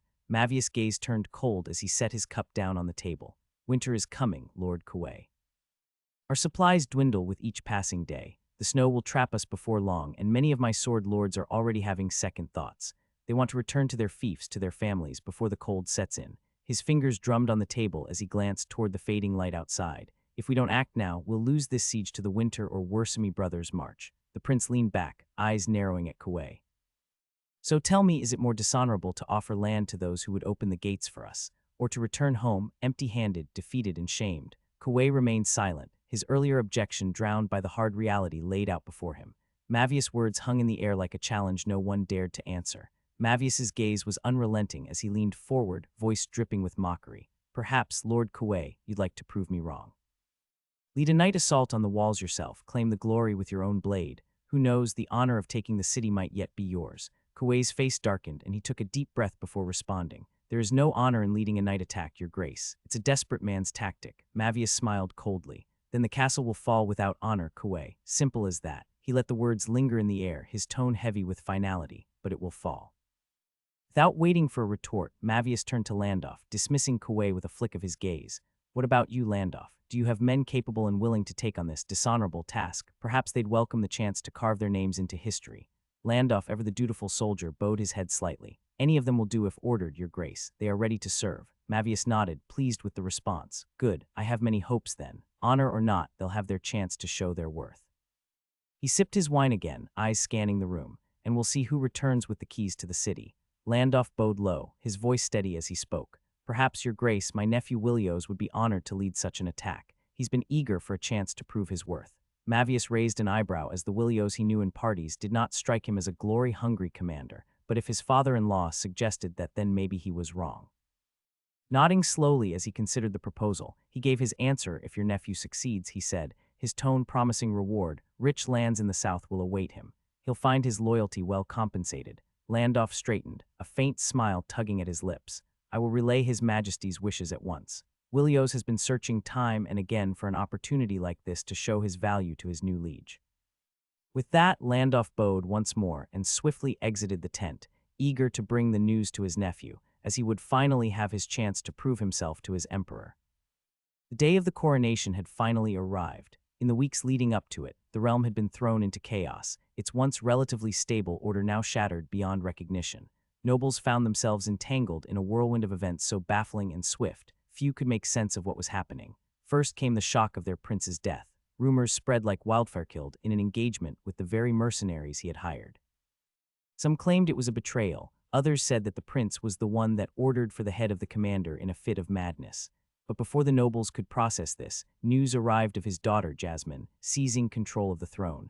To their astonishment, she not only pardoned the mercenary captain responsible for the prince's death, but hired him into her service.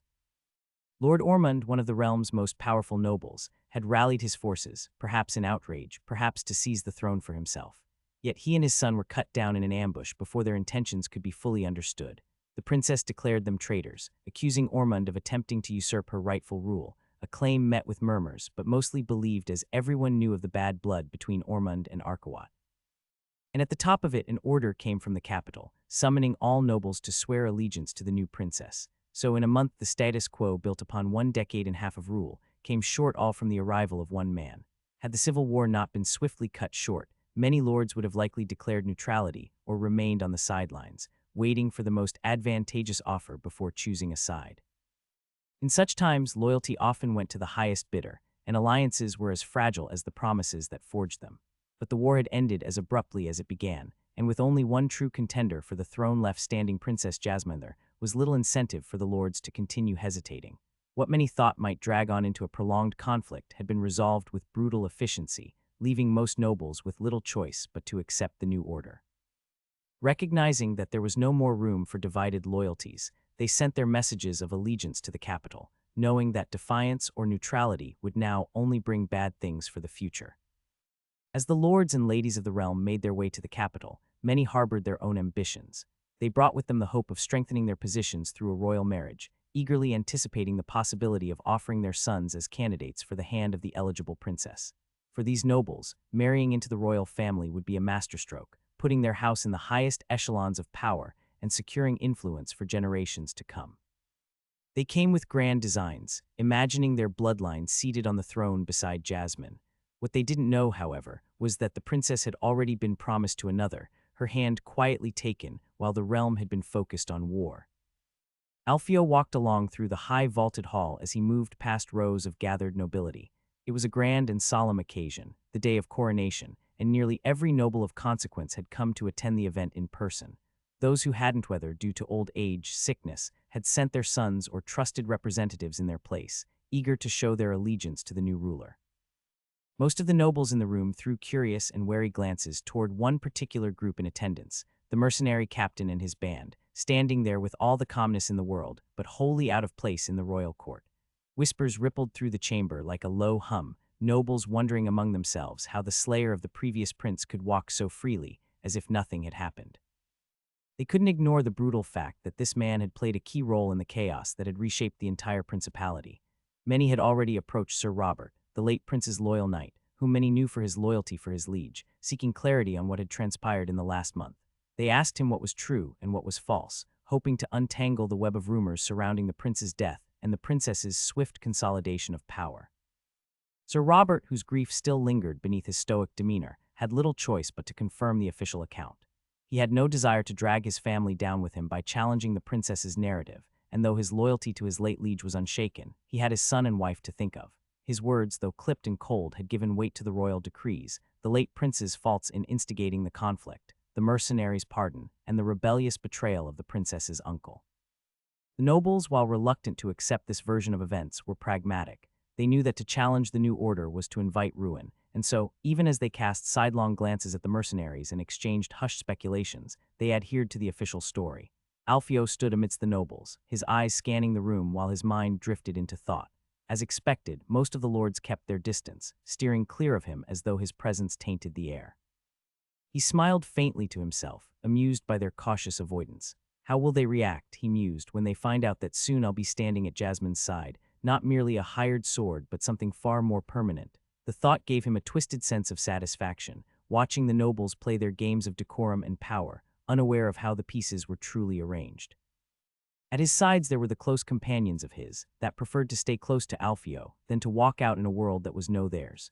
He was lost in these thoughts when a figure approached him, breaking the reverie. A middle-aged man, elegantly dressed in fine velvets and silks, walked with the confident bearing of a noble, his dark hair touching his neck. Unlike the others, who masked their distaste when forced to interact with the mercenary, this man showed no such signs. Alfio was the first to speak, offering a courteous bow, seeing the man looking at him. "Name's Alfio, pleasure to make your acquaintance, my lord." The man looked at Alfio without the reluctance or disdain that many of the other nobles had shown. "Jard, son of Lord Shahab," the noble replied, his voice calm and even. His dark eyes studied the young men. "Ah, Lord Shahab," Alfio responded, surprised at meeting his son while realizing why he had come to greet him. Apparently he was told from his father of the mercenary role in the new hierarchy and saw it fit to make his acquaintance. Jard nodded slightly, a polite smile playing on his lips. "I know how the court can be. Rest assured, not all of us are blind to the changes taking place or to the hands that made those changes possible." He gave him a long look as he continued. "Most will not give more trouble than a hard look or disdain in engaging with you. They can see that you are favored by my cousin," Jard continued, his tone matter of fact.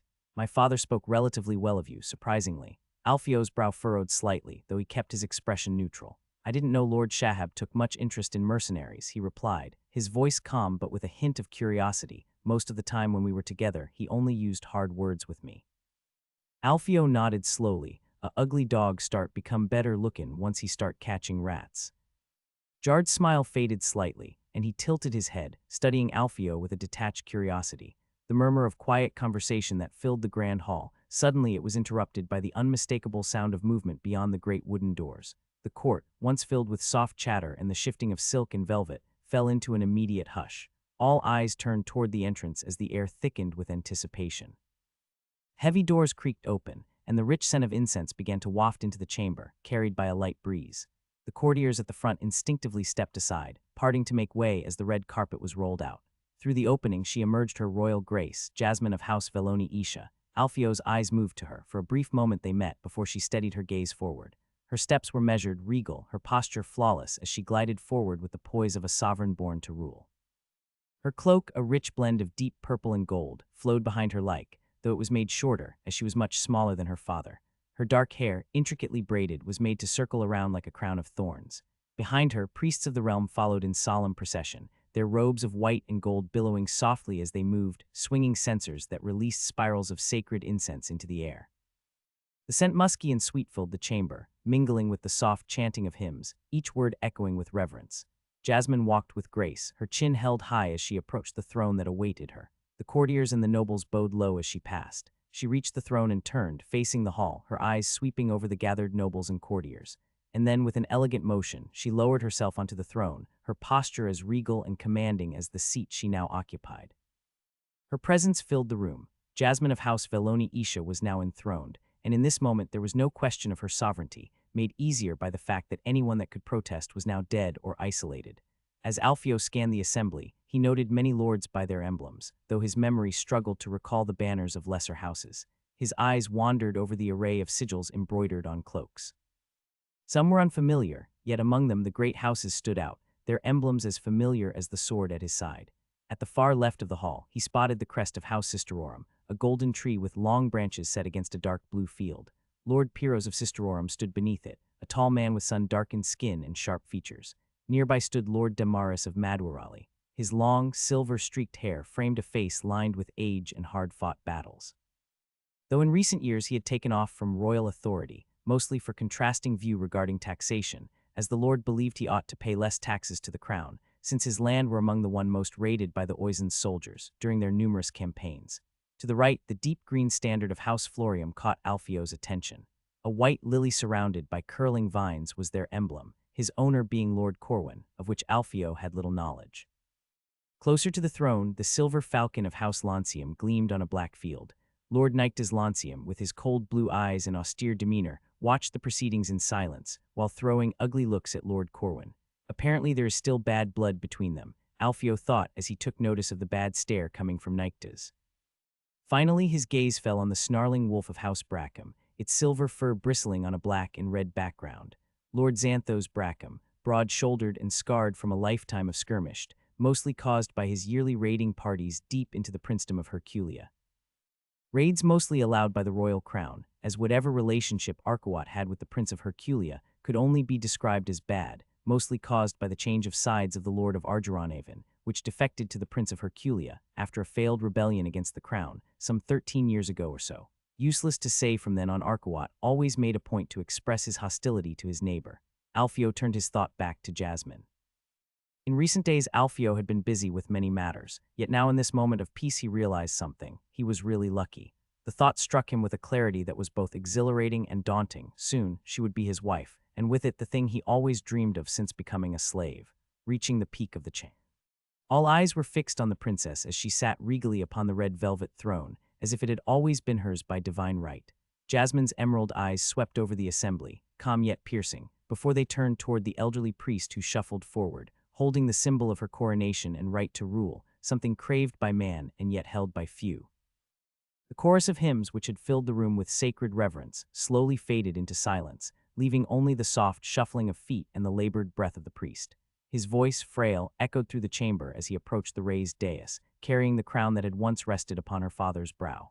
With slow, deliberate movements, the priest lifted the crown high above his head, his trembling hands hanging in the air as he came to stand before Jasmine.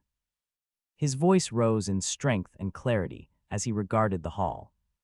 In the name of the five gods, of the dirt below and heavens above, he intoned, his voice reverberating through the silent hall, I hereby crown Jasmine, first of her name, of House Veloni Isha, rightful ruler, protector, and shepherd of the princedom of Yarzat.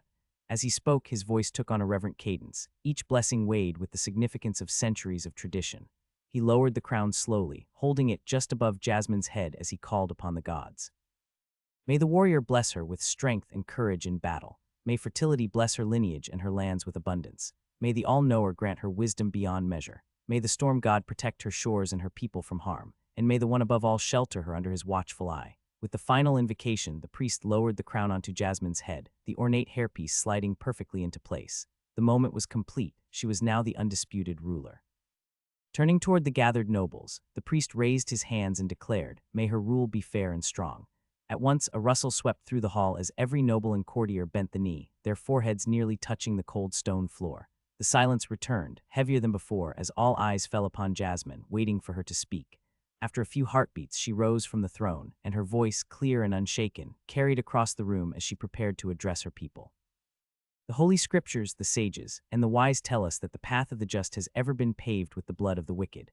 When my beloved father was called to the heavens above, the weight of this sacred crown fell to me. Yet before his noble blood had cooled, there were those who sought to defile the sanctity of his legacy, to usurp the power bestowed upon me by divine will.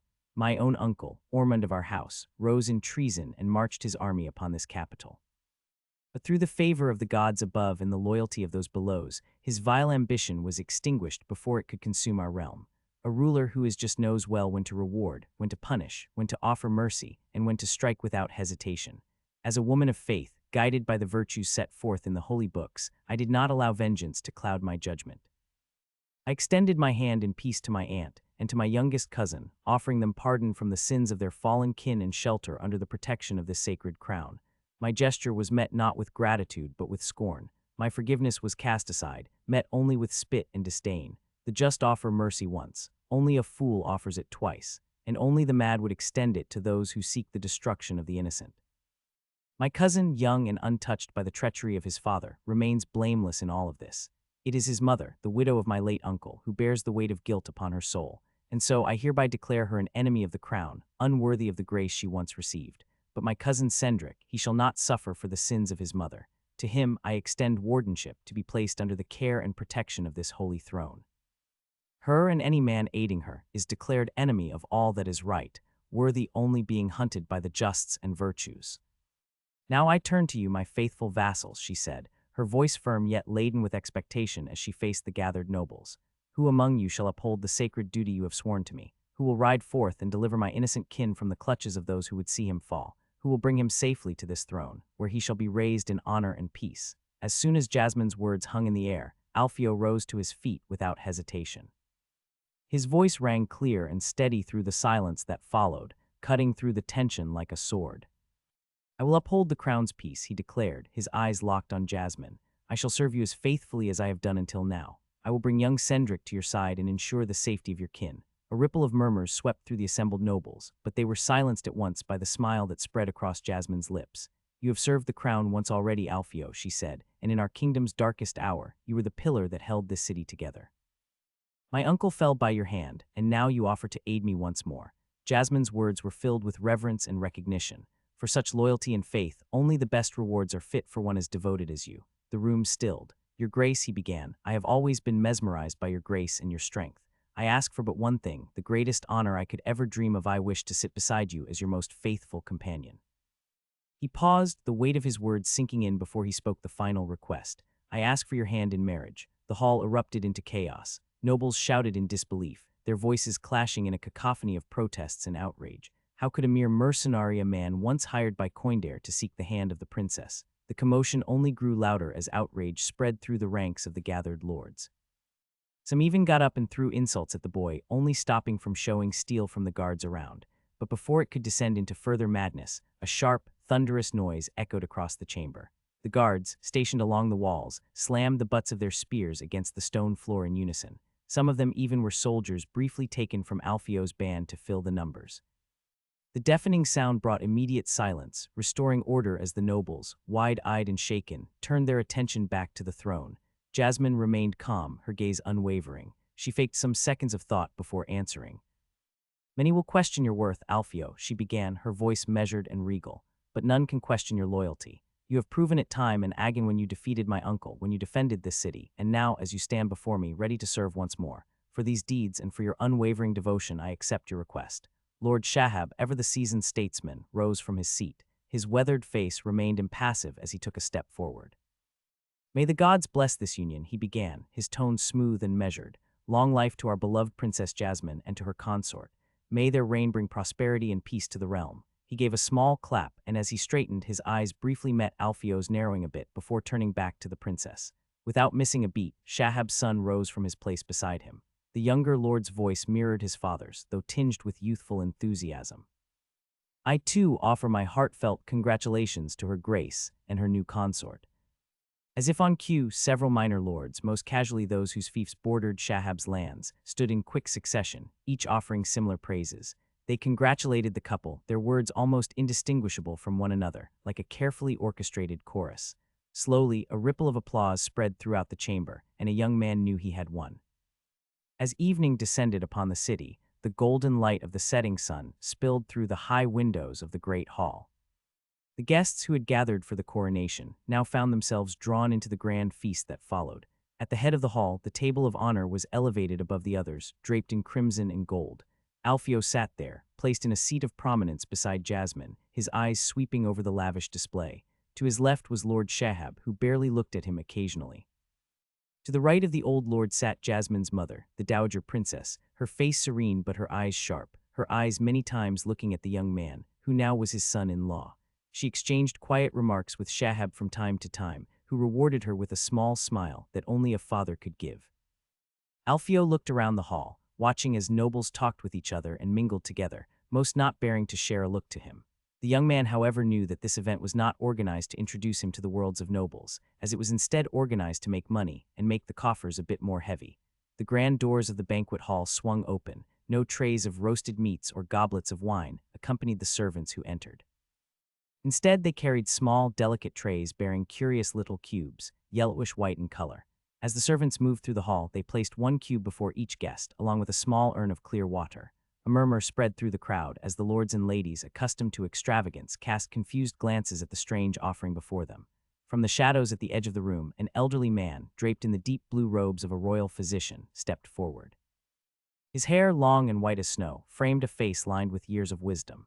He moved with deliberate slowness, allowing the anticipation in the room to build. When he reached the front of the hall, he cleared his throat and raised his voice, his tone calm but commanding enough to capture the attention of even the most disinterested noble. Esteemed lords and ladies, he began, his voice echoing in the vast space. What has been placed before you is not a delicacy to eat, nor a wine to drink. It is something far more precious. What you see here, he gestured to the cubes, is called soap, something that the gods saw fit to express by gifting wisdom to an ancient wise man that came to serve the princess as well as he could. The lords exchanged puzzled glances at the mention of that, but the physician continued, undeterred by the skepticism. He lifted one of the cubes in his hand and held it aloft for all to see. This humble object, he said, will sweep away any foul odor, restoring you to your natural state of cleanliness. But more importantly, it has the power to ward off illness and disease, which often cling to us. With slow, deliberate movements, the physician poured water from the urn into a basin and dipped the soap into it. He demonstrated by rubbing the cube between his hands, creating a fine lather that began to foam and shine under the flickering candlelight. A subtle, clean fragrance rose from the suds, refreshing in its simplicity. Rub it well between your hands, the physician explained, and cleanse your skin with it. Be thorough, for the foam will carry away dirt. It will leave your skin fresh and free from the foulness that clings after long days of travel or the rigors of battle. He rinsed his hands, showing the lords how the water washed away the foam, leaving his skin clean and bright. Do this often, and you will not only banish foul odors, but you will help prevent sickness from taking hold. The physician bowed slightly, stepping back from the table. This is a gift from the gods to your princess, who in her infinite generosity saw it fit to share with all, he said with finality. May you all use it wisely, and may your health be safeguarded in return. The nobles, still uncertain but curious, began to tentatively follow the physician's instructions. They dipped the small yellow-white cubes into the water, rubbing them between their hands. Soon the rich lather formed, and a delicate, pleasant scent began to rise from their palms. One by one, they brought their hands to their noses, inhaling the unfamiliar but refreshing fragrance. Murmurs of surprise spread through the hall, the skepticism melting away as they discovered the soap's cleansing power and the unexpected luxury of its aroma. "What is this?" a lord whispered to his neighbor, sniffing his fingers again, the clean scent lingering like a soft breeze. "I've never smelled anything like it." "It has a funny smell," another commented, his brows raised as he marveled at thing. As the excitement subtly spread among the nobles, Princess Jasmine turned to Alfio, seated close to her at the table of honor. A small, knowing smile played on her lips. She knew the truth behind the surprise, and her eyes held a glint of amusement as they met his. Alfio was the true mastermind behind this new creation, a product he had presented to her in private just days before the feast. At first, the princess had been skeptical. But he had been persuasive, explaining how this invention would lead to a substantial increase in revenue by selling it to the various nobles. Jasmine had humored him, testing the soap herself in her private chambers. To her surprise, as she lathered the fragrant cube over her skin during bathing, she had found herself enchanted by its subtle floral scent and the softness it left behind. As the initial murmur of surprise from the soap quieted down, the servants glided back into the hall, now carrying trays filled with large goblets of a golden-orange liquid. Each guest was handed a goblet, the nobles eyeing the drink with curiosity, not knowing it was apple cider, the only thing resembling alcohol that Alfio could produce in the short time he had. Lord Shahab, seated near the princess at the table of honor, was the first to take his goblet. He stood and raised the drink high above his head. The hall fell into an expectant silence. "To our gracious liege, Princess Jasmine, first of her name, may her reign be prosperous and long, and may her wisdom guide us to glory." Shahab's voice boomed through the hall. The nobles, feeling the weight of his words and the festive air of the evening, all raised their cups in unison. "To Princess Jasmine." They cheered, their voices echoing off the stone walls. With that, the hall took their first sips. A ripple of surprise quickly spread across the assembly as the taste washed over them. A crisp, sweet, yet slightly tart flavor danced on their tongues, unlike anything they had ever tasted. It was refreshing, balancing between the apple sweetness and a mild, earthy bitterness that made it feel both sophisticated and simple. At the head of the table, Jasmine sat with a knowing smile, exchanging a glance with her grandfather, Lord Shahab. They had both tasted the apple cider before, days prior when Alfio had introduced the new brew to them. It had been a subtle, intriguing taste that had won them over immediately, and that immediately made them see the potential in it. Lord Shahab observed Alfio closely. He had long wondered why the mercenary turned consort had taken control of several key buildings in the city, ensuring they were constantly garrisoned by his men. Now, as the scent of the soap still lingered on his hands and the taste of the crisp apple cider filled the hall, it all became clear. Shahab sipped his cider thoughtfully, his eyes narrowing slightly as he considered the implications.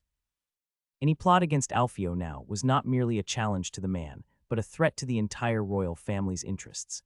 If they had any idea about getting rid of him, after he passed his usefulness, now those were just distant and naive thoughts. The young mercenary had embedded himself into the very fabric of the Fure princedom's wealth, leaving no room for manipulation or betrayal that wouldn't come at a great cost to the crown itself. It was a masterstroke, one that Shahab could not help but respect.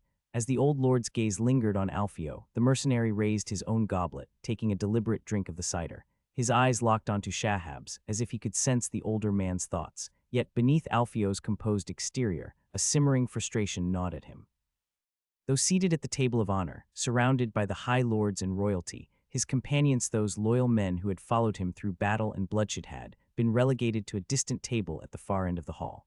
They were out of sight, positioned far from him, as if unworthy of sharing in the feast alongside the royal family. Alfio had argued with Jasmine over it, trying to convince her to allow his men to sit closer, to give them the recognition they deserved. But she had been firm, unwilling to break with the traditions of court where station dictated placement. Despite his newfound status, even he could not sway her on this. Now, as he drank, he glanced toward the far end of the hall, a shadow of discontent in his eyes. His men laughed and spoke among themselves, their voices lost in the grandness of the feast. Yet Alfio could not help but feel a pang of guilt. He had brought them to the highest halls of power, but tonight they sat distant from him. As the evening carried on, Jasmine leaned slightly toward her grandfather, her emerald eyes reflecting the glow of the candlelight. "What do you think of these?" she asked in a quiet tone, her gaze lingering on the orange cider in her hand.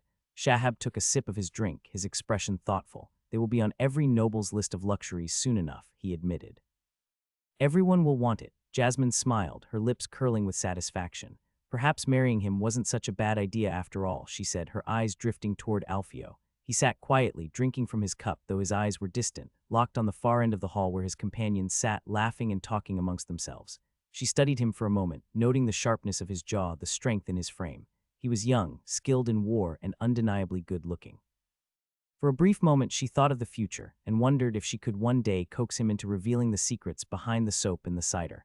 A wife should know everything her husband holds dear after all. He's a practical man, Shahab continued, breaking her thoughts. He knows how to wield power, not just on the battlefield, but in ways that matter to the crown. Yet he paused, glancing toward Alfio's distant gaze. He's a man of loyalty, always keeps his friend close.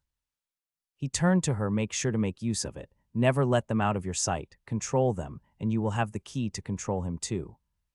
Jasmine said nothing, but her eyes showed that she understood, as now the value of that young man was simply too great to be left unchecked, as it has been until now. As the evening wore on, a steady stream of nobles came forward to pay homage to their new liege, each bowing deeply before Jasmine and offering compliments for the lavish feast and the fine drinks.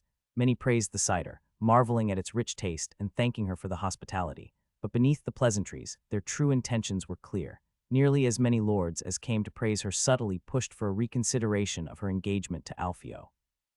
They presented their sons as worthier matches, emphasizing their house's strength and the advantages a union could bring to the crown, not knowing that they were offering crumbles against someone that was bringing in a cake. At a certain moment, Alfio just closed his ears and focused on the food. None of them had a disciplined and well-equipped army to back them up, and none of them had the secrets to produce the very same things they were praising in front of their liege, so Alfio had no worries about his position. Jasmine, however, remained poised, her expression calm as she acknowledged their compliments and suggestions without committing to anything. His words hung in the air, and he gestured to his son, who stood stiffly beside him, clearly uncomfortable with the attention. Your Grace, my son is loyal and strong. He would make a fine husband for a ruler as glorious as yourself, Gregor continued, his tone growing more eager, almost pleading. A union with my house would strengthen your rule in ways no mere sellsword could offer. You would have our fleet at your command, whenever required. Does this mean you would withhold your naval might unless bound by marriage, my lord? Came a sharp voice. Lord Shahab, seated near Jasmine, had finally reached the end of his patience. Of course not, my lord, Gregor stammered, taken aback by the sudden interjection. My loyalty is to the prince. Speaking of loyalty, Shahab interrupted, his gaze hardening. I do not recall seeing your banners among those called by Her Majesty's father when the Prince of Oisin raided and besieged our lands. Where were you then? Lord Gregor visibly faltered, his face flushed. My lord, I was unfortunately struck by illness at the time, which prevented. Illness, you say? Shahab's voice was cold, almost mocking. Strange how sickness seems to befall you so often. I seem to recall another bout of it 3 years ago when the prince called for his sworn lords once again. You have proven your loyalty enough times, my lord, no need to test it further. Gregor's face drained of color as he fumbled for words, but before he could respond, Jasmine raised her hand, her voice steady and clear. What has passed may be forgotten, my lord, she said, her tone carrying the weight of authority, as long as your loyalty remains steadfast to me from this day forward. Of course, your grace, of course, Lord Gregor muttered, bowing hastily. He stepped back, his son following him in awkward silence, their ambitions momentarily quelled. With a final, fumbling nod, they retreated to the far end of them. Alfio sighed deeply, his eyes sweeping over the gathered nobles. A sneer curled at the corner of his lips as he watched them, bowing and scraping, each of them maneuvering for advantage, their thinly veiled ambitions barely hidden behind false smiles and polished words. Pigs, craven pigs, he muttered under his breath, his voice laced with contempt. His hand gripped the goblet before him, knuckles white. If it were up to me, their heads would all be on pikes for refusing their liege's call. We have no need for bystanders, no room for cowards, and this hall is fattening them up. Jasmine, sitting quietly beside him, said nothing, though her eyes flicked briefly in his direction. She studied him for a moment, but chose to remain silent. She understood he had drunk a bit too much. Shahab, noticing the tension, leaned closer and raised a brow. Alfio, he said dryly, you should slow down with the drinks. Alfio smirked, his eyes dark and glinting with a kind of dangerous amusement. He lifted his goblet and took a deliberate sip, savoring the taste before setting it down. Nothing else to do, my lord, he replied, his voice calm but edged with a quiet menace. Besides, I need something to hold me back from cutting the neck of the next one who badmouths me. Seems like they all think they can walk over me, not knowing that I just need one word to turn this fine feast into a slaughterhouse. Their pretty blood gushing out from their chest with just an order from me. We can't very well let you do that, Alfio, no matter how tempting it may be. Alfio sighed, his frustration barely masked. He pushed his chair back, the sound of its legs scraping against the floor causing a few heads to turn. Jasmine, seated beside him, widened her eyes, startled by his sudden movement. Where are you going? She asked, her voice tinged with a mix of surprise and concern. To my people, no, to my friends. Alfio responded coolly, glancing toward the far end of the hall where his companions, the rough mercenaries who had fought alongside him, sat at their own table, far from the noble's view. Seems I am not welcome here. As he strode toward the far end of the room, a wave of whispers rippled through the hall. Nobles exchanged looks, murmuring in disbelief and disapproval. Alfio's actions were seen as a blatant show of disrespect, deserting his privileged seat beside the princess and lords to sit with common men. For many, it was unthinkable that someone in his position, having just been honored with a proposal of marriage to royalty, would abandon the seat of power for one so lowly. Alfio reached the far end of the hall, where the atmosphere was far more relaxed, the air thick with camaraderie rather than the stifling etiquette of noble courts. His eyes swept over his companions, men who had shared battles and hardships with him, bound by loyalty rather than birthright. "Is there a seat for me here?" he asked, his voice steady but edged with the frustration still simmering beneath. Egil stood up at once, a broad grin breaking across his face. "Of course there is, brother," he said, grabbing Alfio's shoulder with a firm, brotherly grip before guiding him into his own seat. As he settled, Cleo, always watchful, poured him a generous chalice of wine without needing to be asked. As Alfio took the cup, Jarza leaned in, her voice cautious. "Perhaps you shouldn't have done that, leaving the high table like that. Seems like it is something bad to do even for me." Alfio merely smiled, a dark, satisfied grin, and raised the chalice to his lips, taking a long drink. The tension in him seemed to ease as the wine slid down his throat, warming his chest. Then, with a slow, deliberate motion, he turned his gaze back toward the Hall of Nobles, his eyes meeting each of theirs in turn. The whispering among them hadn't stopped, and Alfio felt their judgment, but he cared little for their disdain. "Who cares about their opinions?" Alfio said, his voice carrying just loud enough for those near him to hear, "when my brothers are with me." As Alfio sat among his companions, the whispers and murmurs from the noble tables across the hall continued to hum in the background. He caught the sideways glances, the quiet smirks of those who believed they were above him.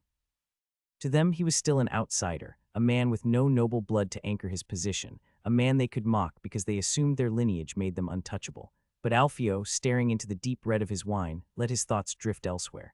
"Laugh now," he thought, "but when my army marches upon your gates, we'll see who laughs then." His hand tightened around the chalice as he imagined the proud banners of these lords fluttering in surrender as his soldiers stood before their castles, siege engines ready to tear through stone and pride alike. They could belittle him with their glances, whisper behind their cups, but they had never faced the steel of his resolve in the field, nor had they seen the fierce loyalty his men had for him.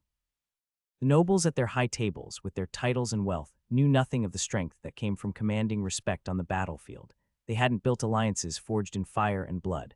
Alfio took another drink, the thought almost soothing. In their arrogance, they could not see that they were simply giving him all the more reason to prove them wrong. Alfio turned toward his companions, the simmering disdain for the nobles evident in his gaze. He took a deep breath and muttered under his breath, loud enough for them to hear, "Every noble that's come to greet her, every single one of them tried to break the engagement right in front of me. Like I'm invisible." His voice dripped with contempt as he recalled the endless stream of self-important lords who paraded their sons, subtly hinting that their house would make a better match. What did they have to offer that made them so arrogant? Jarza, always the hot-blooded one, gritted his teeth, his eyes narrowing with fury. "If I'd been there," he said through clenched teeth, "I'd have caved their pretty faces into the cold stone. Let them sneer through broken jaws." Alfio chuckled and patted Jarza's back firmly. "I know you would," he said, amusement flickering across his face. "And who knows, maybe one day you'll get the chance to do just that to one or two of them, just to straighten the rest." Here, with his brothers in arms, he could be himself direct, unapologetic, and unconcerned with the delicate sensibilities of those who had never fought for their place in the world. In the city of Confluendi, a dark mood had settled like a storm cloud. 3 weeks had passed since the first whispers of defeat arrived, brought by ragged and fleeing soldiers who had barely escaped the battlefield, whose fate would be that of the chopping block as ordered by their young lord's regent. A week later, the tension deepened into despair. The body of their fallen lord was paraded through the streets by royal envoys, a cruel display meant to hammer home the power of the crown and the consequences of defiance. The sight of their once proud leader's lifeless form, battered and bloodied, had a profound effect on the people. Crowds gathered in silence as the procession moved, the only sounds being the clatter of horses' hooves and the quiet murmurs of disbelief.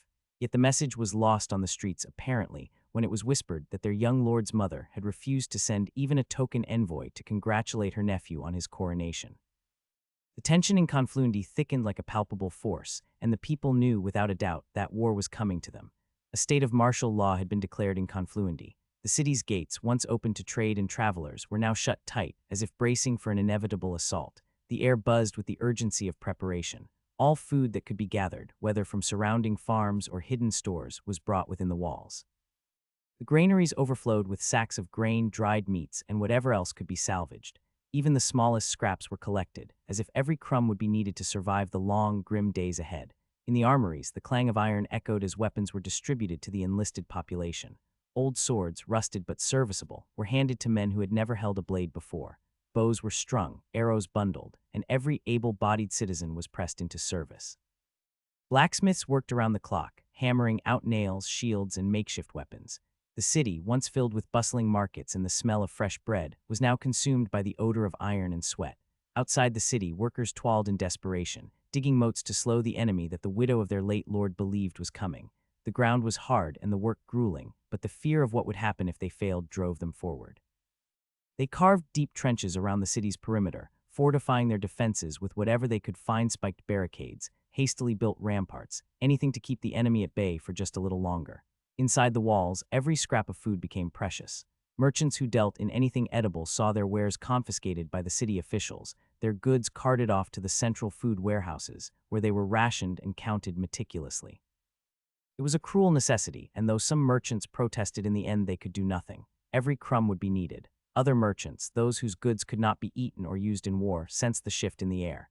They packed up their belongings in haste, loading wagons with whatever stock they could salvage. With the city poised for conflict, they had no intention of staying. They knew Confluendy was a sinking ship, and only fools would remain to sink with it. In the dead of night, the caravans creaked through the side gates, the merchants slipping away before the hammer of war fell. Inside the cold, towering stone walls of the keep, the air was thick with tension. Lady Alira, widow of the late Ormond, paced the length of the grand hall like a caged lioness, her voice rising in fury. Her once regal demeanor was shattered, replaced by desperation and seething rage. She wore a black gown of mourning, though her grieving had long since been consumed by anger. Traitors, all of them. She shouted, her voice hoarse from days of screaming, her eyes wild with frustration. She threw a stack of crumpled letters onto the table, their seals broken and their messages clear: refusal. I sent pleas to every one of his sworn lords, every one. And what did they do? Nothing. Not a single one of those cowards would lift a finger to defend my son. Her voice cracked as she slammed her fist down onto the table, rattling the goblets and candlesticks upon it. Her son, the young Lord Cedric, heir to the house, had been left to face the storm alone. The promises of loyalty, once sworn by his father's vassals, had crumbled like dust. Letters had been sent out in every direction, urging the banners to be called, begging for aid to defend Confluendy. But each response had been the same: silence or empty words of regret. They swore oaths. Alira spat, her eyes blazing as she looked toward the small gathering of household retainers and lesser nobles who remained with her. Oaths on their honor. Yet now, when my son needs them most, they hide behind their walls, claiming sickness or weakness. One defeat is all that it took. Cowards, all of them. They were quick to take our lands and titles, but when the time comes to repay that debt, they disappear. Her attendants stood quietly, exchanging uneasy glances, unwilling or unable to calm the furious woman. They knew her words held truth, but what could be done? Ormond's death had left their house vulnerable, and the scent of weakness had drawn the vultures. With each passing day, their allies dwindled, and the walls of the keep felt smaller, more oppressive. How is the situation on the wall instead? She asked to Thales, the head of the garrison of the city. Every weapon has been distributed, Lady Alira, he said, his voice steady but grim. We've managed to arm 300 men to man the walls. Bows, spears, swordsaw are accounted for. The storage is filled with enough food to last well into the end of winter, even with the current rationing. Alira's face twisted with anger, her hands clenched tightly around the folds of her gown. That's it, 300 men, that's all we can muster. It's not enough. It's nowhere near enough to protect my son. We have thousands of subjects, and yet that is all. Thales remained calm, though the weight of the truth bore down on him. My lady, he said, bowing his head slightly, we've armed everyone we could. We have no more weapons to give. All was taken by Lord Ormond on his march. Alira's voice rose sharply, her rage filling the hall like a storm. Then give them sticks, spears of wood, makeshift clubs, whatever they can find. I don't care if they fight with their bare hands or with steel in it. Thales bowed deeply, hiding any frustration he might have felt. He knew what she was going through. As you command, my lady. I will relay the order to the men. The tension in the hall was palpable, the faces of the attendants tight with fear and uncertainty. Without another word, Alira turned away from Thales, her face pale with frustration and a flicker of desperation. Empty the hall, she ordered coldly. Leave me. The retainers and soldiers filed out in silence, and soon the grand chamber was empty, save for Alira herself. She sat heavily upon the chair at the end of the hall, her hands resting on the arms of the seat as she stared out through the tall windows that overlooked the city of Confluendy. Her gaze was distant, fixed on the snow-dusted rooftops of the city below. From her vantage, she could see the hurried preparations, and the smoke from the smithies and cookfires rose into the cold, gray sky. But all she could feel was a gnawing emptiness, a growing sense of doom. Alfio sat at the head of the long wooden table, his fingers absently tracing the grain of the wood as he spoke. The room was dimly lit by a crackling hearth, shadows dancing across the walls. To his left sat Lord Shahab, ever calm and composed, with his son by his side. Across from them, Jasmine sat quietly, her emerald eyes observing the meeting in silence. Alfio's closest companions, Egil and Jarza, stood behind him, their presence a reassuring constant. We marched northwest to resupply in Medjiajarali, Alfio began, his voice steady but laced with the edge of urgency. After that, we head straight to Confluendi. The sooner we reach their walls, the better. Shahab, leaning slightly forward in his chair, nodded thoughtfully before speaking. In a month's time, I should be able to muster 300 men by calling on my sworn lords. They will take time to gather, but my son will lead them to you once they are ready. Shahab gestured to his son, who bowed slightly in acknowledgement. Meanwhile, I will bring my own men, 150 soldiers, to march with you. Alfio nodded, considering the numbers. Good. With 100 left here to guard the garrison, I'll march with the other 550. That brings our number to 700 before your reinforcements arrive. It's a strong start. The room fell into a contemplative silence for a moment. Alfio glanced at Jasmine, who met his gaze but said nothing, her thoughts unreadable. He then turned to his companions, Egil and Jarza, who exchanged subtle nods, ready for the campaign ahead. Jasmine broke the silence, her voice measured but laced with concern. Are we enough? Alfio leaned forward slightly, meeting her gaze. More men, he said with a faint smirk, is like having more gold. You can never have enough. Unfortunately, the cost to maintain such a force grows with every sword and every ration. We're already stretching our resources. His tone was pragmatic, acknowledging the limits of their current army. Winter has nearly reached us, and every grain will be needed until spring. But Jasmine pressed, are we enough to breach the city? Alfio's smile widened, a glint of confidence in his eyes. Confluendi's defenses are not what they were. With Ormond's failed campaign, the city's weapon stores must be dwindling. They'll be poorly equipped, and their numbers will be spread thin. Add to that the fact we struck a deal with many of our captured lords to release them without ransom on the condition they refused to send aid to their liege.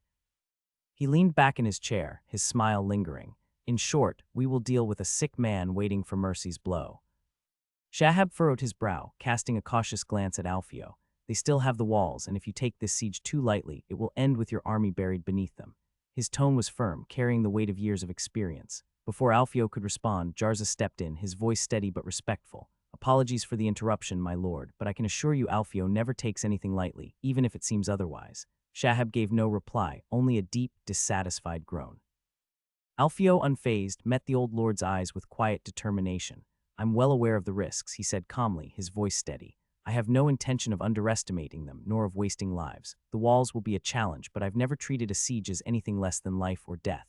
Shahab studied him for a long moment, then gave a slow nod, though the tension in his jaw remained. I hope you understand the gravity of this. Overconfidence has cost many a commander their life and their men. Alfio smiled faintly, the edge of his usual confidence returning. I do, Lord Shahab. Every stone those walls stand on I intend to dismantle carefully. Shahab's gaze narrowed, but after a moment he spoke. I hope you do, he said gruffly before shifting the topic. When do we march? Alfio didn't miss a beat. In 4 days, once all the nobles have departed the city, we'll be ready to move. Shahab nodded slowly, though the concern in his eyes didn't quite fade as they were once again moving. The army of 700 men marched in unison, their footfalls thudding against the hardened dirt as they approached the city of Medjiajarali. Dust rose with every step, swirling in the cool morning air. At the head of the column, Alfio rode alongside Lord Shahab, both of them silent as they neared the city walls. The banners of their combined forces fluttered behind them, their colors catching in the wind as the city's gates remained closed. The initial coldness which the Lord held toward Alfio had started to get warmer as the relationship between the two reached a point at least, where the old men did not groan every time he exchanged talks with the young man. Ahead, stark against the landscape, were 2 banners planted firmly into the ground-black stags on a blood-red field. The sigil of Lord Adun's house, with the head of it being the Lord of Medjiajarali, Lord Damaris. Alfio signaled for the army to halt, his hand raised. A ripple of motion passed through the ranks as the men obeyed, their armor clanking and horses snorting in the sudden stillness. Alfio turned to his companions. We go forward. The rest of you hold here, he ordered. Alfio knew that marching into another lord's domain was considered an infringement over the latter's rights, as such he wanted to make sure to let their first encounter to the lord of the city not end badly. The dozen riders accompanying them followed as Alfio and Shahab nudged their horses forward, breaking off from the main force. As Alfio and Shahab neared the banners of House Adon, two men, dressed in the deep crimson and black of their lord's colors, waited for them. Their polished armor reflected the sunlight, and they held their helmets tucked under their arms as they rode forward to meet the advancing party. One of the men, his face stern but respectful, raised a hand in greeting. "My lords," he called out, his voice steady, "Lord Damaris sends his welcome. He invites you to enter the city as honored guests. The gates of Medjugorje are open to you, although my lord would prefer if the bulk of your army stayed camped outside for safety reasons. Lord Damaris awaits your presence in his mansion." Alfio exchanged a brief glance with Shahab before speaking. "Please lead the way, good sirs." The two men dipped their heads in acknowledgement, turning their horses and falling in beside Alfio and Shahab, their presence calm and without haste. The small party rode ahead, leaving the larger army waiting at the outskirts of the city. As they approached the gates, the massive iron doors creaked open slowly, revealing the bustling streets of Medjugorje beyond. Townspeople paused in their work, staring at the approaching nobles and their retinue with wary eyes. The party was guided through the cobbled streets, their horses' hooves echoing against the stones, until they came upon the grand mansion of Lord Damaris. It rose like a sentinel above the surrounding buildings. The banners of the Black Stag fluttered proudly from its walls. As they dismounted, the two riders gestured toward the entrance. "This way, my lords," one of them said, bowing slightly. They followed closely behind as Alfio and Shahab were led through the open doors of the mansion, the heavy scent of incense and old wood filling the air inside. At the far end of the room, Lord Damaris sat regally upon a high-backed chair that elevated him above his guests. The lord's imposing figure was draped in fine fabrics of deep green and gold, his silver hair neatly combed back, accentuating a face lined with experience and authority. His dark eyes sparkled with a mixture of shrewdness and curiosity as he surveyed the newcomers. Lord Shahab, Damaris greeted, rising slightly from his seat with a respectful nod. "It is good to see you again." "I well enough for now," Damaris replied, his tone shifting slightly as he turned his attention to Alfio. "And you must be the renowned Sir Alfio." He offered a curt nod. "Welcome to Medjugorje. Please take a seat." Alfio settled into his seat, his sharp eyes studying the room and its occupants. After a moment, he leaned forward, his voice smooth and confident. "I trust, my lord, that you received my gift well." Lord Damaris gave a slow nod, a faint smile curling his lips. "Indeed, I did. Beautiful gifts, Alfio. It seems I've had some difficulty acquiring the newest products from Her Majesty's court. I would have liked to meet that wise old man that ammed them. Unfortunately, I needed to return to my domain to resume my duties. Still, your generosity was timely." "Then I'm glad they arrived safely," Alfio said, his smile unwavering. Lord Damaris shifted in his seat, his gaze sharpening as he looked between Alfio and Shahab. "I assume, then, that you marched to put an end to this rebellion once and for all." Shahab nodded gravely, his hands resting on the arms of his chair. "It is high time this ill-attempted rebellion is cut down," he said, his voice heavy with the weight of the past few months.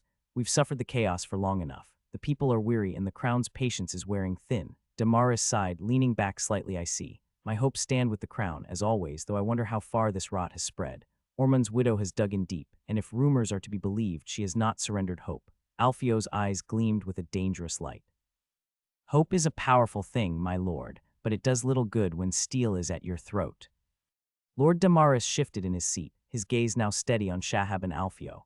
His tone was measured but carried a faint hint of apology. "You speak truly, sir. Still, I hope you may forgive me for prying further into your campaign, but reports have reached me that Ormond's widow has taken extreme measures in the lands surrounding Confluendi. Entire villages have been emptied of all provisions, food, livestock, anything that could sustain an army. She has left the countryside barren. It seems you may find it difficult to maintain a steady food supply for your men." Alfio, sitting with a calm expression, tilted his head slightly. His voice was casual but held an underlying sharpness. "Are you offering to aid us in solving that particular problem, my lord? For if that was true, we would be certain to remember of this kindness." A small, knowing smile played across Lord Damaris' lips as he leaned back in his chair. "I would be more than happy to offer assistance, of course. Her Majesty's cause is a righteous one, and I would gladly aid it." Shahab, ever the cautious diplomat, raised an eyebrow as he considered the offer. His voice was polite but edged with curiosity. "And would such generous help come with a price, my lord?" Lord Damaris' smile deepened, his fingers tapping rhythmically against the armrest. "In these times, one rarely gives without expecting something in return, but I'm certain we can come to a mutual understanding that will benefit all of us." Shahab's expression remained steady, though his eyes glinted with sharp curiosity as he leaned slightly forward. "Namely what, my lord?" he asked in a voice that was both cautious and commanding. Lord Damaris did not hesitate. Alenholm, Verneth, Jasker, and Theanport, he replied smoothly, listing the names of 4 cities with precise deliberation. Shahab frowned slightly, shaking his head. Those cities belong to lords sworn to Ormond's house, and they have all declared neutrality since his death. It would not be wise to infringe on their lands. Lord Damaris' face did not betray much, but his eyes darkened slightly. Those lords aided Ormond in his rebellion, and their owners are now under arrest in the royal capital. Seized lands should belong to those who stand loyal to the crown, he said smoothly, though his underlying ambition was clear. Shahab responded without missing a beat. They were pardoned for their actions by her grace, and you know that well. This is not about loyalty, Damaris. You're interested in gaining access to the river without passing through Confluendi's fiefdoms, aren't you? Your previous talks about that issue with Ormond did not end well, isn't that right?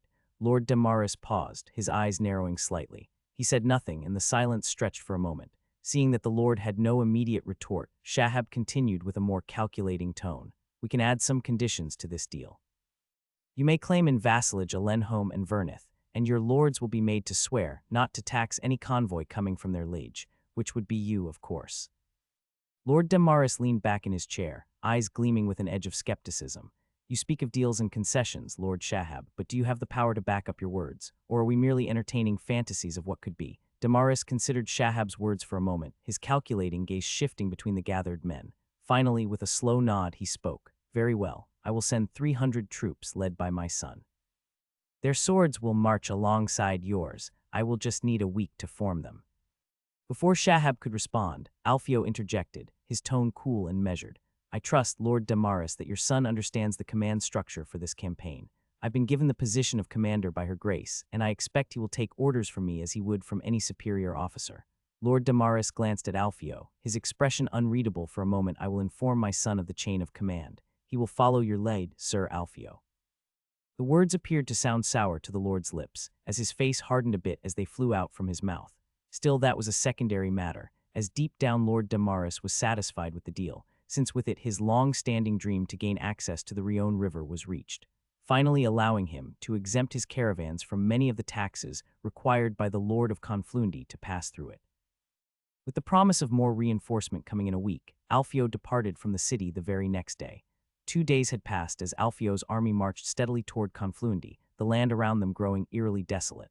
The fields lay barren, the homes and barns of the scattered villages they passed standing silent, as though abandoned in haste. There were no signs of life, no livestock, no villagers, just emptiness. Egil, riding beside Alfio, narrowed his eyes as they approached yet another deserted village. No bodies, he muttered, scanning the scene. No blood either. These places weren't raided. Jarza, riding on the other side, grunted in agreement. The rebels must have cleared everything out themselves, took all the food they could find. He glanced toward the city looming in the distance. The people probably either fled to Confluendi or moved to other villages, refugees by now. Alfio remained silent for a moment, taking in the lifeless landscape. His eyes hardened as he surveyed the abandoned farms and empty roads. Whatever happens with this siege, this land is ruined, he finally said, his voice carrying a grim weight. Famine, refugees, it'll be chaos for months, maybe until the next fall.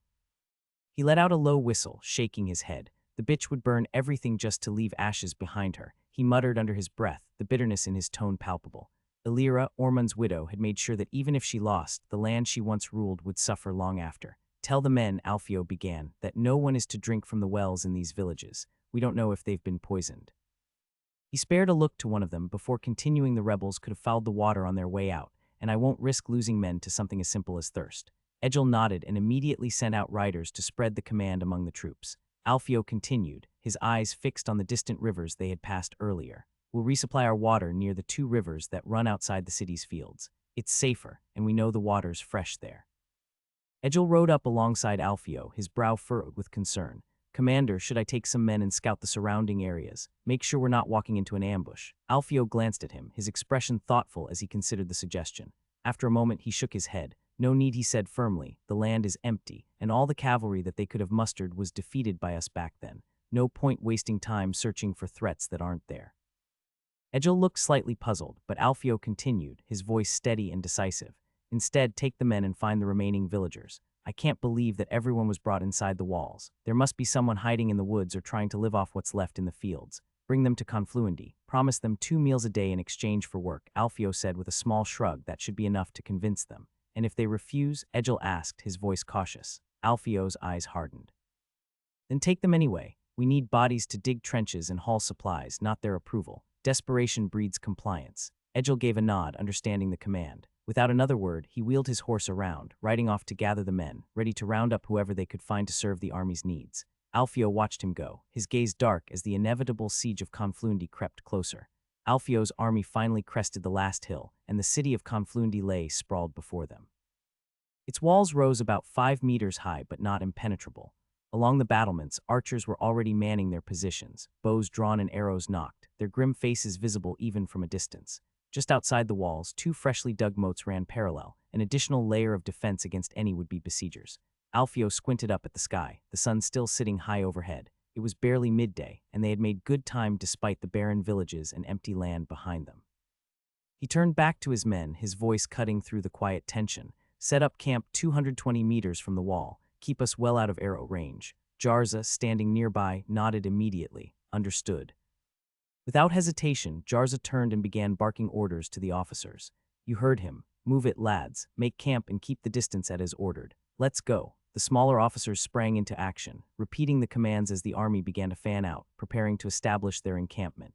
Shahab observed the bustling activity around him, genuinely surprised by the efficiency and precision with which Alfio's men were setting up camp. Within minutes from the order, squads of soldiers were already digging trenches, erecting temporary wooden structures that resembled hollowed walls, and accumulating piles of dirt behind them as the one in front of them digged moats. Your men are swift and well-drilled even outside battle, Shahab remarked, his brows raised in admiration. I've rarely seen a camp being prepared so efficiently. Alfio, standing nearby, gave a slight nod as he watched the preparations unfold. I keep them moving, always drilling. Long marches followed by camp construction. Every squad knows their role. First, dig the perimeter and raise these wooden walls through hollow inside, but the dirt they dig out is piled up behind, making a solid barrier. If we're here long enough, we'll add stakes at the bottom, make it harder to place ladders. Shahab smiled, nodding slowly. Sounds like you've taken a page from Romelian infantry practices. I've heard they build camps after every march. Alfio glanced at Shahab, a brief, almost imperceptible flicker of acknowledgement in his eyes. I did, he replied simply. Ah, Shahab continued, I suppose you come from there. Romelia, then, miss your homeland. Alfio's expression darkened. Without a word, he turned his head to the side. I suppose I would prefer to live in hell than to even have a walk there. Shahab glanced around, noting the response in his mind. When do you expect the camp to be fully ready? Alfio stood with arms crossed, his eyes scanning the progress with the men we have now. I'd say half a week, maybe a little less if they push hard enough, he replied.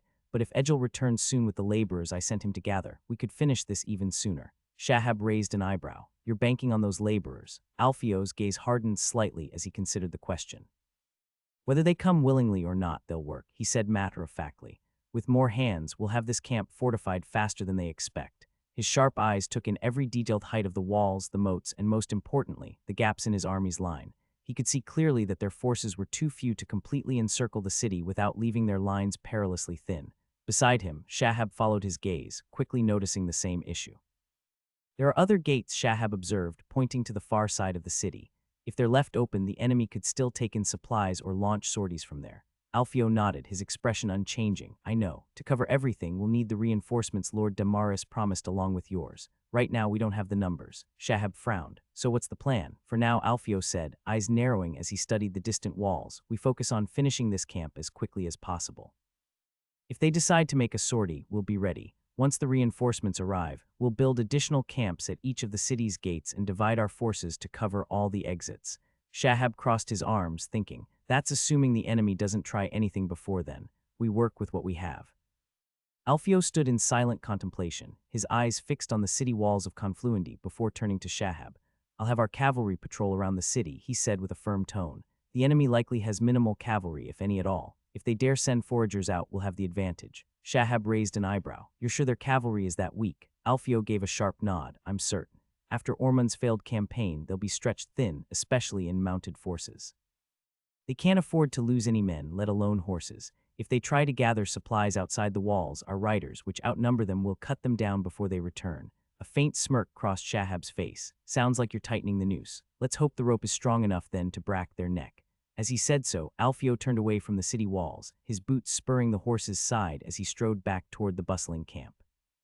His mind churned with thoughts of how best to weaken Confluendi's garrison. They were already low in numbers and isolated, but he needed to exploit every vulnerability, as he knew how fickle sieges could be for everybody.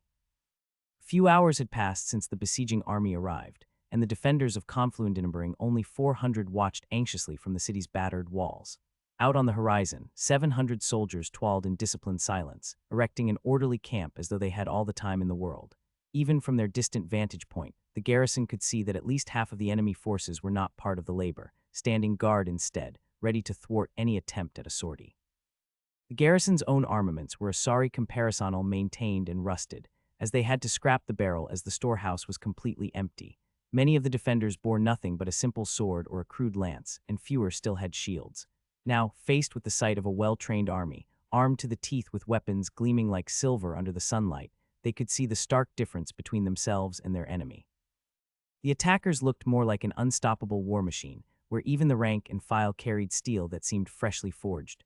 These were no ragged militia or conscripts, they were professional soldiers, drilled and battle-hardened. One of the men on the wall, a young conscript with a few strands of a dark beard clinging to his chin, held up his own sword. The blade had spots of orange rust crawling up from the hilt, and the once sharp edge had dulled from disuse.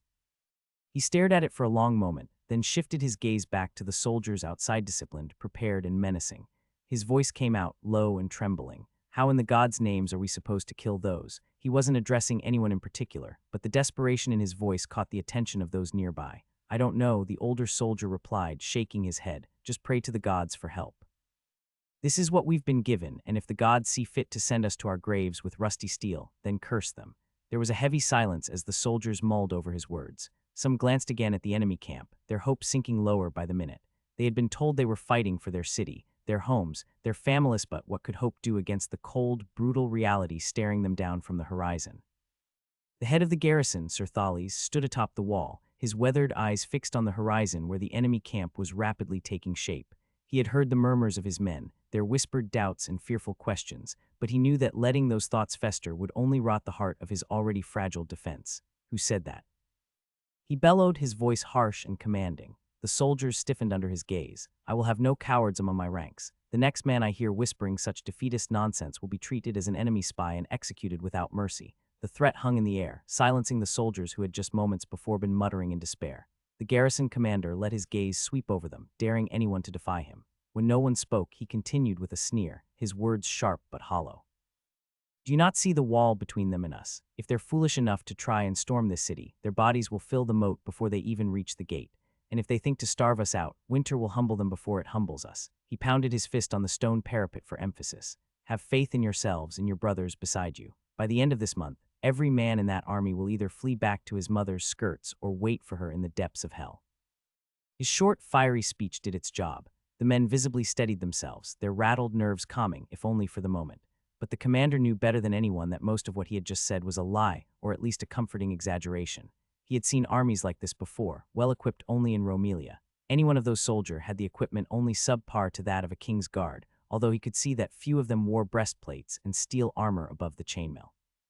He knew that once a few of those enemy soldiers reached the walls, there would be little hope that his ragtag group of defenders could hold them off for long. He sighed inwardly, his thoughts drifting back to the days of his youth when he had traveled far beyond these lands. Once in the heart of the Ralmian Empire, he had stood as an observer, watching in awe as thousands of soldiers marched in perfect unison, each one equipped with armor and weapons fit for a king's guard. It had been a spectacle of sheer military might, a force that could break lesser men with their presence alone. And while the enemy before him now was fewer in number, they carried that same Oron army of professionals. For a fleeting moment, he entertained the idea of leading a sortie, of catching the enemy off guard while they were still entrenching themselves. But then he glanced back at his own men, dirty, ill-equipped soldiers who leaned on rusty spears and chipped swords, their eyes hollow with fatigue and fear. No, a sortie would be suicide, he thought as reality slapped him in the face. His men weren't soldiers in any real sense. They were peasants hastily armed and thrown onto these walls with the flimsiest of armor and rusting weapons. To send them out against that army would be sending lambs to slaughter. The commander clenched his jaw, his fists tightening on the cold stone of the parapet. He glanced back at the towering keep. Inside, his young lord and her mother sought refuge, awaiting whatever fate would come. He clenched his jaw. He had failed. He had sworn to serve them, to protect them with his life. The only thing now was to do his duty even in defeat. If it was here on these walls that he was meant to die, so be it. Thales stood atop the weathered battlements, scanning the horizon when a sudden commotion drew his attention. a lone rider, clad in armor and bearing a banner of two black diagonally stripes on a white field, galloping toward the walls. That was the first time he saw such a banner, but he realized immediately that it was of the Mercenary, mostly for the lack of any herald. The rhythmic pounding of hooves echoed through the cold air as the rider halted just beyond bow range. The rider raised his voice, sharp and clear. A parley. The general of the royal army, Sir Alfio, requests a parley with the young lords' regent. Thales narrowed his eyes, watching the rider with a cold, calculating gaze. He hesitated, his mind racing as he weighed the situation. Turning his head slightly, he glanced back at the distant keep, where the young lord and her mother waited, helpless behind stone walls. Thales stood tall on the battlements, eyes locked on the lone rider below, before suddenly shouting down with authority, "It will be the commander of the city who meets you. The regent will not risk her well-being by treating with kinslayers and liars. The meeting will take place between the walls and your camp," the rider continued, his voice firm. "You are allowed to bring only 5 men. After saying that, the rider did not wait for a response but turned his horse and rode back toward the distant camp, the banner fluttering behind him like a shadow. Thales inhaled deeply and turned to his close guards and choosing 5. Minutes later, clad in his armor, Thales led a small contingent through the gates. The air was thick with tension, the cold bite of impending conflict lacing every breath they took. His guards, 5 in total, followed closely behind him. Ahead, just beyond the no-man's land between the walls and the enemy camp, a simple wooden table had been set up, marking the meeting point. As he approached the table, Thales pulled the reins, slowing his horse. He dismounted smoothly, the cold ground crunching under his boots. His guards followed suit, dismounting with practiced ease. Alfio stood by the table, his armor catching the midday sun, casting sharp reflections across the field. With a faint smirk, he greeted the approaching commander. "It is a pleasure to finally meet the man defending this city. Mayhaps in any other situation we could have shared a cup of wine," he said, his voice calm, almost mocking, as if this were a casual affair rather than a life-and-death standoff. Thales, however, did not respond. His eyes were fixed on Alfio, the man responsible for the death of his lord and his young son. The hatred in his gaze was barely contained, but he kept his composure, hands clenched by his sides. He glanced up, his eyes catching the bright afternoon sun. For a brief, fleeting moment, he allowed himself to wonder if this would be the last time he saw the sun, the last time he breathed free air. A small sigh escaped his lips. Without warning, his hand shot to his belt, drawing his dagger in a flash of steel. In one swift, reckless motion, Thales lunged forward. The dagger gleamed as he aimed it directly at Alfio's throat. If he was to die, then he would be choosing the way he would go. Alfio was on his knees, his voice a raw shout of agony that cut through the air. His right hand was all red with blood, a dagger piercing through the flesh, the blade embedded deep enough that the tip jutted out from the back of his hand. Blood pooled beneath him, his face contorted in pain as he clutched at the wound with his free hand, eyes wide with shock and fury. Nearby, Thales lay face down in the dirt, his arms forcibly twisted behind his back by 2 of Alfio's men. This was the first man Alfio was so close to death, in this life at least, yet it seemed that his luck was as big as his ambitions. Meanwhile, Jarza wasted no time. With a savage roar, he swung his mace in a brutal arc, crushing the skull of one of Thales' guards, the sickening crack of bone echoing across the battlefield. He then turned and with a roar brought his weapon down on a second man before the guard had a chance to react. The rest of Thales' men immediately surrendered as they saw the rest of the guards running towards them. Shahab wasted no time in delivering a brutal kick to Thales' face, sending the man's head snapping to the side. Blood dribbled from his nose and mouth as Shahab spat at him, his anger not faked, as what just happened would have made the blood of any noble boil with anger. "You bastard without honor." Thales, despite the agony in his limbs and the assault to his face, let out a ragged laugh, blood-stained teeth bared in defiance. "You would serve a cunt who spreads her legs for dogs. What does that make you?" he shouted, his voice thick with contempt and hatred. Jarza, hearing the words, with his face twisting in rage, raised his mace high, ready to bring it crashing down on Thales' skull. His knuckles whitened as he gripped the weapon, fury blazing in his eyes. But before the blow could land, Alfio's voice, still hoarse from pain but sharp, cut through. "Stop." He roared, even as his face remained contorted in pain, his hand still pierced by the dagger. Jarza froze mid-swing, glancing back at his friend and leader for a brief moment, his mace trembling slightly in his hands. Reluctantly, he lowered his weapon, stepping back. Alfio, breathing heavily, turned to one of his men standing nearby. "Go, fetch Agalosios. Tell him my condition." His voice was strained but firm, the urgency clear. As the soldier ran off to fetch the medic, Shahab turned slowly, catching sight of Alfio's expression in intense, simmering fury beneath the pain.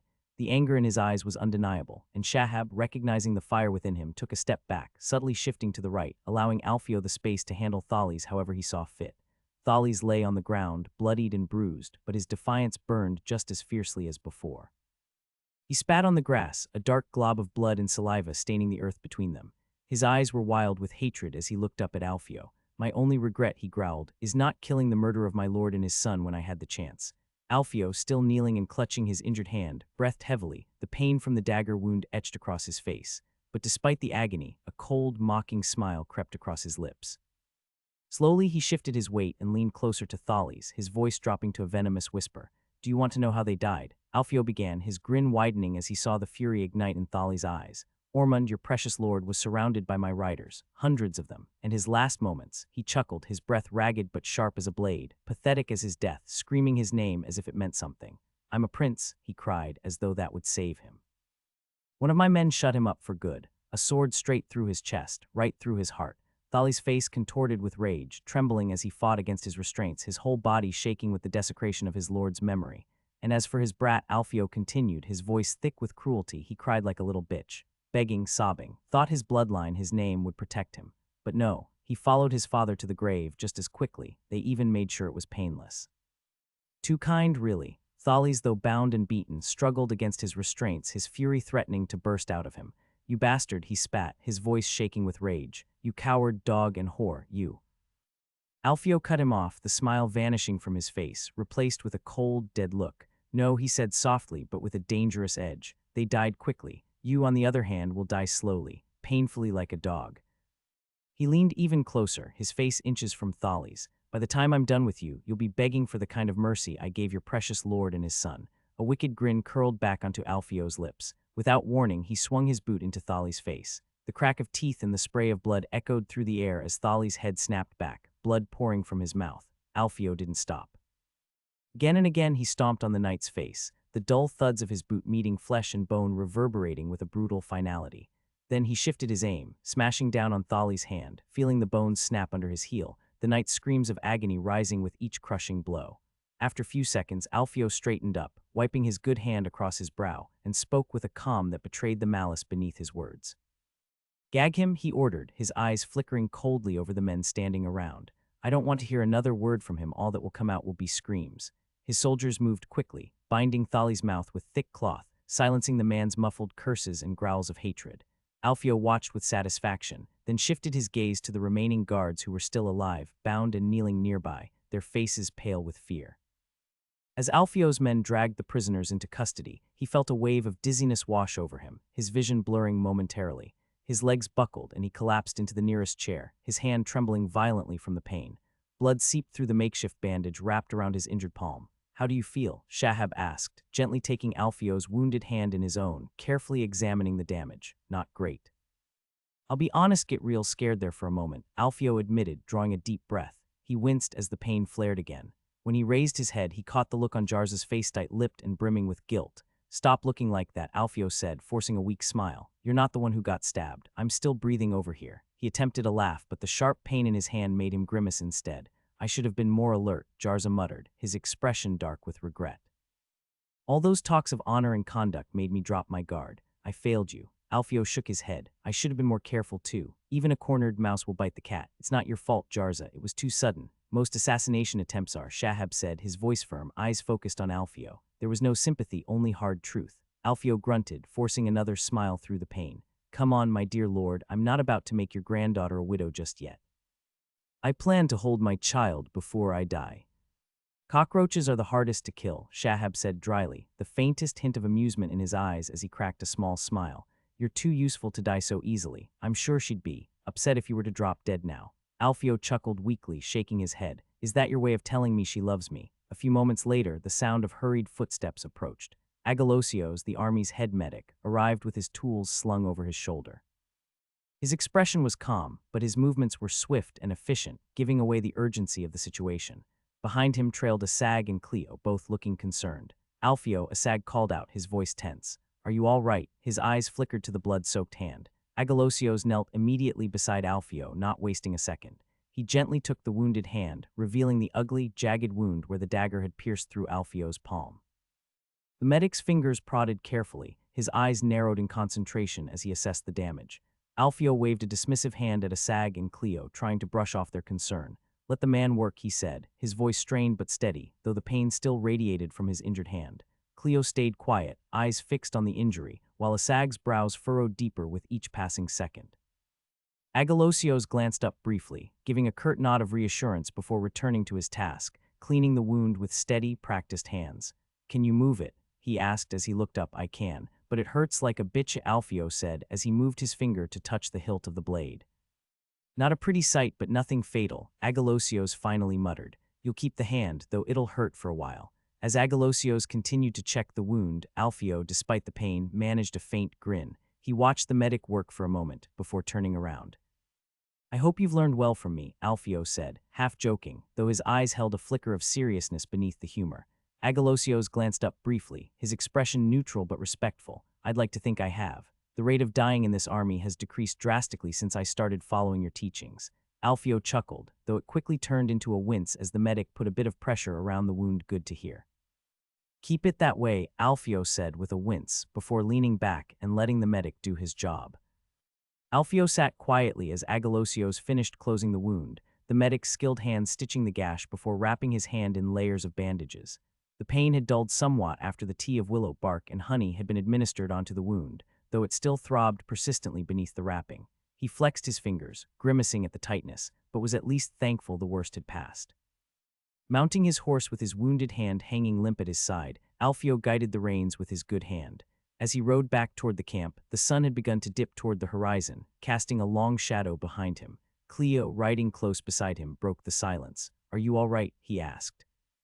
Alfio gave a slow nod, glancing over at him. "As good as I could be, given the situation," he replied, his tone dry. "I'm not dead, at least, though I'll admit I've been in better shape." Cleo frowned, looking at his bandaged hand. "He caught you off guard," he said. "That won't happen again. You will have to own better security from now on. You're no longer a simple mercenary." Alfio chuckled, though it was more of a low exhale through his nose. "No, it won't. I should have expected something like that.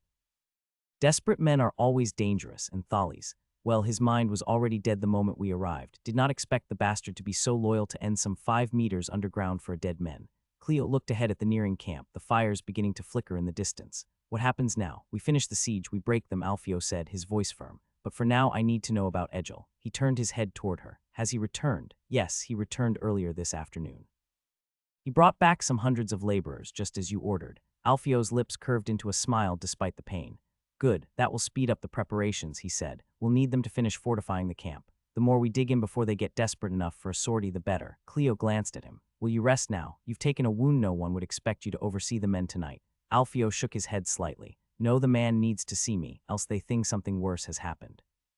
Once I know everything's running smoothly, then I'll think about it, but not a moment sooner." He gave him a wry smile, his tired eyes betraying the strain behind his words.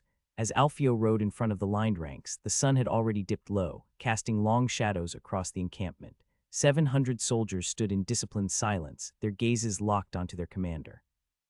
His horse's hooves beat a steady rhythm on the earth as he passed, each man straightening a little more, the weight of the moment heavy in the air. Alfio's bandaged hand rested at his side, visible to all as a reminder of the treachery earlier that day. When he reached the center, Alfio lifted the bandaged hand in a slow, deliberate gesture, his eyes scanning the crowd. The movement brought silence to every whispered conversation, every subtle shift in the ranks. His voice, strong but edged with the pain still lingering in his body, carried across the camp.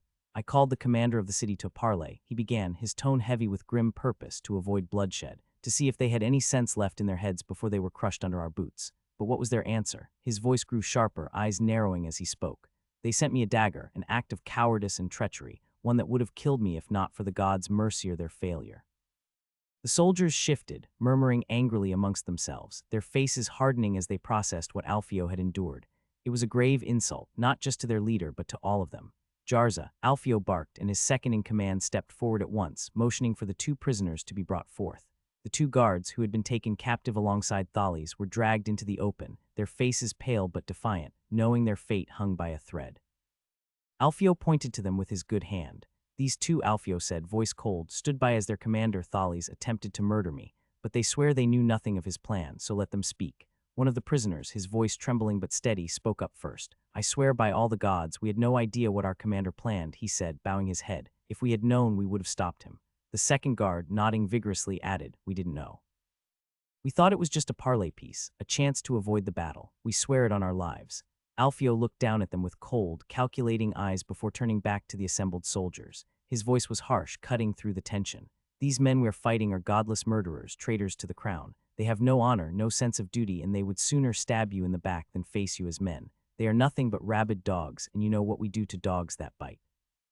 The soldiers murmured in agreement, their anger building. Alfio's voice rose again, commanding their full attention. We will put them down one by one until there's not a single one of them left standing, and it begins now. He pointed toward Thales, who was being dragged forward. This man-thigh's craven, this traitor attempted to kill me under the guise of peace. He will be executed here, as an example of what happens to those who betray the sword of justice. The men stood at full attention, awaiting the fate of the man who had dared to strike at their leader. Alfio's eyes, burning with fury, didn't leave the prisoners as the sentence began. Alfio's voice thundered through the camp, his fury palpable. His sentence shall be quartering. Let all who see this know that betrayal will be paid in blood. The soldiers stood at attention and let out a cheer. Shahab, standing slightly to the side, watched in silence, his face unreadable. What Thales had done violating the sanctity of a parley was a grave taboo, an act of cowardice and dishonor. It was not Shahab's place to intervene by tradition. It was up to Alfio, the wounded party, to determine the punishment. Without a word, Shahab nodded in silent acknowledgement, understanding the justice of the sentence, even as the brutality of it came closer. The red-hot dagger, glowing ominously, was plucked from the flames by a soldier, the heat warping the air around it. The blade sizzled as it was held aloft, radiating an unbearable heat. Thales, bound to the stake, could only whimper weakly behind the gag, his swollen eyes blinking open to see his fate approaching. His body jerked against the ropes, a futile attempt to escape what was coming, but the bindings held him fast. Without hesitation, the soldier brought the glowing blade to Thales's exposed abdomen. The moment the red-hot metal made contact with flesh, there was a sickening hiss, the smell of burning skin filling the air. Thales's body convulsed violently as the searing blade tore into his stomach, carving a path through muscle and tissue. A scream muffled by the gag erupted from deep within him, but it was drowned out by the sound of sizzling flesh and the horrified gasps of the soldiers who bore witness. Blood and steam rose from the wound as the dagger plunged deeper. His skin blackened and peeled around the edges of the incision, the stench of charred meat unbearable. The blade was twisted, cutting deeper into his belly, and Thales's legs buckled beneath him, his body jerking in agony as urine flew down onto his leg. The soldier moved with cruel precision, slicing through the soft flesh of his stomach, opening him like a pig. Thales's eyes rolled back in his head as waves of indescribable pain tore through him. Blood and bile spilled from the gaping wound, mixing with the charred remains of his flesh. His body trembled uncontrollably, and his gagged screams grew weaker, but the horror of the moment stretched on. Alfio, his hands still throbbing from his own injury, watched with cold satisfaction. The men around him stood still, some looking away, others transfixed by the gruesome punishment. Many of the men that followed Alfio since Arlania, during the time they were slaves, saw such punishments already. Still looking at it again as a freeman was a total other experience. Shahab, ever composed, did not move, did not speak. It was Alfio's moment of retribution, and it was carried out without mercy. The red-hot blade had done its work, leaving Thales a shuddering, broken shell, the gaping wound in his belly leaking blood and viscera as his life ebbed away in excruciating agony, while still letting him be alive and kicking, not extinguishing the life within him. On the walls of Confluendi, the garrison watched in horror. The distance between them and the camp did little to soften the brutal scene unfolding below. Those closest to the edge of the wall had the clearest view of Thales's grisly punishment, and what they saw turned their stomachs. Several soldiers looked on, their faces pale and stricken. One man gripped the stone battlement so hard his knuckles turned white, his jaw clenched in disbelief. Another soldier, younger and less hardened, gagged at the sight, bile rising in his throat as he backed away from the edge. His legs wobbled, and a moment later, he turned and stumbled to the ground, retching violently. Gods! What are they doing to him? One whispered, his voice barely audible over the distant cries of Thales's muffled agony. A few couldn't bear to watch any longer. They turned away, some with hands covering their mouths, others moving shakily to the back of the wall. One soldier, his face haggard with dirt, leaned against the stone, sweat dripping from his brow. He wiped his face and muttered a prayer under his breath, unable to look back at the horror below. Thales hung from the post, his body sagging under the ropes that bound him tightly. His face was a mask of agony, sweat pouring down his skin as he gasped for air, his muffled cries turning into pathetic whimpers. His eyes, wide and filled with terror, darted around, searching for some mercy that would never come. The red-hot blade had already done its gruesome work. The dagger sliced into his abdomen. His viscera, slick and glistening, was out, the foul smell of blood and burning flesh mixing with the air. Thales continued to let out a guttural scream, but it was choked by the gag in his mouth. Tears streamed down his face, his body trembling violently, but he was still alive, horrifically so. His intestines, half spilling from his gaping wound, twisted in a sickening display of slow torture. Each movement, each twitch of his body, sent fresh waves of unbearable pain through him. His eyes rolled back, and for a moment it seemed like his body might finally give in.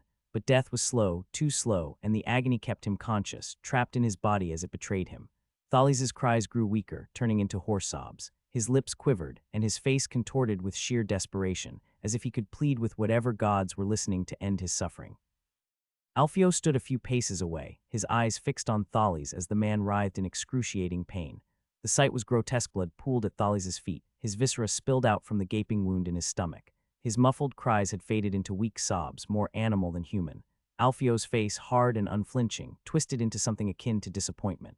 He let out a bitter sigh, muttering under his breath, "Even revenge is made pathetic now."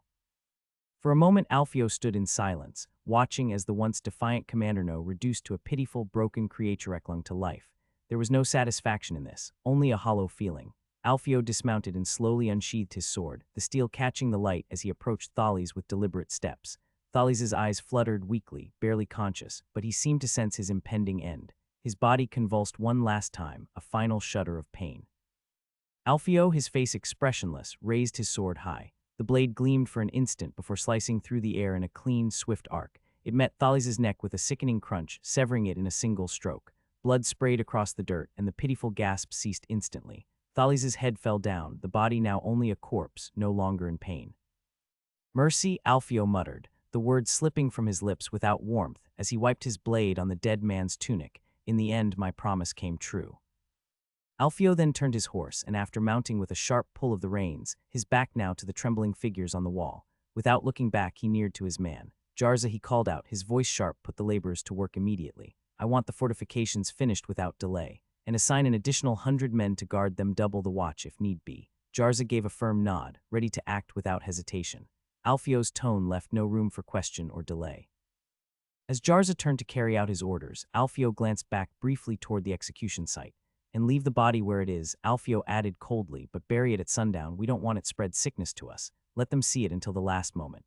Jarza gave a grim nod, fully understanding the message Alfio intended to send. With that, Alfio then turned toward Rado, his voice low but firm. "Tell Egil to meet me in my tent. I need to speak with him." Rado quickly nodded and hurried off, while Alfio turned his horse toward his quarters. The ride back to his tent felt longer than usual. His hand throbbed under the bandages, a constant reminder of the near moment that could have ended his life. As he reached his tent, Alfio dismounted with a grunt, pulling off his cloak in one swift motion. He tossed it onto the ground, the heavy fabric crumpling into a heap. His mind was clouded with exhaustion, frustration, and pain. He walked over to his bed and let his body collapse onto it, sinking into the rough fabric with a sigh. Minutes ticked by, and the noise of the camp outside became a distant hum. Alfio's body ached, and the tea he had been given earlier had dulled the pain only slightly. He had just closed his eyes, trying to gather his strength, when the sound of footsteps approached the tent. The flap opened, and Egil stepped inside, his eyes immediately locking onto Alfio. He hesitated for a moment, sensing the tension and weariness that hung thick in the air. "You asked for me," Egil said, his voice measured, as he observed the general sprawled out on the bed. Alfio sat up, his body moving slower than usual, but his gaze was sharp as he met Egil's eyes. "Yes," he muttered, "we need to talk." "Well, go on and ask then," Egil said, leaning against the tent post, his posture casual yet attentive. Alfio didn't waste time. "How far did you ride?" Egil scratched his chin, tilting his head in thought. "Hard to say exactly. 10, maybe 15 kilometers, give or take, and every village you passed empty." "Not all of them," Egil shrugged. "The ones closer to us were cleaned out, but the farther I went, the more I found untouched. Could have kept riding, but we ran into a few hundred laborers working the fields. Figured there wasn't much point in going further after that." He narrowed his eyes. "Why so curious?" Alfio leaned forward slightly, wincing at the dull throb in his bandaged hand. "I need to calculate the damage to the land. For after." Egil raised an eyebrow, giving Alfio a long look. "Always thinking 3 steps ahead, aren't you?" Alfio didn't respond directly, just gave a tight smile, his mind already working through the logistics. Egil stretched his arms behind his head, his tone shifting to something more casual. "So what's next for me and my men?"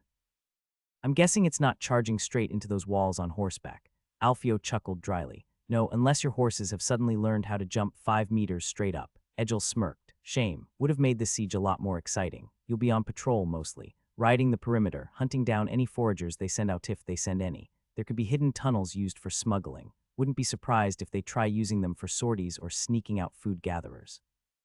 Edgel let out a dramatic sigh. So basically, I'm a glorified scout chasing shadows. Exciting stuff. Still, it's the job you've got, Alfio said, smiling despite himself. At least you'll be out riding all day while the rest of us dig. Ah yes, fresh air, open fields, the wind in my hair while I track down starving peasants. Truly the pinnacle of warfare, Edgel quipped, his tone dry but playful. You really know how to keep a man motivated.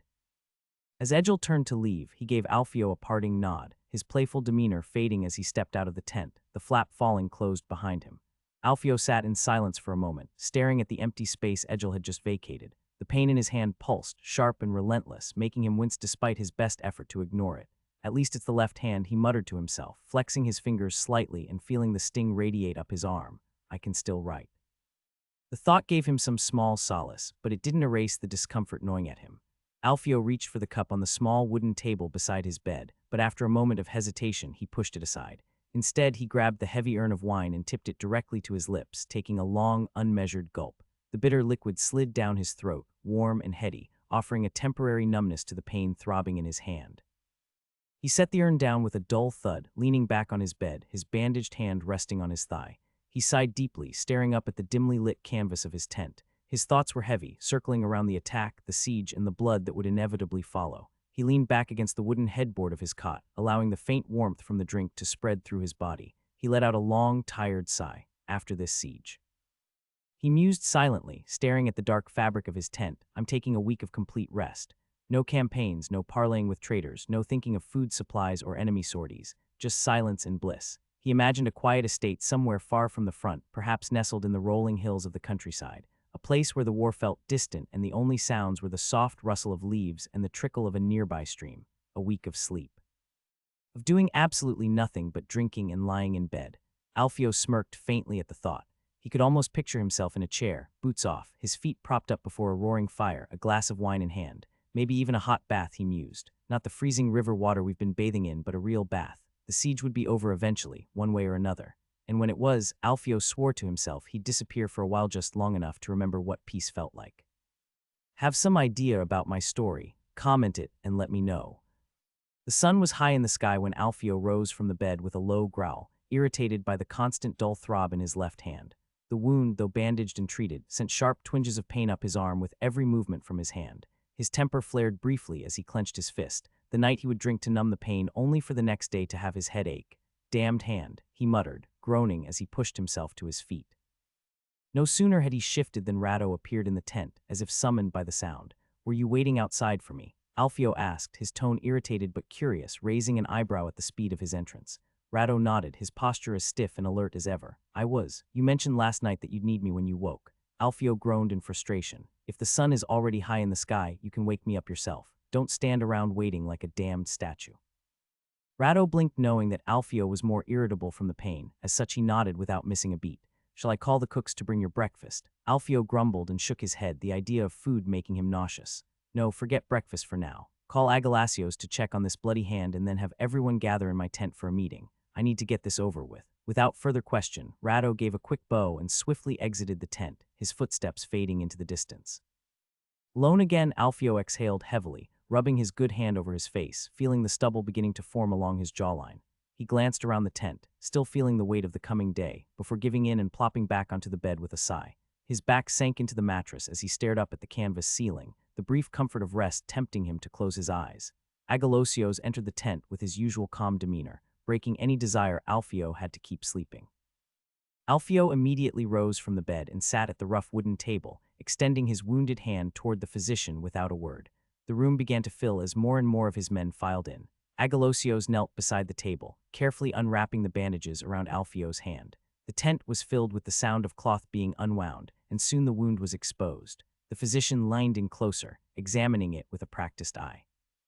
The flesh was red but not overly so, and the stitches held the cut together tightly. There's no sign of infection, Agalacios said, his voice calm but steady. The scab is starting to form around the stitches, which is a good sign. He looked up briefly from his work and asked, any fever in the past day or so? His hand moved to Alfio's forehead, checking for any sign of heat. Alfio shook his head. No fever. Just pain, he replied with a grunt, keeping his voice steady, though the pain was obvious in his expression.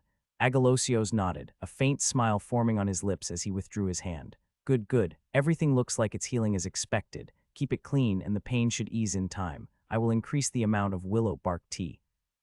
Around the tent, the tension seemed to ease. The officers who had gathered for the meeting exchanged glances, their expressions visibly more relaxed. See, Alfio muttered dryly, still too stubborn to die. The comment drew a few chuckles from the men. Agalosios finished rebandaging the hand, rising to his feet with a satisfied nod. I'll keep an eye on it, but as long as you don't do anything foolish, you'll be back to full strength soon enough. Alfio turned to face the others gathered in his tent, waving his hand toward Agalosios. You can leave, Agalosios. You've done well, he said, his voice clipped but appreciative. Agalosios nodded and quietly left the room, slipping past Shahab, who had just entered the tent. The room was now full, and Shahab, the last to arrive, stood near the entrance. The tent was simple but large, serving as both Alfio's sleeping quarters and his command center. Maps were spread across the table, various documents stacked beside them, while a rough bed lay in the corner, barely used. The air was thick with the scent of leather, sweat, and faint traces of wine from last night. You seems to be drinking more, Shahab noted as he saw the empty urns near the bed. You would too with this bloody hand, Alfio answered before changing topic. News about the camp construction, he asked, his eyes sweeping across the gathered men. Jarza, standing at the far end, stepped forward. We managed to finish it this early morning, he reported, his voice calm but carrying a hint of pride. The men worked through the night and it's all in place now. Alfio nodded, satisfaction flickering briefly in his eyes. He had pushed his men hard and they had delivered. 3 days to complete the camp was an excellent result, even better than he had hoped. 3 days, Alfio mused aloud, more to himself than to anyone else. An extremely positive result. His hand, still bandaged, rested lightly on the table, and for a moment he allowed himself to feel a small measure of relief. The camp was ready, the foundation laid for what would come next. Well done, he added, a note of approval in his voice. Alfio shifted his focus, leaning back slightly in his chair as he glanced at Egil. What about our supply situation? He asked, his voice steady but expectant. He knew that with the camp finished, sustaining the army was now the next most important issue. Egil stepped forward, his expression serious. My men have been coming back from foraging with positive results every day, he began. We've managed to gather enough food and provisions to keep us going for now. But he paused, his brow furrowing. I estimate that in half a week or so, we won't be able to sustain ourselves from the countryside any longer. We've already emptied most of the nearby villages, and the rest are either deserted or picked clean. Since you have ordered not to push the village to the point of starvation. Before he could speak, Shahab chimed in from the side of the room, his arms crossed over his chest.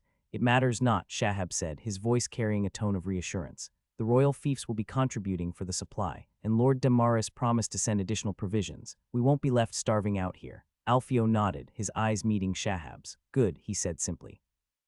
Shahab uncrossed his arms and leaned forward slightly, his eyes narrowing. It's time to actually plan on taking the city, he said, his voice calm but firm. We should immediately begin constructing ladders and siege towers. The longer we wait, the more time they have to prepare. We need to press our advantage. Alfio raised a hand, shaking his head. Storming the city should be our last contingency, he replied. Shahab's expression tightened. And what? You hope the walls will open themselves? He asked, frustration creeping into his tone. Or worse, you plan to starve them out. Must I remind you of the state of our coffers? Alfio chuckled darkly and leaned back in his chair. No, he said neither. But tell me, what is the thing that kills most during sieges? Egil, who had been quietly observing, spoke up. Hunger or death by storming the walls, I'd say. Alfio laughed, shaking his head again. You've never participated in a long siege, have you? He said, glancing at Egil with a knowing smile. After all, he was part of a mounted tribe, and they were mostly used for raiding or flanking maneuvers during battles by the emperor.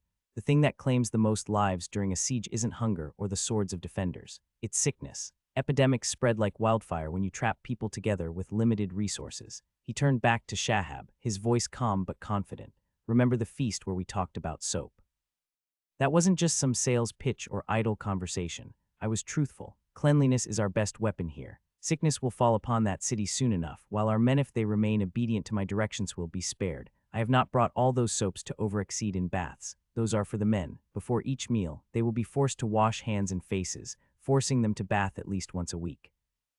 Shahab scoffed, shaking his head with a dismissive wave of his hand. Even if all that bullshit you told were true, he said sharply, not believing all the things he had said, when he presents soap to them, the castle won't fall just because some peasants start coughing up blood or die while shitting themselves.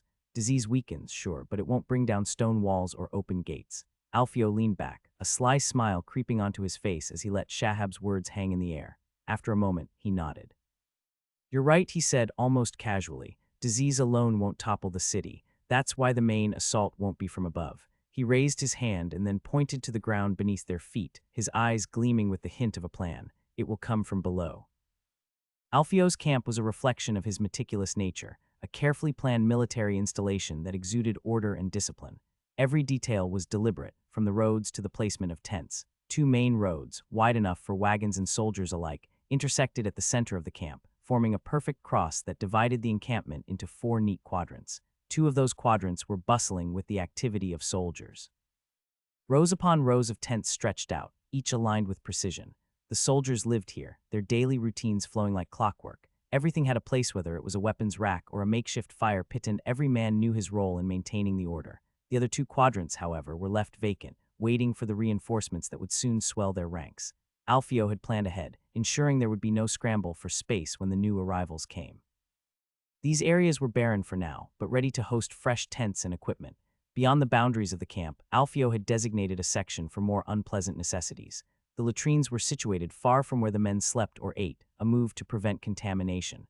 Numerous pits had been dug there, with soldiers using them for their work, and then covering them with dirt once they were filled. This rotation ensured that waste didn't fester, and no disease would take root in the camp, a silent but crucial defense against the scourge of epidemics that so often followed large armies. Alfio rode slowly down the main road of the camp, his eyes scanning the orderly lines of tents and the bustling activity around him. Beside him, a sag kept pace on horseback, delivering his report with a steady tone. "The mining operations are progressing well," he began, glancing briefly at Alfio before continuing. "Last night we dug small, concealed camps to mask the work, wide enough for the dirt to be distributed around the perimeter, and then, under the cover of darkness, we transport it far from the walls to ensure the enemy doesn't catch wind of what's happening. So far, there's been no sign that they've realized anything. We're keeping the activity low, discreet. No movement during the day except the laborers digging." Alfio nodded, satisfied. The deception was essential, and Asag's men were handling it well. "And the siege engines?" Alfio asked, his voice calm but curious. "The ladders and siege towers are being constructed as you ordered, my lord," Asag said within an ironic tone, which caused Alfio to chuckle a bit. To make sure that the enemy was not suspicious of the quiet, he had ordered for their constructions. The ladders and battering rams were most for show, while instead the siege tower were something Alfio planned to use to make his archers shoot taller than the enemy and rain arrows down on them in order to cripple their numbers. Above all, however, Alfio knew well that without the royal engineers gifted to him by Jasmine, his plans would never have progressed so smoothly. His band of men, as skilled and disciplined as they were, lacked the specialized knowledge required to build such sophisticated war machines. He thought back to the day Jasmine had sent the engineers, knowing full well they would be vital. Without them, Alfio would have been forced to rely entirely on brute force and numbers, a riskier strategy that could have cost him far more men, something that he ought to have kissed Jasmine for. "Without them, we'd be hacking at stone like fools," Alfio muttered, half to himself. Alfio turned his head slightly toward Asag, his brow furrowed in thought. "What are the men up to now that the grueling work is being handled by the laborers?" he asked. Asag shrugged, his shoulders lifting beneath his armor as he kept his gaze forward. "Better to ask Jarza for the full picture, but from what I know," Asag began, his voice carrying a tone of mild indifference. "Apart from some who are cutting trees for supplies or going out on foraging runs, most are killing time, standing on guard, training, keeping themselves sharp." Alfio nodded, absorbing the information. There was only so much to be done in the waiting game of siege warfare. With the most exhausting tasks now delegated to the laborers, and the engineers handling the technical side, most of his soldiers had little to occupy their time.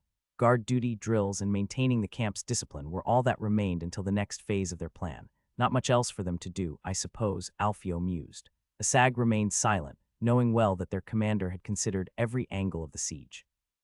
It was the 7th day since the siege had begun, and the promised supplies from Lord Demaris had finally arrived on the late morning. He had watched as carts loaded with provisions and materials rolled steadily into the camp, their arrival accompanied by the clattering of wheels and the murmur of soldiers.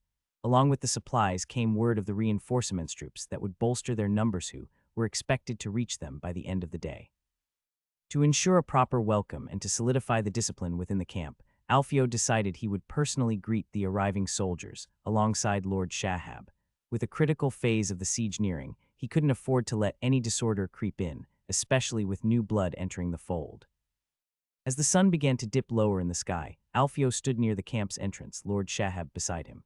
The air was warm, carrying the scent of the nearby woods and the dust kicked up by the arriving carts. Alfio's eyes scanned the horizon, watching for the first sign of the incoming reinforcements. When the soldiers finally appeared, a long column snaking its way toward the camp, Alfio straightened his posture. Alfio stood watch as 300 soldiers marched closer, the banner of Lord Damaris fluttering wildly in the wind. Alfio remembered that Lord Damaris had mentioned his son would be leading this contingent's first command. Shahab had later informed him that Damaris' son was barely 15, still untested in battle and fresh to the art of war. Barely a youngster, the 16-years-old-looking Alfio thought as the army reached closer. Head of the main force, a dozen riders moved forward, separating from the marching troops. Alfio's sharp eye quickly noticed the shortest among them riding at the front, leading the group with noticeable authority. As they closed the distance, the riders came to a halt in front of Alfio, their armor gleaming under the fading sunlight. The youngest rider, clearly in command, dismounted with a practiced ease that belied his age. Alfio nudged his horse forward, raising his hand in greeting. "I am Alfio, commander of the royal army, sent by Her Grace, Jasmine, to put an end to this rebellion. You ride under Lord Damaris' banner, so I assume you bring aid in his name." The youth at the front stepped forward, pulling off his helmet. A mop of short blonde hair fell around a face that was striking in its youthfulness. His cheeks were still soft, unmarked by the trials of battle, but his blue eyes carried a determination that Alfio found surprising for someone of his age. "I am Liamer," the boy said with a steady voice, meeting Alfio's gaze. "Son of Lord Damaris, and I come at my father's command to lead these men in your service, sir. I am pleased to make your acquaintance." As he said so, he turned toward Shahab. "It is a pleasure to meet you too again, Lord Shahab." "Likewise, young Lord," Shahab said briefly before staying put. Liamer's gaze shifted downward as he noticed the bandaged hand of Alfio, the fresh linen still stained with faint traces of blood. "Your hand, Commander," Liamer pointed, his voice cautious. "I trust everything is well." Alfio smirked, raising the wounded hand slightly as if to dismiss the injury. "Ah, this," he said with a casual shrug. "During a parley, the enemy commander thought he could end the rebellion in victory by slipping a dagger into my throat. Luckily for me, I stopped him, and he only got this," he said while waving his hand. Liamer's eyes widened further, the shock of such dishonorable behavior evident on his face. A parley was sacred, and attacking during one was a grave breach of conduct. "The coward tried to kill you during a truce?" Liamer asked, almost incredulous. Alfio chuckled, his smile widening as if amused by the boy's reaction. "Indeed, but he's no longer a problem. He was quartered alive in front of his men for the offense." His voice remained calm, almost casual, but the weight of his words sent a chill through the air. Liamer swallowed, the shock still evident in his eyes. He glanced at Alfio, taking in the young man who looked nearly his own age and yet a ruthless commander, something that made the two exude a completely different air around them. Before the conversation could deepen, Shahab interjected with a raised hand and a pointed look toward Alfio and Liamer. His voice was calm but firm. "Perhaps such matters are best discussed in private, Commander," he said, glancing between the two young leaders. "The army can begin setting up camp in the designated area." Alfio nodded absently, his thoughts still lingering on the exchange. He turned toward Liamer, gesturing with his good hand. "You're right, Shahab. Please, my lord, come with me." His voice was casual, as if he was having a friendly walk. Liamer, still processing what happened during such a short siege, nodded in silent agreement, signaling to the riders behind him. The young lord spurred his horse, following Alfio as the rest of his men began to break off and set up camp, their tents filling the area marked for them. 3 weeks had passed since the brutal execution of Thales, and the city of Confluendi was a shadow of what it once was. The new garrison commander, a certain Captain Garros, had been reluctantly thrust into leadership after Thales' downfall. He stood atop the battlements, his mind heavy with frustration as he surveyed the demoralized remnants of his men. The sight of Thales being quartered alive had shattered whatever semblance of courage the defenders once had, making them look more like dead men than alive. "That fool," Garros thought to himself, his jaw clenched. "If he was going to risk such an idiotic move, he could have at least made sure to kill him. Instead, I am made to clean after his mess." Now, Garros was left to pick up the pieces of a broken garrison, barely holding the wall with soldiers whose minds were plagued with fear. He realized there was nothing to clean. The execution of Thales had hit Elira, the widow of the late Lord Odmund, especially hard. She had retreated into a fortress of her own mind, keeping her son, young Lord Cedric, locked away in her chambers. Cedric was never let outside her room, and as a consequence, the time she left too was few. Elira's paranoia was suffocating the city's court. Anyone who so much as whispered about surrender, or even hinted at negotiating terms with Alfio's forces, was executed on the spot. Garros had already seen several of his men drag away to their deaths. With every passing day, it became clear to Garros that the siege was unwinnable. Supplies were high, but the men were few, with low morale and bad equipment. If the enemy army was a lion, then the garrison was a starving kitten without claws. What had started as a mostly peaceful sigil bait, one marked by tension and fear, had now become a slow, grinding torment. The enemy had begun their skirmishes, sending forth long, towering wooden siege structures, their bowmen taking the high ground and raining arrows down with lethal precision. Garrows watched helplessly from the walls as Alfio's archers, stationed on these towering constructs, picked off his men with the high ground. Any attempt to return fire was met with heavy losses. His archers, already demoralized and exhausted, could not match the enemy's superior position. For every arrow they loosed, 10 would come back from the enemy, and his men fell one by one. In just 4 days they had lost 20 men and had 32 wounded, which was nearly half of all the bowmen they had. And if the casualties from the skirmishes weren't enough, rumors of sickness spreading through the city's populace had reached Garrow's ears. The plague, whatever it was, had taken root in the tightly packed quarters of Fenthir. People had begun to fall ill in waves, their homes quickly quarantined by Elira's decree. Whole districts were locked down, with the sick and dying trapped inside their homes. Garrows was not a loyal man. In normal situations, he would not have had a second thought to leave a sinking ship. Yet when Lady Elira gave him the position, he also made sure to keep his family inside the keep, just for protection, of course. So unless he wanted to risk his family's well-being, he had no choice but to steer the sinking ship toward a safe port. Garrows grimaced, realizing that their chances of surviving this siege were slipping further. If it wasn't the arrows from the enemy's bowmen that killed them, it would be the sickness that now crawled through the city, unseen but ever present. To make sure that sickness did not take hold of his men, he had ordered for no contact to be made with the common population, which also meant no more whorehouses, something that the men did not take very well. Yet a few whips on the back made most keep their issues to themselves and forced them to relieve themselves when no one was looking. His brow furrowed as he peered across the barren landscape between the walls and the enemy camp. Why haven't they attacked? The thought gnawed at him. If the enemy had such an advantage, why didn't he press it? Did the enemy commander fear his own losses in an all-out assault? Maybe they hope hunger will break us, he thought, casting a glance at the smoke rising from the quarantined districts of Fenthir, where bodies were certainly burning. Food supplies were far from dwindling, the villages outside the walls picked clean during the early days of the siege. The countryside was barren now, stripped of anything that could sustain them, and the cold winds that had begun to sweep through the land signaled that winter would soon arrive. With it, the bitter bite of frost and hunger would come too. Yet the enemy showed no sign of discomfort, no desperation. They simply sat in their camp, content to let time do the work for them. Garrows couldn't fathom it. What Garrows couldn't understand, standing atop the walls and puzzling over the enemy's inaction, was that the attack had already begun a long time ago. Alfio sat in his tent, his posture relaxed but his gaze sharp as he looked at the 2 kneeling men before him. His leather chair creaked as he leaned slightly forward, studying them. These men, their faces bruised and dirtied from the scuffle, knelt with their hands bound behind their backs, their eyes fixed on the ground. Their breaths were shallow, still recovering from the short, violent encounter that had brought them here. A few minutes earlier, one of Alfio's scouts had burst into the tent with news. While patrolling the countryside around the city, his men had spotted a group of 5 walking through the barren, wind-swept lands beyond the reach of farms and settlements. The area was lost, abandoned since the siege began, a place for wanderers. The scout recounted that as they rode toward the group, the men unsheathed their swords in a panicked defense, but the clash was brief and decisive. 3 of the men were felled swiftly, cut down by the scouts' riders. These 2 were the survivors, dragged back to the camp for questioning, leading to the current situation.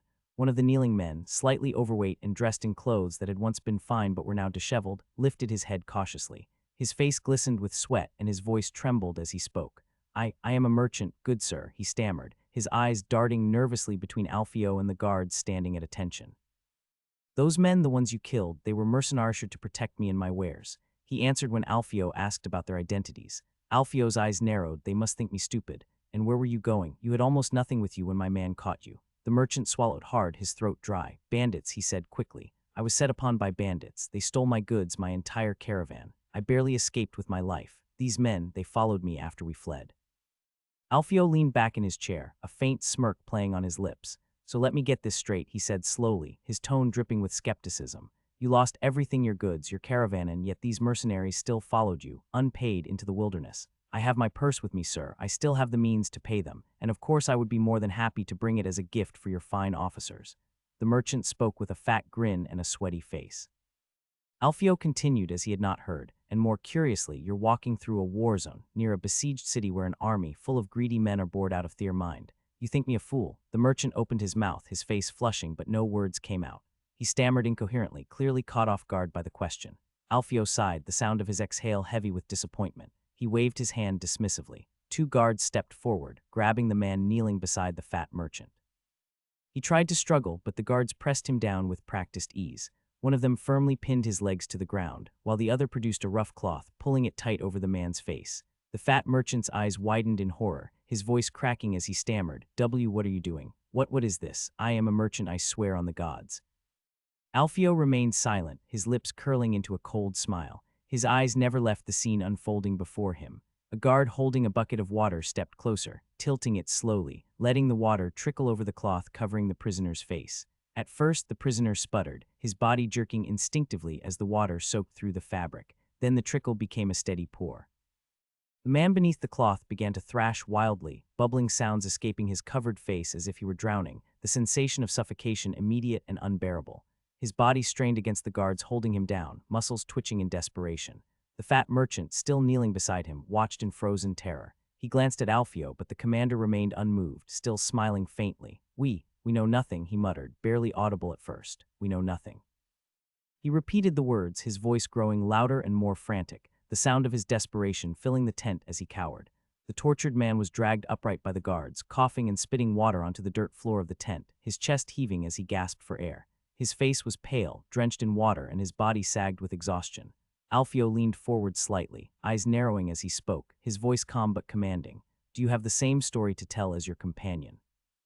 The man's eyes darted toward the fat merchant, terror etched in every line of his face. He shook his head frantically, his lips trembling. "And no, please, no more," he begged, his voice hoarse and broken from the ordeal. "He's not a merchant. He's an envoy sent by the court, and me, I'm just a soldier, nothing more." At that moment, the fat man, still kneeling beside him, suddenly shouted, "Shut up, you fool, shut your mouth." Alfio's eyes flicked toward the fat man, unimpressed by his outburst. "Gag him," he ordered, his voice smooth and unbothered. Without hesitation, the guards shoved a rag into the fat man's mouth, muffling his protests as he struggled to speak. Turning back to the tortured man, Alfio's gaze was as sharp as steel. "Now," he said, his tone soft but deadly, "you're going to tell me everything, and unless you want another round of bathing, I suggest you start talking good."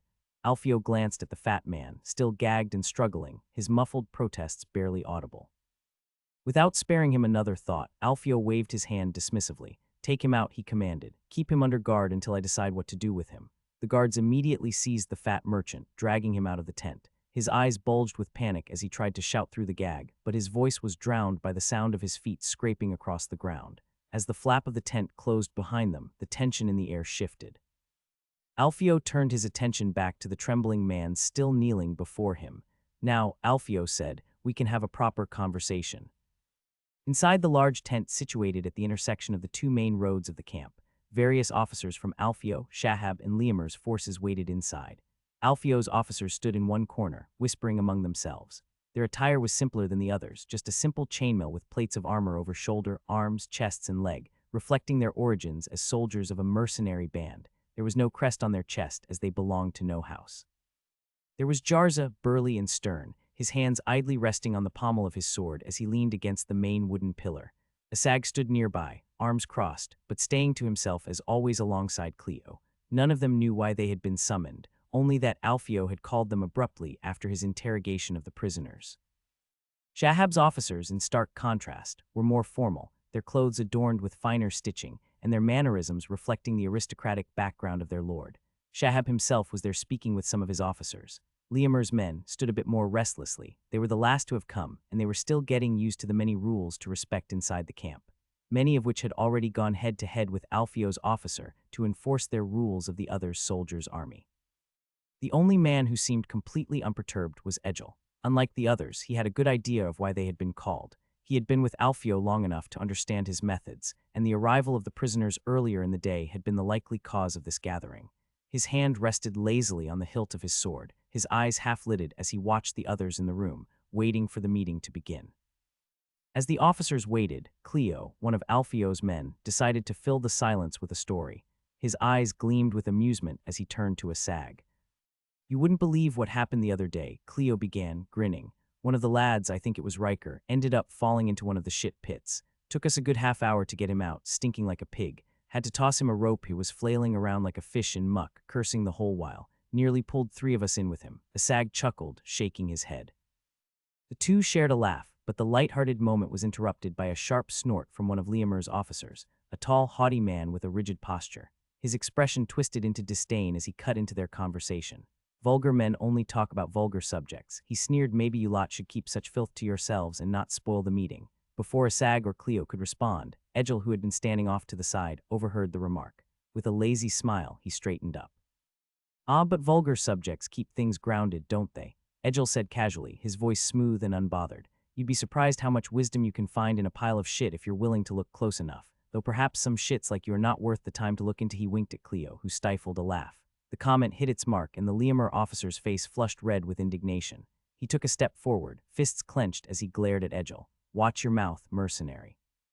You forget your place. Egil only shrugged, his smirk widening. I know my place well enough. Besides, if I ever forget, you are welcome to remind me. Before the situation could escalate further, the flapping of the tent entrance caught everyone's attention. The tent canvas snapped as Alfio entered, his presence immediately silencing the room. His gaze swept over the officers, and without a word, he moved toward the head of the table, clearly ready to begin the meeting. Even before he could seat, one of the officers from Shahab's side, a burly man with a thick beard and a brash demeanor, slammed his fist on the table, interrupting Alfio mid-sentence. Should storm the city now, he barked, eyes gleaming with impatience. Their morale is broken, their supplies low. This is the time to strike, not sit around waiting for them to recover. A few other officers murmured their agreement, nodding vigorously. Why wait? One of them chimed in. We've been on this for weeks. Let's end it now while they're weakened. Alfio's gaze turned cold, but his tone remained calm and firm. Not yet, he said, cutting through the rising voices of dissent. Our preparations are nearly finished. Mining tunnels of which we have been working on for the last weeks have reached the foundations of the city walls. We can bring them down from beneath their feet, rendering their defenses useless. Some officers exchanged uneasy glances. They were eager for the glory of the final assault, but the waiting had worn on them. A few of them crossed their arms, clearly displeased with the idea of further delay. But how long do we keep waiting? One of the more seasoned officers asked, his brow furrowed. The men are restless. This could be over now. All eyes turned to Liamer, who stood quietly at the edge of the gathering, observing the exchange. His youthful face betrayed a moment of hesitation, but then he spoke, his voice firm but measured. Sir Alfio is right, he said, his eyes steady. With just a few more days of patience, we can avoid unnecessary casualties. When the walls crumble, the city will be ours and the fight will be easier. We wait, Alfio concluded, his voice brooking no further argument. Victory is already within our grasp. We need only to pull the rug out from under their feet. One of the officers, a grizzled veteran with a scar running across his cheek, furrowed his brow and leaned forward. Then why were we called here if the decision to wait has already been made? He asked, frustration lacing his voice. Alfio's eyes swept across the room, calm and calculating. You were called, he said, to decide on how we will storm the city once the walls crumble. And more importantly, to determine who will lead the vanguard in the assault. A brief but palpable silence filled the tent. The gravity of leading the vanguard was clear to every officer in the room. It was both a great honor and a dangerous responsibility, as the first wave would bear the brunt of the defenders' final resistance, and yet would also get the glory of taking the city. Liamer suddenly broke the silence, his young voice clear and confident. I will lead the vanguard. The officers from his side, tasked with ensuring the safety of Lord Damaris' only heir, went wide-eyed in shock. A murmur of disbelief spread among them. The color drained from the face of a nearby captain, who immediately took a step forward as if to object. My lord, with all due respect, you can't, one of them began, his voice tight with alarm. Liamer held up a hand, silencing him. His expression was resolute. I can and I will. This is my first campaign, and it will not be said that I hid behind my men while they fought and bled. The officers from Liamer's contingent exchanged anxious glances. They had been tasked with the protection of Lord Damaris' heir, and now the young lord was volunteering to put himself in the most dangerous position possible. They knew their duty, and that the lord made sure to let them know of the consequences if anything happened to his heir. Alfio raised his hand, cutting through the uneasy murmur in the tent. His voice was calm yet firm. The young lord's courage is admirable, he began, his gaze locking with Liamer's, and it is only fitting that such bravery be rewarded. Lord Liamer, you may indeed lead the van. A few of the officers from Liamer's side tensed, bracing for the implications, already getting ready to argue against the order. But Alfio wasn't finished. However, he continued, his tone measured. We must all remember that the terrain around the city will not allow for a cavalry charge. This will be an infantry assault, fought in the mud and rubble. Horses will be of little use once the walls fall. There is no way I will let you get in danger, boy, Alfio thought as he shared his gaze with Liamer's officers. With that, most of the officers in the room relaxed slightly, their expressions shifting as they realized the deeper meaning behind Alfio's words. The young lord might lead the vanguard in name, but the implication was clear. He would not be at the very front of the fighting, charging headlong into the breach with his cavalry. Instead, he could stay safely behind, while the infantry and other units took the brunt of the initial assault. After all, nobles did not fight on foot as a general rule. That was the job of the poor footmen. Alfio, for his part, was more than happy to grant Liamer the symbolic honor. The boy's courage was commendable, but as general of the royal army, Alfio knew that the true glory would come to him regardless of who led the first wave. Victory would be credited to his leadership, his planning. Two soldiers stood atop the crumbling city wall, lazily leaning against their spears as they kept a half-hearted watch over the desolate landscape. The boredom of the endless watch weighed on them, making the hours drag painfully slow. "Gods, I miss the brothel," one of them grumbled, adjusting his helmet with a sigh. His tone was wistful. "I'd give anything for a night with a woman. A real woman's, you know. I am tired of using my hand in the dark." His companion chuckled, nodding in agreement as he shifted his weight. "I hear you. If we're lucky, we'll manage to sneak out during the night for a quick visit. I swear, the next woman I see, I'll during." A low rumble interrupted the man's crude fantasy, cutting his words short. The ground beneath their feet gave a faint tremor, just enough to be noticed. They froze, exchanging puzzled glances. "Did you feel that?" the first soldier asked, his brow furrowing in confusion. His grip on the spear tightened instinctively as he glanced down at the weathered stone beneath their feet. "Yeah, what the hell was?" The second tremor hit, stronger this time. The stones under them shuddered with a foreboding creak. Panic flashed across their faces as they instinctively staggered backward, their eyes widening in sudden realization. Gods, the wall.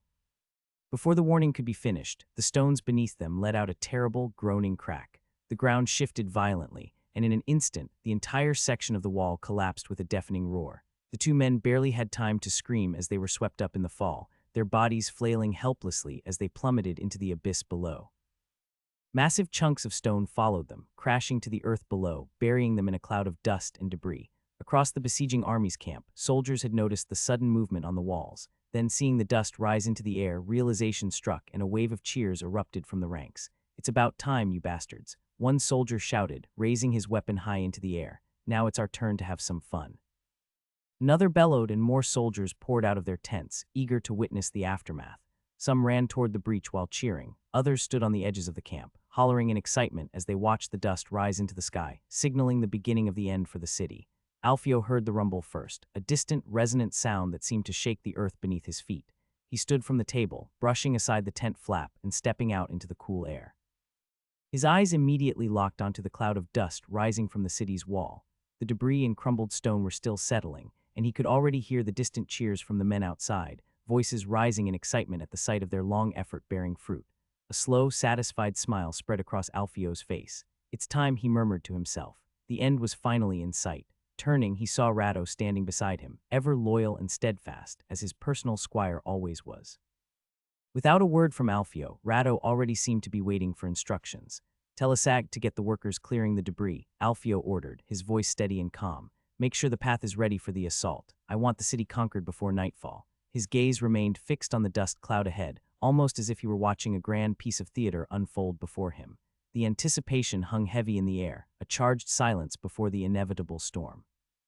Rado nodded quickly, hurrying off to fulfill his command, while Alfio remained where he stood, arms folded behind his back, eyes on the crumbled wall. Garros, the garrison commander, shouted orders with desperate intensity as soldiers scrambled around him, dragging wooden palisades toward the breach. Dust and debris still hung in the air, the gaping wound in the wall looming before them like a death sentence. He could feel it deep within him. The city had fallen, not by a grand charge or heroic defense, but by the slow erosion of time and the enemy's patient cruelty. Yet, despite the crushing certainty of defeat, he resolved to make his stand. "Move. Get the palisades in place," he barked, pointing toward the shattered section of the wall. His voice carried over the cacophony of panicked men, some of them trembling, hammering wooden stakes into the ground with shaking hands. They knew as well as he did that the enemy was coming, relentless and overwhelming. And still they worked, knowing that they might be constructing their final defense, a futile bulwark against the inevitable. Garros turned his gaze to the sky for a moment, then back to his men. He could see the fear in their eyes, their faces pale, their bodies stiff with dread. Most of them were common soldiers, barely more than boys. They hadn't signed up to be martyrs. Yet here they were, preparing for a last stand in a city that had been damned from the moment Thales fell. Maybe even earlier than that. There would be no escape for him, that was certain. He wasn't a coward, and the last thing he would do was flee from the fight knowing what the consequence for his family would be, even if it was hopeless. No, he would die here with whatever remained of his dignity. That was the one thing they couldn't take from him. Garros took a deep breath, steadying himself as he watched the trembling hands of the men he commanded. He forced himself to remain calm, to look composed in front of them. He knew that they were looking to him for courage, even as they hammered their stakes into the ground with sweaty palms and hollow eyes. There would be no glory in this final stand, only blood, dust, and the faint hope that death would come swiftly. "Make it count," he whispered, more to himself than to anyone else. The laborers moved quickly, shoveling debris from the collapsed wall, their efforts spurred on by the promise of extra pay if they managed to clear the rubble by midday. Dust hung in the air, stirred by the constant movement of men and tools. The crumbled stone lay scattered, broken into jagged fragments. Despite the hard work, the laborers pushed forward, their sleeves rolled up and sweat glistening on their foreheads. But their work wasn't easy. The garrison, desperate and enraged, launched a constant barrage of harassment. Arrows whistled down from the remaining parts of the walls, some finding their mark among the workers, others clattering against the shields of the soldiers standing guard. Stones, hurled by hand or slings, thudded into the earth, adding to the chaos and danger. Every few moments, one of the laborers would shout in pain or drop to the ground, injured or worse. To counter this, Alfio had ordered the siege towers to continue their assault. From the tall wooden structures, archers rained fire down on the defenders, the twang of bowstrings filling the air as they aimed to suppress the enemy long enough for the laborers to work. This exchange of fire helped, but it didn't stop the garrison entirely. The enemy, knowing their doom was near, fought with a fury born of desperation, trying to disrupt the workers' progress as much as possible. Alfio had anticipated this. Mantlets, large mobile shields on wheels, had been constructed earlier and were now being rolled forward, providing some cover for the laborers. These wooden barriers created a line of protection, allowing the workers to move from one to another as they continued their task. The workers ducked behind them, darting out when it was safe to shovel another load of rubble or to move stones from the pile. Seeing such a thing, the garrison could do nothing but shoot arrows and hurl stones in vain. The wait was short. No more than 3 hours passed, and the path to the city stood open, cleared of debris. The broken section of the wall now lay in rubble, leaving an unguarded gap large enough for an assault. Alfio stood atop a small rise just outside the crumbled section of the fortress, observing the final preparations. Soldiers lined up, swords drawn and shields raised, their faces a mixture of grim determination and bloodlust. The waiting was over. The breach was theirs, and the time had come. Alfio rode at the head of his army, 1,300 strong, their eyes glinting in the sunlight as their weapons caught the first rays of dawn. His banner of 2 simple black strips on a white field flapped violently in the morning wind. His polished armor gleamed, the sound of hooves and marching feet echoing through the valley. It had been a month of waiting, a month of enduring the tedium of siege warfare, but now victory was close enough to taste. Alfio stopped his horse and turned to address his, Shahab and Liamir's men. His voice, sharp and commanding, rang out across the gathered ranks. "For a month we have laid siege to this city, the last stronghold of those who dared defy the rightful ruler of these Lancer princes, anointed by the gods themselves." He let that sink in, his words weighted with divine authority, while wondering how much the men truly cared about that. "They have turned their backs on their liege, rebelled against the crown blessed by the heavens. We offered them peace, a chance to lay down their arms and be spared, but time and again they spat in our faces. They would rather live in defiance, their hearts blackened by treachery and malice." He raised his bandaged hand high, the white cloth stark against the shining metal of his armor. "Look here at the proof of their dishonor. During a parley, their commander a man without honor or virtue to put a dagger in my throat. The sacred laws of war, broken in cold blood. These are not men, they are vermin, devoid of loyalty, faith, or decency." His gaze swept across the soldiers, his eyes locking with theirs. What kind of leaders break the bonds of brotherhood and sow deceit among their own? What kind of people follow such godless men and have the courage to say that they willingly follow them? These walls, their homes, their lives all are stained with corruption. But today we shall cleanse this land of their treachery. He leaned forward in his saddle, his voice growing sharper, more intoxicating as that of a lawyer delivering the final speech to save his client, whom he fervently believes to be innocent. "The walls have crumbled and the time to strike is upon us. And when this city falls, it falls to us. The spoils, be it gold or women, will belong to us. There are riches ahead, just waiting to be picked from their broken streets. The wealth of this city, stolen from the true princess, will now fill your pockets." The army stirred, eyes brightening at the promise of riches. They hung on his every word, as if each syllable made their weapons lighter, their spirits higher. Alfio, seeing the spark of greed flare in their eyes, pressed on, knowing the moment was ripe. "And not only the gold, everything they have taken from the true crown. Claim it and seize it as your rightful reward." A savage roar erupted from the ranks. Men beat their swords against their shields, their hunger no longer merely for battle, but for the spoils of victory. The fires of greed and lust burned brightly now, hot enough to drive them to tear the city apart brick by brick. Alfio smiled to himself, watching as the men stirred with frenzy. He had them exactly where he needed them. He raised his hand again, calming the army for one final word. Remember, this is not just a conquest of arms.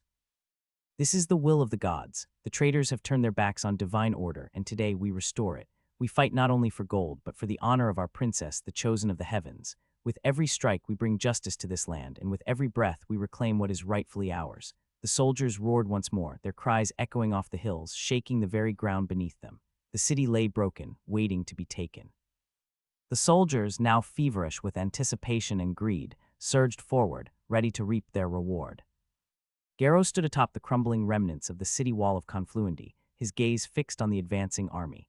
Arrows whistled through the air. Garrow saw some of the arrows hitting targets. Soon, however, the enemy's volleys came too in relentless waves, making it nearly impossible for his men to return fire without exposing themselves to the hail of deadly projectiles. Garrow clenched his jaw, frustration simmering beneath the surface as he surveyed the wall where few of his men had already fallen. He turned to face his soldiers, and what he saw tightened his gut, fear etched across their faces, their eyes wide and uncertain. "Look at me," he commanded, his voice firm yet steady. He stepped closer, locking eyes with each soldier. "This is our city, our home. We will not let them take it from us without a fight." Drawing his sword with a smooth motion, Garrow raised the blade high, the sun glinting off its polished surface. "We will defend it to our last drop. Don't you have families behind you? What sort of men would you claim to be if you run against those that plan to rape your women and kill your sons?" He shouted, his voice carrying over the din, a battle cry meant to rally their spirits.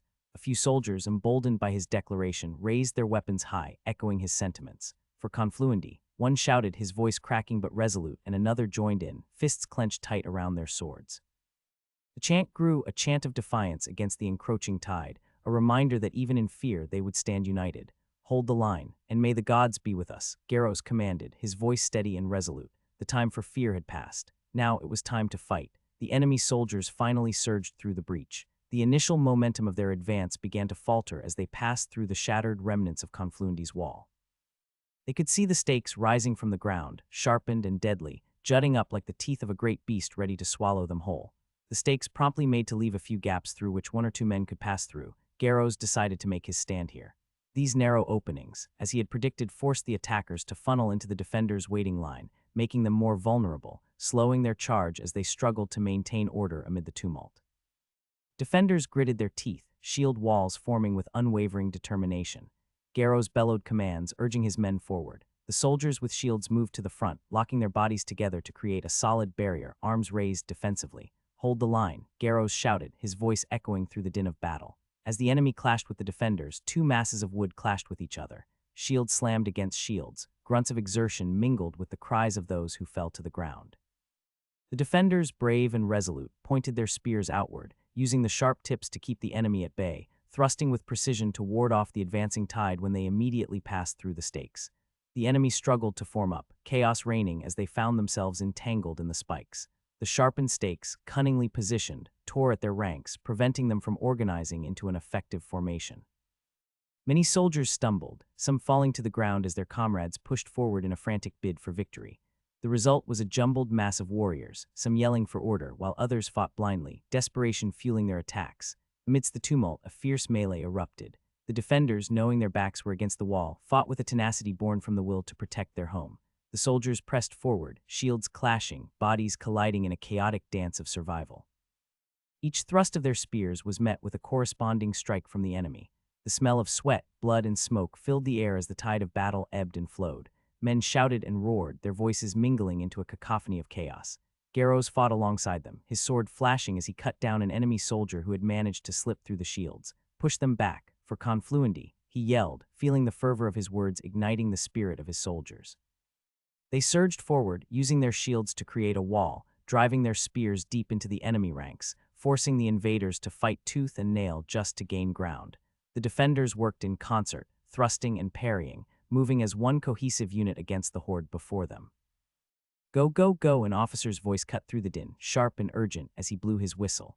5 rows of men, ladders in hand, surged toward the wall. You heard the commander 50 Silveri to the first man on the wall. He shouted, stoking the greed of Alfio's elite soldiers. It worked. The promise of riches ignited a fire in their hearts, and they scrambled up the ladders with the ferocity of wolves on the hunt, as if the glittering coins were already in their grasp.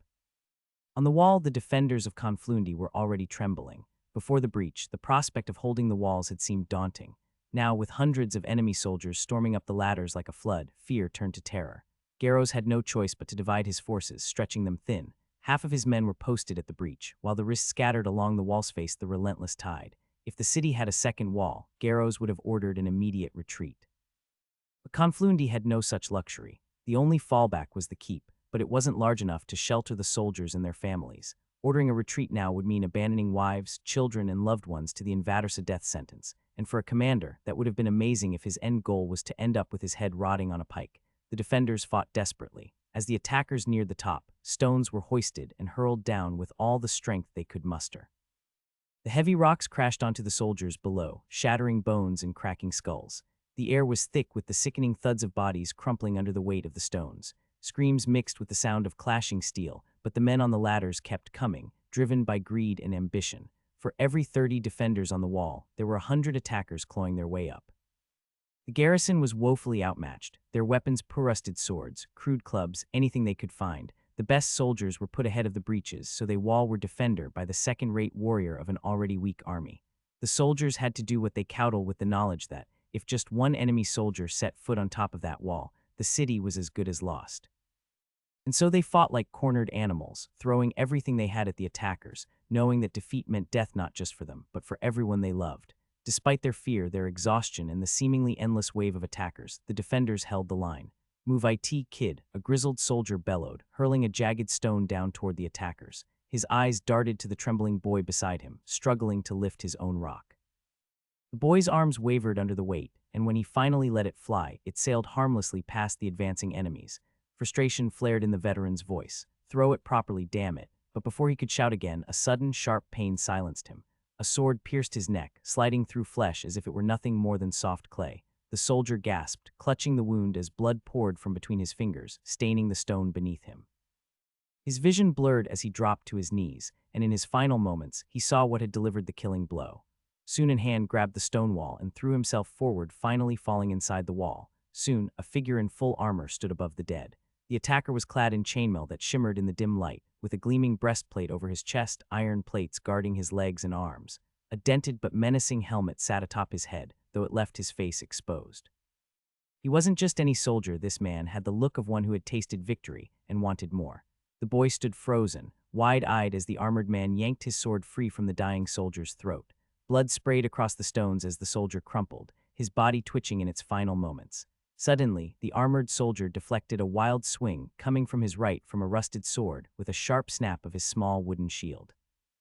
Old blade clanged uselessly against the shield's rough surface, sending a jarring shock through the attacker's arm. Without missing a beat, he countered, his sword flashing. The blade found its mark, slicing cleanly through the stomach of the unarmored defender that had tried his luck. For a heartbeat, the man staggered backward, his face twisting into a mask of horror. His hands fumbled to hold his stomach together, but it was no use. His viscera spilled out, falling to the blood-soaked stone with a sickening splat. He collapsed, gasping for air, his eyes wide with disbelief as his life ebbed away. Nearby, the young boy who had failed to lift his stone stood frozen, his legs trembling as the scene unfolded before him. His body betrayed him, and warm urine soaked his trousers. The armored man turned his gaze to the boy. He raised his sword, and before the boy could even scream, the blade came down with a brutal force.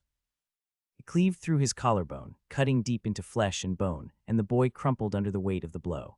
His breath came out in a wet gasp, but before he could even register the pain, a rough boot slammed into his chest, sending his broken body tumbling off the wall. A garrison soldier, breathing heavily and soaked in sweat, spotted an opening as an attacking man in full armor advanced past him.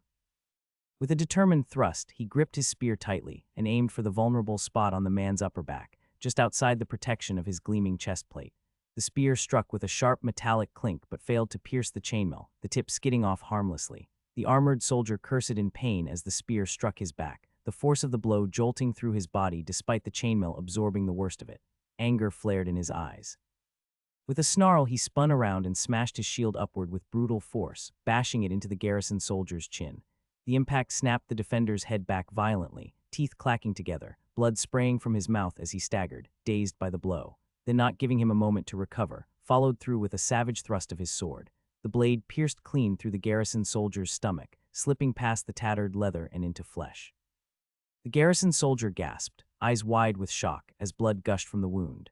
His hands instinctively clutched at the sword, trying to pull it free, but the attacker twisted the blade before yanking it out. The garrison man crumpled to the ground in a heap, his life draining away in seconds with his killer, not even giving him any attention as he turned for the next fight, knowing that he had conquered the wall.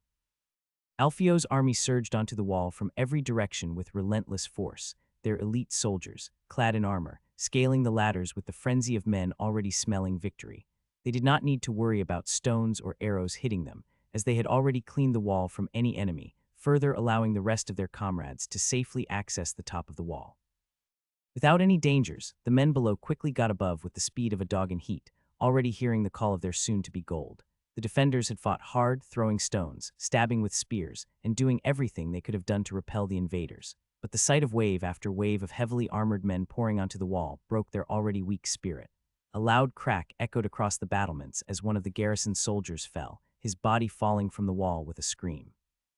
Another was cut down, his blood spraying against the stone. One by one, the defenders crumbled. The sheer weight of Alfio's forces overwhelmed them, and panic spread like wildfire through the garrison. They're everywhere, a soldier screamed, eyes wide as he turned to flee. The sight of more attackers reaching the wall was too much for the exhausted and terrified defenders. Chaos erupted. The garrison, once holding a thin, desperate line, broke completely. Men threw down their weapons, retreating from the wall in a disorganized rush. Some stumbled over each other in their haste to escape, while others, barely able to breathe through their fear, simply bolted without looking back, not giving a care for their comrades or what they were protecting. The fighting at the breach was fierce, but neither side was giving ground easily. The defending soldiers of Confluendi, spears leveled and shields locked together, held their line with a grim strength. The stakes set in front of the breach forced the attackers to funnel into narrow gaps, where they were met by a wall of shields and pointed spears, nullifying any advantage their numbers could have. The initial charge of Liamir's infantry, full of vigor and bloodlust, had slowed upon meeting the well-organized defense. The attackers tried to push through, thrusting with their spears, but the defenders managed to keep them at bay, showing a wall that Liamir's levy could not overcome. Maybe if in their place was Alfio's army, their equipment could have allowed them to break the status quo. However, they were in a different place, wrapping up the enemy resistance on the wall. So despite the fierce attempts to break through, neither side suffered heavy losses. The formations held strong, denying the opportunity for any decisive, large-scale clashes. After the initial surge of energy and rage propelled by greed, the attackers found themselves struggling to gain ground. Their initial enthusiasm dulled as the brutal reality of the defenders' formation and the narrow breach sank in.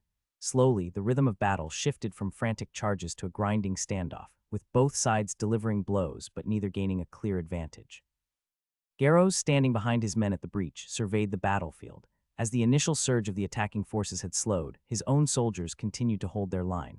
The stakes and narrow gaps had worked as intended, forcing the attackers into bottlenecks where they couldn't bring their full numbers to bear, a common tactics that generals with less numbers always tried to employ. He allowed himself a moment to think, a flicker of hope stirring in his chest. Maybe, just maybe, they could actually hold. The enemy's enthusiasm had waned. What had begun as a furious charge had turned into a grinding, indecisive clash. The attackers couldn't muster enough force to break through in a single devastating push. Then everything took a turn for the worse, with a soldier near Garros being the deliverer of the new enemy. They're coming from the right. The panic in his voice cut through the clamor of battle. Garros snapped his head around, his heart pounding in his chest. His eyes widened as he saw them, hundreds of men charging toward the breach. They were a terrifying sight, a wall of gleaming steel and iron surging forward. They were not the levy they were fighting, but true and well-equipped warriors. Their weapons were not swords or lances, but brutal instruments that only a proper army could have: hammers, maces, and axes raised high, ready to crush and break whatever stood in their path. For a moment, Garros felt a cold wave of dread wash over him. These were no ordinary soldiers, they were the elite he had seen before while scouting from the walls. The ground seemed to tremble beneath their approach, the heavy clank of their armor echoing across the battlefield. "Get ready, brace yourselves," Garros shouted, his voice hoarse but commanding. His mind raced, knowing that if these men reached the line without resistance, they would tear through the defenders like paper. He pointed to a group of soldiers nearby, gripping their spears tightly, their eyes wide with fear. "You with me." "We meet them head-on," Garros barked, his tone brooking no hesitation as he grabbed some men and pushed them forward, with him leading from the front. The soldiers, faces pale and tense, moved, forming a ragged line alongside him. Their shields came up, spears pointed forward, trembling hands gripping the shafts. As the enemy closed in, he drew his sword and raised it high. "Hold the line, for your homes, your families," pushed them back. And then, with a thunderous crash, the two forces met. The sharp clang of metal on metal, the sickening thud of hammers smashing into shields, the cries of pain and fury filled the air. Garros swung his sword fiercely, blocking a blow from a mace. All around him, chaos erupted, soldiers grappling in desperate combat. Garros knew there could be only one reason for which they were being flanked. The walls had fallen. He cursed under his breath, fury mixing with disbelief at how quickly his soldiers folded. The defenders stationed there must have crumbled in mere moments, leaving the breach dangerously exposed. He clenched his jaw, anger simmering. There was no time to dwell on it. Garros himself led the fight with the madness of a dying man, his sword swinging down on an enemy's shield, but the strike did little more than make a dull thud. His soldiers thrust their spears and slashed with swords, but the armor of Alfio's men turned the blows aside, leaving only dents and scratches. The elite soldiers moved like an unstoppable tide, their hammers, maces, and axes cleaving through shields and smashing through helmets with terrifying ease. One of the defenders, wielding a battered sword, lunged forward at an approaching enemy. His strike glanced off the side of a heavily armored opponent. Useless to say, the blade failed to even cause the slightest of damage, leaving only a faint scratch on the chest plate. Before the defender could recover, the enemy backslapped the soldier using his armored glove before finishing him off with a swing of his mace. The blow connected with the man's skull, crumpling the man to the ground with a thud as blood poured from the blow. Another garrison soldier thrust his spear forward, aiming for the faceplate. The point failed to hit the aimed point between the eyes, just grazing the enemy's cheek. The man in armor barely flinched. Snarling in anger, he bashed his shield into the defender's face, shattering his nose. The soldier stumbled back, dazed, only to feel the sudden impact of an axe cleaving into his side. He collapsed, gurgling his last breath as blood soaked the ground. Garros's dazing lasted little as he dove to dodge an hammer's swing that came dangerously close, then watched in horror as a soldier next to him took a blow to the chest.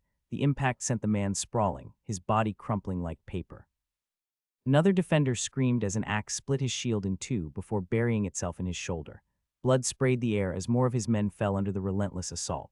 The defenders' weapons were almost useless, words bounced off the heavy armor. Spears glanced off as if striking stone. The fight was over in less than 5 minutes. Garros felt a sinking pit in his stomach as his soldiers, seeing their comrades slaughtered so easily, began to panic.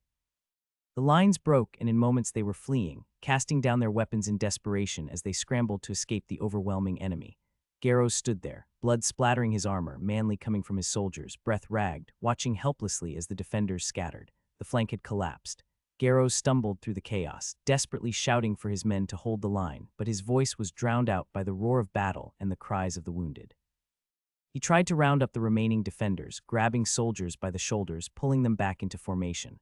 "Hold your ground," he yelled, his voice hoarse and strained. "We can still push them back. Fight, damn you." But it was already too late. The garrison had begun to break, and panic spread like wildfire. Soldiers were fleeing, throwing down their weapons as they ran for their lives. Garros could feel the momentum slipping away, could see it in the eyes of the men who remained eyes wide with fear, darting toward the gaps in the line as they searched for escape. The rout had begun, and there was no stopping it. "Stand and fight," he bellowed with tears forming in his eyes, his heart sinking as he saw his command dissolve before him, ignoring completely the battlefield around him. Suddenly, a shadow loomed from the corner of his vision. Before he could react, an axe came down on him.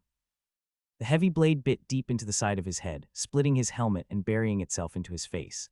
A sharp, searing pain tore through him, but only for an instant. His legs buckled, and the world spun around him as he crumpled to the ground, his lifeless body hitting the earth with a dull thud. Garros lay still, his hand twitching one final time before the grip of death claimed him. Yet even with the death of the only man who held the city together, the battle was still going, becoming more and more like a massacre than a clash. The victorious soldiers surged forward, their weapons dripping with blood as they pursued the fleeing defenders. Battle cries filled the air, mingling with the terrified shouts of the routed garrison. One soldier, his face smeared with sweat and dirt, brought his axe down on the back of a retreating man, the blade cleaving through armor and flesh in a single stroke. Another soldier, wielding a heavy mace, swung it in a wide arc, smashing it into the side of a running man, the sickening crack of bones echoing above the chaos.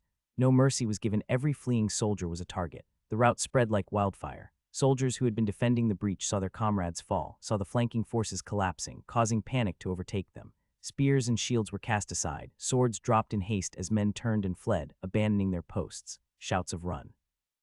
And they're breaking through, rippled through the ranks, and the defenders, once holding the line with grim determination, now scrambled for their lives. Some tripped over the bodies of their fallen comrades, desperately clawing at the ground to rise again, only to be cut down by the relentless attackers. Alfio and Liamer's men showed no hesitation, driving their weapons into backs, sides, and legs, sending the remaining soldiers crashing to the earth in bloody heaps. The breach was no longer a battlefield, it had become a slaughter. Defenders who had held firm only moments before now scattered in every direction, their will broken. And as the wave of armored men advanced, the last hope of resistance crumbled into dust, leaving the city open to its conquerors and ripe for the sack that would follow. While men bled and died in the mud in her name, their swords clashing in distant battles, Jasmine Veloni Isha, the newly crowned princess of Yarkat, sat in the quiet opulence of her chambers, reading the latest reports. Her brow furrowed slightly as her delicate fingers turned the pages of the ledger, detailing the autumn taxation from the royal fiefs. Her emerald eyes skimmed over the figures, silently calculating the resources at her disposal. The royal fiefs had yielded 6,000 bushels of wheat in taxation, a figure that brought a brief but fleeting sense of relief. This harvest would not be sold for coins. Instead, she had decided that it would be stored in the royal granarison insurance against possible campaigns of war or the sudden grip of a famine. A wise ruler must think of tomorrow, even as today crumbles around her, she mused inwardly as she thought of the army standing outside Confluendi. But wheat alone would not win wars, nor would it fill her vaults. Her attention shifted to the next section of the report, and her lips curled slightly in satisfaction as she read the tally of silviri brought in from her cities.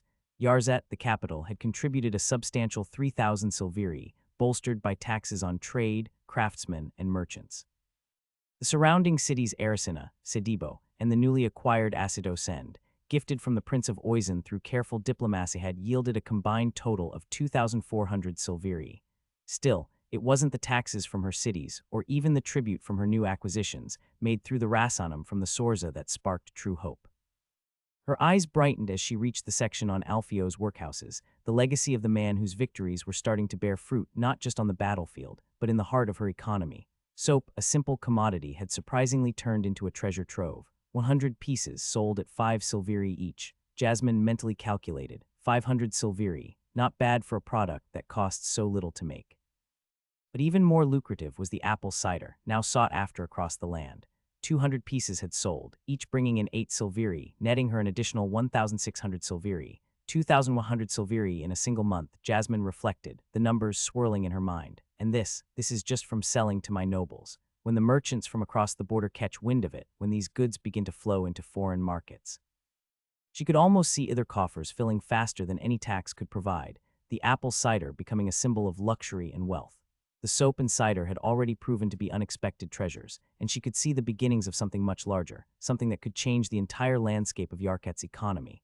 We've only just begun, she thought, her fingers lightly drumming the armrest of her chair. 2,000 silviri in a month, and that's with our current limited production. If I speak with Alfio, if we expand the means of production, invest in more workers, more facilities, the possibilities were endless, and her mind raced with the calculations. Her lips curved into a thoughtful smile as she imagined the future. If we can increase output, not just a little, but significantly, the amount of coin coming in from trade will easily triple, at least. She could see it workshops buzzing with activity, carts of soap and cider being shipped out to foreign lands, merchants from distant cities clamoring for her products. We could become the trading center of the region, not just known for our strength on the battlefield, but for the wealth flowing through our coffers. The thought excited her, the idea of turning Yarkat into a true economic power, built not just on force of arms but on commerce. I must speak to Alfio soon, she resolved. He may be a warrior, but he understands the value of this. With his knowledge of logistics and my plans for expansion, we could dominate the markets. As Jasmine's mind spun with visions of wealth and power, her thoughts tangled in the grand plans for Yarkat's future, she unconsciously bit her lower lip, her mouth practically watering at the sheer volume of silver that would soon flow into the kingdom's coffers. The possibilities seemed endless, each one more enticing than the last. She could barely contain the excitement until a sudden knock echoed through her chamber door. Startled from her daydream, Jasmine blinked, quickly composing herself.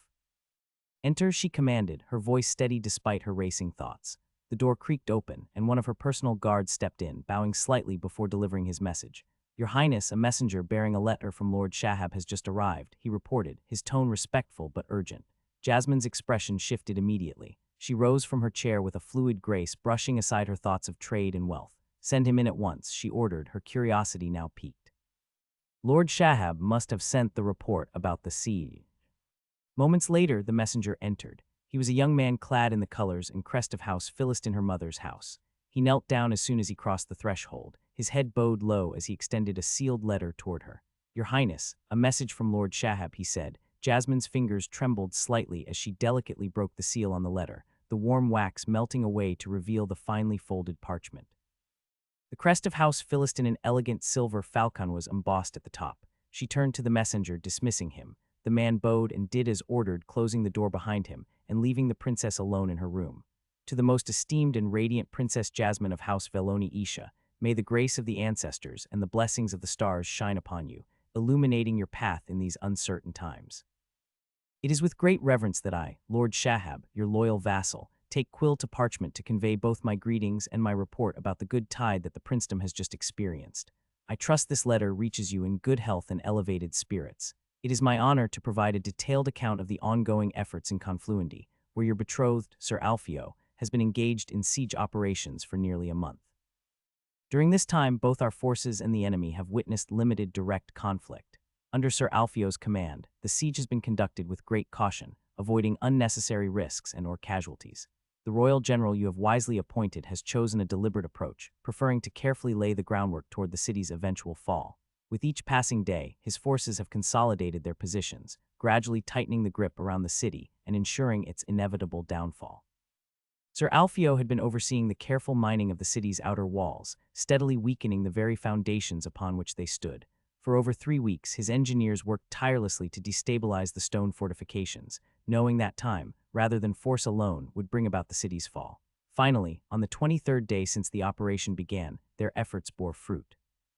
The walls finally gave way, crumbling in sections and creating a wide breach through which our forces could launch a decisive assault. Our forces, numbering 1,300 strong, with the last batch of recruits having come few days prior from my land, finally launched the long-anticipated assault on the city. Of these, 300 of soldiers coming from Lords Damaris fiefdoms led the primary attack through the breach, under the command of Sir Liamer, the valiant son of Lord Damaris. Meanwhile, the remaining troops were spread thinly across the city's perimeter, scaling the walls and engaging the defenders in various positions. The assault was bold and coordinated, but not without challenges. The main assault on the breach, though fiercely executed, initially faltered. The defenders, bolstered by their desperation in the narrow terrain, managed to hold their ground, repelling wave after wave of attackers. The soldiers clashed violently, with neither side able to gain an upper hand for a time. However, the real turning point came from the soldiers attacking the walls, scaling the defenses and overwhelming the city's garrison on the battlements. Once the walls were taken, the tide of battle shifted dramatically. With the city's defensive line compromised, the soldiers who had secured the walls quickly turned their attention to the forces defending the breach, catching them completely off guard. In a devastating flanking maneuver, these troops descended from the captured walls, hammering into the exposed rear of the garrison, still holding the breach. The defenders, now attacked from both sides, were thrown into disarray. Within moments, what had been a stalemate turned into a rout, as the garrison broke ranks and fled, allowing Alfio's entire army to pour into the city unchallenged. The remnants of the city's defenders, seeing their forces routed and the walls breached, fled toward the keep, their final refuge in the chaos. As they retreated, the streets of Confluendy were overrun by the army's troops, who wasted no time in sacking the city and taking their due. By dawn the following day, the remaining defenders had barricaded themselves in the keep, but their resistance was short-lived. Alfio's forces besieged the keep.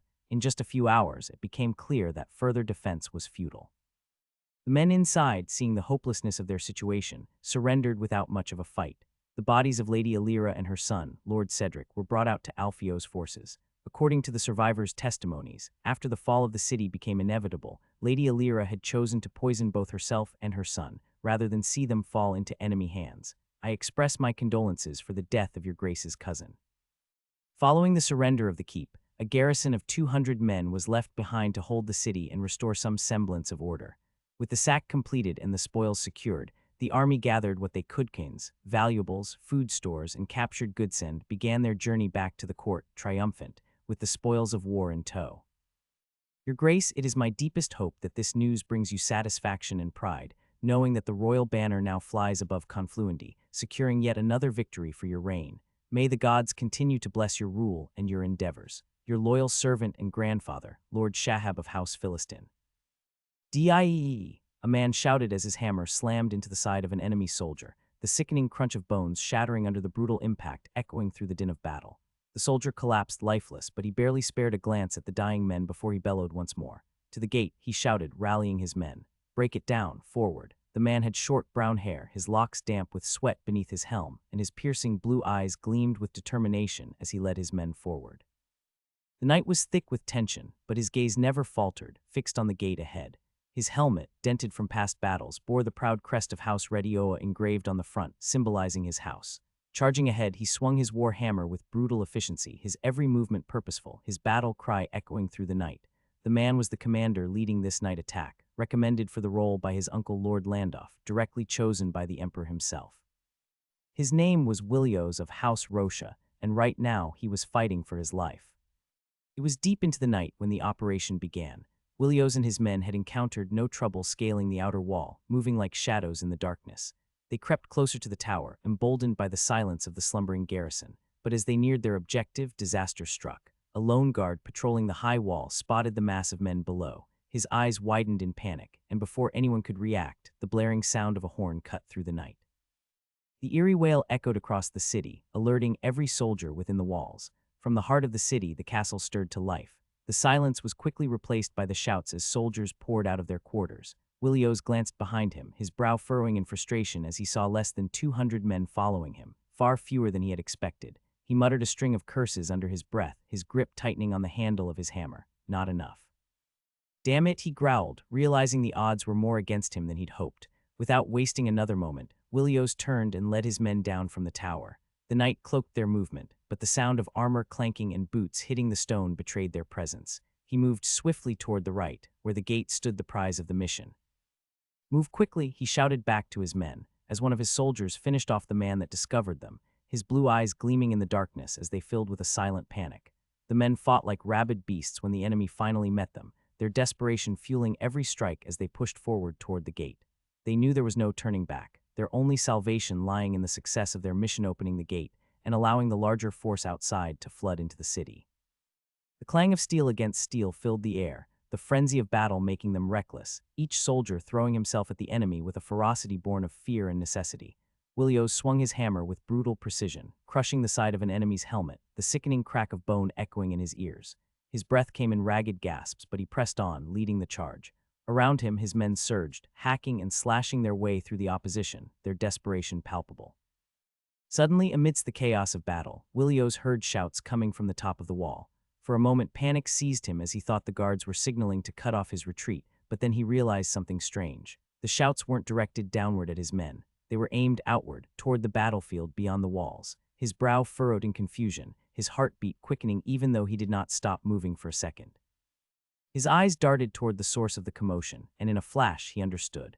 The soldiers outside had heard the horn. They knew the operation had been compromised, but instead of retreating, they were using the chaos to their advantage, trying to scale the wall and take a foothold themselves. It was a gamble, and yet the most beautiful thing that could have ever happened to him right then, as any men that was used to defend the wall, was one less man stopping them from reaching the gate.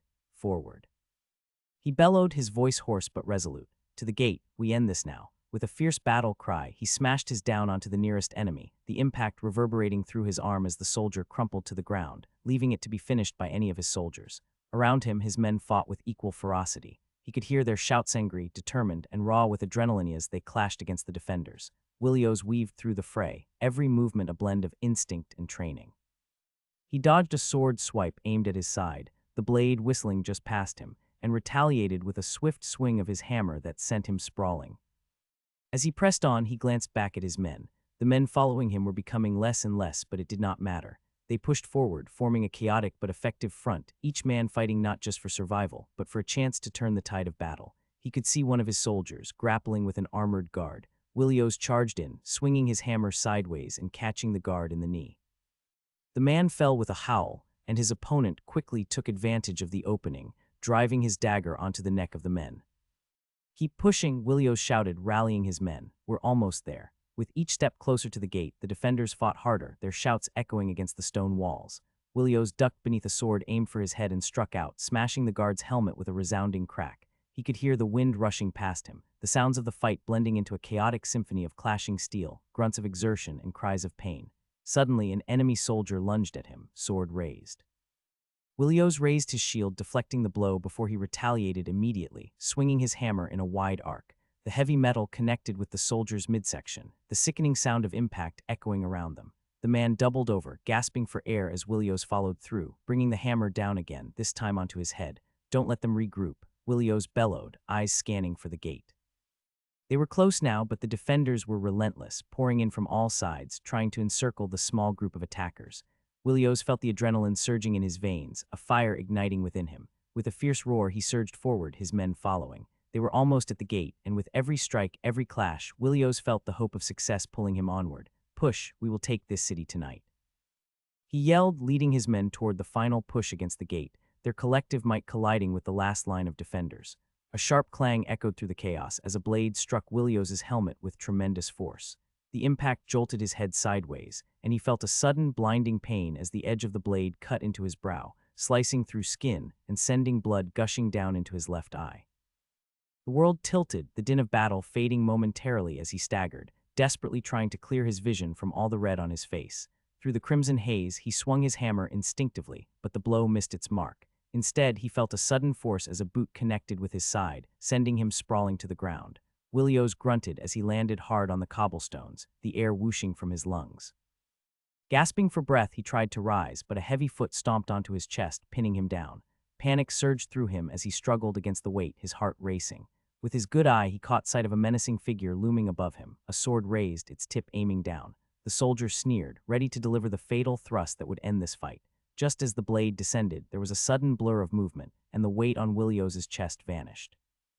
He blinked in surprise, blood still clouding his vision. He took a moment to wipe the crimson away from his face, clearing his sight enough to see the battlefield once again. The soldier who had been poised to kill him was now crumpled on the ground, the life snuffed out of him with a sword piercing his neck. Willios didn't bother to look back, his focus sharpened with the instinct for survival. He surged to his feet, adrenaline surging through his veins like fire, and without a backward glance, he moved forward, hammer in hand, ready to rejoin the fray. Willios stumbled back into the fray, hammer gripped tightly in his blood-stained hands. In the confusion, he hadn't noticed that his shield had been knocked from his grasp. In its absence, he uncautiously snatched up a sword from a fallen enemy. The clang of steel on steel filled the air as he swung the sword, feeling its bite as it parried another blade. He fought with reckless abandon, his instincts guiding him as he hammered against the tide of foes. Willios focused solely on the fight before him, unaware that they had pushed through the defenses and reached the gate itself. His world was a storm of clashing swords and the grunts of exertion. Everything outside did not matter.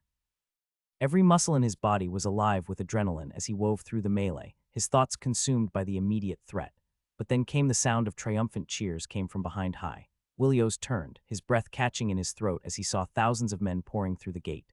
Relief and excitement flooded through him, and he raised his sword, roaring in triumph, just realizing that he had done it.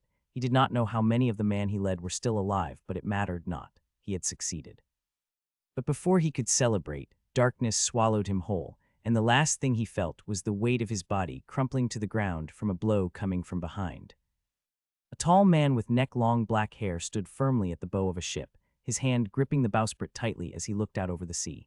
His hair blew wildly in the strong wind, strands of it whipping across his stern face. The white sail above him, stretched taut by the gusts, billowed high and proud, propelling the ship forward. His dark eyes narrowed as he took in the horizon, then suddenly his voice boomed across the deck. "Row, you dogs," he shouted, his words laced with impatience. His gaze flicked down to the rowers, slaves hunched over their oars below deck, their muscles straining as they heaved in unison, their skins peeling off from the salt and the continuing touch with the oars. The roar of 20 slaves, grunting and groaning under the weight of their task, filled the air, blending with the creak of the ship and the relentless crash of waves. The oars plunged into the water rhythmically, each stroke pushing the ship faster, their efforts adding speed to the wind-driven vessel. The man's grip on the bowsprit tightened, his body bracing against the ship's motion as he sighted the sea.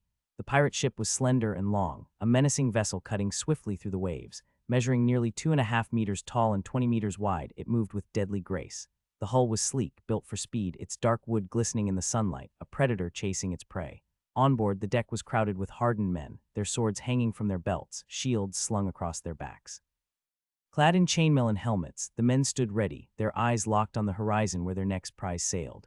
The metallic jingle of their armor mixed with the creaking wood and the wind whipping the white sail. Ahead of them, a merchant ship desperately tried to flee. It was a broad, sluggish vessel, not built for speed but for carrying goods. Its sails strained to catch the wind, but no matter how hard the crew worked, the pirate ship was closing in fast. The merchant's deck was frantic with movement as sailors scrambled, shouting orders, casting panicked glances over their shoulders at the pursuing pirate ship that bore down on them with terrifying speed. The two ships surged through the waves, the ocean roaring beneath them, but both crews knew the chase was nearing its end. The merchant ship, slow and heavy, was no match for the sleek predator closing in on it, and the men aboard could already feel the weight of their defeat looming. Suddenly, a wild voice pierced the air, cutting through the wind like a howl. "How much have I missed this?" one of the pirates bellowed, his shout echoing across the deck, sending a ripple of excitement through the crew. The captain, Blake, stood at the bow, his black hair whipping in the wind, a wicked grin spreading across his face. "All right, boys," he roared, his voice a thunderous command that filled the deck with feral energy. "Let's fuck the Empire hard and their merchants even harder." He jammed his helmet down onto his head, the polished steel gleaming in the sunlight, before turning back to his men, their eyes gleaming with savage anticipation. "Board her," Blake shouted, his arm thrust toward the merchant ship now just within reach. The crew erupted in a chorus of bloodthirsty cheers, swords drawn and shields raised as they readied to storm the helpless vessel. The first wave of 20 pirates stood at the bow of their slender ship, bows nocked and ready. Loose. Came the shout, and as one they released their arrows. The sky darkened for a moment as the arrows arced through the air, hissing like deadly serpents before raining down on the merchant ship. Sailors aboard the merchant vessel screamed in panic as the arrows struck. Men stumbled and fell, clutching at wounds, while others frantically tried to keep rowing. A few oars slipped from limp hands, splashing into the sea. The ship slowed, crippled, as more arrows found their marks. Some of the dozen guards aboard raised shields in a desperate attempt to protect the crew, but it was clear they were hopelessly outmatched. "Draw closer," Blake shouted, his voice booming over the chaos as the gap between the ships narrowed. With a savage grin, he led his men toward the rail, ropes, and grappling hooks at the ready. Arrows continued to rain down, sending sailors scattering for cover. The pirates threw their hooks with practiced precision, securing them to the merchant ship's deck. "Board." Blake roared, and with wild, bloodthirsty cries, the pirates surged forward, swords drawn and shields raised. The first of the pirate raiders leaped across, landing heavily on the deck of the merchant ship, their weapons gleaming in the sunlight.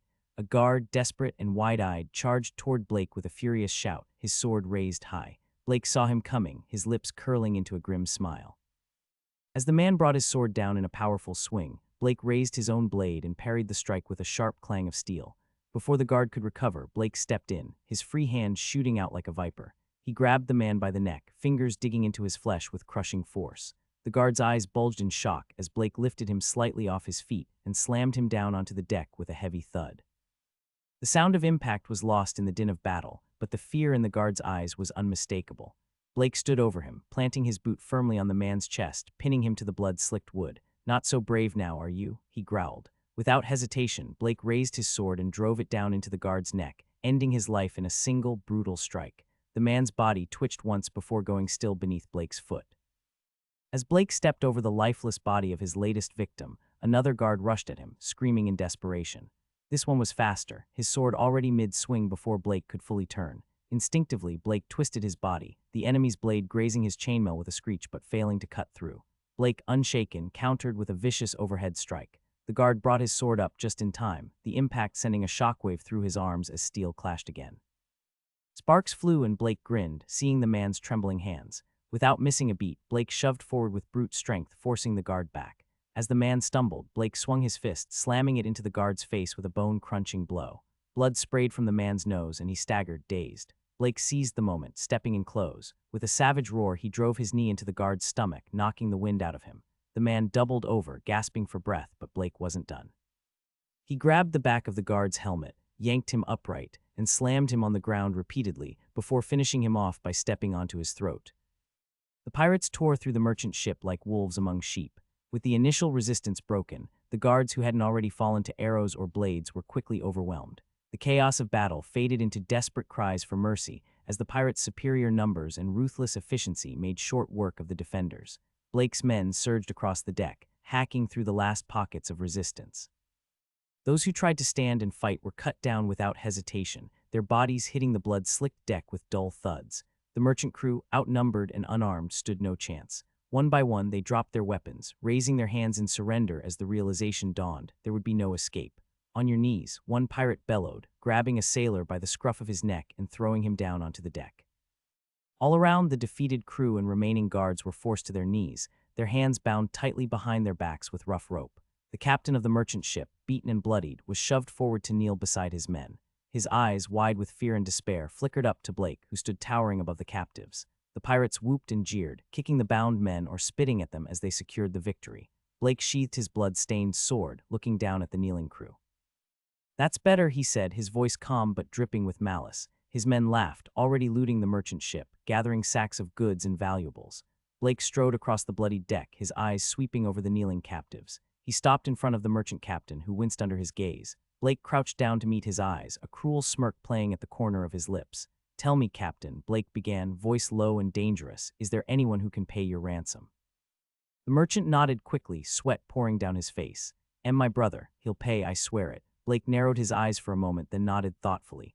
"Good," he muttered, before pointing to the next man beside him, a trembling deckhand whose face was as pale as a ghost. "What about you? Anyone who will ransom you?" Blake asked, his voice icy. The deckhand, shaking his head furiously, mumbled a terrified no. "No one." Blake stood up slowly, his smirk gone. He turned to address the rest of the bound men, his voice booming over the quiet tension. Normally, Blake began, pacing back and forth as his pirates watched in silence. "You lot would have been sold into slavery. That's what would have awaited you." The men stirred nervously, but Blake's next words cut through their fear like a blade. But Blake said, raising a finger, "Today is a special day." His crew exchanged glances, grins spreading across their faces as they began to sense what was coming. Blake's eyes gleamed with vicious anticipation as he continued. "Today," he growled, "we pick up where our ancestors failed. And the first step, sating their hunger." Without warning, Blake grabbed one of the sailors by the back of his shirt, lifting him with terrifying ease. The sailor kicked and screamed in panic, but Blake dragged him to the edge of the ship, holding him over the side. His eyes burned with fury as he shouted to his crew, "Today, we avenge those who died at rock bottom. Let these men serve our ancestors laying on the bottom of the sea." With a brutal shove, Blake hurled the man overboard. The sailor's scream was short-lived, silenced as he hit the water with a splash. The other prisoners cried out in horror, watching helplessly as Blake and his pirates turned toward them. One by one, Blake barked and his men moved swiftly, grabbing the captives by their collars, dragging them to the side of the ship, and tossing them into the waves like sacks of grain. The water churned with bodies as the pirates roared in triumph, throwing each man overboard, their cries drowned out by the roar of the ocean and the jeers of Blake's crew. The merchant captain's face drained of all color, his skin as pale as a ghost under the brutal midday sun. His trembling lips parted, but no words escaped as he watched his men thrown overboard, one after another, their screams silenced by the cold, unforgiving sea. His eyes darted wildly between the pirates, their roars of laughter and savage cheers filling the air like a storm of madness. Blake stood amidst the chaos, his chest rising and falling steadily, watching it all unfold with a twisted sense of satisfaction. Around him, his crew shouted and jeered, some raising their bloodied weapons high to the sky, others howling like wild beasts, reveling in their brutal victory. The sound was deafening, a chorus of raw, unchecked fury, echoing across the open sea. But Blake's mind was elsewhere, far beyond the violence and bloodshed before him. His dark eyes gleamed with something far greater than the carnage at hand. As he looked across the vast horizon, where the sky met the sea, he felt the weight of destiny settling on his shoulders. Enough of this, he thought, his lips curling into a slow, cruel grin. The time has come. The seas need new kings roaring over their waves. 2 weeks had passed, and the pirate ship sliced through the waves like a beast returning to its lair. The once pristine white sails were now stained with salt and streaks of battle, while atop the mast, the banner of a raging wave fluttered proudly, rippling in the wind. Its deep blue crest against a black background seemed to roar with the same fury that had filled Blake's men during their raids. It had been years since Blake felt this alive, a feeling he hadn't tasted since that fateful day at rock bottom, sailing beside his father. The sea roared beneath them then, a relentless force of nature, much like the battle that had taken place. The clash was nothing short of catastrophic a defeat that lived on in infamy, but no one could deny the magnitude of it. For Blake, the memory was vivid, a dark cloud that shaped the man he had become. He had been a boy of only 15 summers, yet he fought as if he'd been bred for it, cleaving through men like a veteran of 100 battles. All the free lords united under one banner and one might, known as the Free Fleet, they surged toward the Imperials with brutal force. The ship smashed into the enemy with the power of a raging axe striking down a tree. Splintered wood, torn sails, and drowning men littered the sea. His father, the infamous commander of the Roaring Axe, led the charge, while Blake and his brothers each commanded a ship of their own. It was a glorious assault. Blake himself had taken down 3 ships that day, ramming their hulls and sending them to the depths. He remembered the 12 men he had personally cut down, their screams echoing in his mind even now. But glory quickly turned to horror. The Empire of Ralmia, ever cunning, had set a trap. Unknown to Blake's father and the fleet, the Imperials had hidden their true strength behind the rocky cover of Hervia, a port of the Oisin Principality, a small one just east of the battlefield. As the Free Fleet pressed forward, stretched too thin and too eager for blood, the trap was sprung. From the east, the Imperial fleet emerged in full force, their sleek warships cutting through the water with deadly precision.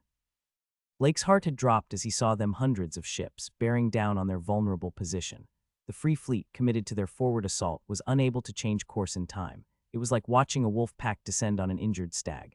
The Imperials rammed their ships from the side, the sound of wood shattering and men screaming filling the air. In the chaos, the proud Free Fleet crumbled. Out of the 80 ships that had set sail that day, only 20 limped away, battered and broken. Of the 4 ships his brothers commanded, only Blake's remained. His 3 brothers Caros, Merrick, and Hadrondid at rock bottom, their ships splintered into the sea. The memory of their final moments haunted Blake. Caros, defiant to the last, shouting orders as his ship went down in flames. Merrick, torn apart by an enemy boarding party. Hadron, struck by a stray catapult stone, his ship sinking before anyone could react. They all died as true men. The 4th brother, Kalen, survived but barely. He had been found adrift, muttering incoherently, his eyes glazed over, broken by the horrors of the battle. Kalen's mind never returned from rock bottom, and to Blake it was as if he had lost him too. His father never recovered from the wounds from the battle, dying just few days later, and so the 4th son suddenly became lord of Ella's Island, at the cost however of their way of life. That day changed Blake forever. It had been a defeat, a massacre. But it had also been a lesson of hubris of men who believed themselves to be gods. Following the catastrophe at rock bottom, the Empire of Ralmia swiftly tightened its grip on the seas, aiming to exterminate what remained of the pirate fleets that had once terrorized their merchant vessels. The key to this dominance was the capture of the fortress of Harmway, a stronghold used by the pirates to launch their raids and retreat to safety when the Imperial Navy closed in. Without Harmway, the pirates were little more than scattered bands, unable to organize large-scale attacks. With most of their ships destroyed and the survivors too scattered to regroup, the pirates could do little to defend Harmway. The fortress was strong, its stone walls towering over the sea, but it couldn't stand against a determined Imperial assault without a fleet to protect it. The Empire sent its forces, and after weeks of siege, the walls of Harmway finally crumbled under the relentless bombardment. Imperial soldiers stormed through the breach, slaughtering the remaining defenders. For the pirates, the fall of Harmway marked the beginning of the end. Without the fortress, they had no safe port to repair their ships, gather supplies, or plan their raids outside their immediate waters. The Imperials quickly moved to patrol the waters surrounding the fortress, declaring it off-limits to any vessel without their approval. The once feared pirate fleet, already decimated, was now fragmented and unable to launch coordinated raids. Their golden age was over, their power broken. Blake stood at the bow of the ship, as he always did, letting the wind whip across his face. His long black hair blew freely behind him, strands occasionally sticking to his sunburned skin. His piercing gaze scanned the horizon, but this time it wasn't searching for prey. This time he was simply savoring the victory, the triumph of their raids and the spoils they had taken. Gold, silver, and more slaves than they could count now filled the ship's hold, but it wasn't the riches that satisfied him the most. No, it was the opportunity to change things to make them right. As the salty breeze swept over him, Blake closed his eyes for a brief moment, feeling the pull of the sea deep within his bones. The wind was his herald, the waves his throne. He felt invincible. His men called to one another behind him, sharing bawdy jokes and tales of their raids, their spirits high from the success of their recent plundering. He was not sailing home, but instead toward Black-Dyed Cove, the place where each lord or their representatives were sent to discuss matters regarding the Confederation policies. It was funny they called themselves the Confederation of the Free Isles, and yet they could not even raid and pillage wherever they wanted. The wind filled the white sails, and beneath him, the oars groaned as the slaves rowed in rhythm, cutting swiftly through the waves. Blake had been summoned by the other pirate lords to face judgment for breaking the Treaty of Sea Rock. That treaty, forged between the Free Lords and the Empire of Ralmia after years of bloody conflict, was clear. No pirate vessel was allowed to raid within the water of the Imperial seas. For 2 decades, the treaty had kept a fragile peace between the pirates and the Empire. The Free Lords could raid elsewhere, but the Imperial Sea was forbidden, and any pirate caught there would answer to the Free Lords before even facing the wrath of the Empire. They did not only lose their will to fight, but also their back spine. Blake had been ordered to present himself before the Free Lords and explain why he had risked their fragile existence for his greed. In case he did not, he would be declared a criminal and brought to the call with iron around his ankles. He didn't care. His raids had been successful, and he had claimed more than gold had tasted the thrill of defying the greatest maritime power. Blake had no intention of walking into Black-Dyed Cove and accepting punishment like some beaten dog. As his ship neared the jagged cliffs that guarded the cove, he gripped the edge of the bow, his knuckles white but his mind sharp. He wasn't going there to bow to the Free Lords, nor to grovel for their mercy. No, he was going to argue his case and stroke the fire now smoldering within every free man who still had salt in his veins. The treaty was nothing but a leash, a shackle the Empire had thrown around their necks, and Blake would remind them of that in case they failed to feel the rope. He would remind them of the glory that had once belonged to the free men of the sea, of the riches waiting in the imperial waters, and of the chains they had allowed themselves to wear for far too long, and that was now time to break off from. He wasn't coming to apologize, was coming to stoke the flames of rebellion. This was no time for submission. Blake was ready to fan the fire of defiance, one that could burn away the fear and timidity the free lords had clung to for too long. It was time to awake the ancient kings of the seas. Blake's ship sliced through the waves as the jagged silhouette of the island came into view. The rocky coast rose steep and unforgiving, cliffs plunging into the sea like the jaws of a beast, but nestled in the heart of it was Black-Tide Cove, the only place on the island that welcomed ships. A narrow strip of sandy beach curved into a natural harbor, its calm waters offering refuge from the wild seas beyond. As they drew closer, Blake's eyes scanned the horizon, noting the dozens of ships already anchored in the cove. Their sails hung limp, banners fluttering weakly in the wind, recognized many of the banner-sold rivals, former allies and friends. The cove itself was small but bustling with life. Campfires burned along the beach where crews gathered, talking and drinking whenever their captains walked inside the call, their shadows flickering against the rocky cliffs that hemmed them in. Beyond the harbor, the cliffs rose up sharply, barren and craggy, save for the pathways carved by centuries of footsteps leading toward the inner sanctum where the free lords convened. Blake stepped onto the shore, his boots sinking slightly into the wet sand as he surveyed the cove around him. The salty breeze from the sea whipped through his neck-length black hair, but his eyes were already fixed on the imposing structure carved into the cliffside ahead. The Call of Sea loomed before him, a stone amphitheater carved directly into the mountainside. Its stark silhouette descended from those who had ruled this island for generations. Apparently, the history narrated by the elders said a long time ago they were not a confederations of island, but instead a kingdom. Anyway, that was a long time ago before they deposed their last king and declared oligarchic confederation. The entrance to the call was framed by weathered stone pillars, worn smooth by centuries of wind and sea, giving it an ancient, almost godly demeanor. Above it all, the amphitheater rose in semicircular tiers, with 200 stone seats, each meticulously hewn from the rock itself, sloping down toward a central platform where the free lords convened. It resembled the grand theaters Blake had heard about in Romelian history, where they would sing operas and recite poems. As he approached, the hollow sound of his boots against the stone echoed faintly across the cove. Pirates watched him with steely eyes as he moved toward the entrance, their whispers faint but unmistakably full of tension. Blake's jaw clenched, but his steps did not falter. His fate would be decided here in the belly of the mountain. As Blake made his way toward the stone amphitheater, a booming voice suddenly shattered the tense air around him. "Blake, you bastard, is that really you?" Blake stopped in his tracks and turned around as fast as a fish in water. Striding toward him was a man of impressive build, sturdy and wide-shouldered, with a full black beard that reached down to his chest. His bald head gleamed in the sunlight, and his dark eyes sparkled with that madness that only great men can own. There was no mistaking that loud, thunderous voice. Before Blake could react, the man closed the distance between them in a few powerful strides and threw his thick arms around him, pulling him into a bear-like embrace. Blake barely had time to register what was happening when the man planted a sudden kiss on his mouth, laughing heartily all the while. "I can't believe you actually did it, you mad dog. To hell to those Imperials." The man roared, his voice full of admiration and disbelief as he finally released Blake. Blake staggered back a step, wiping his mouth with the back of his hand and spitting into the sand. His face twisted in disgust, but the glint of amusement in his eyes betrayed him. "God's Kroll," Blake said, spitting again for good measure. Kroll's laughter echoed across the cove as he doubled over, clutching his sides. He wiped his mouth again and shot Kroll a glare, but the sight of the towering man's infectious grin brought the faintest of smirks to his own lips. "I should have seen that coming, you old fool," Blake muttered, but he couldn't help the chuckle that escaped him. Kroll, still laughing, slapped Blake on the back, nearly knocking him forward. "I always said you had a death wish, but this, I thought I'd be burying you, not seeing you marching toward the call like you've got the sea itself at your back." Blake, shaking his head, spat one last time into the sand and grinned. "Well, you're not rid of me yet. The same goes for the rest of them." Blake's grin faded as his expression turned grim, the lightheartedness of the moment vanishing in an instant. He stared at Kroll with cold determination in his eyes. "You knew the consequences of your actions." "I wanted this to happen," Blake said, his voice low but steady. Kroll's face grew serious, the weight of Blake's words sinking in. The shift in mood was palpable. Kroll took a step back, his dark eyes narrowing as he studied Blake for a moment. "You really want to go all the way with this? If you don't feel confident, I can very well pull few favors and have you sail away with a slap on your wrist," Kroll asked, his voice quieter now, though it still held a rough edge. Blake gave a slow, deliberate shake of his head. There was no hesitation, no second guessing.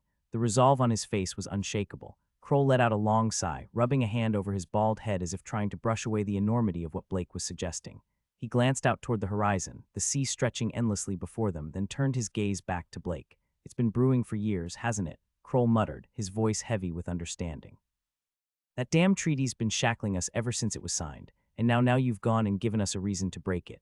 Blake remained silent, his eyes locked onto Kroll's, unwavering. Kroll sighed again, deeper this time, but there was a glint in his eye, a spark of something primal. Blake finally opened his mouth. "Don't you think it is time already? The Empire thinks they own these waters, but the moment's ripe, isn't it?" He paused, a fierce grin forming on his lips. "It's time the Romelians fell the consequence of another rock bottom.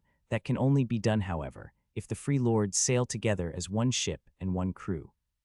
Kroll grinned, clapping Blake hard on the shoulder. "You have my vote for that," he said with a fierce gleam in his eye, "and with it that of my lords. We've been waiting for a firestarter like you, Blake. Time to shake the waves." Blake's lips curled into a satisfied smile, though before he could respond, a long, mournful bellow echoed across the shore. The salt horn. It sounded from the cliffs above, a deep, resonant call that silenced the chatter of the beach. It signaled the start of the call. Blake gave Kroll a firm nod before turning away, the conversation left unfinished. His boots crunched against the rocky ground as he made his way toward the stone path that led up the side of the mountain. The time had come to speak, to stand before the Free Lords, and to begin what he had set in motion. He did not look back. 10 minutes had passed, and Blake now stood in the center of the Call of Sea. The air was thick with tension, the walls of the stone amphitheater rising around him like the jagged teeth of a beast. Above, the sky was overcast, casting a muted gray light over the assembly. Around him, seated in the semicircular rows carved into the mountain, were some 150 lords each representing their own small lordship, be it a castle or a barren island that their ancestors declared their own. Their faces were hard, weathered by wind and salt, and their eyes bore down on him with a mix of curiosity, suspicion, and hunger for what was to come. Blake felt their gazes like the weight of the ocean itself, but he stood firm, his back straight, shoulders squared. This was the moment he had been waiting for. At the top of the amphitheater, seated upon a throne carved from black rock, was the Elder of Black-Tide Cove. His hair was thin and white, his skin like worn leather. He held a long, twisted staff in his hand, and when he raised it, the tip scraping the stone floor beneath, all noise ceased. The echoes of murmurs were swallowed by silence, and all eyes shifted fully onto Blake. The elder buted the stick against the ground with a resounding thud, the sound bouncing off the rock walls, sharp and final. The room fell into absolute stillness. Blake stared up at the elder, meeting his gaze. It was time to make his case. 10 minutes had passed, and Blake now stood in the center of the Call of Sea, the walls of the stone amphitheater rising around him like the jagged teeth of a beast. Above, the sky was overcast, casting a muted gray light over the assembly. Around him, seated in the semicircular rows carved into the mountain, were some 150 lords each representing their own pirate ships or coastal territories. Their faces were hard, weathered by wind and salt, and their eyes bore down on him with a mix of curiosity, suspicion, and hunger for what was to come. Blake felt their gazes like the weight of the ocean itself, but he stood firm, his back straight, shoulders squared. This was the moment he had been waiting for. The murmurs among the lords, their whispers of doubt and excitement, buzzed around the stone chamber. At the top of the amphitheater, seated upon a throne carved from black rock, was the Elder of Black-Tide Cove. His hair was thin and white, his skin like worn leather. He held a long, twisted staff in his hand, and when he raised it, the tip scraping the stone floor beneath, all noise ceased. The echoes of murmurs were swallowed by silence, and all eyes shifted fully onto Blake. The elder buted the stick against the ground with a resounding thud, the sound bouncing off the rock walls, sharp and final. The room fell into absolute stillness. Blake stared up at the elder, meeting his gaze. It was time. The old man, seated upon the black stone throne, tapped his staff against the ground once more, the sharp sound cutting through the stillness like a knife. His voice, though aged and gravelly, carried authority across the amphitheater. "Silence," he commanded, his eyes narrowing as he scanned the faces of the gathered lords. The weight of his words pressed on them all. "We are here to pass judgment on Blake, Lord of Ella. The accused may step forward." Blake stepped forward from the center, his boots echoing against the stone. His face was hard, unreadable, as he stood tall before the assembly. The old man's piercing gaze settled on him, and for a moment the world seemed to still. "Tell me," the elder began, his tone sharp. "I have heard troubling whispers, tales of a ship raiding in the imperial seas for weeks without end. Is there truth to these stories?" Blake's eyes flickered with defiance as he lifted his chin. "There is." The elder's expression darkened, and his gnarled hand tightened around his staff. "And tell me, was this ship one of yours? Were you the one leading it?" Blake nodded, his voice firm. "It was mine, and I led it. A murmur rippled through the crowd, like a wave breaking against the shore, but a quick glare from the elder silenced it. The old man's eyes hardened as the murmurs of the gathered lords subsided. His voice, low and deliberate, echoed through the stone hall. Were you aware, he began slowly, his gaze boring into Blake, that your actions were a direct breach of the treaty we signed with the Empire? Blake stood still, his jaw clenched, his hands at his sides. His eyes flickered with the fire that had always burned within him. I knew, he said, his voice strong and steady. I knew very well what I was doing and the consequences of it. Another wave of whispers coursed through the assembly, but Blake's voice rose over them, raw and fierce. But hear me now, Blake shouted, his words reverberating off the stone walls. What I did was not for greed of coin or hunger for glory. I did not sail into imperial seas to line my pockets or feed my pride. No, I did it to save my people. He stepped forward, his hands gesturing as he spoke with fiery conviction, addressing the entire council now. Look around you. The free men of the sea have been withering under that cursed treaty for too long.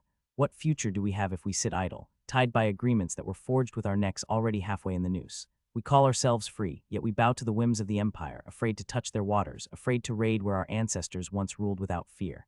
As Blake's fiery words echoed across the call, one of the lords suddenly rose from his seat, his face twisted in disdain.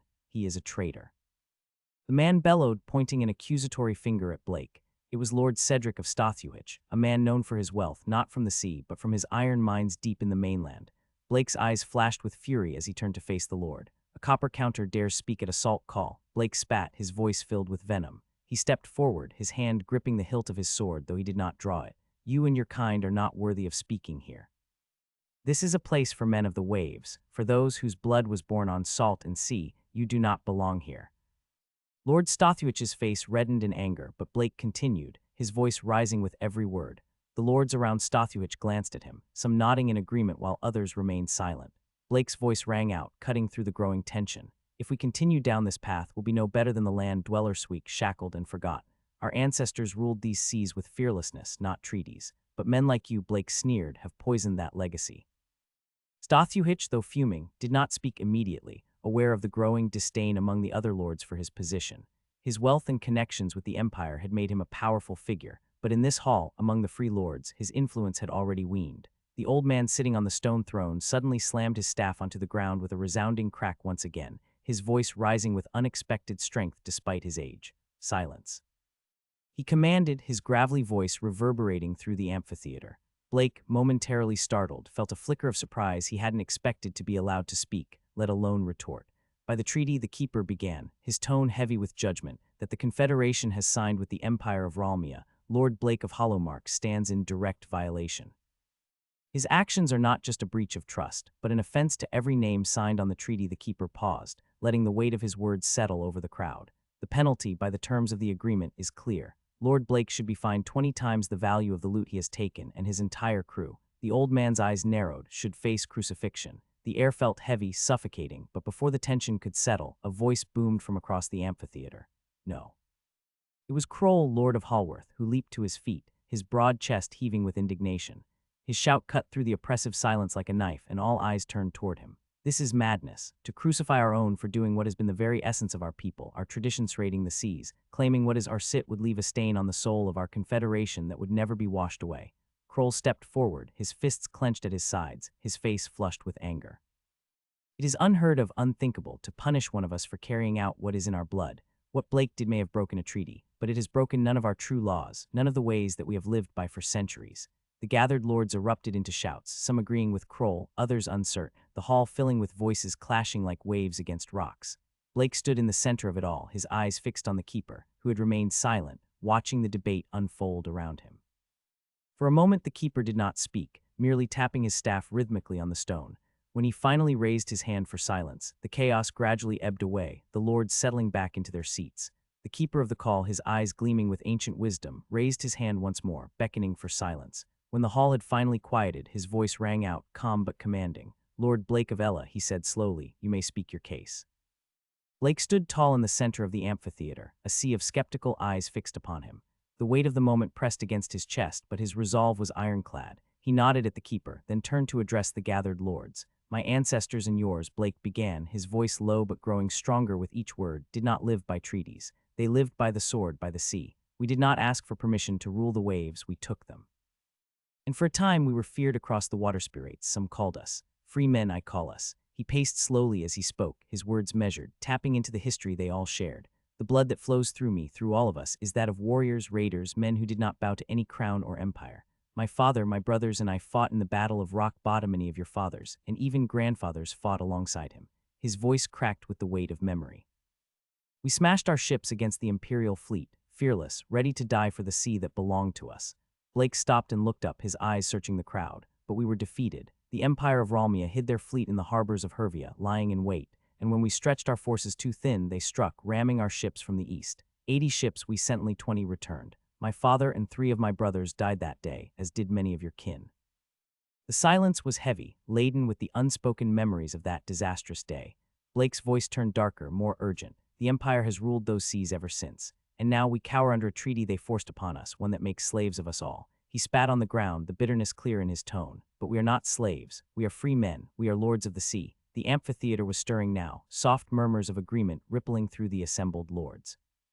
Blake's confidence grew, his voice swelling with conviction. The Empire of Ralmia is not what it once was. Civil war plagues their lands, their fleets are in disarray. Their emperor fights his own brothers for control, and while they fight amongst themselves, they grow weak. Blake's eyes blazed as he made his final plea. This is our chance here, only chancito rise again, to reclaim the seas that were stolen from us, to make the Empire remember who we are. If we let this moment slip by, we will fade into nothing. But if we seize it, we will be kings of the waters once more. He's right, the time is now. We can't let the Empire rule us forever. Blake stood in the center of the storm, watching the momentum build, knowing that the fire he had stoked was beginning to blaze. The keeper of the call raised his hand once more, his voice cutting through the rising clamor like a blade.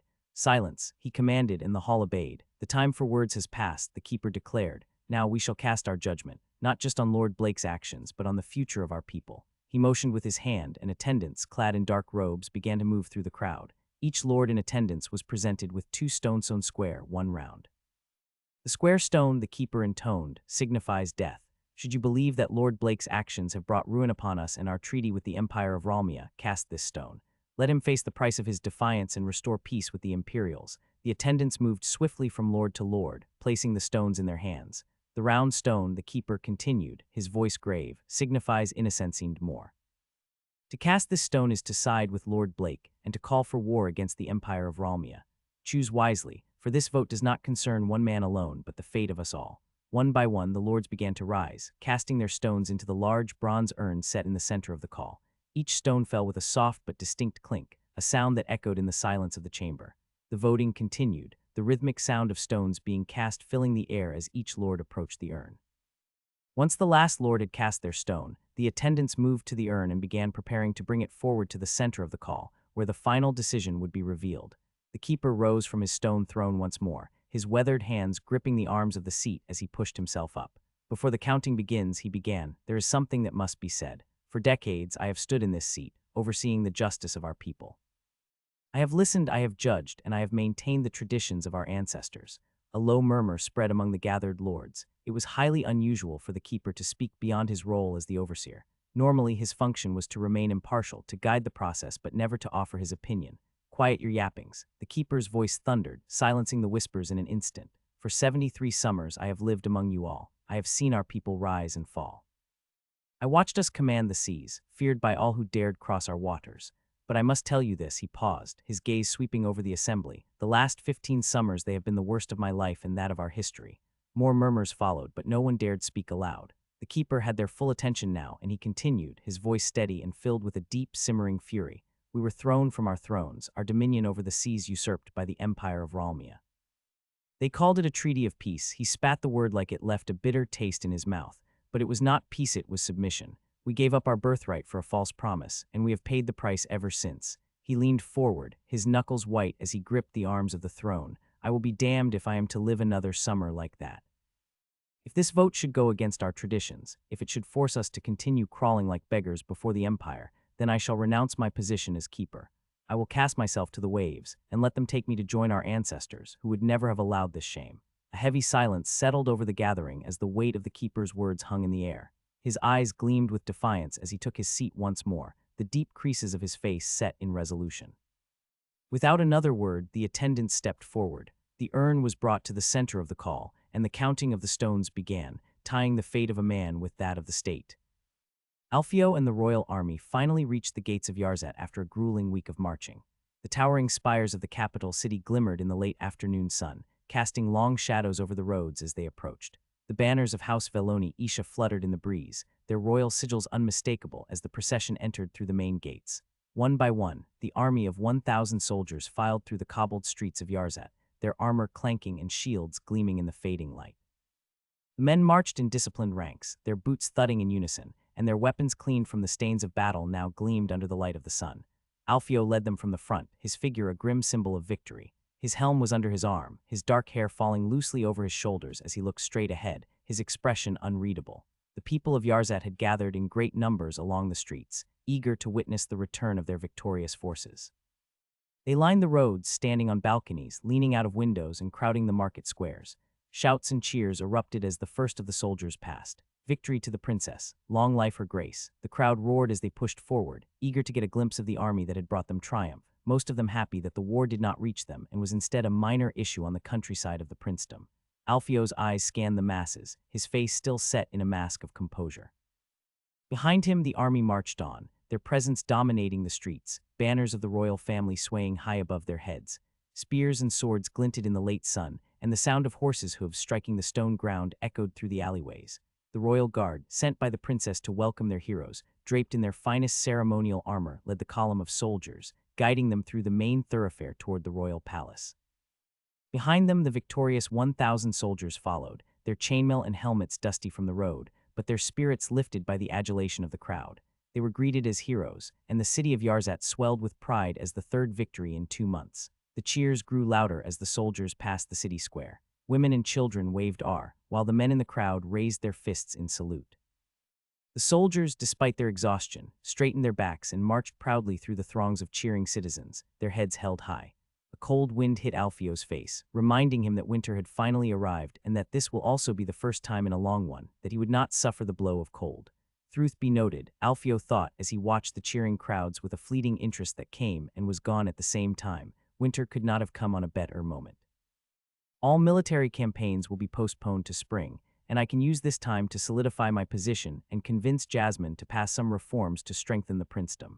The most important thing of which was to establish a working bureaucracy, as his motto was centralize the system and decentralize administration, which was at the base of any well-working and strong society.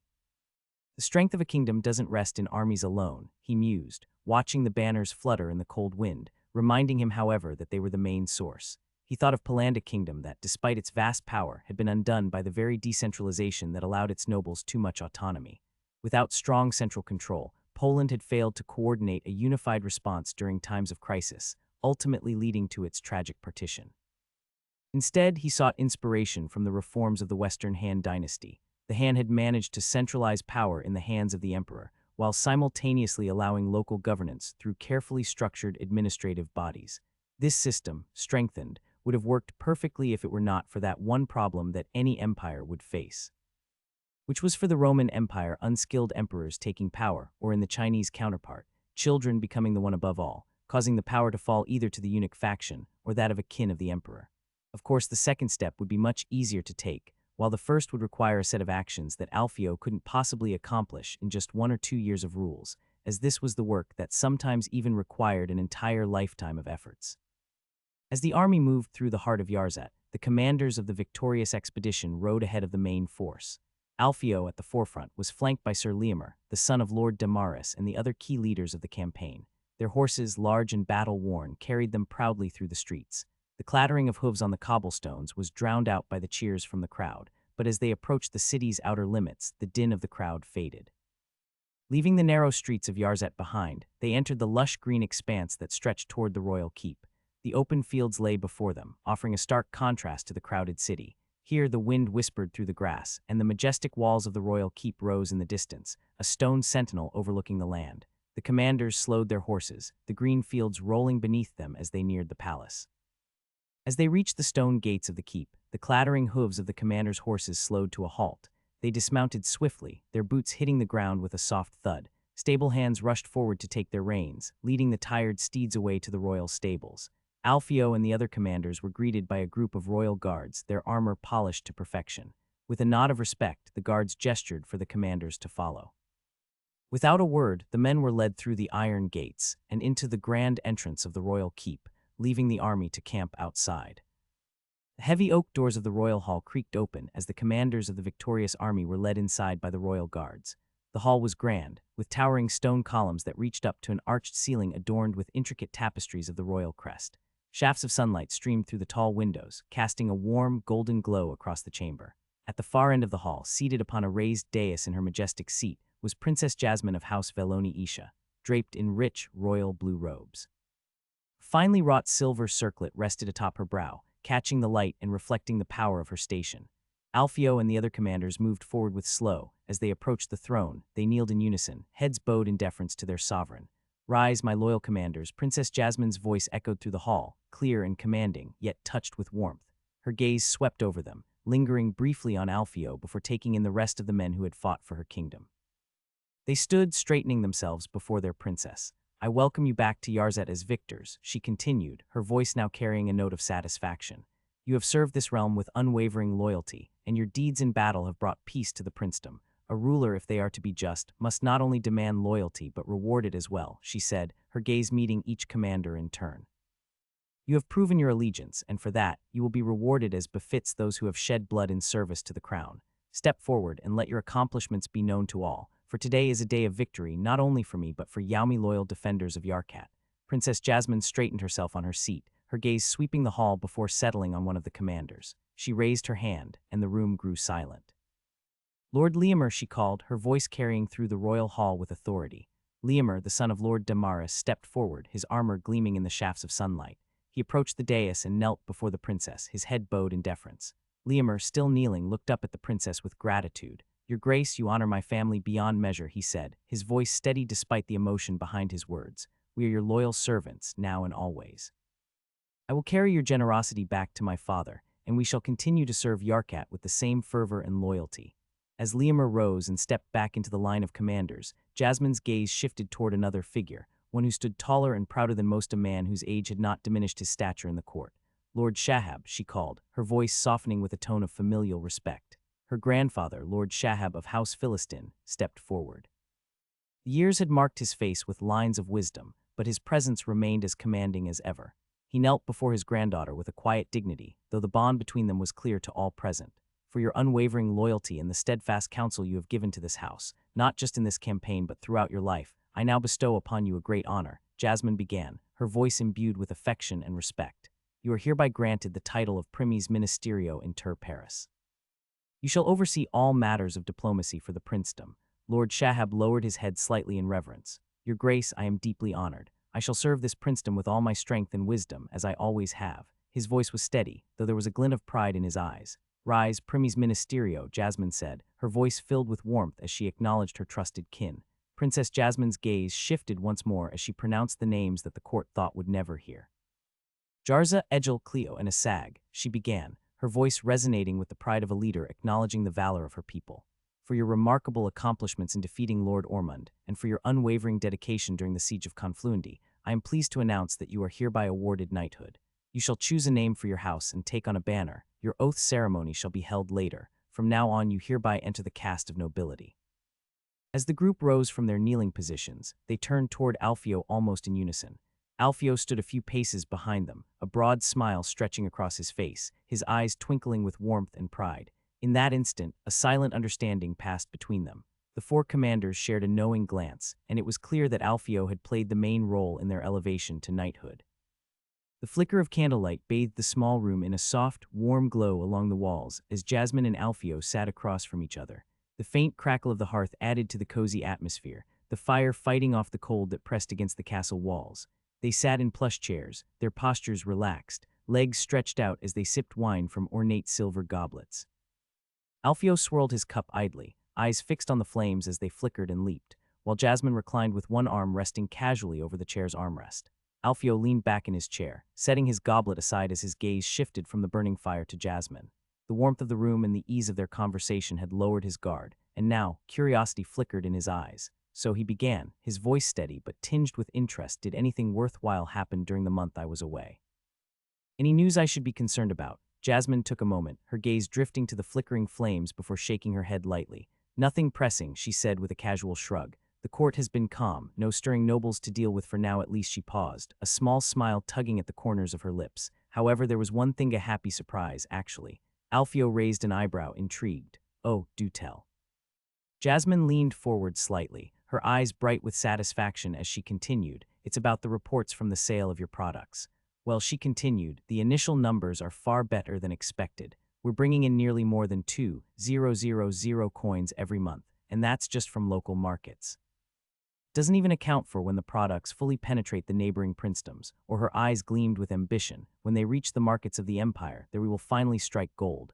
Alfio's expression shifted from casual interest to surprise, then to satisfaction. 2,000 already, he echoed, clearly pleased. He leaned back, a slow smile spreading across his face. I wasn't expecting it to take off that quickly. Neither was I, Jasmine admitted, swirling the wine in her cup thoughtfully.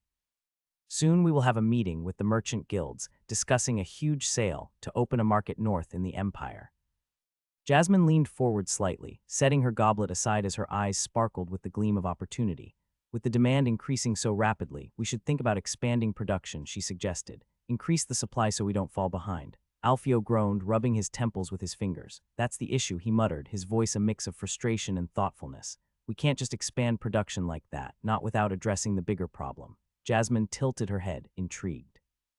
What bigger problem? He sighed, leaning back in his chair and locking eyes with her. Security. If we increase production without proper safeguards, we'll risk everything. I've been thinking about this for a while, Alfio said, his tone now more serious, and I've decided that we need to build a fortress, a self-contained stronghold that handles the entire operation. A fortress? Jasmine asked, raising an eyebrow. Yes, Alfio nodded.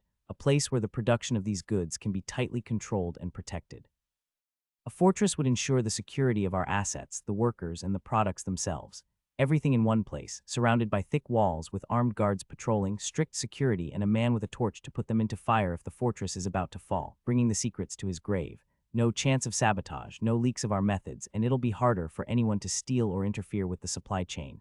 Jasmine's lips pursed as she considered his words. That sounds ambitious, but wouldn't that be costly? It will be costly, Alfio admitted, but it's necessary. The more valuable the products become, the more likely we'll attract unwanted attention, rivals, even allies looking to disrupt our operations. If we build a fortress, we not only protect our investments but also centralize production, making everything more efficient. Plus, it gives us control, complete control. Jasmine took another sip of her wine, swirling it thoughtfully in her cup before glancing at Alfio. So how much loot did we actually get from the siege? She asked, her curiosity piqued. Alfio smirked, leaning back in his chair. Quite a bit, he replied, his voice carrying a hint of pride. There were 18,000 silveri stored inside the fortress, official records, taxes, tribute, everything. And that's not even counting what the soldiers took when they sacked the city. Jasmine raised an eyebrow. 18,000 silveri, and how much of that did we get? Alfio smiled, his eyes gleaming with satisfaction. We took 9,000. Since my army made up more than half of the force, the split was fair. The rest went to the other lords and their men. Jasmine nodded slowly, calculating the numbers in her head. That's a significant haul. She agreed before lowering her tone. My uncles must have been saving it quite a bit. Changing topic. Do you think my aunt killed herself and her son? Alfio chuckled, shaking his head. No, I wouldn't put too much faith in that story. You don't believe it? Jasmine asked, her gaze sharpening. It's more likely they were poisoned by their own courtiers. Alfio replied with a wry smile as he sipped from his cup. Lady Alira was known for her pride and stubbornness. From what I've heard from the prisoner, she'd gone mad after the fall of the city and the retreat to the keep, not even leaving her room as she had the food brought to her. The idea that she would suddenly choose to surrender, highly unlikely, which made people that wanted to live even more desperate. Jasmine frowned slightly, leaning in. Poisoned by her own people. Alfio nodded, his voice turning more serious. That's what I suspect. She was a fighter to the end. You have got to give it to her. It's much more plausible that her own courtiers, desperate to save themselves, decided to silence her and her son in order to open the gates and surrender. After all, dead rulers can't argue. Alfio smiled, leaning forward slightly, his eyes gleaming with a quiet satisfaction. Isn't it better this way? He asked, his tone light but with a sharp edge. He watched Jasmine as she considered his words, the faintest trace of amusement playing at the corners of her mouth. Jasmine nodded slowly, swirling the wine in her cup. They've handled a rather hot potato for me, haven't they? She said, her voice carrying a note of dark humor. No mess, no scandal, just neatly cleaned up with many witnesses giving their accounts. Alfio's smile widened. Exactly. All of Lord Ormond's direct kin, gone in less than 2 months. Jasmine raised an eyebrow, catching on as she continued, listen. Which means, he continued, his voice thoughtful, that his lordship is now without an owner. Jasmine's gaze narrowed slightly, her curiosity piqued. "And where exactly are you going with this?" she asked, her tone half teasing, half serious as she studied him. Alfio set his cup down, a subtle shift in his expression signaling that he was about to speak more seriously. "I've been thinking," he began, his voice calm but deliberate, "about Confluendy. Now that it's back under royal control, I believe it would be fitting if I were named its lord." Jasmine tilted her head slightly, intrigued but silent as he continued. "As it stands, my words hold weight as the prince consort," Alfio explained, "but imagine how much more authority they would carry if I also had lands of my own. Confluendy is key to the realm, and as lord I could better oversee the stability of that region. Not to mention," he added, a calculating glint in his eye, "it would help with the maintenance of my troops.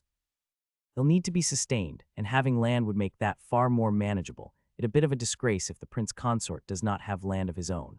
Jasmine sighed softly, setting her own cup of wine down as she looked into Alfio's eyes. "I can't just name you Lord of Confluendy," she said, her tone firm but not unkind. "If I were to do that so suddenly, the nobles would think I'm giving you too much, showing too much favoritism. They would question my judgment, Alfio, and see it as a weakness." Alfio raised an eyebrow, the thought running through his mind that she had already taken him as her husband. What's wrong with a little gift, he thought, but he kept the words to himself. Jasmine continued, her gaze steady. "At most, I can appoint you as governor of Confluendy. It gives you the authority you need, without stirring too much unrest. Maybe in time, once things settle and the nobles have seen your merit, you can be granted the lordship." Much to Alfio's surprise, Jasmine didn't pull her hand away, letting it rest beneath Alfio's touch. Her fingers, soft and steady, remained still. She looked at him with calm eyes, neither yielding nor defiant, simply present, as she already accepted that this would be the man she would spend the rest of her life with. Alfio sat beside Jasmine on the raised platform of the royal court, his throne deliberately positioned slightly lower than hers. He was after all merely the consort, and at that still not recognized as such by law. The room was alive with murmurs as courtiers and nobles gathered, but the atmosphere shifted as Alfio's attention turned toward the figures kneeling on the cold, stony floor before the throne. This was Alfio's first time presiding over court as prince consort, a role not yet official. Kneeling at the center of the hall were Egil, Asag, Cleo, and Jarzafar of his most trusted comrades. Their heads bowed respectfully, yet their pride was unmistakable. The gleam of fresh knighthood on their armor was a mark of their recent elevation, a reward for their loyalty and achievements during the siege of Confluendy. They had earned their place here through steel and blood, but beside them, 4 others knelt, unfamiliar faces to Alfio's side. 2 were from Liamir's army, while the others bore the colors of Shahab, Jasmine's grandfather. These 2 had been included in the ceremony to address any lingering unease among the court's factions, particularly those who might grumble about the princess favoring mercenaries over traditional lords. A gesture of balance, ensuring the court did not seethe with whispers of favoritism or bias, even though it did. Alfio glanced at Jasmine from the corner of his eye. She held herself with quiet grace, her expression unreadable but firm. She stood from her throne, her movements as fluid as water, and descended the few steps that separated her from the kneeling men. The gleam of a sword hung at her hip, its hilt adorned with silver filigree. As she reached the men, her hand gracefully rested on the pommel, drawing the sword from its scabbard in a single, sharp motion that resonated through the hall. She approached the first knight to be Egil, his face lowered, waiting in solemn anticipation. Jasmine lifted the blade, holding it steady in her hands, and gently placed it on his right shoulder. "By the power vested in me, and by the honor of this court, I proclaim thee a knight," she said, her voice echoing through the hall. The blade shifted smoothly to his left shoulder. "Bound by oath, bound by honor, in service to me, to this realm, and to the protection of its people." Jasmine moved to the next Asag and repeated the same motion, her words carrying the same weight. The sword rested briefly on his shoulders before she stepped forward to Cleo and then to Jarza, repeating the ritual with deliberate, practiced grace. Finally, with all 8 now touched by the sword, she stepped back, her gaze fierce but proud. The men had not moved, awaiting her final words. "Now rise as knights of this princedom," she declared, sworn to serve with courage, loyalty, and unwavering strength. "Speak your oath and be bound by it." Without hesitation, as if their voices were one, the newly knighted men spoke in unison. "I swear by the steel in my hand and the blood in my veins, to serve with honor, to defend with valor, and to uphold the laws of this land. I will stand by your side through storm and shadow and give my life if need be for the realm. By my oath I am bound to thee." The words rang through the hall like the tolling of a great bell, echoing off the stone walls and carrying their weight through the gathered crowd. The solemnity of the moment lingered in the air as Jasmine sheathed her sword, her eyes briefly meeting Alfio's. He gave a subtle nod, the gravity of the ceremony settling in. The newly knighted men rose one by one to the applause of the court. As Jasmine finished the ceremony, a wave of murmurs and smiles spread across the gathered courtiers, their faces softening after the solemnity of the knighthood ritual. Alfio, still seated on his lower throne beside Jasmine, had waited in respectful silence. Now with the formalities complete, he was finally allowed to rise. He stood, stretching his legs slightly, and scanned the room. His eyes quickly caught sight of Jard, Shahab's eldest son, moving swiftly through the gathering crowd. The young man was already making his way toward the newly knighted, his hand extended in warm congratulations. His grin was wide, his demeanor relaxed and full of confidence, clearly taking something after his father in more ways than one. Alfio moved toward them, his footsteps quiet against the stone floor. As he approached, Jard caught sight of him and immediately turned away from the new knights, his grin widening. "Alfio," Jard exclaimed, extending his hand, "it's good to see you." Alfio took his hand firmly, offering a smile in return. "And you as well, Lord Jard," he said. "You've been quick to offer your congratulations, I see." "Of course," Jard replied, his eyes glinting with excitement. "It's a proud moment for them. They've earned their place, at least, from what Lord Shahab has been saying." "I owe much to your father," Alfio began, his voice quiet but sincere. "He has stood by me through many trials in this short time. Whatever you may need in the future, know that I will be there to aid you. I give you my word." Alfio clapped him on the shoulder, his smile growing. "I have no doubt you will." With that, Jard turned on his heel and made his way through the crowd, leaving Alfio standing near the newly knighted men. "I quite like the guy," Cleo remarked, his voice cutting through the din of the hall as he turned to face the group. His expression was thoughtful, as if weighing Jard's character carefully. Egil, standing beside him, crossed his arms. "I'm sure his behavior toward us is influenced by his father's words," Alfio replied, his voice calm and measured. "But let's not fool ourselves into thinking he'd be this warm if we weren't in the positions we hold now." Cleo nodded but didn't say anything more, while Egil scratched his head, a puzzled look on his face. "Still, it's better than how most of the other lords treat us," he muttered. His gaze swept across the hall, where the noblemen and courtiers moved about in their elegant garments, casting occasional glances at the newly knighted group. "I can't help but notice no one has congratulated us yet. Shouldn't this be an important moment in your culture? We did not have anything like this in my tribe." He noted, looking toward Alfio. Jarza, always blunt and unapologetic, snorted loudly. "Shit is worth more than their congratulations," he scoffed. His eyes burned with disdain as he looked at the nobles, who had offered nothing but silence. "I couldn't give less of a fuck about them." Alfio let out a soft chuckle, shaking his head. "You shouldn't expect anything more from them," he said, his voice firm but understanding. "These lords, they cling to their stones, their titles, their perceived superiority. But that's all it is, perception. They see us as mercenaries, men without proper lineage, and they won't change their views easily." He paused, meeting their gazes one by one. "But we gain nothing by acting like we're better than them or by resenting them. Let them have their empty pride, while ours come from our strength. In time they will note the difference." Cleo's expression softened, while Egil uncrossed his arms and gave a small nod of understanding. "So what do we do then?" Egil asked. "Keep playing their game." "Not their game," Alfio corrected. "Our game. We came here as outsiders, but we've proven ourselves in battle. Titles and lands will follow in time. I promise that you will all become lords." He glanced at the group of lords still gathered across the hall, their backs turned to the newly anointed knights. "We don't need their words of praise. We've built our own path, and we'll keep building. You all have seen how our soldiers smashed anything they were put against. That is something that they will never be on par with us." Alfio smiled briefly, but his expression quickly grew serious. He motioned for them to gather closer, his eyes scanning the room as if ensuring no one was listening. "Listen to me," he began, his voice a hushed growl that carried a sense of urgency. "Don't forget where we came from. We were rats in the mud and scavengers. Nothing will ever change that." His words hit hard, pulling them all into the shared memory of their harsh beginnings. "None of them," he continued, gesturing subtly toward the cluster of lords at the far end of the hall, "will ever understand the fraction of the strength it took for us to climb out of that pit. They have no idea what it means to fight for every scrap, to bleed for every inch of ground gained." Alfio turned to Jarza, a glint of something not quite easy to discern in his eyes. "Do you remember, my friend, the day we escaped those accursed camp? You, with your booming laughter, called me mad as I dared to dream aloud of empires and thrones, of a destiny greater than the chains that bound us." Jarza chuckled, the memory bringing a warmth to his heart. "I do remember. I thought you were dreaming, a fool with his head in the clouds. Look at us now, look at what you had us reach." Cleo, Jarza, Egil, and Asag listened intently, each of them bearing the weight of their pasts on their shoulders as Alfio's words struck at the heart of their journey. "What we've reached, what we have now," Alfio said, his voice growing more intense, "wasn't given to us. It wasn't handed over by some lord or king out of pity or favor. It was through our might alone, our grit, our blood, our sweat, and that makes it even more worthy in my eyes. We are the architects of our fate, and this thighs is merely the first stroke of a masterpiece. This moment, this breath we take, is but the first stanza in a grand ballad yet to be sung. Let them call us mad, it is madness that gives birth to greatness. Cleo muttered under his breath as he slapped Alfio's shoulder. I'll walk into hell itself if you're at my back. Jarza let out a short laugh. Hell, he scoffed, looking at Cleo. We've already been there, remember? We didn't just walk in, we were dragged, beaten, and chained, and we still came out the other side. His voice was rough, but there was a fierce pride underneath it.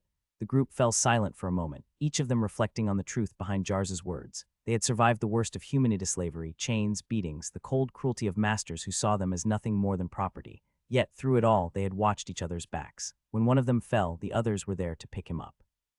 When one was too weak to stand, the others gave him strength. It was more than trust that bound them, it was survival. A bond forged in the fires of suffering, deeper than any oath of knighthood could ever be. They had relied on each other in ways no one else could understand.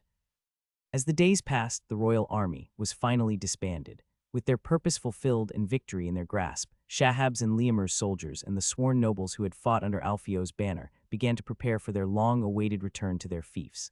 The clanging of armor and the sounds of boots marching one last time through the capital marked the end of this chapter in their journey. Shahab's forces were the first to break camp. The seasoned troops that had fought alongside Alfio since the ambush of Lord Ormond gathered their banners and packed their gear, ready to return to their homes. Yet, even as they departed, everybody knew that they would be back. After all, there was still a marriage to happen. The long-awaited and disliked by many union that would solidify the new reign was officially set for 1 month from that day. It was a symbolic time, enough time for the returning lords to deal with the affairs of their fiefs, organize their households, and make preparations for their departure once more. Alfio stood on the walls of Yarzat, his gaze following the columns of soldiers and nobles slowly disappearing into the horizon as they left the city. The banners fluttered in the cool breeze, and the rhythmic clatter of hooves and boots echoed faintly in the distance. His expression was one of quiet contemplation as he watched them go. This was, after all, the first proper army he led, and he kind of liked the feeling.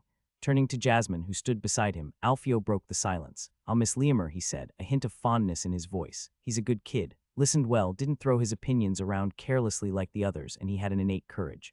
Jasmine raised an eyebrow at that, her lips curving into a slight smile. He's only a year younger than you, she reminded him. Alfio shrugged nonchalantly, the corner of his mouth quirking into a grin. Maybe, but he feels younger. I don't know, I guess I just feel more mature. Jasmine studied him for a moment, her eyes narrowing slightly in thought. There was something to what he said. Alfio was the youngest even in his own circle. Among his companions like Egil, Cleo, Jarza, and Asagiat, everyone looked to him as if he were the eldest.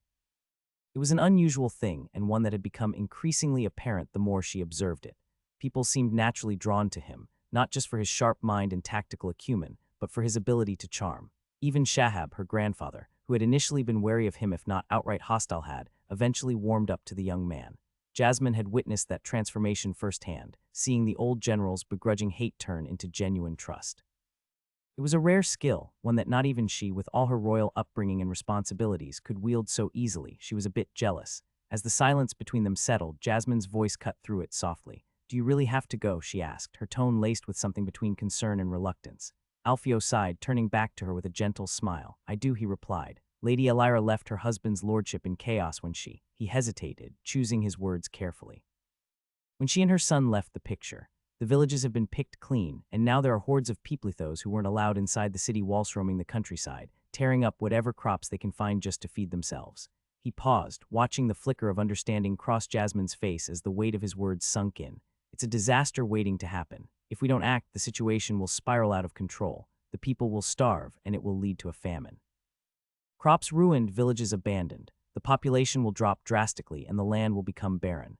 Jasmine frowned, her hands folding in front of her as she absorbed the grim news. You think you can fix it? Alfio nodded, his expression serious. I have to at least try. If we can bring some order back, ensure that the crops are protected and that the people are fed, we can mitigate the worst of it. But if we leave things as they are now, he shook his head.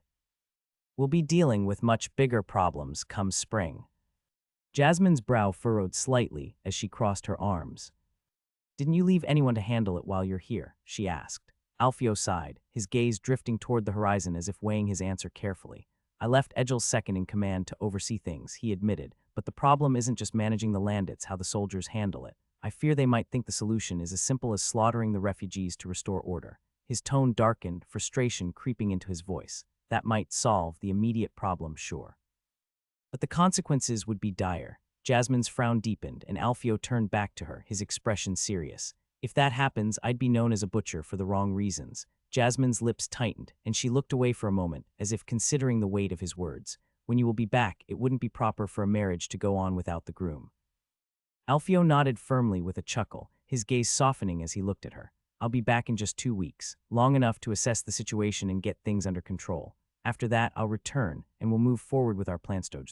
Alfio's gaze shifted from Jasmine to the open fields beyond the city walls, his thoughts clearly elsewhere as he calculated what he needed to stabilize Confluency. I'll need to bring a quarter of the grain we have stored in the royal granaries, he said, almost to himself at first, then turning to Jasmine with more certainty, and 5,000 silveri from the treasury. Jasmine blinked in surprise, her brows knitting together. A quarter of the grain, and 5,000 silveri, she echoed. You are not asking for little, you know. Alfio nodded, his expression firm. I need the resources to calm the situation. The refugees are desperate, and if we don't act quickly, they'll be starving within weeks, and of course, before doing that they will wreak havoc everywhere. I can use the grain and rye to feed them, at least temporarily, and the silver to get more in case we finish them. Jasmine was silent for a moment, clearly weighing his request. Finally, she exhaled softly. If it helps prevent a famine or worse, it's a necessary cost. It is, Alfio said, his voice steady. If I can bring some order to the region and prevent more devastation, it will be worth it. Jasmine crossed her arms, a hint of a smile tugging at the corners of her lips. At least our financial situation isn't as dire as it once was, she said, her tone lighter. Now that the autumn taxation has reached us, alongside the part of the ransom from our prisoners, things are looking much calmer. Alfio nodded, appreciating the shift in focus. That is good to know, he said thoughtfully. We have breathing room now, and it's a luxury I certainly missed. Jasmine glanced toward the treasury ledgers on the nearby table, her expression one of measured relief. The silver flowing in from the ransom was timely, and with the taxation from the villages, we've managed to stabilize the coffers for the season. We don't have that much to spend, so make sure to let it be enough. I will try, Alfio admitted as his gaze moved to the horizon, where the army was nearly out of sight. In the days that followed, the city was filled with the bustling activity of soldiers preparing for their departure. Alfio had given clear orders to leave the bulk of their forces behind, ensuring that the city remained secure while he dealt with the unrest in Confluency. Out of the 500 soldiers they had originally brought, only 200 would accompany him, while 300 remained under the command of Cleo, tasked with keeping the peace and protecting the royal capital alongside Lidio, who found the position he had as garrison commander to be of his liking. The morning air was crisp, the chill of winter having already arrived but not yet fully gripping the land, as the month was still that of November. Alfio watched from the city walls as the preparations were carried out. Soldiers packed supplies, sharpened weapons, and made ready for the journey ahead. He had decided to bring with him Asag, Jarza, and Egil. The first two had proven themselves invaluable, and Alfio was confident they would be useful in restoring order to the chaos, either by sword or by being clerk. Egil, meanwhile, was chosen to scout the countryside, find any refugees his second-in-command, Rykio, had missed, and keep a close eye on any potential uprisings among the displaced. As this was the only way he could use Egil's expertise for the better, as the man was certainly not calm of mind enough to deal with a problem like that. As such, he planned to use him as a potential bat to beat any dissent. After all, he was there so save them. This, however, did not mean that he had to accommodate every single one of their wish. The most important things was for the majority of them to survive. If a part of them died from his method, it was still an acceptable loss under his plan parameters.